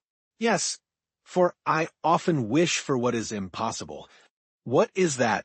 "To find such a wife as my father found." Monte Cristo turned pale and looked at Albert while playing with some magnificent pistols. "Your father was fortunate then," said he. "You know my opinion of my mother, Count. Look at her. Still beautiful, witty, more charming than ever. For any other son to have stayed with his mother for 4 days at Treport, it would have been a condescension or a martyrdom, while I return, more contented, more peaceful, shall I say more poetic, than if I had taken Queen Mab or Titania as my companion. That is an overwhelming demonstration, and you would make everyone vow to live a single life. Such are my reasons for not liking to marry Mademoiselle Danglars. Have you ever noticed How much a thing is heightened in value when we obtain possession of it. The diamond which glittered in the window at Merlies or Fossens shines with more splendor when it is our own. But if we are compelled to acknowledge the superiority of another, and still must retain the one that is inferior, do you not know what we have to endure? Worldling, murmured the Count. Thus I shall rejoice when Mademoiselle Eugenie perceives I am but a pitiful atom, with scarcely as many 100,000 francs as she has millions. Monte Cristo smiled. One plan occurred to me, continued Albert. Franz likes all that is eccentric. I tried to make him fall in love with Mademoiselle Danglars, but in spite of 4 letters, written in the most alluring style, he invariably answered, "My eccentricity may be great, but it will not make me break my promise. That is what I call devoted friendship, to recommend to another one whom you would not marry yourself." Albert smiled. Apropos, continued, Franz is coming soon, but it will not interest you. You dislike him, I think? Said Monte Cristo. My dear Viscount, how have you discovered that I did not like M. Franz? I like everyone. And you include me in the expression everyone. Many thanks. Let us not mistake, said Monte Cristo.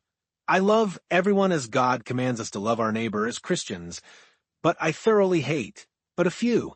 Let us return to M. Franz d'Épinay. Did you say he was coming? Yes, summoned by M. de Villefort, who is apparently as anxious to get Mademoiselle Valentine married as M. Danglars is to see Mademoiselle Eugenie settled. It must be a very irksome office to be the father of a grown-up daughter. It seems to make one feverish, and to raise one's pulse to 90 beats a minute until the deed is done. But M. d'Épinay, unlike you, bears his misfortune patiently. Still more, he talks seriously about the matter, puts on a white tie, and speaks of his family. He entertains a very high opinion of M. and Madame de Villefort, which they deserve, do they not? I believe they do. M. de Villefort has always passed for a severe, but a just man. There is then one, said Monte Cristo, whom you do not condemn like poor Danglars, because I am not compelled to marry his daughter, perhaps, replied Albert, laughing. Indeed, my dear sir, said Monte Cristo, you are revoltingly foppish. I foppish? How do you mean? Yes. Pray take a cigar, and cease to defend yourself, and, struggle to escape marrying Mademoiselle Danglars. Let things take their course. Perhaps you may not have to retract. Bah, said Albert, staring. Doubtless, my dear Viscount, you will not be taken by force. And seriously, do you wish to break off your engagement? I would give 100,000 francs to be able to do so. Then make yourself quite easy. M. Danglars would give double that sum to attain the same end. Am I indeed so happy? Said Albert, who still could not prevent an almost imperceptible cloud passing across his brow. But, my dear Count, has M. Danglars any reason? Ah, there is your proud and selfish nature. You would expose the self-love of another with a hatchet, but you shrink if your own is attacked with a needle. But yet M. Danglars appeared, delighted with you, was he not? Well, he is a man of bad taste, and is still more enchanted with another. I know not whom. Look and judge for yourself. Thank you, I understand. But my mother, no, not my mother. I mistake. My father intends giving a ball. A ball at this season? Summer balls are fashionable. If they were not, the Countess has only to wish it, and they would become so. You are right. You know they are select affairs. Those who remain in Paris in July must be true Parisians. Will you take charge of our invitation to Messrs. Cavalcanti? When will it take place? On Saturday.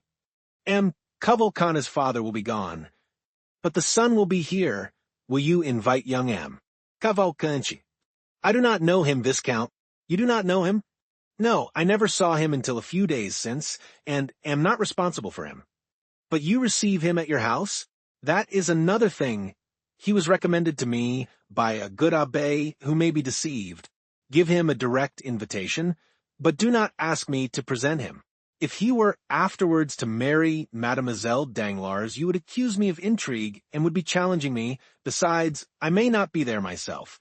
Where? At Your ball. Why should you not be there? Because you have not yet invited me. But I come expressly for that purpose. You are very kind, but I may be prevented. If I tell you one thing, you will be so amiable as to set aside all impediments. Tell me what it is. My mother begs you to come. The Comtesse de Morcerf, said Monte Cristo, starting. Ah, Count, said Albert, I assure you Madame de Morcerf speaks freely to me, and if you have not felt those sympathetic fibers of which I spoke just now thrill within you, you must be entirely devoid of them, for during the last 4 days we have spoken of no one else. You have talked to me? Yes, that is the penalty of being a living puzzle. Then I am also a puzzle to your mother? I should have thought her too reasonable to be led by imagination. A problem, my dear Count, for everyone, for my mother as well as others, much studied but not solved, you still remain an enigma. Do not fear. My mother is only astonished that you remain so long unsolved. I believe, while the Countess G. takes you for Lord Ruthven, my mother imagines you to be Cagliostro or the Count Saint-Germain. The first opportunity you have, confirm her in her opinion. It will be easy for you, as you have the philosophy of the one and the wit of the other. I thank you for the warning, said the Count. I shall endeavor to be prepared for all suppositions. You will then come on Saturday? Yes, since Madame de Morcerf invites me. You are very kind. Will M. Danglars be there? He has already been invited by my father.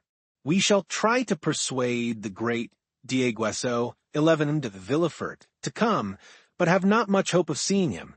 Never despair of anything, says the proverb. Do you dance, Count? I dance. Yes, you. It would not be astonishing. That is very well before one is over 40. No, I do not dance, but I like to see others do so. Does Madame de Morcerf dance? Never. You can talk to her, she so delights. In your conversation. Indeed. Yes, truly, and I assure you, you are the only man of whom I have heard her speak with interest. Albert rose and took his hat. The Count conducted him to the door. I have one thing to reproach myself with, said he, stopping Albert on the steps. What is it? I have spoken to you indiscreetly about Danglars. On the contrary, speak to me always in the same strain about him. I am glad to be reassured on that point. Apropos, when do you aspect M. d'Épinay? 5 or 6 days hence at the latest. And when is he to be married? Immediately on the arrival of M. and Madame de Saint-Méran. Bring him to see me. Although you say I do not like him, I assure you I shall be happy to see him. I will obey your orders, my lord. Goodbye. Until Saturday, when I may expect you, may I not? Yes, I promised you.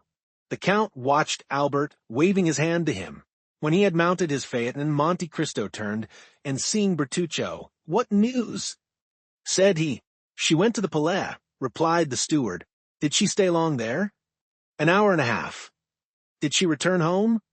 "Directly." "Well, my dear Bertuccio," said the Count, "I now advise you to go in quest of the little estate I spoke to you of in Normandy." Bertuccio bowed, and as his wishes were in perfect harmony with the order he had received, he started the same evening. Chapter 69. The Inquiry. M. de Villefort kept the promise he had made to Madame Danglars to endeavor to find out how the Count of Monte Cristo had discovered the history of the house at Auteuil. He wrote the same day for the required information to M. de Beauville, who, from having been an inspector of prisons, was promoted to a high office in the police, and the latter begged for 2 days' time to ascertain exactly who would be most likely to give him full particulars. At the end of the second day, M. de Villefort received the following note. The person called the Count of Monte Cristo is an intimate acquaintance of Lord Wilmore, a rich foreigner who is sometimes seen in Paris, and who is there at this moment. He is also known to the Abbé Busoni, a Sicilian priest of high repute in the East, where he has done much good. M. de Villefort replied by ordering the strictest inquiries to be made respecting these 2 persons. His orders were executed, and the following evening he received these details. The Abbé, who was in Paris only for a month, inhabited a small 2-storied house. Behind St. Sulpice, There were 2 rooms on each floor, and he was the only tenant. The 2 lower rooms consisted of a dining room with a table, chairs, and sideboard of walnut, and a wainscoted parlor without ornaments, carpet, or timepiece. It was evident that the abbé limited himself to objects of strict necessity. He preferred to use the sitting room upstairs, which was more library than parlor, and was furnished with theological books and parchments, in which he delighted to bury himself for months at a time, according to his valet de chambre. His valet looked at the visitors through a sort of wicket, and if their faces were unknown to him or displeased him, he replied that the abbé was not in Paris, an answer which satisfied most persons, because the abbé was known to be a great traveler. Besides, whether at home or not, whether in Paris or Cairo, the abbé always left something to give away, which the valet distributed through this wicket in his master's name. The other room near the library was a bedroom, a bed without curtains for armchairs and a couch covered with yellow Utrecht velvet, composed, with a prie-dieu, all its furniture. Lord Wilmore resided in Rue Fontaine-Saint-Georges. He was one of those English tourists who consume a large fortune in traveling. He hired the apartment in which he lived furnished, passed only a few hours in the day there, and rarely slept there. One of his peculiarities was never to speak a word of French, which he, however, wrote with great facility. The day after this important information had been given to the king's attorney, a man alighted from a carriage at the corner of the Rue Ferou, and rapping at an olive-green door, asked if the Abbé Busoni were within. "No, he went out early this morning," replied the valet. "I might not always be content with that answer," replied the visitor, "for I come from one to whom everyone must be at home. But have the kindness to give the Abbé Busoni, I told you." "He was not at home," repeated the valet. "Then, on his return, give him that card and this sealed paper." "Will he be at home at 8 o'clock this evening?" "Doubtless, unless he is at work, which is the same as if he were out." "I will come again at that time," replied the visitor, who then retired. At the appointed hour the same man returned in the same carriage, which, instead of stopping this time at the end of the Rue Ferou, drove up to the green door. He knocked, and it opened immediately to admit him. From the signs of respect the valet paid him, he saw that his note had produced a good effect. "Is the abbé at home?" asked he. "Yes, he is at work in his library, but he expects you, sir," replied the valet. The stranger ascended a rough staircase, and before a table illumined by a lamp whose light was concentrated by a large shade while the rest of the apartment was in partial darkness, he perceived the abbé in a monk's dress with a cowl on his head, such as was used by learned men of the Middle Ages. "Have I the honor of addressing the Abbé Busoni?" asked the visitor. "Yes, sir," replied the abbé. "And you are—" "The person whom M. de Beauville, formerly an inspector of prisons, sends to me from the prefect of police?" "Exactly, sir." "One of the agents appointed to secure the safety of Paris?" "Yes, sir," replied the stranger with a slight hesitation and blushing. The abbé replaced the large spectacles which covered not only his eyes but his temples, and sitting down, motioned to his visitor to do the same. "I am at your service, sir," said the abbé, with a marked Italian accent. "The mission with which I am charged, sir," replied the visitor, speaking with hesitation, "is a confidential one on the part of him who fulfills it and him by whom he is employed." The abbé bowed. "Your probity," replied the stranger, "is so well known to the prefect that he wishes as a magistrate to ascertain from you some particulars connected with the public safety, to ascertain which I am deputed to see you. It is hoped that no ties of friendship or humane consideration will induce you to conceal the truth, provided, sir, the particulars you wish for do not interfere with my scruples or my conscience. I am a priest, sir, and the secrets of confession, for instance, must remain between me and God, and not between me and human justice. Do not alarm yourself, monsieur, we will duly respect your conscience." At this moment, the abbé pressed down his side of the shade, and so raised it on the other, throwing a bright light on the stranger's face, while his own remained obscured. "Excuse me, abbé," said the envoy of the prefect of the police, "but the light tries my eyes very much." The abbé lowered the shade. "Now, sir, I am listening. Go on." "I will come at once to the point. Do you know the Count of Monte Cristo? You mean Monsieur Zaccone, I presume? Zaccone, is not his name Monte Cristo? Monte Cristo is the name of an estate, or rather of a rock, and not a family name. Well, be it so, let us not dispute about words, and since M. de Monte Cristo and M. Zaccone are the same, absolutely the same, let us speak of M. Zaccone. Agreed. I ask you if you knew him? Extremely well. Who is he? The son of a rich shipbuilder in Malta. I know that is the report. But as you are aware, the police does not content itself with vague reports. However, replied the abbé with an affable smile, when that report is in accordance with the truth, everybody must believe it, the police as well as all the rest. Are you sure of what you assert? What do you mean by that question? Understand, sir, I do not in the least suspect your veracity. I ask if you are certain of it? I knew his father, M. Zaccone. Ah, indeed. And when a child, I often played with the son in the timber yards. But whence does he derive the title of Count? You are aware that may be bought. In Italy? Everywhere. And his immense riches, whence? Does he procure them? They may not be so very great. How much do you suppose he possesses? From 150 to 200,000 livres per annum. That is reasonable, said the visitor. I have heard he had 3 or 4 millions. 200,000 per annum would make 4 millions of capital. But I was told he had 4 millions per annum. That is not probable. Do you know this island of Monte Cristo? Certainly, everyone who has come from Palermo, Naples, or Rome to France by sea must know it, since he has passed close to it and must have seen it. I am told it is a delightful place. It is a rock. And why has the Count bought a rock? For the sake of being a Count. In Italy one must have territorial possessions to be a Count. You have, doubtless, heard the adventures of M. Zaccone's youth? The father's? No, the son's. I know nothing certain. At that period of his life, I lost sight of my young comrade. Was he in the wars? I think. He entered the service. In what branch? In the Navy. Are you not his confessor? No, sir. I believe he is a Lutheran.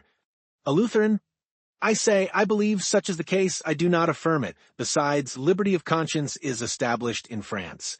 Doubtless, and we are not now inquiring into his creed, but his actions. In the name of the prefect of police, I ask you what you know of him. He passes for a very charitable man. Our Holy Father, the Pope, has made him a knight of Jesus. Christ, for the services he rendered to the Christians in the East, he has 5 or 6 rings as testimonials from Eastern monarchs of his services. Does he wear them? No, but he is proud of them. He is better pleased with rewards given to the benefactors of man than to his destroyers. He is a Quaker, then? Exactly, he is a Quaker, with the exception of the peculiar dress. Has he any friends? Yes, everyone who knows him is his friend. But has he any enemies? One only. What is his? Name? Lord Wilmore. Where is he? He is in Paris just now. Can he give me any particulars? Important ones. He was in India with Zaccone. Do you know his abode? It's somewhere in the Chaussée d'Antin, but I know neither the street nor the number. Are you at variance with the Englishman? I love Zaccone, and he hates him. We are consequently not friends. Do you think the Count of Monte Cristo had ever been in France before he made this visit to Paris? To that question I can answer positively. No, sir, he had not, because he applied to me 6 months ago for the particulars he required, and as I did not know when I might again come to Paris, I recommended M. Cavalcante to him. Andrea. No, Bartolomeo, his father. Now, sir, I have but one question more to ask, and I charge you in the name of honor, of humanity, and of religion to answer me candidly. What is it, sir? Do you know with what design M. de Monte Cristo purchased a house at Auteuil? Certainly, for he told me. What is it, sir? To make a lunatic asylum of it, similar to that founded by the Count of Pisani at Palermo. Do you know about that institution? I have heard of it. It is a magnificent charity. Having said this, The abbé bowed to imply he wished to pursue his studies. The visitor either understood the abbé's meaning or had no more questions to ask. He arose, and the abbé accompanied him to the door. "You are a great almsgiver," said the visitor, "and although you are said to be rich, I will venture to offer you something for your poor people. Will you accept my offering?" "I thank you, sir.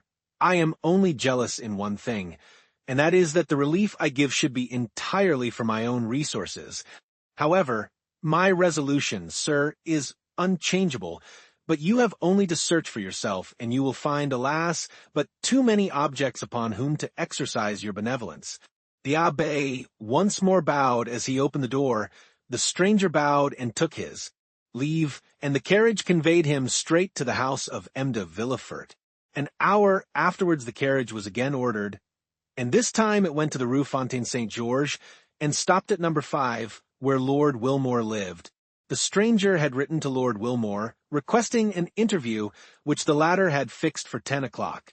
As the envoy of the prefect of police arrived 10 minutes before 10, he was told that Lord Wilmore, who was precision and punctuality personified, was not yet come in, but that he would be sure to return as the clock struck. The visitor was introduced into the drawing-room, which was like all other furnished drawing-rooms. A mantelpiece with 2 modern Sèvres vases, a timepiece representing Cupid with his bent bow, a mirror with an engraving on each side, one representing Homer carrying his guide, the other Belisarius begging, a grayish paper, red and black tapestry. Such was the appearance of Lord Wilmore's drawing-room. It was illuminated by lamps with ground-glass shades which gave only a feeble light, as if out of consideration for the envoy's weak sight. After 10 minutes' expectation, the clock struck 10. At the 5th stroke the door opened, and Lord Wilmore appeared.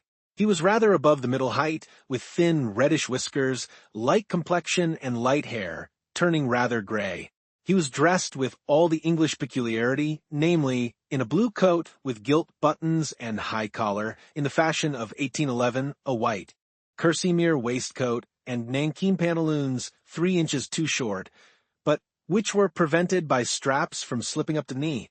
His first remark on entering was, "You know, sir, I do not speak French." "I know you do not like to converse in our language," replied the envoy. "But you may use it," replied Lord Wilmore. "I understand it."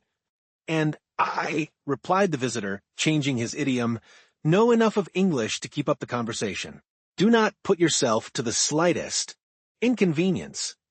"Ah," said Lord Wilmore, with that tone which is only known to natives of Great Britain. The envoy presented his letter of introduction, which the latter read with English coolness, and having finished, "I understand," said he, "perfectly," then began the questions which were similar to those which had been addressed to the Abbé Busoni. But as Lord Wilmore, in the character of the Count's enemy, was less restrained in his answers, they were more numerous. He described the youth of Monte Cristo, who he said, at 10 years of age, entered the service of one of the petty sovereigns of India who make war on the English. It was there Wilmore had first met him and fought against him, and in that war Zacone had been taken prisoner, sent to England, and consigned to the hulks, whence he had escaped by swimming. Then began his travels, his duels, his caprices. Then the insurrection in Greece broke out, and he had served in the Grecian ranks. While in that service, he had discovered a silver mine in the mountains of Thessaly, but he had been careful to conceal it from everyone. After the Battle of Navarino, when the Greek government was consolidated, he asked of King Otho a mining grant for that district, which was given him. Hence that immense fortune, which in Lord Wilmore's opinion possibly amounted to 1 or 2 millions per annum, a precarious fortune which might be momentarily lost by the failure of the mine. But ask the visitor, do you know why? He came to France.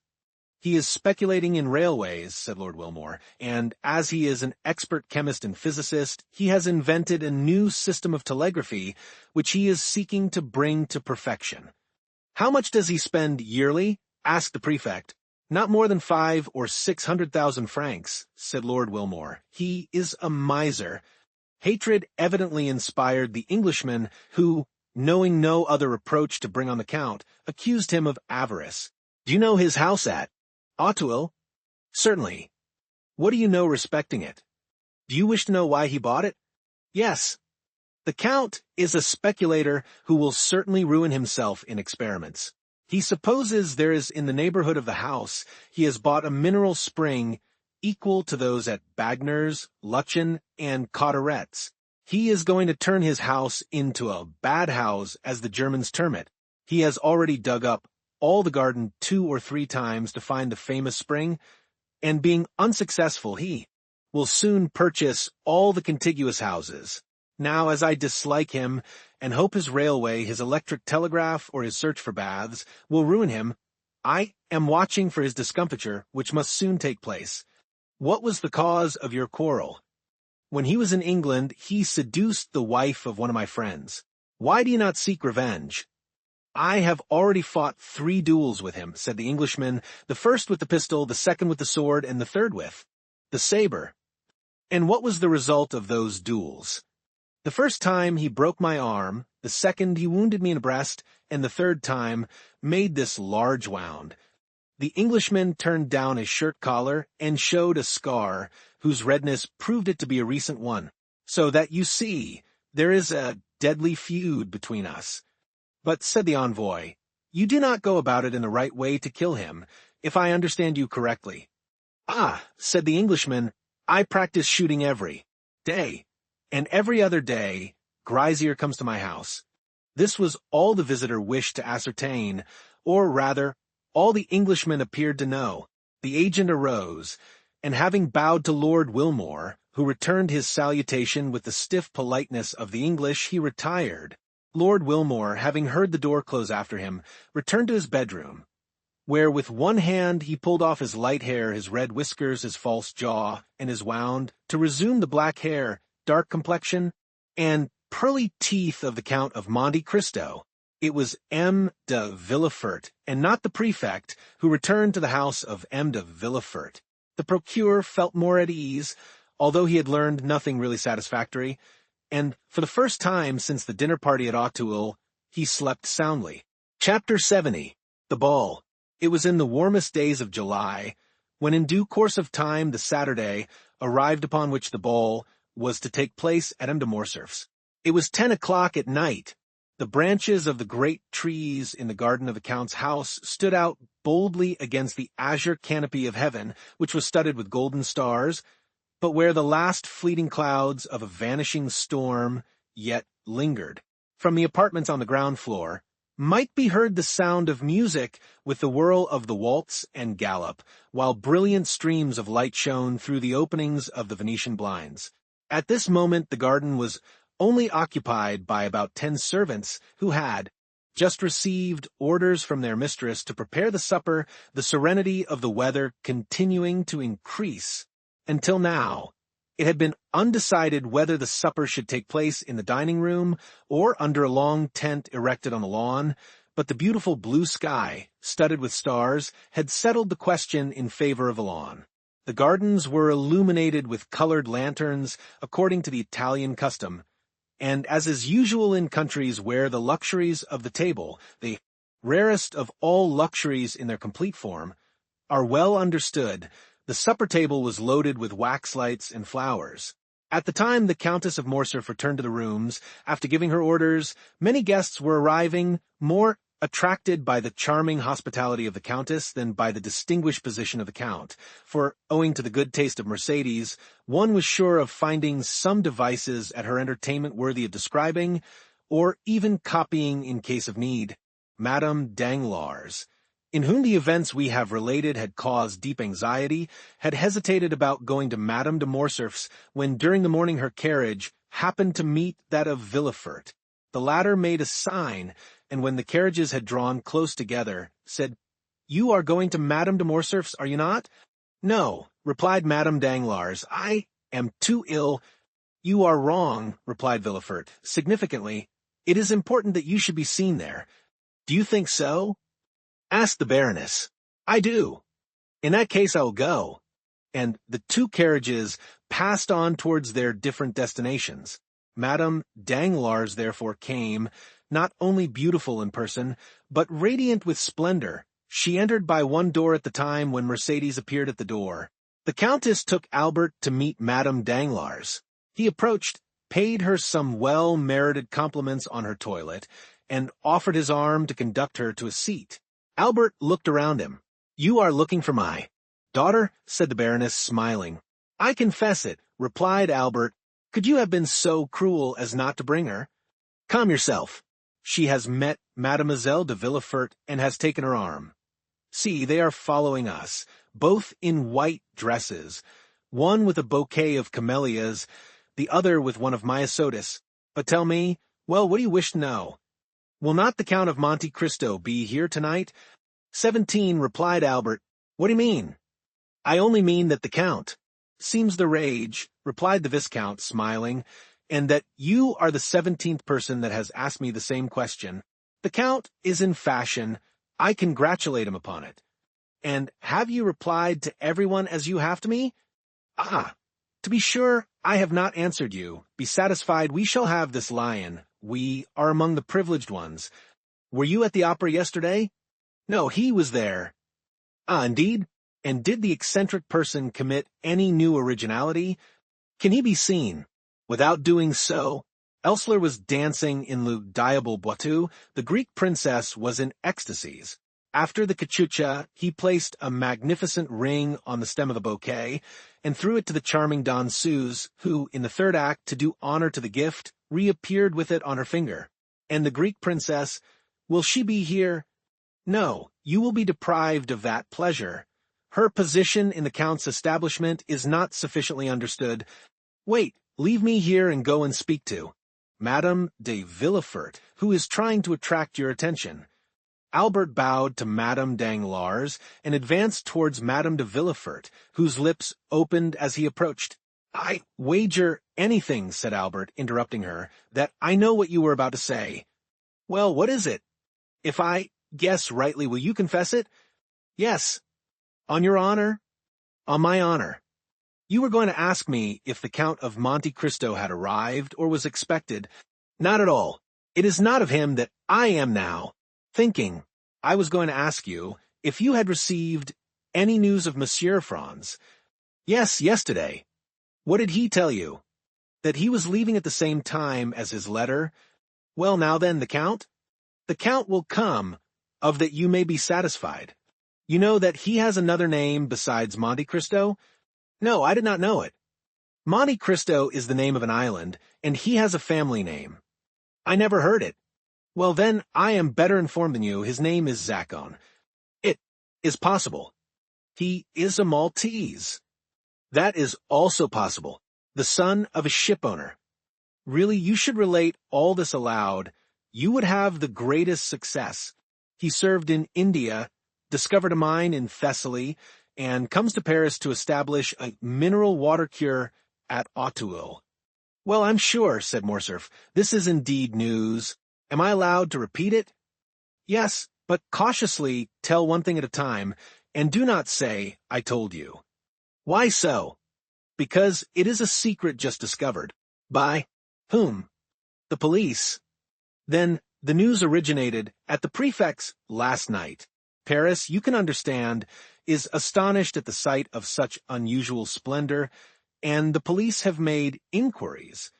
Well, well, nothing more is wanting than to arrest the Count as a vagabond on the pretext of his being too rich. Indeed, that doubtless would have happened if his credentials had not been so favorable. Poor Count, and is he aware of the danger he has been in? I think not. Then it will be but charitable to inform him. When he arrives, I will not fail to do so." Just then a handsome young man with bright eyes, black hair, and glossy mustache respectfully bowed to Madame de Villefort. Albert extended his hand. "Madame," said Albert, "allow me to present to you Maximilian Morel, captain of Spahis, one of our best and, above all, of our bravest officers.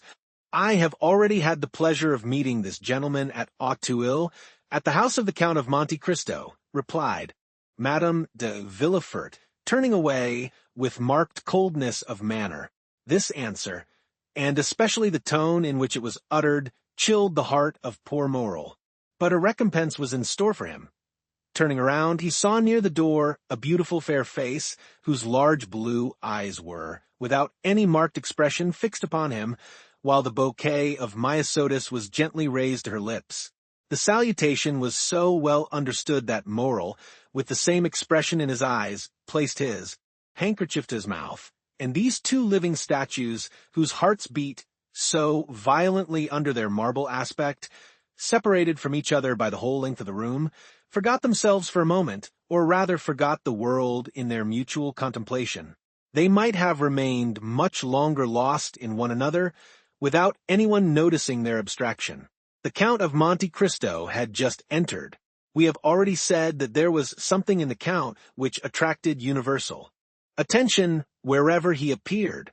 It was not the coat, unexceptional in its cut, though simple and unornamented. It was not the plain white waistcoat. It was not the trousers that displayed the foot, so perfectly formed. It was none of these things that attracted the attention. It was his pale complexion, his waving black hair, his calm and serene expression, his dark and melancholy eye, his mouth, chiseled with such marvelous delicacy, which so easily expressed such high disdain. These were what fixed the attention of all upon him. Many men might have been handsomer, but certainly there could be none whose appearance was more significant, if the expression may be used. Everything about the Count seemed to have its meaning, for the constant habit of thought, which he had acquired, had given an ease and vigor to the expression of his face, and even to the most trifling gesture, scarcely to be understood. Yet the Parisian world is so strange, that even all this might not have won attention had there not been connected with it a mysterious story gilded by an immense fortune. Meanwhile he advanced through the assemblage of guests under a battery of curious glances towards Madame de Morcerf, who, standing before a mantelpiece ornamented with flowers, had seen his entrance in a looking-glass placed opposite the door, and was prepared to receive him. She turned towards him with a serene smile, just at the moment he was bowing to her. No doubt she fancied the Count would speak to her, while on his side the Count thought she was about to address him. But both remained silent, and after a mere bow, Monte Cristo directed his steps to Albert, who received him cordially. "Have you seen my mother?" asked Albert. "I have just had the pleasure," replied the Count, "but I have not seen your father. See, he is down there, talking politics with that little group of great geniuses." "Indeed," said Monte Cristo, "and so those gentlemen down there are men of great talent. I should not have guessed it. And for what kind of talent are they celebrated? You know there are different sorts. That tall, harsh-looking man is very learned. He discovered in the neighborhood of Rome a kind of lizard with a vertebra more than lizards usually have, and he immediately laid his discovery before the Institute. The thing was discussed for a long time, but finally decided in his favor. I can assure you the vertebra made a great noise in the learned world, and the gentleman, who was only a knight of the Legion of Honor, was made an officer. Come, said Monte Cristo, this cross seems to me to be wisely awarded. I suppose, had he found another additional vertebra, they would have made him a commander. Very likely, said Albert. And who can that person be who has taken it into his head to wrap himself up in a blue coat embroidered with green? Oh, that coat is not his own idea. It is the Republic's, which deputed David XII to devise a uniform for the academicians. Indeed, said Monte Cristo, so this gentleman is an academician? Within the last week, he has been made one of a learned assembly. And what is his especial talent? His talent? I believe he thrusts pins through the heads of rabbits, he makes fowls eat matter, and punches the spinal marrow out of dogs with whalebone. And he is made a member of the Academy of Sciences for this? No, of the French Academy. But what has the French Academy to do with all this? I was going to tell you. It seems that his experiments have very considerably advanced the cause of science, doubtless. No, that his style of writing is very good. This must be very flattering to the feelings of the rabbits into whose heads he has thrust pins, to the fowls whose bones he has dyed red, and to the dogs whose spinal marrow he has punched out. Albert laughed. And the other one? Demanded the Count. That one. Yes, the third. The one in the dark blue coat? Yes. He is a colleague of the Count, and one of the most active opponents to the idea of providing the Chamber of Peers with a uniform. He was very successful upon that question. He stood badly with the liberal papers, but his noble opposition to the wishes of the court is now getting him into favor with the journalists. They talk of making him an ambassador. And what are his claims to the peerage? He has composed 2 or 3 comic operas, written 4 or 5 articles in the Siècle, and voted 5 or 6 years on the ministerial side. "Bravo, Viscount," said Monte Cristo, smiling. "You are a delightful cicerone. And now you will do me a favor, will you not?" "What is it?" "Do not introduce me to any of these gentlemen, and should they wish it, you will warn me." Just then the Count felt his arm pressed. He turned round. It was Danglars. "Ah, is it you, Baron?" said he. "Why do you call me Baron?" said Danglars. "You know that I care nothing for my title. I am not like you, Viscount. You like your title, do you not?" "Certainly," replied Albert, "seeing that without my title I should be nothing, while you, sacrificing the Baron, would still remain the millionaire, which seems to me the finest title under the royalty of July," replied Danglars. "Unfortunately," said Monte Cristo, "one's title to a millionaire does not last for life, like that of Baron, Peer of France, or Academician. For example, the millionaires Frank and Pullman, of Frankfurt, who have just become bankrupts." "Indeed," said Danglars, becoming pale. "Yes, I received the news this evening by a courier. I had about 1 million in their hands, but warned in time, I withdrew it a month ago." "Ah, mon Dieu!" exclaimed Danglars. "They have drawn on me for 200,000 francs. "Well, you can throw out the draft. Their signature is worth 5%. "Yes, but it is too late," said Danglars. "I have honored their bills." "Then," said Monte Cristo, "here are 200,000 francs gone after. Hush, do not mention these things," said Danglars. Then, approaching Monte Cristo, he added, especially before young M. Cavalcanti, after which he smiled and turned towards the young man in question. Albert had left the Count to speak to his mother, Danglars to converse with young Cavalcanti. Monte Cristo was for an instant alone. Meanwhile the heat became excessive. The footmen were hastening through the rooms with waiters loaded with ices. Monte Cristo wiped the perspiration from his forehead, but drew back when the waiter was presented to him. He took no refreshment. Madame de Morcerf did not lose sight of Monte Cristo. She saw that he took nothing, and even noticed his gesture of refusal. "Albert," she asked, "did you notice that?"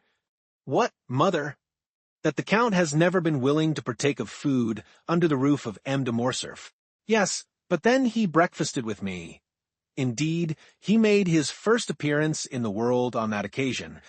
But your house is not M. de Morcerf's," murmured Mercédès, "and since he has been here, I have watched him. Well, he has taken nothing yet. The Count is very temperate." Mercédès smiled sadly. "Approach him," said she, "and when the next waiter passes, insist upon his taking something." "But why, mother?" "Just to please me, Albert," said Mercédès. Albert kissed his mother's hand and drew near the Count. Another salver passed, loaded like the preceding ones. She saw Albert attempt to persuade the Count, but he obstinately refused. Albert rejoined his mother. She was very pale. "Well," said she, "you see he refuses?" "Yes, but why need this annoy you? You know, Albert, women are singular creatures. I should like to have seen the Count take something in my house, if only an ice. Perhaps he cannot reconcile himself to the French style of living, and might prefer something else." "Oh, no. I have seen him eat of everything in Italy. No doubt he does not feel inclined this evening. And besides," said the Countess, "accustomed as he is to burning climates, possibly he does not feel the heat as we do. I do not think that, for he has complained of feeling almost suffocated, and asked why the Venetian blinds were not opened as well as the windows. In a word," said Mercédès, "it was a way of assuring me that his abstinence was intended." And she left the room. A minute afterwards the blinds were thrown open, and through the jessamine and clematis that overhung the window one could see the garden, ornamented with lanterns, and the supper laid under the tent. Dancers, players, talkers, all uttered an exclamation of joy. Everyone inhaled with delight the breeze that floated in. At the same time Mercedes reappeared, paler than before, but with that imperturbable expression of countenance which she sometimes wore. She went straight to the group of which her husband formed the center. "Do not detain those gentlemen here, Count," she said. "They would prefer, I should think, to breathe in the garden rather than suffocate here, since they are not playing." "Ah," said a gallant old general, who in 1809 had sung Partant pour la Syrie, "we will not go alone to the garden." "Then," said Mercedes, "I will lead the way." Turning towards Monte Cristo, she added, "Count, will you oblige me with your arm?" The Count almost staggered at these simple words. Then he fixed his eyes on Mercedes. It was only a momentary glance, but it seemed to the Countess to have lasted for a century. So much was expressed in that one look. He offered his arm to the Countess. She took it, or rather just touched it with her little hand, and they together descended the steps, lined with rhododendrons and camellias. Behind them, by another outlet, a group of about 20 persons rushed into the garden with loud exclamations of delight. Chapter 71. Bread and Salt. Madame de Morcerf entered an archway of trees with her companion. It led through a grove of lindens to a conservatory. It was too warm in the room, was it not, Count? She asked. "Yes, madame. And it was an excellent idea of yours to open the doors and the blinds." As he ceased speaking, the Count felt the hand of Mercedes tremble. "But you," he said, "with that light dress, and without anything to cover you but that gauze scarf, perhaps you feel cold?" "Do you know where I am leading you?" said the Countess, without replying to the question. "No, madam," replied Monte Cristo, "but you see I make no resistance. We are going to the greenhouse that you see at the other end of the grove." The Count looked at Mercedes as if to interrogate her, but she continued to walk on in silence, and he refrained from speaking. They reached the building ornamented with magnificent fruits, which ripen at the beginning of July in the artificial temperature which takes the place of the sun, so frequently absent in our climate. The Countess left the arm of Monte Cristo and gathered a bunch of muscatel grapes. "See, Count," she said, with a smile so sad in its expression that one could almost detect the tears on her eyelids. "See, our French grapes are not to be compared, I know, with yours of Sicily and Cyprus, but you will make allowance for our northern sun." The Count bowed but stepped back. "Do you refuse?" said Mercedes in a tremulous voice. "Pray excuse me, madam," replied Monte Cristo, "but I never eat muscatel grapes." Mercedes let them fall and sighed. A magnificent peach was hanging against an adjoining wall, ripened by the same artificial heat. Mercedes drew near and plucked the fruit. "Take this peach, then," she said. The Count again refused. "What again?" she exclaimed, in so plain of an accent that it seemed to stifle a sob. "Really, you pain me." A long silence followed. The peach, like the grapes, fell to the ground. "Count," added Mercedes with a supplicating glance, "there is a beautiful Arabian custom, which makes eternal friends of those who have together eaten bread and salt, under the same roof." "I know it, madam," replied the Count, "but we are in France and not in Arabia, and in France eternal friendships are as rare as the custom of dividing bread and salt with one another." "But," said the Countess, breathlessly, with her eyes fixed on Monte Cristo, whose arm she convulsively pressed with both hands, "we are friends, are we not?" The Count became pale as death, the blood rushed to his heart, and then again, rising, dyed his cheeks with crimson, his eyes swam, like those of a man suddenly dazzled. "Certainly we are friends," he replied. "Why should we not be?" The answer was so little like the one Mercedes desired, that she turned away to give vent to a sigh, which sounded more like a groan. "Thank you," she said, and they walked on again. They went the whole length of the garden without uttering a word. "Sir," suddenly exclaimed the Countess, after their walk had continued 10 minutes in silence, "is it true that you have seen so much, traveled so far, and suffered so deeply?" "I have suffered deeply, madam," answered Monte Cristo. "But now you are happy?" "Doubtless," replied the Count, "since no one hears me complain." "And your present happiness, has it softened your heart?" "My present happiness equals my past misery," said the Count. "Are you not married?" asked the Countess. "I married," exclaimed Monte Cristo, shuddering. "Who could have told you so?" "No one told me you were. But you have frequently been seen at the opera with a young and lovely woman. She is a slave, whom I bought at Constantinople, madam, the daughter of a prince. I have adopted her as my daughter, having no one else to love in the world." "You live alone, then?" "I do."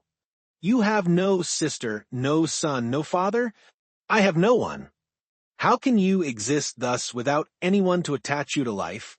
"It is not my fault, madam. At Malta, I loved a young girl, was on the point of marrying her, when war came and carried me away. I thought she loved me well, enough to wait for me, and even to remain faithful to my memory. When I returned, she was married. This is the history of most men who have passed 20 years of age. Perhaps my heart was weaker than the hearts of most men, and I suffered more than they would have done in my place. That is all." The Countess stopped for a moment as if gasping for breath. "Yes," she said, "and you have still preserved this love in your heart. One can only love once. And did you ever see her again?" "Never." "Never?" "I never returned to the country where she lived." "To Malta?" "Yes, Malta." "She is then now at Malta?" "I think so." "And have you forgiven her for all she has made you suffer?" "Her, yes." "But only her. Do you then still hate those who separated you?" "I hate them? Not at all. Why should I?"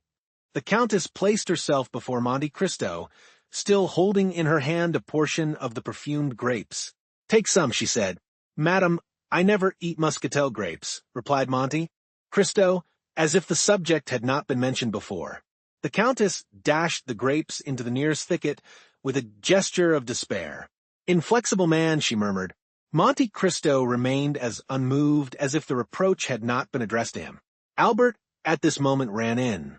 "Oh, mother," he exclaimed, "such a misfortune has happened." What has happened?" asked the Countess, as though awakening from a sleep to the realities of life. "Did you say a misfortune?" "Indeed I should. Expect misfortunes. M. de Villefort is here." "Well, he comes to fetch his wife and daughter." "Why so?" "Because Madame de Saint Méran is just arrived in Paris, bringing the news of M. de Saint Méran's death, which took place on the first stage after he left Marseilles. Madame de Villefort, who was in very good spirits, would neither believe nor think of the misfortune, but Mademoiselle Valentine, at the first words, guessed the whole truth, notwithstanding all the precautions of her. Father, the blow struck her like a thunderbolt, and she fell senseless." "And how was M. de Saint Méran related to Mademoiselle de Villefort?" said the Count. "He was her grandfather, on the mother's side. He was coming here to hasten her marriage with Franz." "Ah, indeed. So Franz must wait. Why was not M. de Saint Méran also grandfather to Mademoiselle Danglars?" Albert," said Madame de Morcerf, in a tone of mild reproof, "what are you saying?"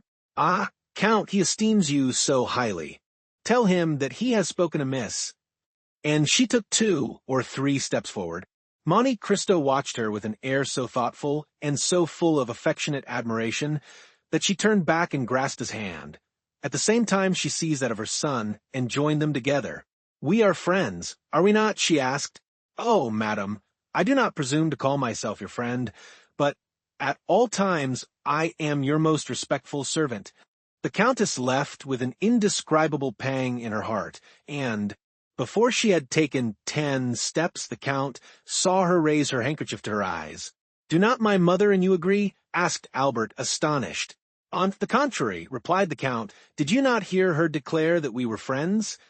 They re-entered the drawing-room, which Valentine and Madame de Villefort had just quitted.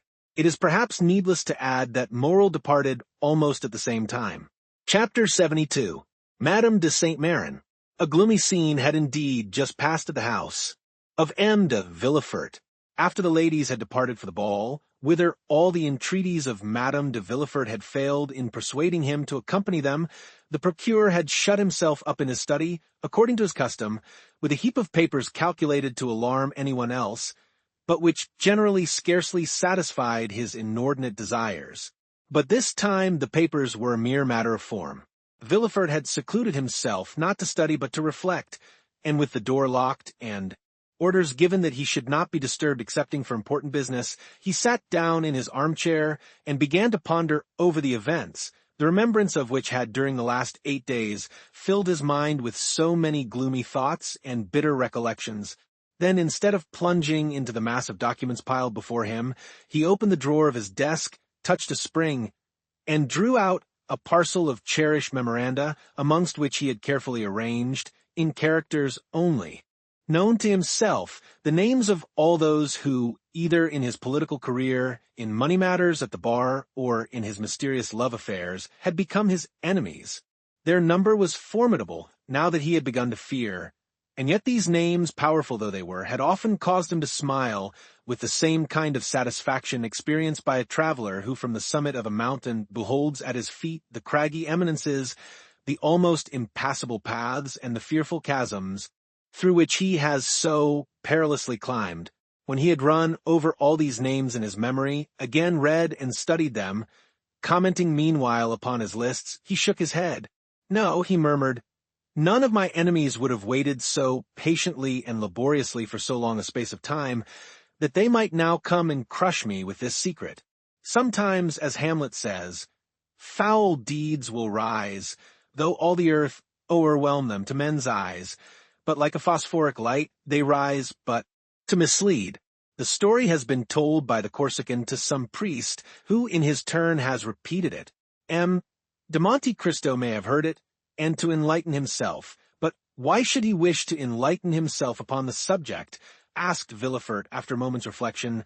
What interest can this de Monte Cristo, or Zacchone, son of a shipowner of Malta, discoverer of a mine in Thessaly, now visiting Paris for the first time, what interest, I say, can he take in discovering a gloomy, mysterious, and useless fact like this?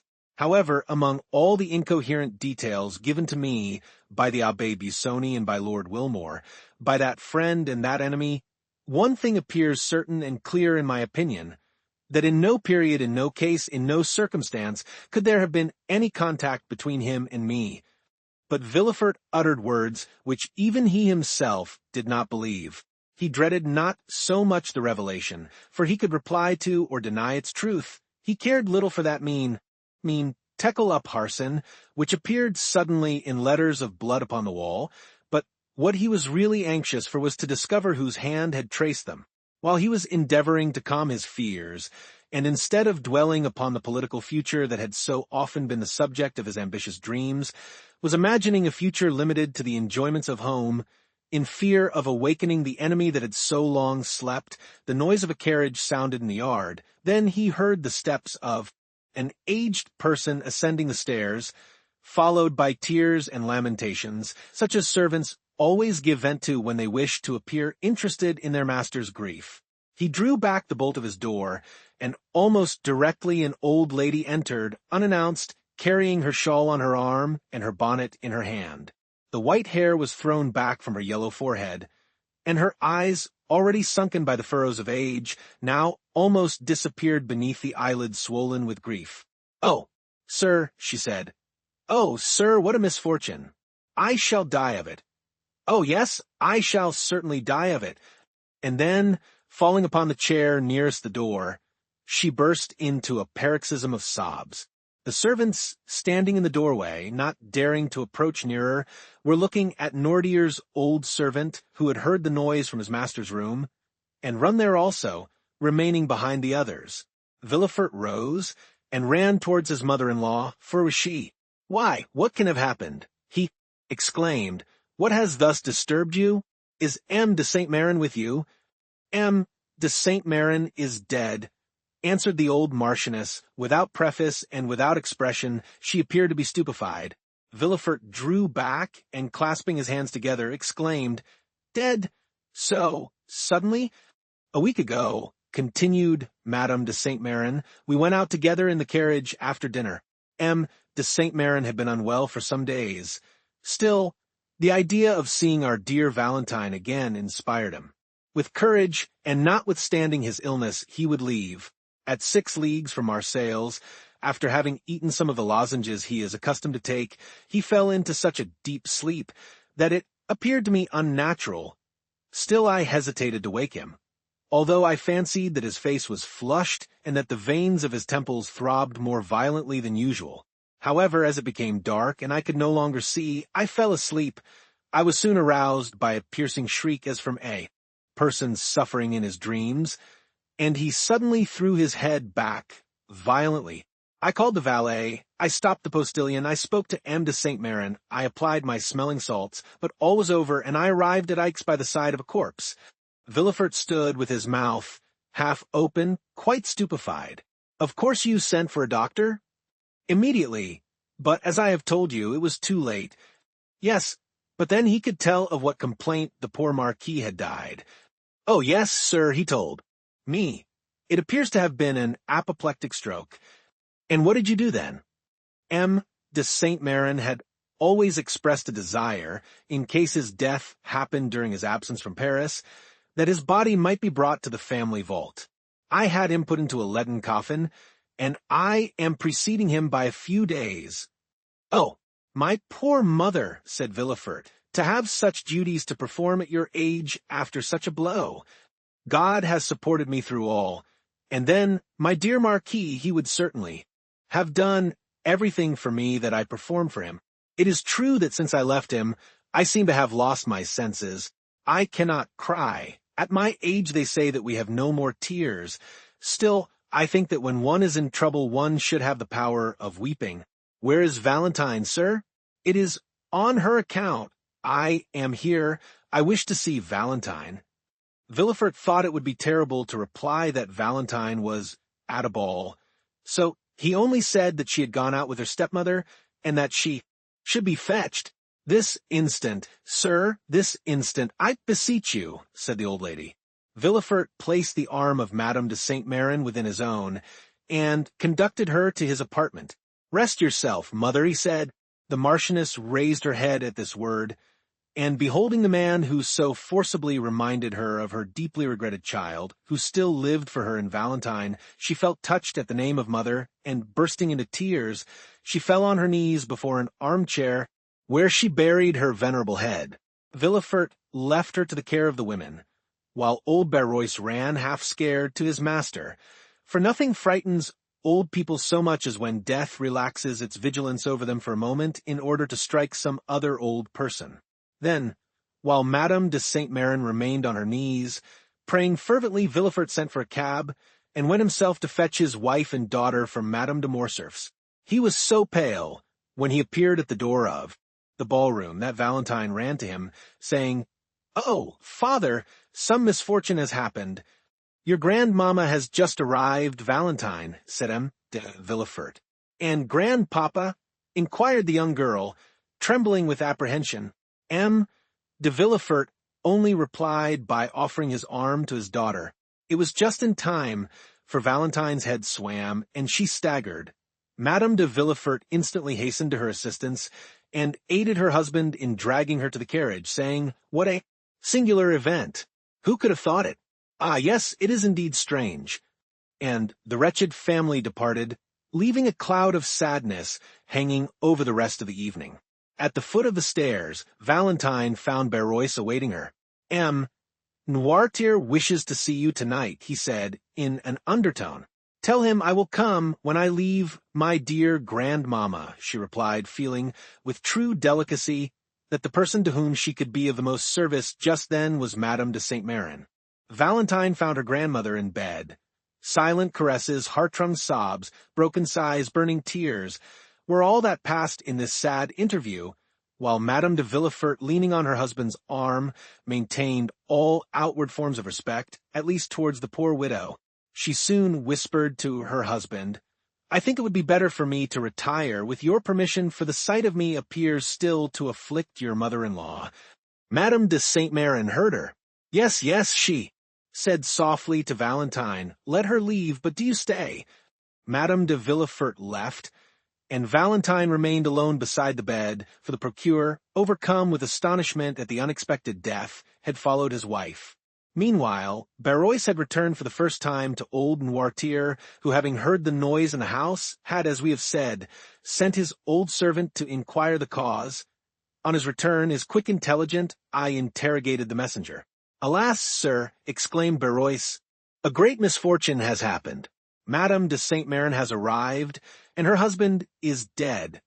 M. de Saint-Méran and Noirtier had never been on strict terms of friendship. Still, the death of one old man always considerably affects another. Noirtier let his head fall upon his chest, apparently overwhelmed and thoughtful. Then he closed one eye, in token of inquiry. Barrois asked, Mademoiselle Valentine? Noirtier nodded his head. She is at the ball, as you know, since she came to say goodbye. To you in full dress. Noirtier again closed his left eye. Do you wish to see her? Noirtier again made an affirmative sign. Well, they have gone to fetch her.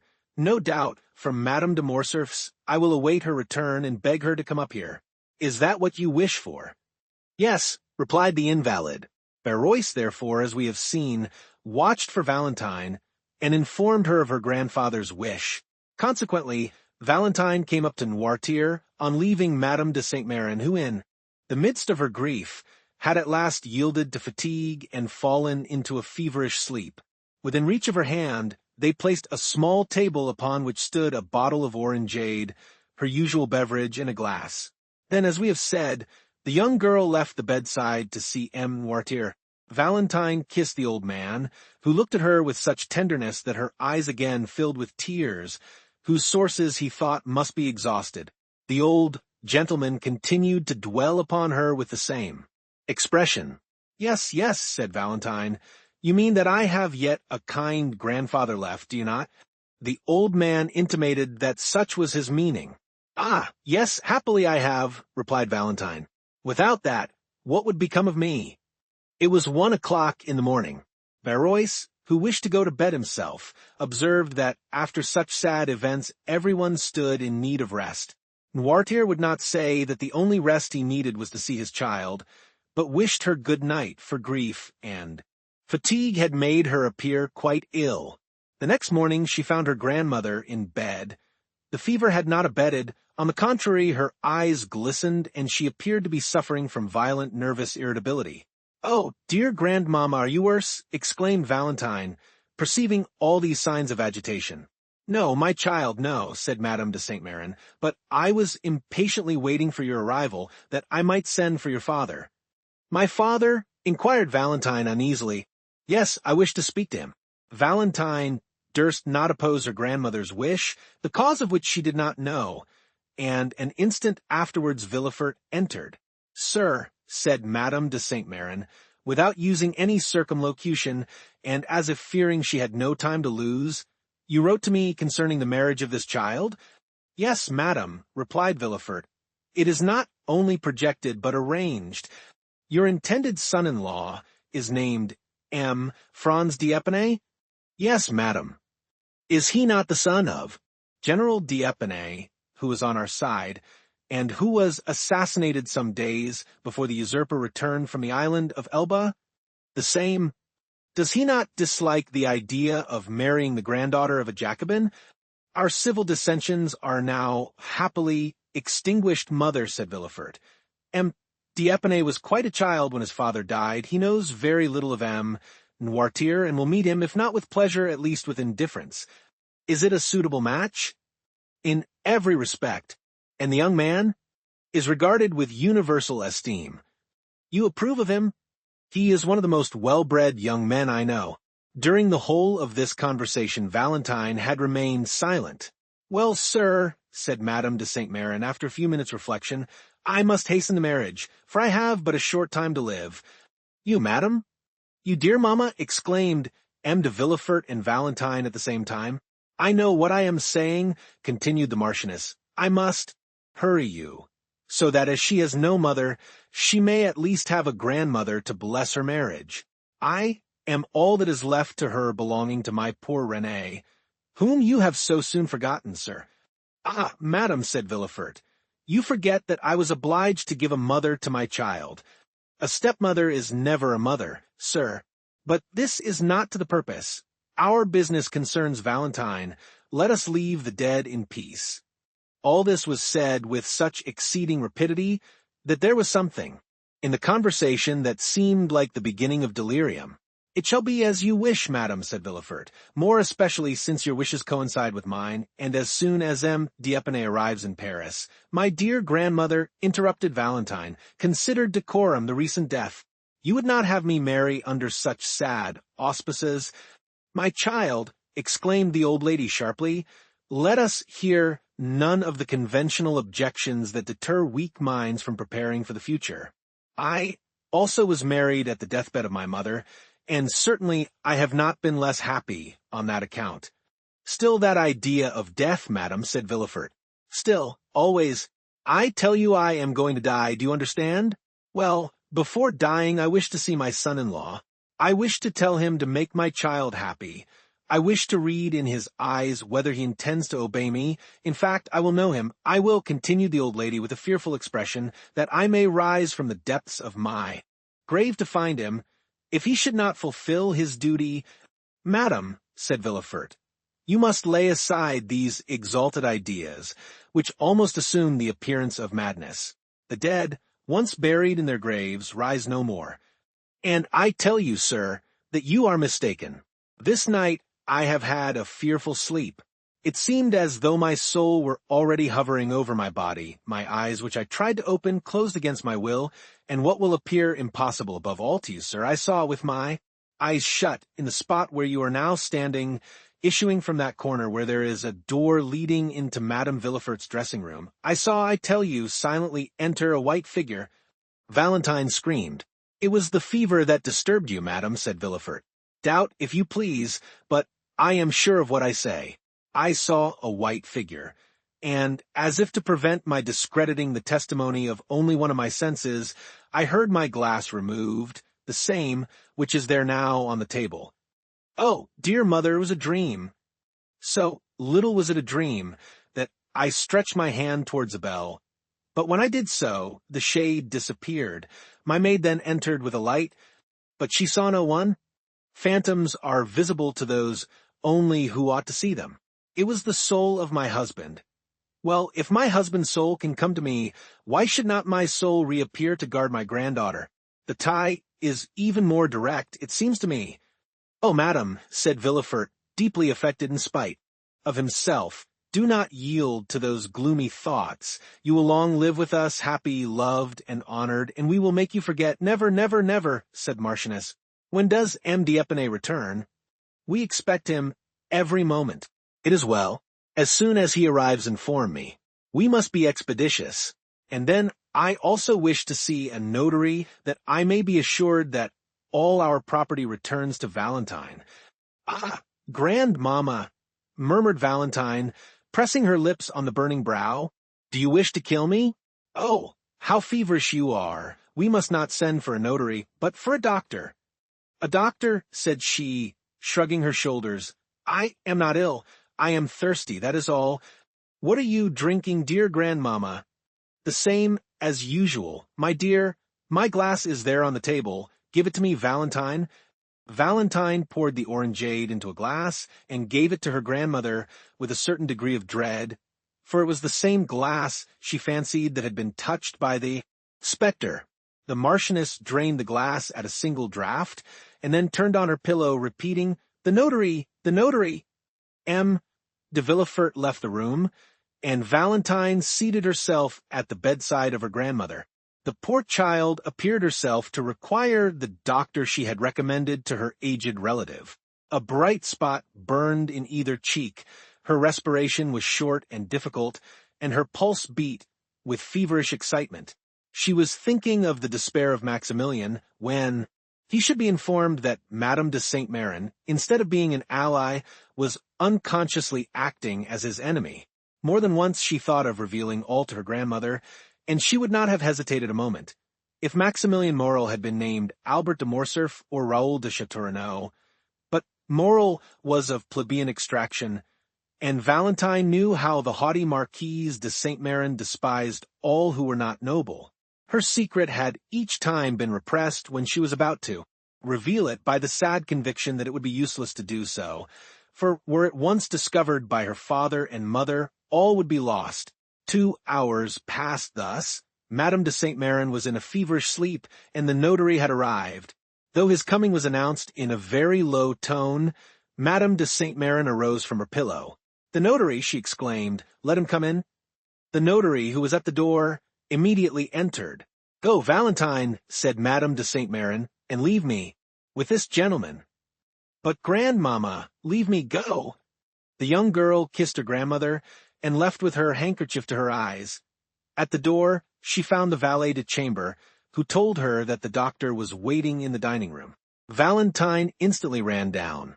The doctor was a friend of the family, and at the same time one of the cleverest men of the day, and very fond of Valentine, whose birth he had witnessed. He had himself a daughter about her age, but whose life was one continued source of anxiety and fear to him from her mother having been consumptive. "Oh," said Valentine, "we have been waiting for you with such impatience, dear M. d'Avrigny. But, first of all, how are Madeleine and Antoinette?"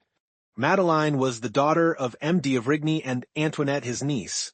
M. d'Avrigny smiled sadly. "Antoinette is very well," he said, "and Madeleine tolerably so. But you sent for me, my dear child. It is not your father or Madame de Villefort who is ill. As for you, although we doctors cannot divest our patients of nerves, I fancy you have no further need of me than to recommend you not to allow your imagination to take too wide a field." Valentine colored. M. d'Avrigny carried the science of divination almost to a miraculous extent, for he was one of the physicians who always work upon the body through the mind. "No," she replied. "It is for my poor grandmother. You know the calamity that has happened to us, do you not?" "I know nothing," said M. d'Avrigny. "Alas," said Valentine, restraining her tears, "my grandfather is dead." "M. de Saint-Méran?" "Yes." "Suddenly?" "From an apoplectic stroke." "An apoplectic stroke?" repeated the doctor. "Yes, and my poor grandmother fancies that her husband, whom she never left, has called her, and that she must go and join him. Oh, M. d'Avrigny, I beseech you, do something for her." "Where is she?" "In her room, with the notary." "And M. Noirtier?" Just as he was, his mind perfectly clear, but the same incapability of moving or speaking. "And the same love for you, my dear child?" "Yes," said Valentine, "he was very fond of me. Who does not love you?" Valentine smiled sadly. "What are your grandmother's symptoms?" "An extreme nervous excitement and a strangely agitated sleep. She fancied this morning in her sleep that her soul was hovering above her body, which she at the same time watched. It must have been delirium. She fancies, too, that she saw a phantom enter her chamber and even heard the noise it made on touching her glass." "It is singular," said the doctor. "I was not aware that Madame de Saint-Méran was subject to such hallucinations." "It is the first time I ever saw her in this condition," said Valentine, "and this morning she frightened me so that I thought her mad. And my father, who you know is a strong-minded man, himself appeared deeply impressed." "We will go and see," said the doctor. "What you tell me seems very strange." The notary here descended, and Valentine was informed that her grandmother was alone. "Go upstairs," she said to the doctor. "And you?" "Oh, I dare not. She forbade my sending for you. And as you say, I am myself agitated, feverish, and out of sorts. I will go and take a turn in the garden to recover myself." The doctor pressed Valentine's hand, and while he visited her grandmother, she descended the steps. We need not say which portion of the garden was her favorite walk. After remaining for a short time in the parterre, surrounding the house, and gathering a rose to place in her waist or hair, she turned into the dark avenue which led to the bench. Then from the bench she went to the gate. As usual, Valentine strolled for a short time among her flowers, but without gathering them. The mourning in her heart forbade her assuming this simple ornament, though she had not yet had time to put on the outward semblance of woe. She then turned towards the avenue. As she advanced, she fancied she heard a voice speaking. Her name. She stopped astonished, then the voice reached her ear more distinctly, and she recognized it to be that of Maximilian. Chapter 73. The Promise. It was indeed Maximilian Morrel, who had passed a wretched existence since the previous day. With the instinct peculiar to lovers, he had anticipated after the return of Madame de Saint-Méran and the death of the Marquis that something would occur at M. de Villefort's in connection with his attachment for Valentine. His presentiments were realized, as we shall see, and his uneasy forebodings had goaded him pale and trembling to the gate under the chestnut trees. Valentine was ignorant of the cause of this sorrow and anxiety, and as it was not his accustomed hour for visiting her, she had gone to the spot simply by accident or perhaps through sympathy. Morel called her, and she ran to the gate. "You here at this hour?" said she. "Yes, my poor girl," replied Morel. "I come to bring and to hear bad tidings." "This is indeed a house of mourning," said Valentine. "Speak, Maximilian, although the cup of sorrow seems already full." "Dear Valentine," said Morel, endeavoring to conceal his own emotion, "listen, I entreat you. What I am about to say is very serious. When are you to be married?" "I will tell you all," said Valentine. "From you, I have nothing to conceal.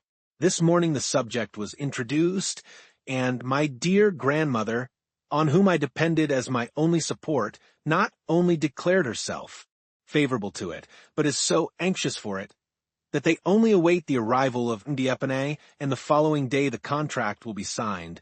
A deep sigh escaped the young man, who gazed long and mournfully at her he loved. "Alas," replied he, "it is dreadful thus to hear my condemnation from your own lips. The sentence is passed, and in a few hours will be executed. It must be so, and I will not endeavor to prevent it. But since you say nothing remains but for M. D'Épinay to arrive at, the contract may be signed, and the following day you will be his. Tomorrow you will be engaged to M. D'Épinay, for he came this morning to Paris." Valentine uttered a cry. "I was at the house of Monte Cristo an hour since," said Morel. "We were speaking, he of the sorrow your family had experienced, and I of your grief, when a carriage rolled into the courtyard. Never, till then, had I placed any confidence in presentiments, but now I cannot help believing them, Valentine. At the sound of that carriage I shuddered. Soon I heard steps on the staircase, which terrified me as much as the footsteps of the commander did Don Juan. The door at last opened. Albert de Morcerf entered first, and I began to hope my fears were vain, when after him another young man advanced, and the Count exclaimed, 'Ah, here is the Baron Franz d'Épinay.' I summoned all my strength and courage to my support. Perhaps I turned pale and trembled, but certainly I smiled, and 5 minutes after I left without, having heard one word that had passed." "Poor Maximilian," murmured Valentine. "Valentine, the time has arrived when you must answer me. And remember, my life depends on your answer. What do you intend doing?" Valentine held down her head. She was overwhelmed. "Listen," said Morel. "It is not the first time you have contemplated our present position, which is a serious and urgent one. I do not think it is a moment to give way to useless sorrow. Leave that for those who like to suffer at their leisure and indulge their grief in secret. There are such in the world, and God will doubtless reward them in heaven for their resignation on earth. But those who mean to contend must not lose one precious moment, but must return immediately the blow which fortune strikes. Do you intend to struggle against our ill fortune? Tell me, Valentine, for it is that I came to know." Valentine trembled, and looked at him with amazement. The idea of resisting her father, her grandmother, and all the family had never occurred to her. "What do you say, Maximilian?" asked Valentine. "What do you mean by a struggle?" "Oh, it would be a sacrilege." "What? I resist my father's order and my dying grandmother's wish? Impossible." Morel started. "You are too noble not to understand me, and you understand me so well that you already yield, dear Maximilian. No, no, I shall need all my strength to struggle with myself and support my grief in secret, as you say. But to grieve my father, to disturb my grandmother's last moments, never." "You are right," said Morel calmly. "In what a tone you speak," cried Valentine. "I speak as one who admires you, mademoiselle." "Mademoiselle," cried Valentine, "mademoiselle. Oh, selfish man! He sees me in despair, and pretends he cannot understand me. You mistake. I understand you perfectly. You will not oppose M. Villefort. You will not displease the Marchioness, and tomorrow you will sign the contract which will bind you to your husband. But mon Dieu, tell me, how can I do otherwise? Do not appeal to me, mademoiselle. I shall be a bad judge in such a case. My selfishness will blind me, replied Morrel, whose low voice and clenched hands announced his growing desperation. What would you have proposed, Maximilian, had you found me willing to accede? It is not for me to say. You are wrong. You must advise me what to do. Do you seriously ask my advice, Valentine? Certainly, dear Maximilian, for if it is good, I will follow it. You know my devotion to you. Valentine, said Morrel, pushing aside a loose plank, give me your hand in token of forgiveness of my anger. My senses are confused, and during the last hour the most extravagant thoughts have passed through my brain. Oh, if you refuse my advice, what do you advise? Said Valentine, raising her eyes to heaven and sighing. I am free, replied Maximilian, and rich enough to support you. I swear to make you my lawful wife before my lips even shall have approached your forehead. You make me tremble, said the young girl. Follow me, said Morrel. I will take you to my sister, who is worthy also to be yours. We will embark for Algiers, for England, for America, or if you prefer it, retire to the country, and only return to Paris when our friends have reconciled your family. Valentine shook her head.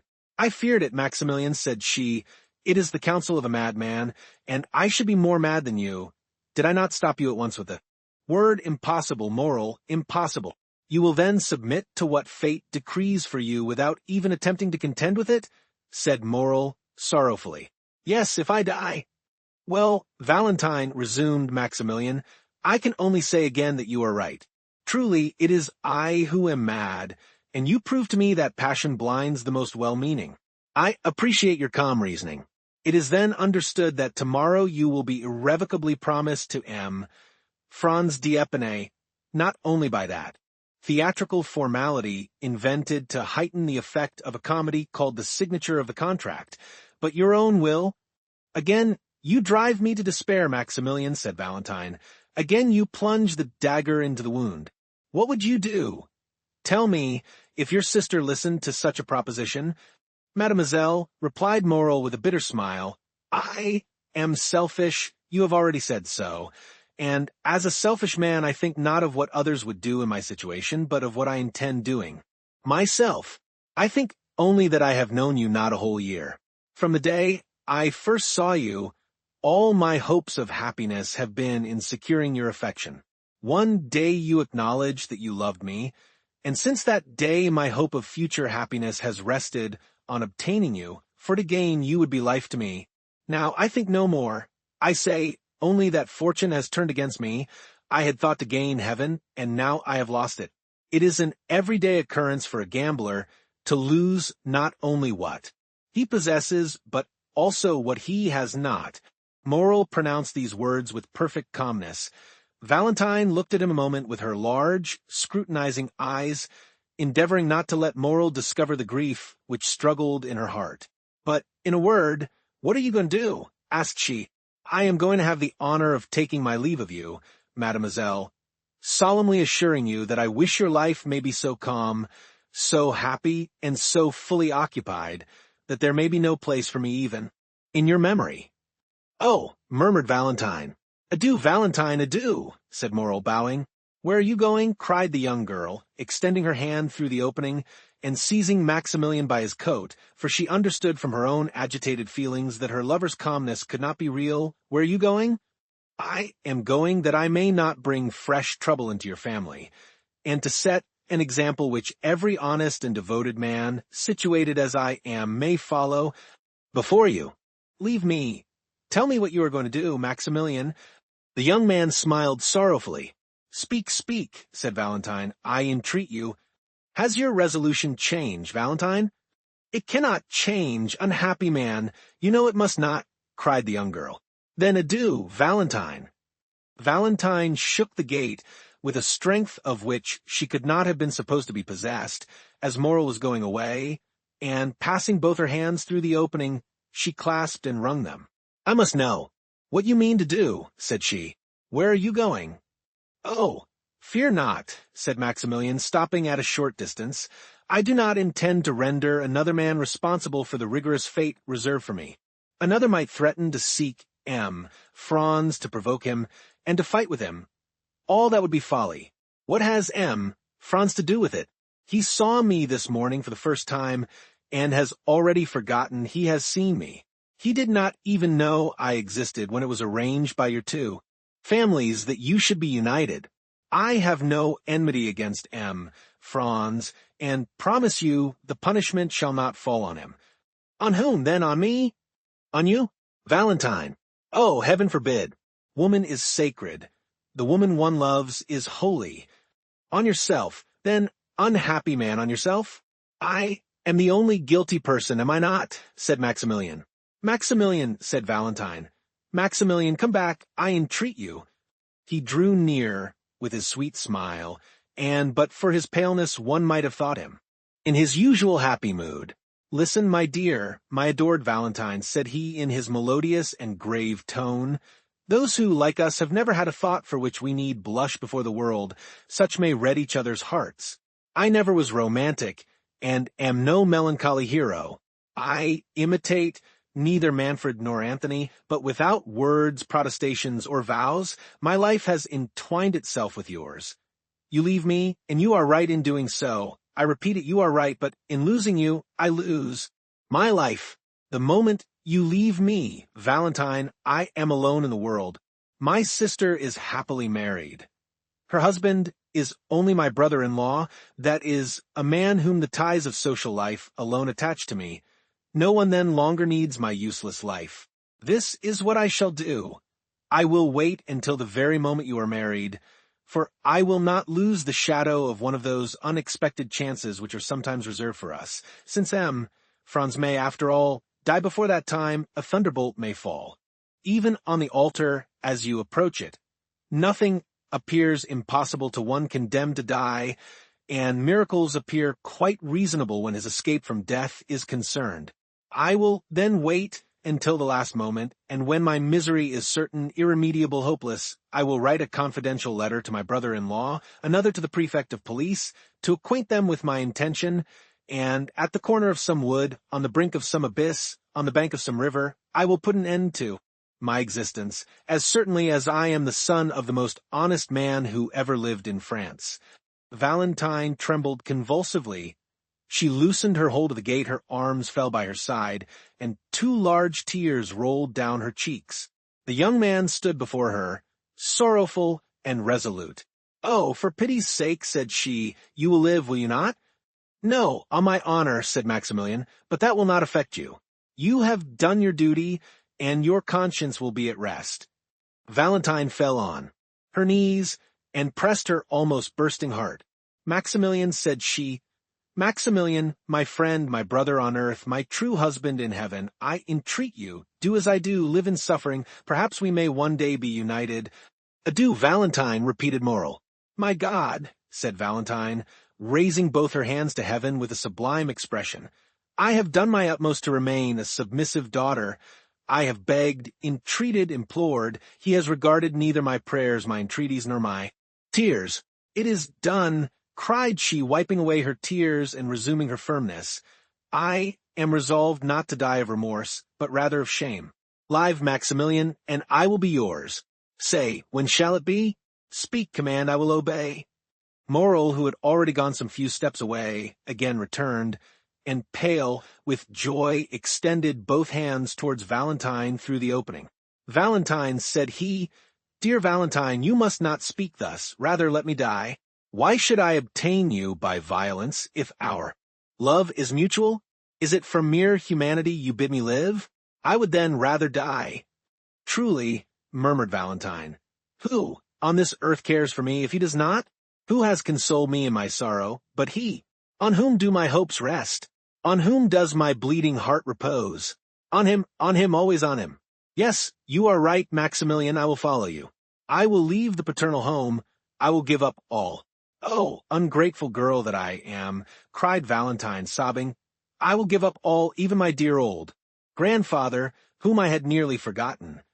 "No," said Maximilian, "you shall not leave him. Noirtier has evinced, you say, a kind feeling towards me. Well, before you leave, tell him all. His consent would be your justification in God's sight. As soon as we are married, he shall come and live with us. Instead of one child, he shall have two. You have told me how you talk to him and how he answers you. I shall very soon learn that language by signs, Valentine, and I promise you solemnly that, instead of despair, it is happiness that awaits us. Oh, see, Maximilian, see the power you have over me. You almost make me believe you.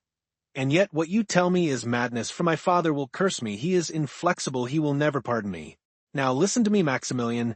If by artifice, by entreaty, by accident, in short, if by any means I can delay this marriage, will you wait?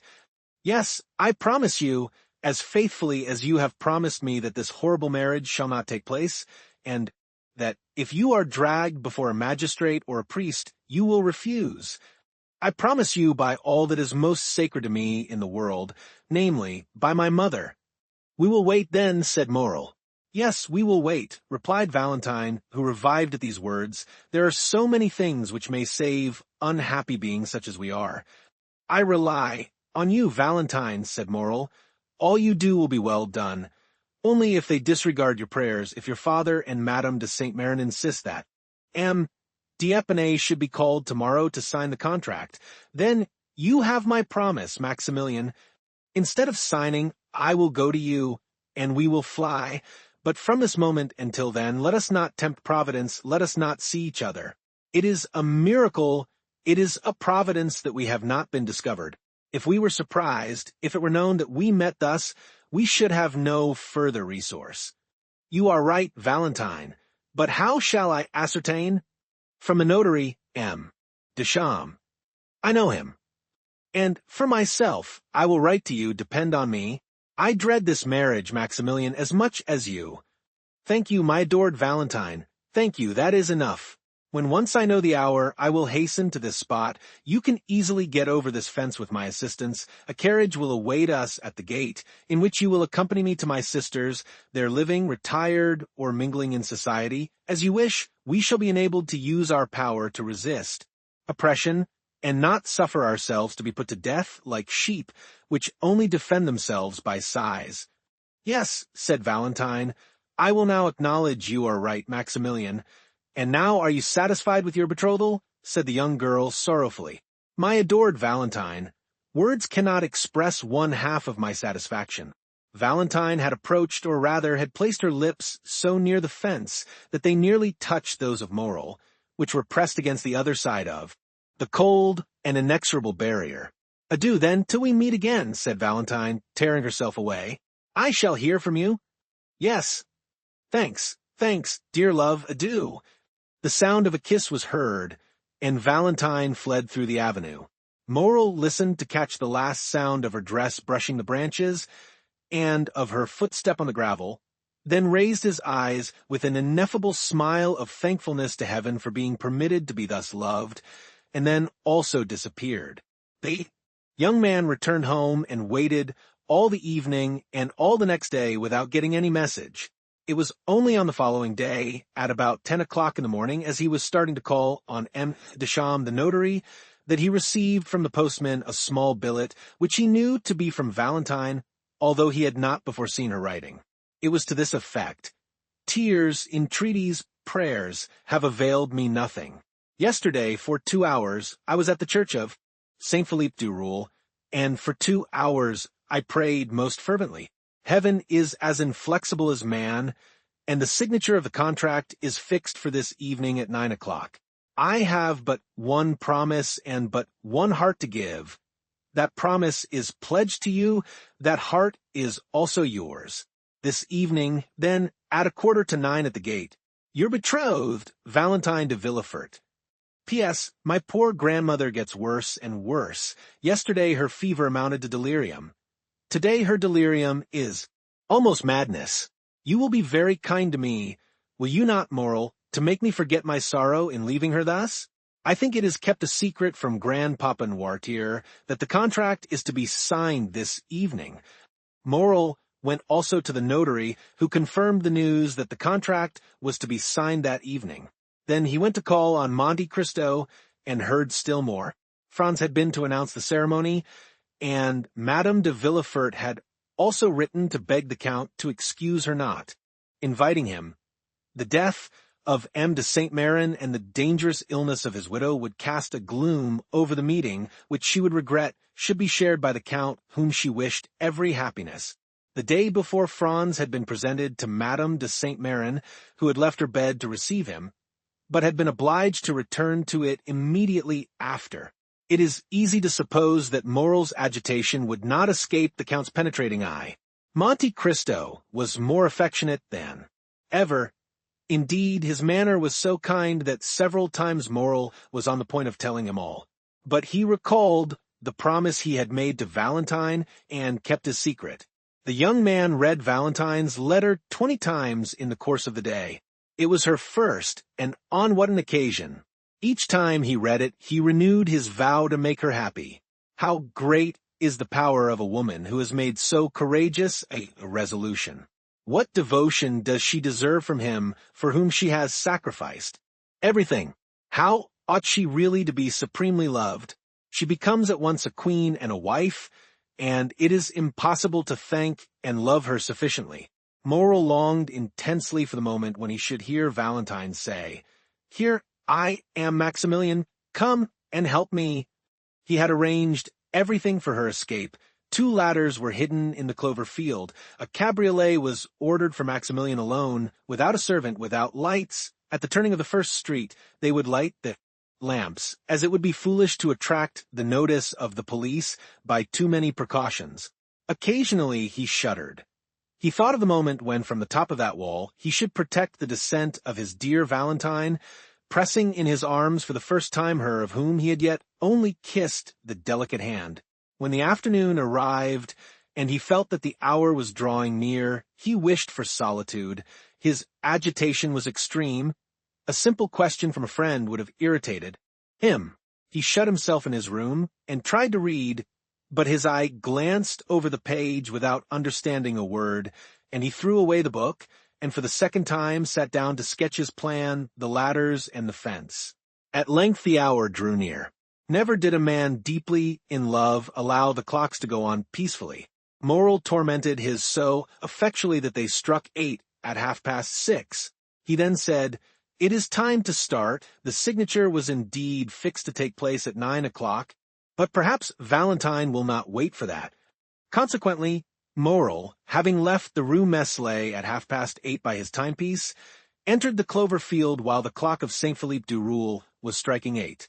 The horse and cabriolet were concealed behind a small ruin, where Morrel had often waited. The night gradually drew on, and the foliage in the garden assumed a deeper hue. Then Morrel came out from his hiding-place with a beating heart and looked through the small opening in. The gate, there was yet no one to be seen. The clock struck 8:30, and still another half-hour was passed in waiting, while Morrel walked to and fro and gazed more and more frequently through the opening. The garden became darker still, but in the darkness he looked in vain for the white dress, and in the silence he vainly listened for the sound of footsteps. The house, which was discernible through the trees, remained in darkness, and gave no indication that so important an event as the signature of a marriage contract was going on. Morrel looked at his watch, which wanted 9:15, but soon the same clock he had already heard strike 2 or 3 times rectified the error by striking 9:30.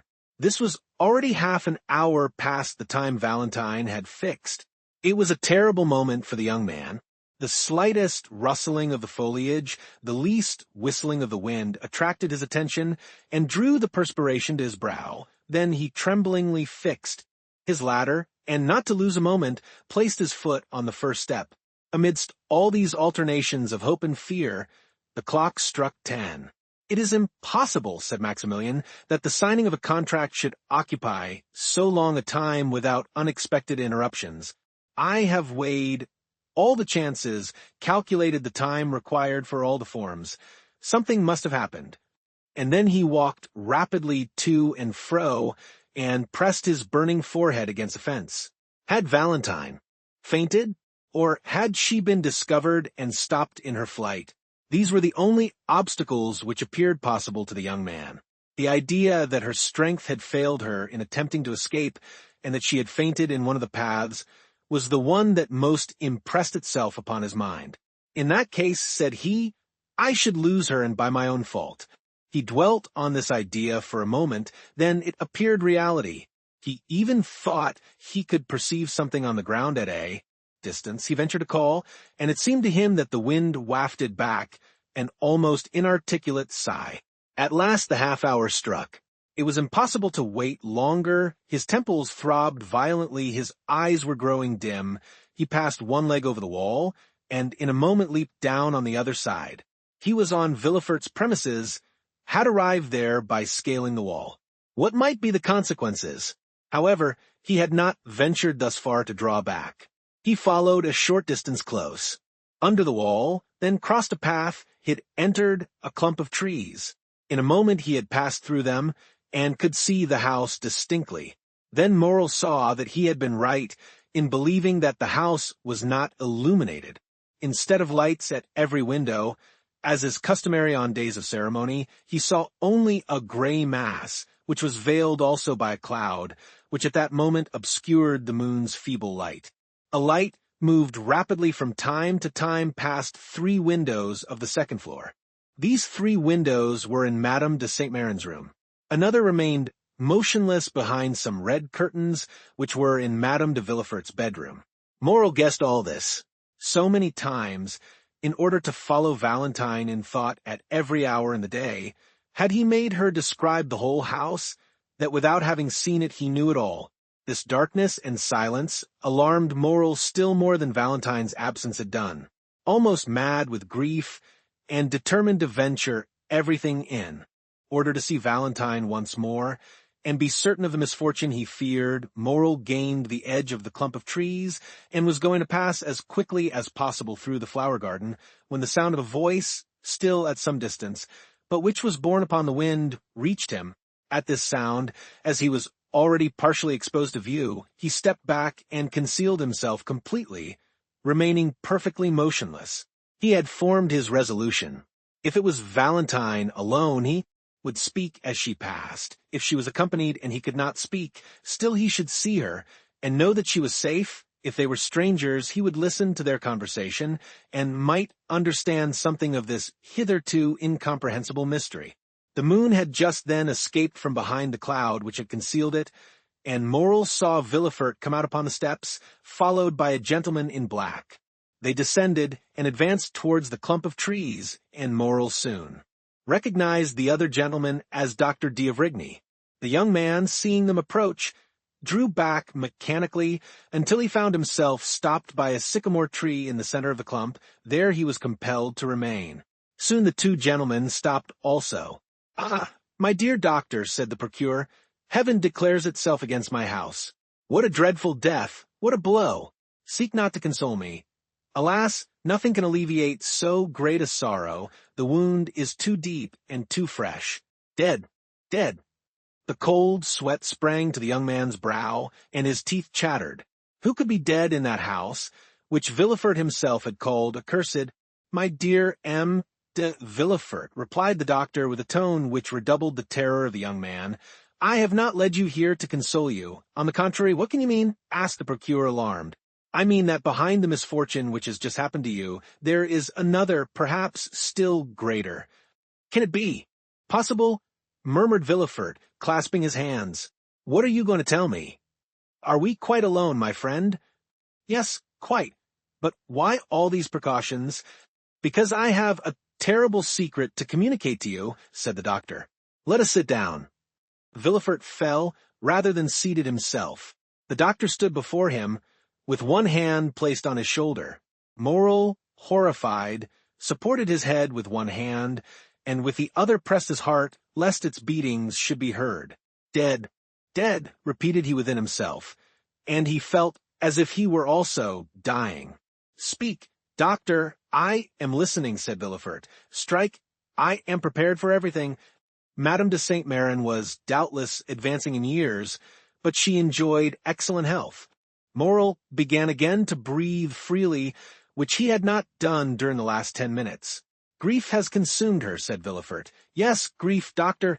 After living 40 years with the Marquis, it is not grief, my dear Villefort, said the doctor. Grief may kill, although it rarely does, and never in a day, never in an hour, never in 10 minutes. Villefort answered nothing. He simply raised his head, which had been cast down before, and looked at the doctor with amazement. Were you present during the last struggle? Asked M.D. of Rigny. I was, replied the procureur. You begged me not to leave. Did you notice the symptoms of the disease to which Madame de Saint-Méran has fallen a victim? I did. Madame de Saint-Méran had 3 successive attacks, at intervals of some minutes, each one more serious than the former. When you arrived, Madame de Saint-Méran had already been panting for breath some minutes. She then had a fit, which I took to be simply a nervous attack, and it was only when I saw her raise herself in the bed and her limbs and neck appear stiffened that I became really alarmed. Then I understood from your countenance there was more to fear than I had thought. This crisis past, I endeavored to catch your eye, but could not. You held her hand, you were feeling her pulse, and the second fit came on before you had turned towards me. This was more terrible than the first. The same nervous movements were repeated, and the mouth contracted and turned purple. And at the third, she expired. At the end of the first attack, I discovered symptoms of tetanus. You confirmed my opinion. Yes, before others, replied the doctor, but now we are alone. What are you going to say? Oh, spare me. That the symptoms of tetanus and poisoning by vegetable substances are the same. M. de Villefort started from his seat, then in a moment fell down again, silent and motionless. Morrel knew not if he were dreaming or awake. Listen, said the doctor. I know the full importance of the statement I have just made and the disposition of the man to whom I have made it. Do you speak to me as a magistrate or as a friend? Asked Villefort.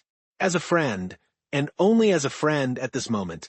The similarity in the symptoms of tetanus and poisoning by vegetable substances is so great that were I obliged to affirm by oath what I have now stated, I should hesitate.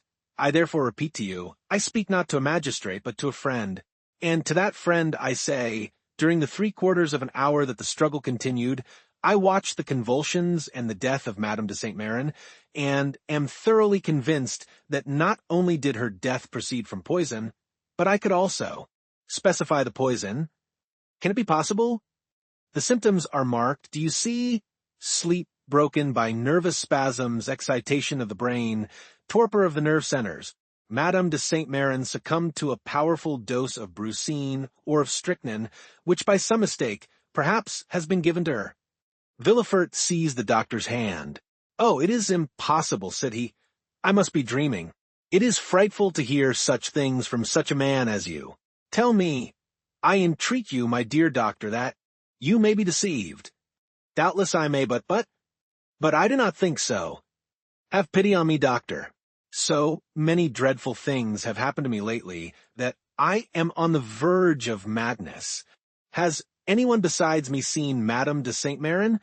No. Has anything been sent for from a chemist's that I have not examined? Nothing. Had Madame de Saint-Méran any enemies? Not to my knowledge. Would her death affect anyone's interest? It could not indeed. My daughter is her only heiress, Valentine alone. Oh, if such a thought could present itself, I would stab myself to punish my heart for having for one instant harbored it. Indeed, my dear friend, said M.D. of Rigny, I would not accuse anyone. I speak only of an accident, you understand, of a mistake, but whether accident or mistake, the fact is there. It is on my conscience and compels me to speak aloud to you. Make inquiry. Of whom? How? Of what? May not Barrois, the old servant, have made a mistake and have given Madame de Saint-Méran a dose prepared for his master? For my father? Yes. But how could a dose prepared for M. Noirtier poison Madame de Saint-Méran? Nothing is more simple. You know poisons become remedies in certain diseases, of which paralysis is one. For instance, having tried every other remedy to restore movement and speech to M. Noirtier, I resolved to try one last means, and for 3 months I have been giving him brucine, so that in the last dose I ordered for him there were 6 grains. This quantity, which is perfectly safe to administer to the paralyzed frame of M. Noirtier, which has become gradually accustomed to it, would be sufficient to kill another person. My dear doctor, there is no communication between M. Nordier's apartment and that of Madame de Saint-Méran, and Barrois never entered my mother-in-law's room.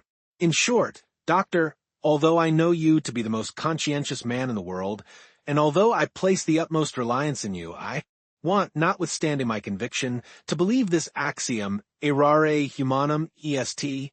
Is there one of my brethren in whom you have equal confidence with myself? Why do you ask me that? What do you wish? Send for him, I will tell him what I have seen, and we will consult together and examine the body. And you will find traces of poison? No, I did not say of poison, but we can prove what was the state of the body. We shall discover the cause of her sudden death, and we shall say, dear Villefort, if this thing has been caused by negligence, watch over your servants. If from hatred, watch your enemies. What do you propose to me, D'Avrigny? Said Villefort in despair. So soon as another is admitted into our secret, an inquest will become necessary, and an inquest in my house? Impossible. Still, continued the procureur, looking at the doctor with uneasiness, if you wish it, if you demand it, why then it shall be done. But, doctor, you see me already so grieved. How can I introduce into my house so much scandal after so much sorrow? My wife and my daughter would die of it.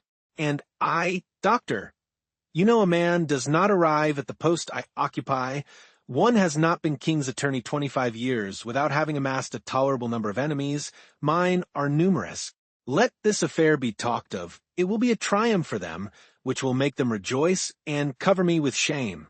Pardon me, doctor, these worldly ideas.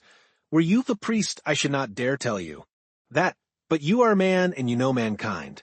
Doctor, pray recall your words. You have said nothing, have you?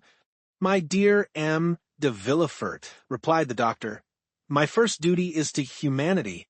I would have saved Madame de Saint-Méran if science could have done it, but she is dead, and my duty regards the living. Let us bury this terrible secret in the deepest recesses of our hearts.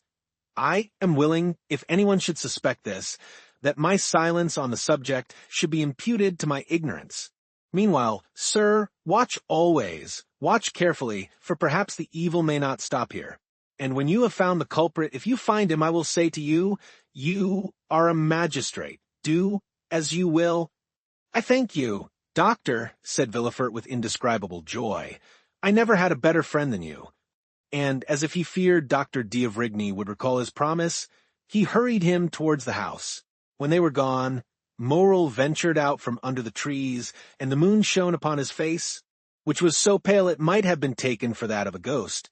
I am manifestly protected in a most wonderful but most terrible manner, said he. But Valentine, poor girl, how will she bear so much sorrow? As he thought thus, he looked alternately at the window with red curtains and the 3 windows with white curtains. The light had almost disappeared from the former. Doubtless Madame de Villefort had just put out her lamp, and the night lamp alone reflected its dull light on the window. At the extremity of the building, on the contrary, he saw one of the 3 windows open, a wax light placed on the mantelpiece threw some of its pale rays without, and a shadow was seen for one moment on the balcony. Morrel shuddered. He thought he heard a sob. It cannot be wondered at that his mind, generally so courageous, but now disturbed by the 2 strongest human passions, love and fear, was weakened even to the indulgence of superstitious thoughts. Although it was impossible that Valentine should see him, hidden as he was, he thought he heard the shadow at the window call him. His disturbed mind told him so.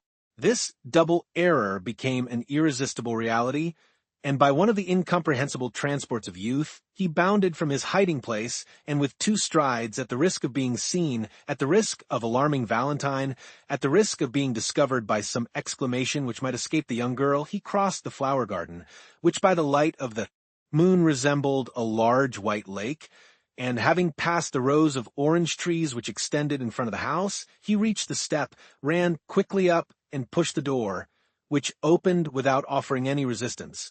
Valentine had not seen him.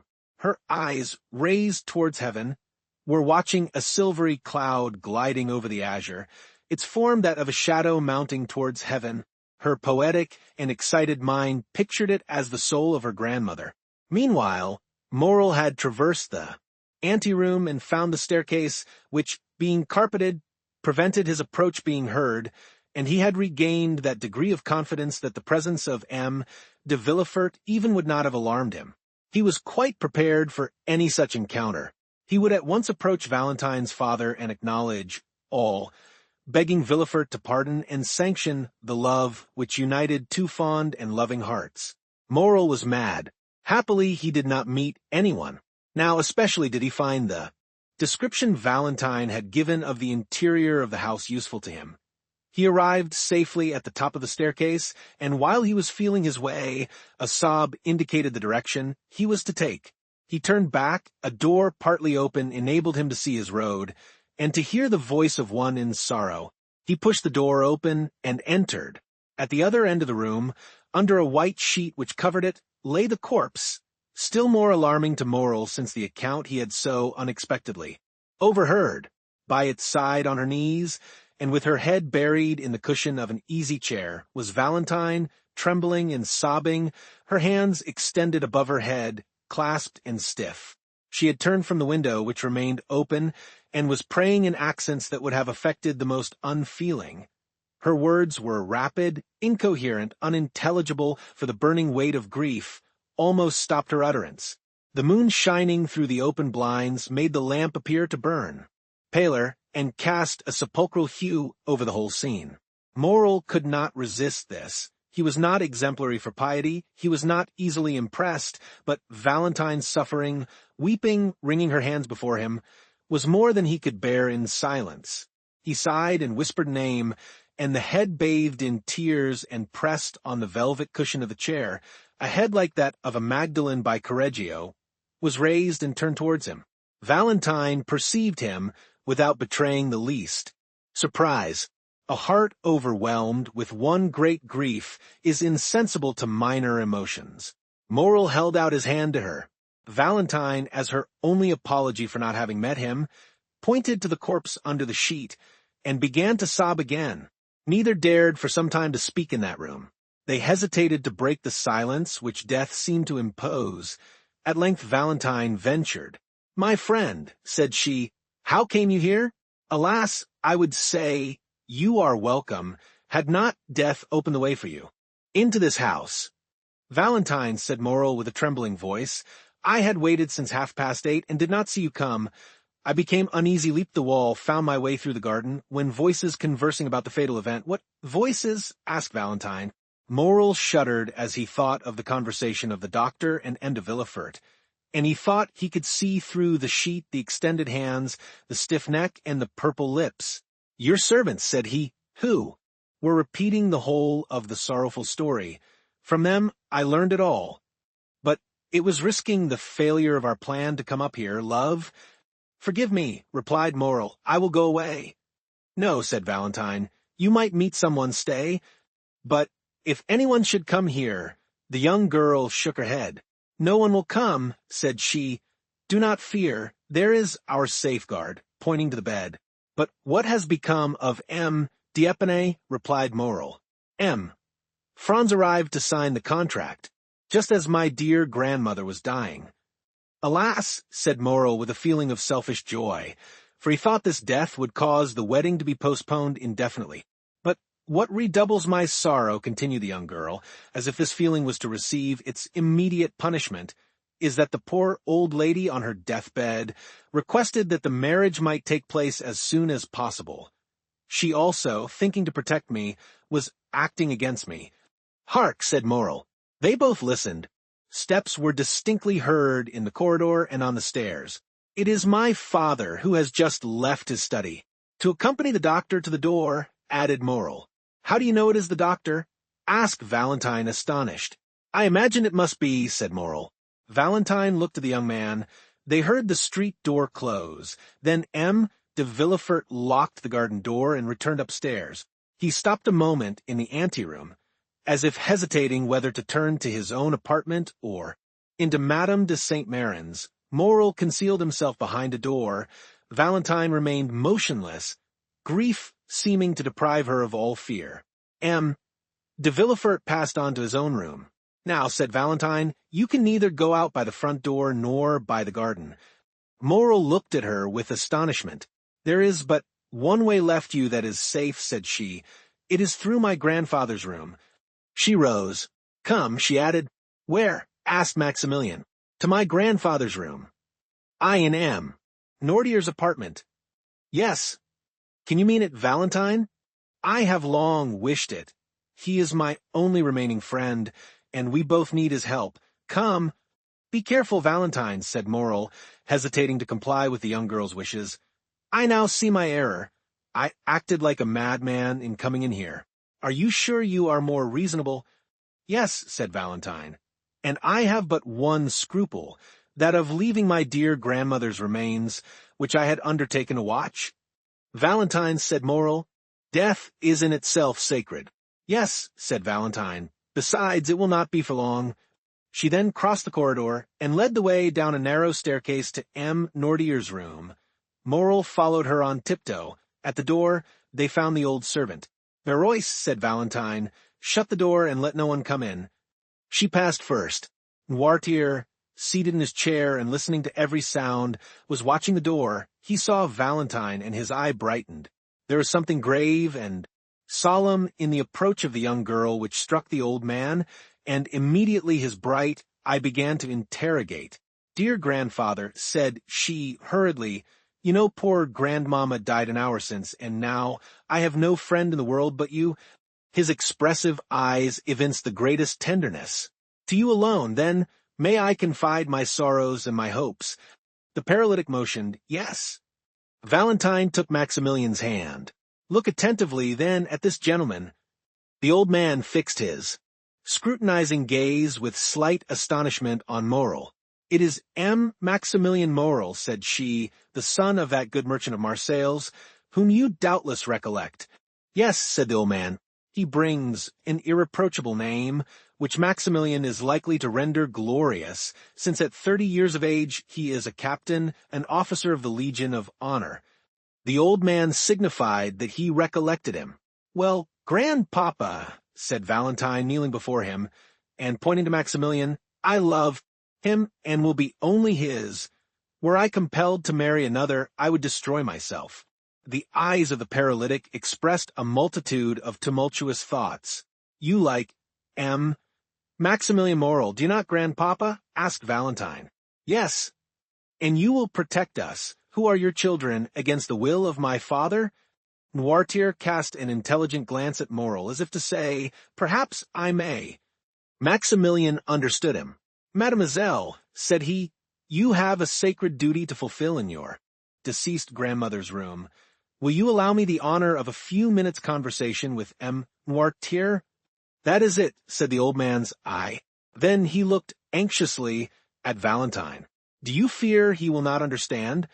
"Yes." "Oh, we have so often spoken of you, that he knows exactly how I talk to you." Then turning to Maximilian, with an adorable smile, although shaded by sorrow, "He knows everything I know," said she.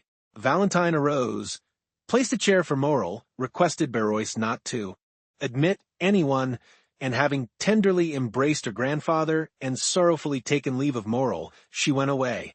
To prove to Noirtier that he was in Valentine's confidence and knew all their secrets, Moral took the dictionary, a pen, and some paper, and placed them all on a table where there was a light. "But first," said Moral, "allow me, sir, to tell you who I am, how much I love Mademoiselle Valentine, and what are my designs respecting her." Noirtier made a sign that he would listen. It was an imposing sight to witness this old man, apparently a mere useless burden, becoming the sole protector, support, and adviser of the lovers who were both young, beautiful, and strong. His remarkably noble and austere expression struck Moral, who began his story with trembling. He related the manner in which he had become acquainted with Valentine, and how he had loved her, and that Valentine, in her solitude and her misfortune, had accepted the offer of his devotion. He told him his birth, his position, his fortune, and more than once, when he consulted the look of the paralytic, that look answered, "That is good, proceed." "And now," said Moral, when he had finished the first part of his recital, "now I have told you of my love and my hopes. May I inform you of my intentions?" "Yes," signified the old man. "This was our resolution, A cabriolet was in waiting at the gate, in which I intended to carry off Valentine to my sister's house, to marry her, and to wait. Respectfully, M. de Villefort's pardon. No, said Noirtier, we must not do so. No, you do not sanction our project? No, there is another way, said Morel. The old man's interrogative, I said, which? I will go, continued Maximilian. I will seek M. Franz d'Épinay. I am happy to be able to mention this in Mademoiselle de Villefort's absence, and will conduct myself toward him so as to compel him to challenge me. Noirtier's look continued to interrogate. You wish to know what I will do? Yes. I will find him as I told you. I will tell him the ties which bind me to Mademoiselle Valentine. If he be a sensible man, he will prove it by renouncing of his own, accord the hand of his betrothed, and will secure my friendship and love until death. If he refuse, either through interest or ridiculous pride, after I have proved to him that he would be forcing my wife from me, that Valentine loves me, and will have no other, I will fight with him, give him every advantage, and I shall kill him, or he will kill me. If I am victorious, he will not marry Valentine, and if I die, I am very sure Valentine will not marry him. Noirtier watched with indescribable pleasure this noble and sincere countenance, on which every sentiment his tongue uttered was depicted, adding by the expression of his fine features all that coloring adds to a sound and faithful drawing. Still, when Morel had finished, he shut his eyes several times, which was his manner of saying, No, no. Said Morel, You disapprove of this second project as you did of the first? I do, signified the old man. But what then must be done? Asked Morel. Madame de Saint-Méran's last request was that the marriage might not be delayed. Must I let things take their course? Noirtier did not move. I understand, said Morel. I am to wait. Yes, but delay may ruin our plan, sir, replied the young man. Alone, Valentine has no power. She will be compelled to submit. I am here, almost, miraculously, and can scarcely hope for so good an opportunity to occur again. Believe me, there are only the two plans I have proposed to you. Forgive my vanity, and tell me which you prefer. Do you authorize Mademoiselle Valentine to entrust herself to my honor? No. Do you prefer I should seek M. d'Épinay? No. Whence then will come the help we need? From chance, resumed Morel. No, from you. Yes. You thoroughly understand me, sir. Pardon my eagerness, for my life depends on your answer. Will our help come from you? Yes. You are sure of it? Yes. There was so much firmness in the look which gave this answer, no one could, at any rate, doubt his will if they did his power. Oh, thank you 1,000 times. But how, unless a miracle should restore your speech, your gesture, your movement, how can you, chained to that armchair, dumb and motionless, oppose this marriage? A smile lit up the old man's face, a strange smile of the eyes in a paralyzed face. Then I must wait, asked the young man. Yes. But the contract? The same smile returned. Will you assure me it shall not be signed? Yes, said Noirtier. The contract shall not be signed, cried Morel. Oh, pardon me, sir. I can scarcely realize so great a happiness. Will they not sign it? No, said the paralytic. Notwithstanding that assurance, Morel still hesitated. This promise of an impotent old man was so strange that, instead of being the result of the power of his will, it might emanate from enfeebled organs. Is it not natural that the madman, ignorant of his folly, should attempt things beyond his power? The weak man talks of burdens he can raise, the timid of giants he can confront, the poor of treasures he spends. The most humble peasant, in the height of his pride, calls himself Jupiter. Whether Noirtier understood the young man's indecision, or whether he had not full confidence in his docility, he looked uneasily at him. What do you wish, sir? Asked Morel. That I should renew my promise of remaining tranquil? Noirtier's I remained fixed and firm, as if to imply that a promise did not suffice. Then it passed from his face to his hands. Shall I swear to you, sir? Asked Maximilian. Yes, said the paralytic with the same solemnity. Morel understood that the old man attached great importance to an oath. He extended his hand. I swear to you on my honor, said he, to await your decision respecting the course I am to pursue with M. d'Épinay." "That is right," said the old man. "Now," said Morel, "do you wish me to retire?" "Yes." "Without seeing Mademoiselle Valentine?" "Yes." Morel made a sign that he was ready to obey. "But," said he, "first allow me to embrace you as your daughter did just now." Nordier's expression could not be understood. The young man pressed his lips on the same spot on the old man's forehead, where Valentine's had been. Then he bowed a second time and retired. He found outside the door the old servant, to whom Valentine had given directions. Morel was conducted along a dark passage, which led to a little door opening on the garden, soon found the spot where he had entered with the assistance of the shrubs gained the top of the wall, and by his ladder was in an instant in the clover field where his cabriolet was still waiting for him. He got in it, and thoroughly wearied by so many emotions, arrived about midnight in the Rue Meslay, threw himself on his bed and slept soundly.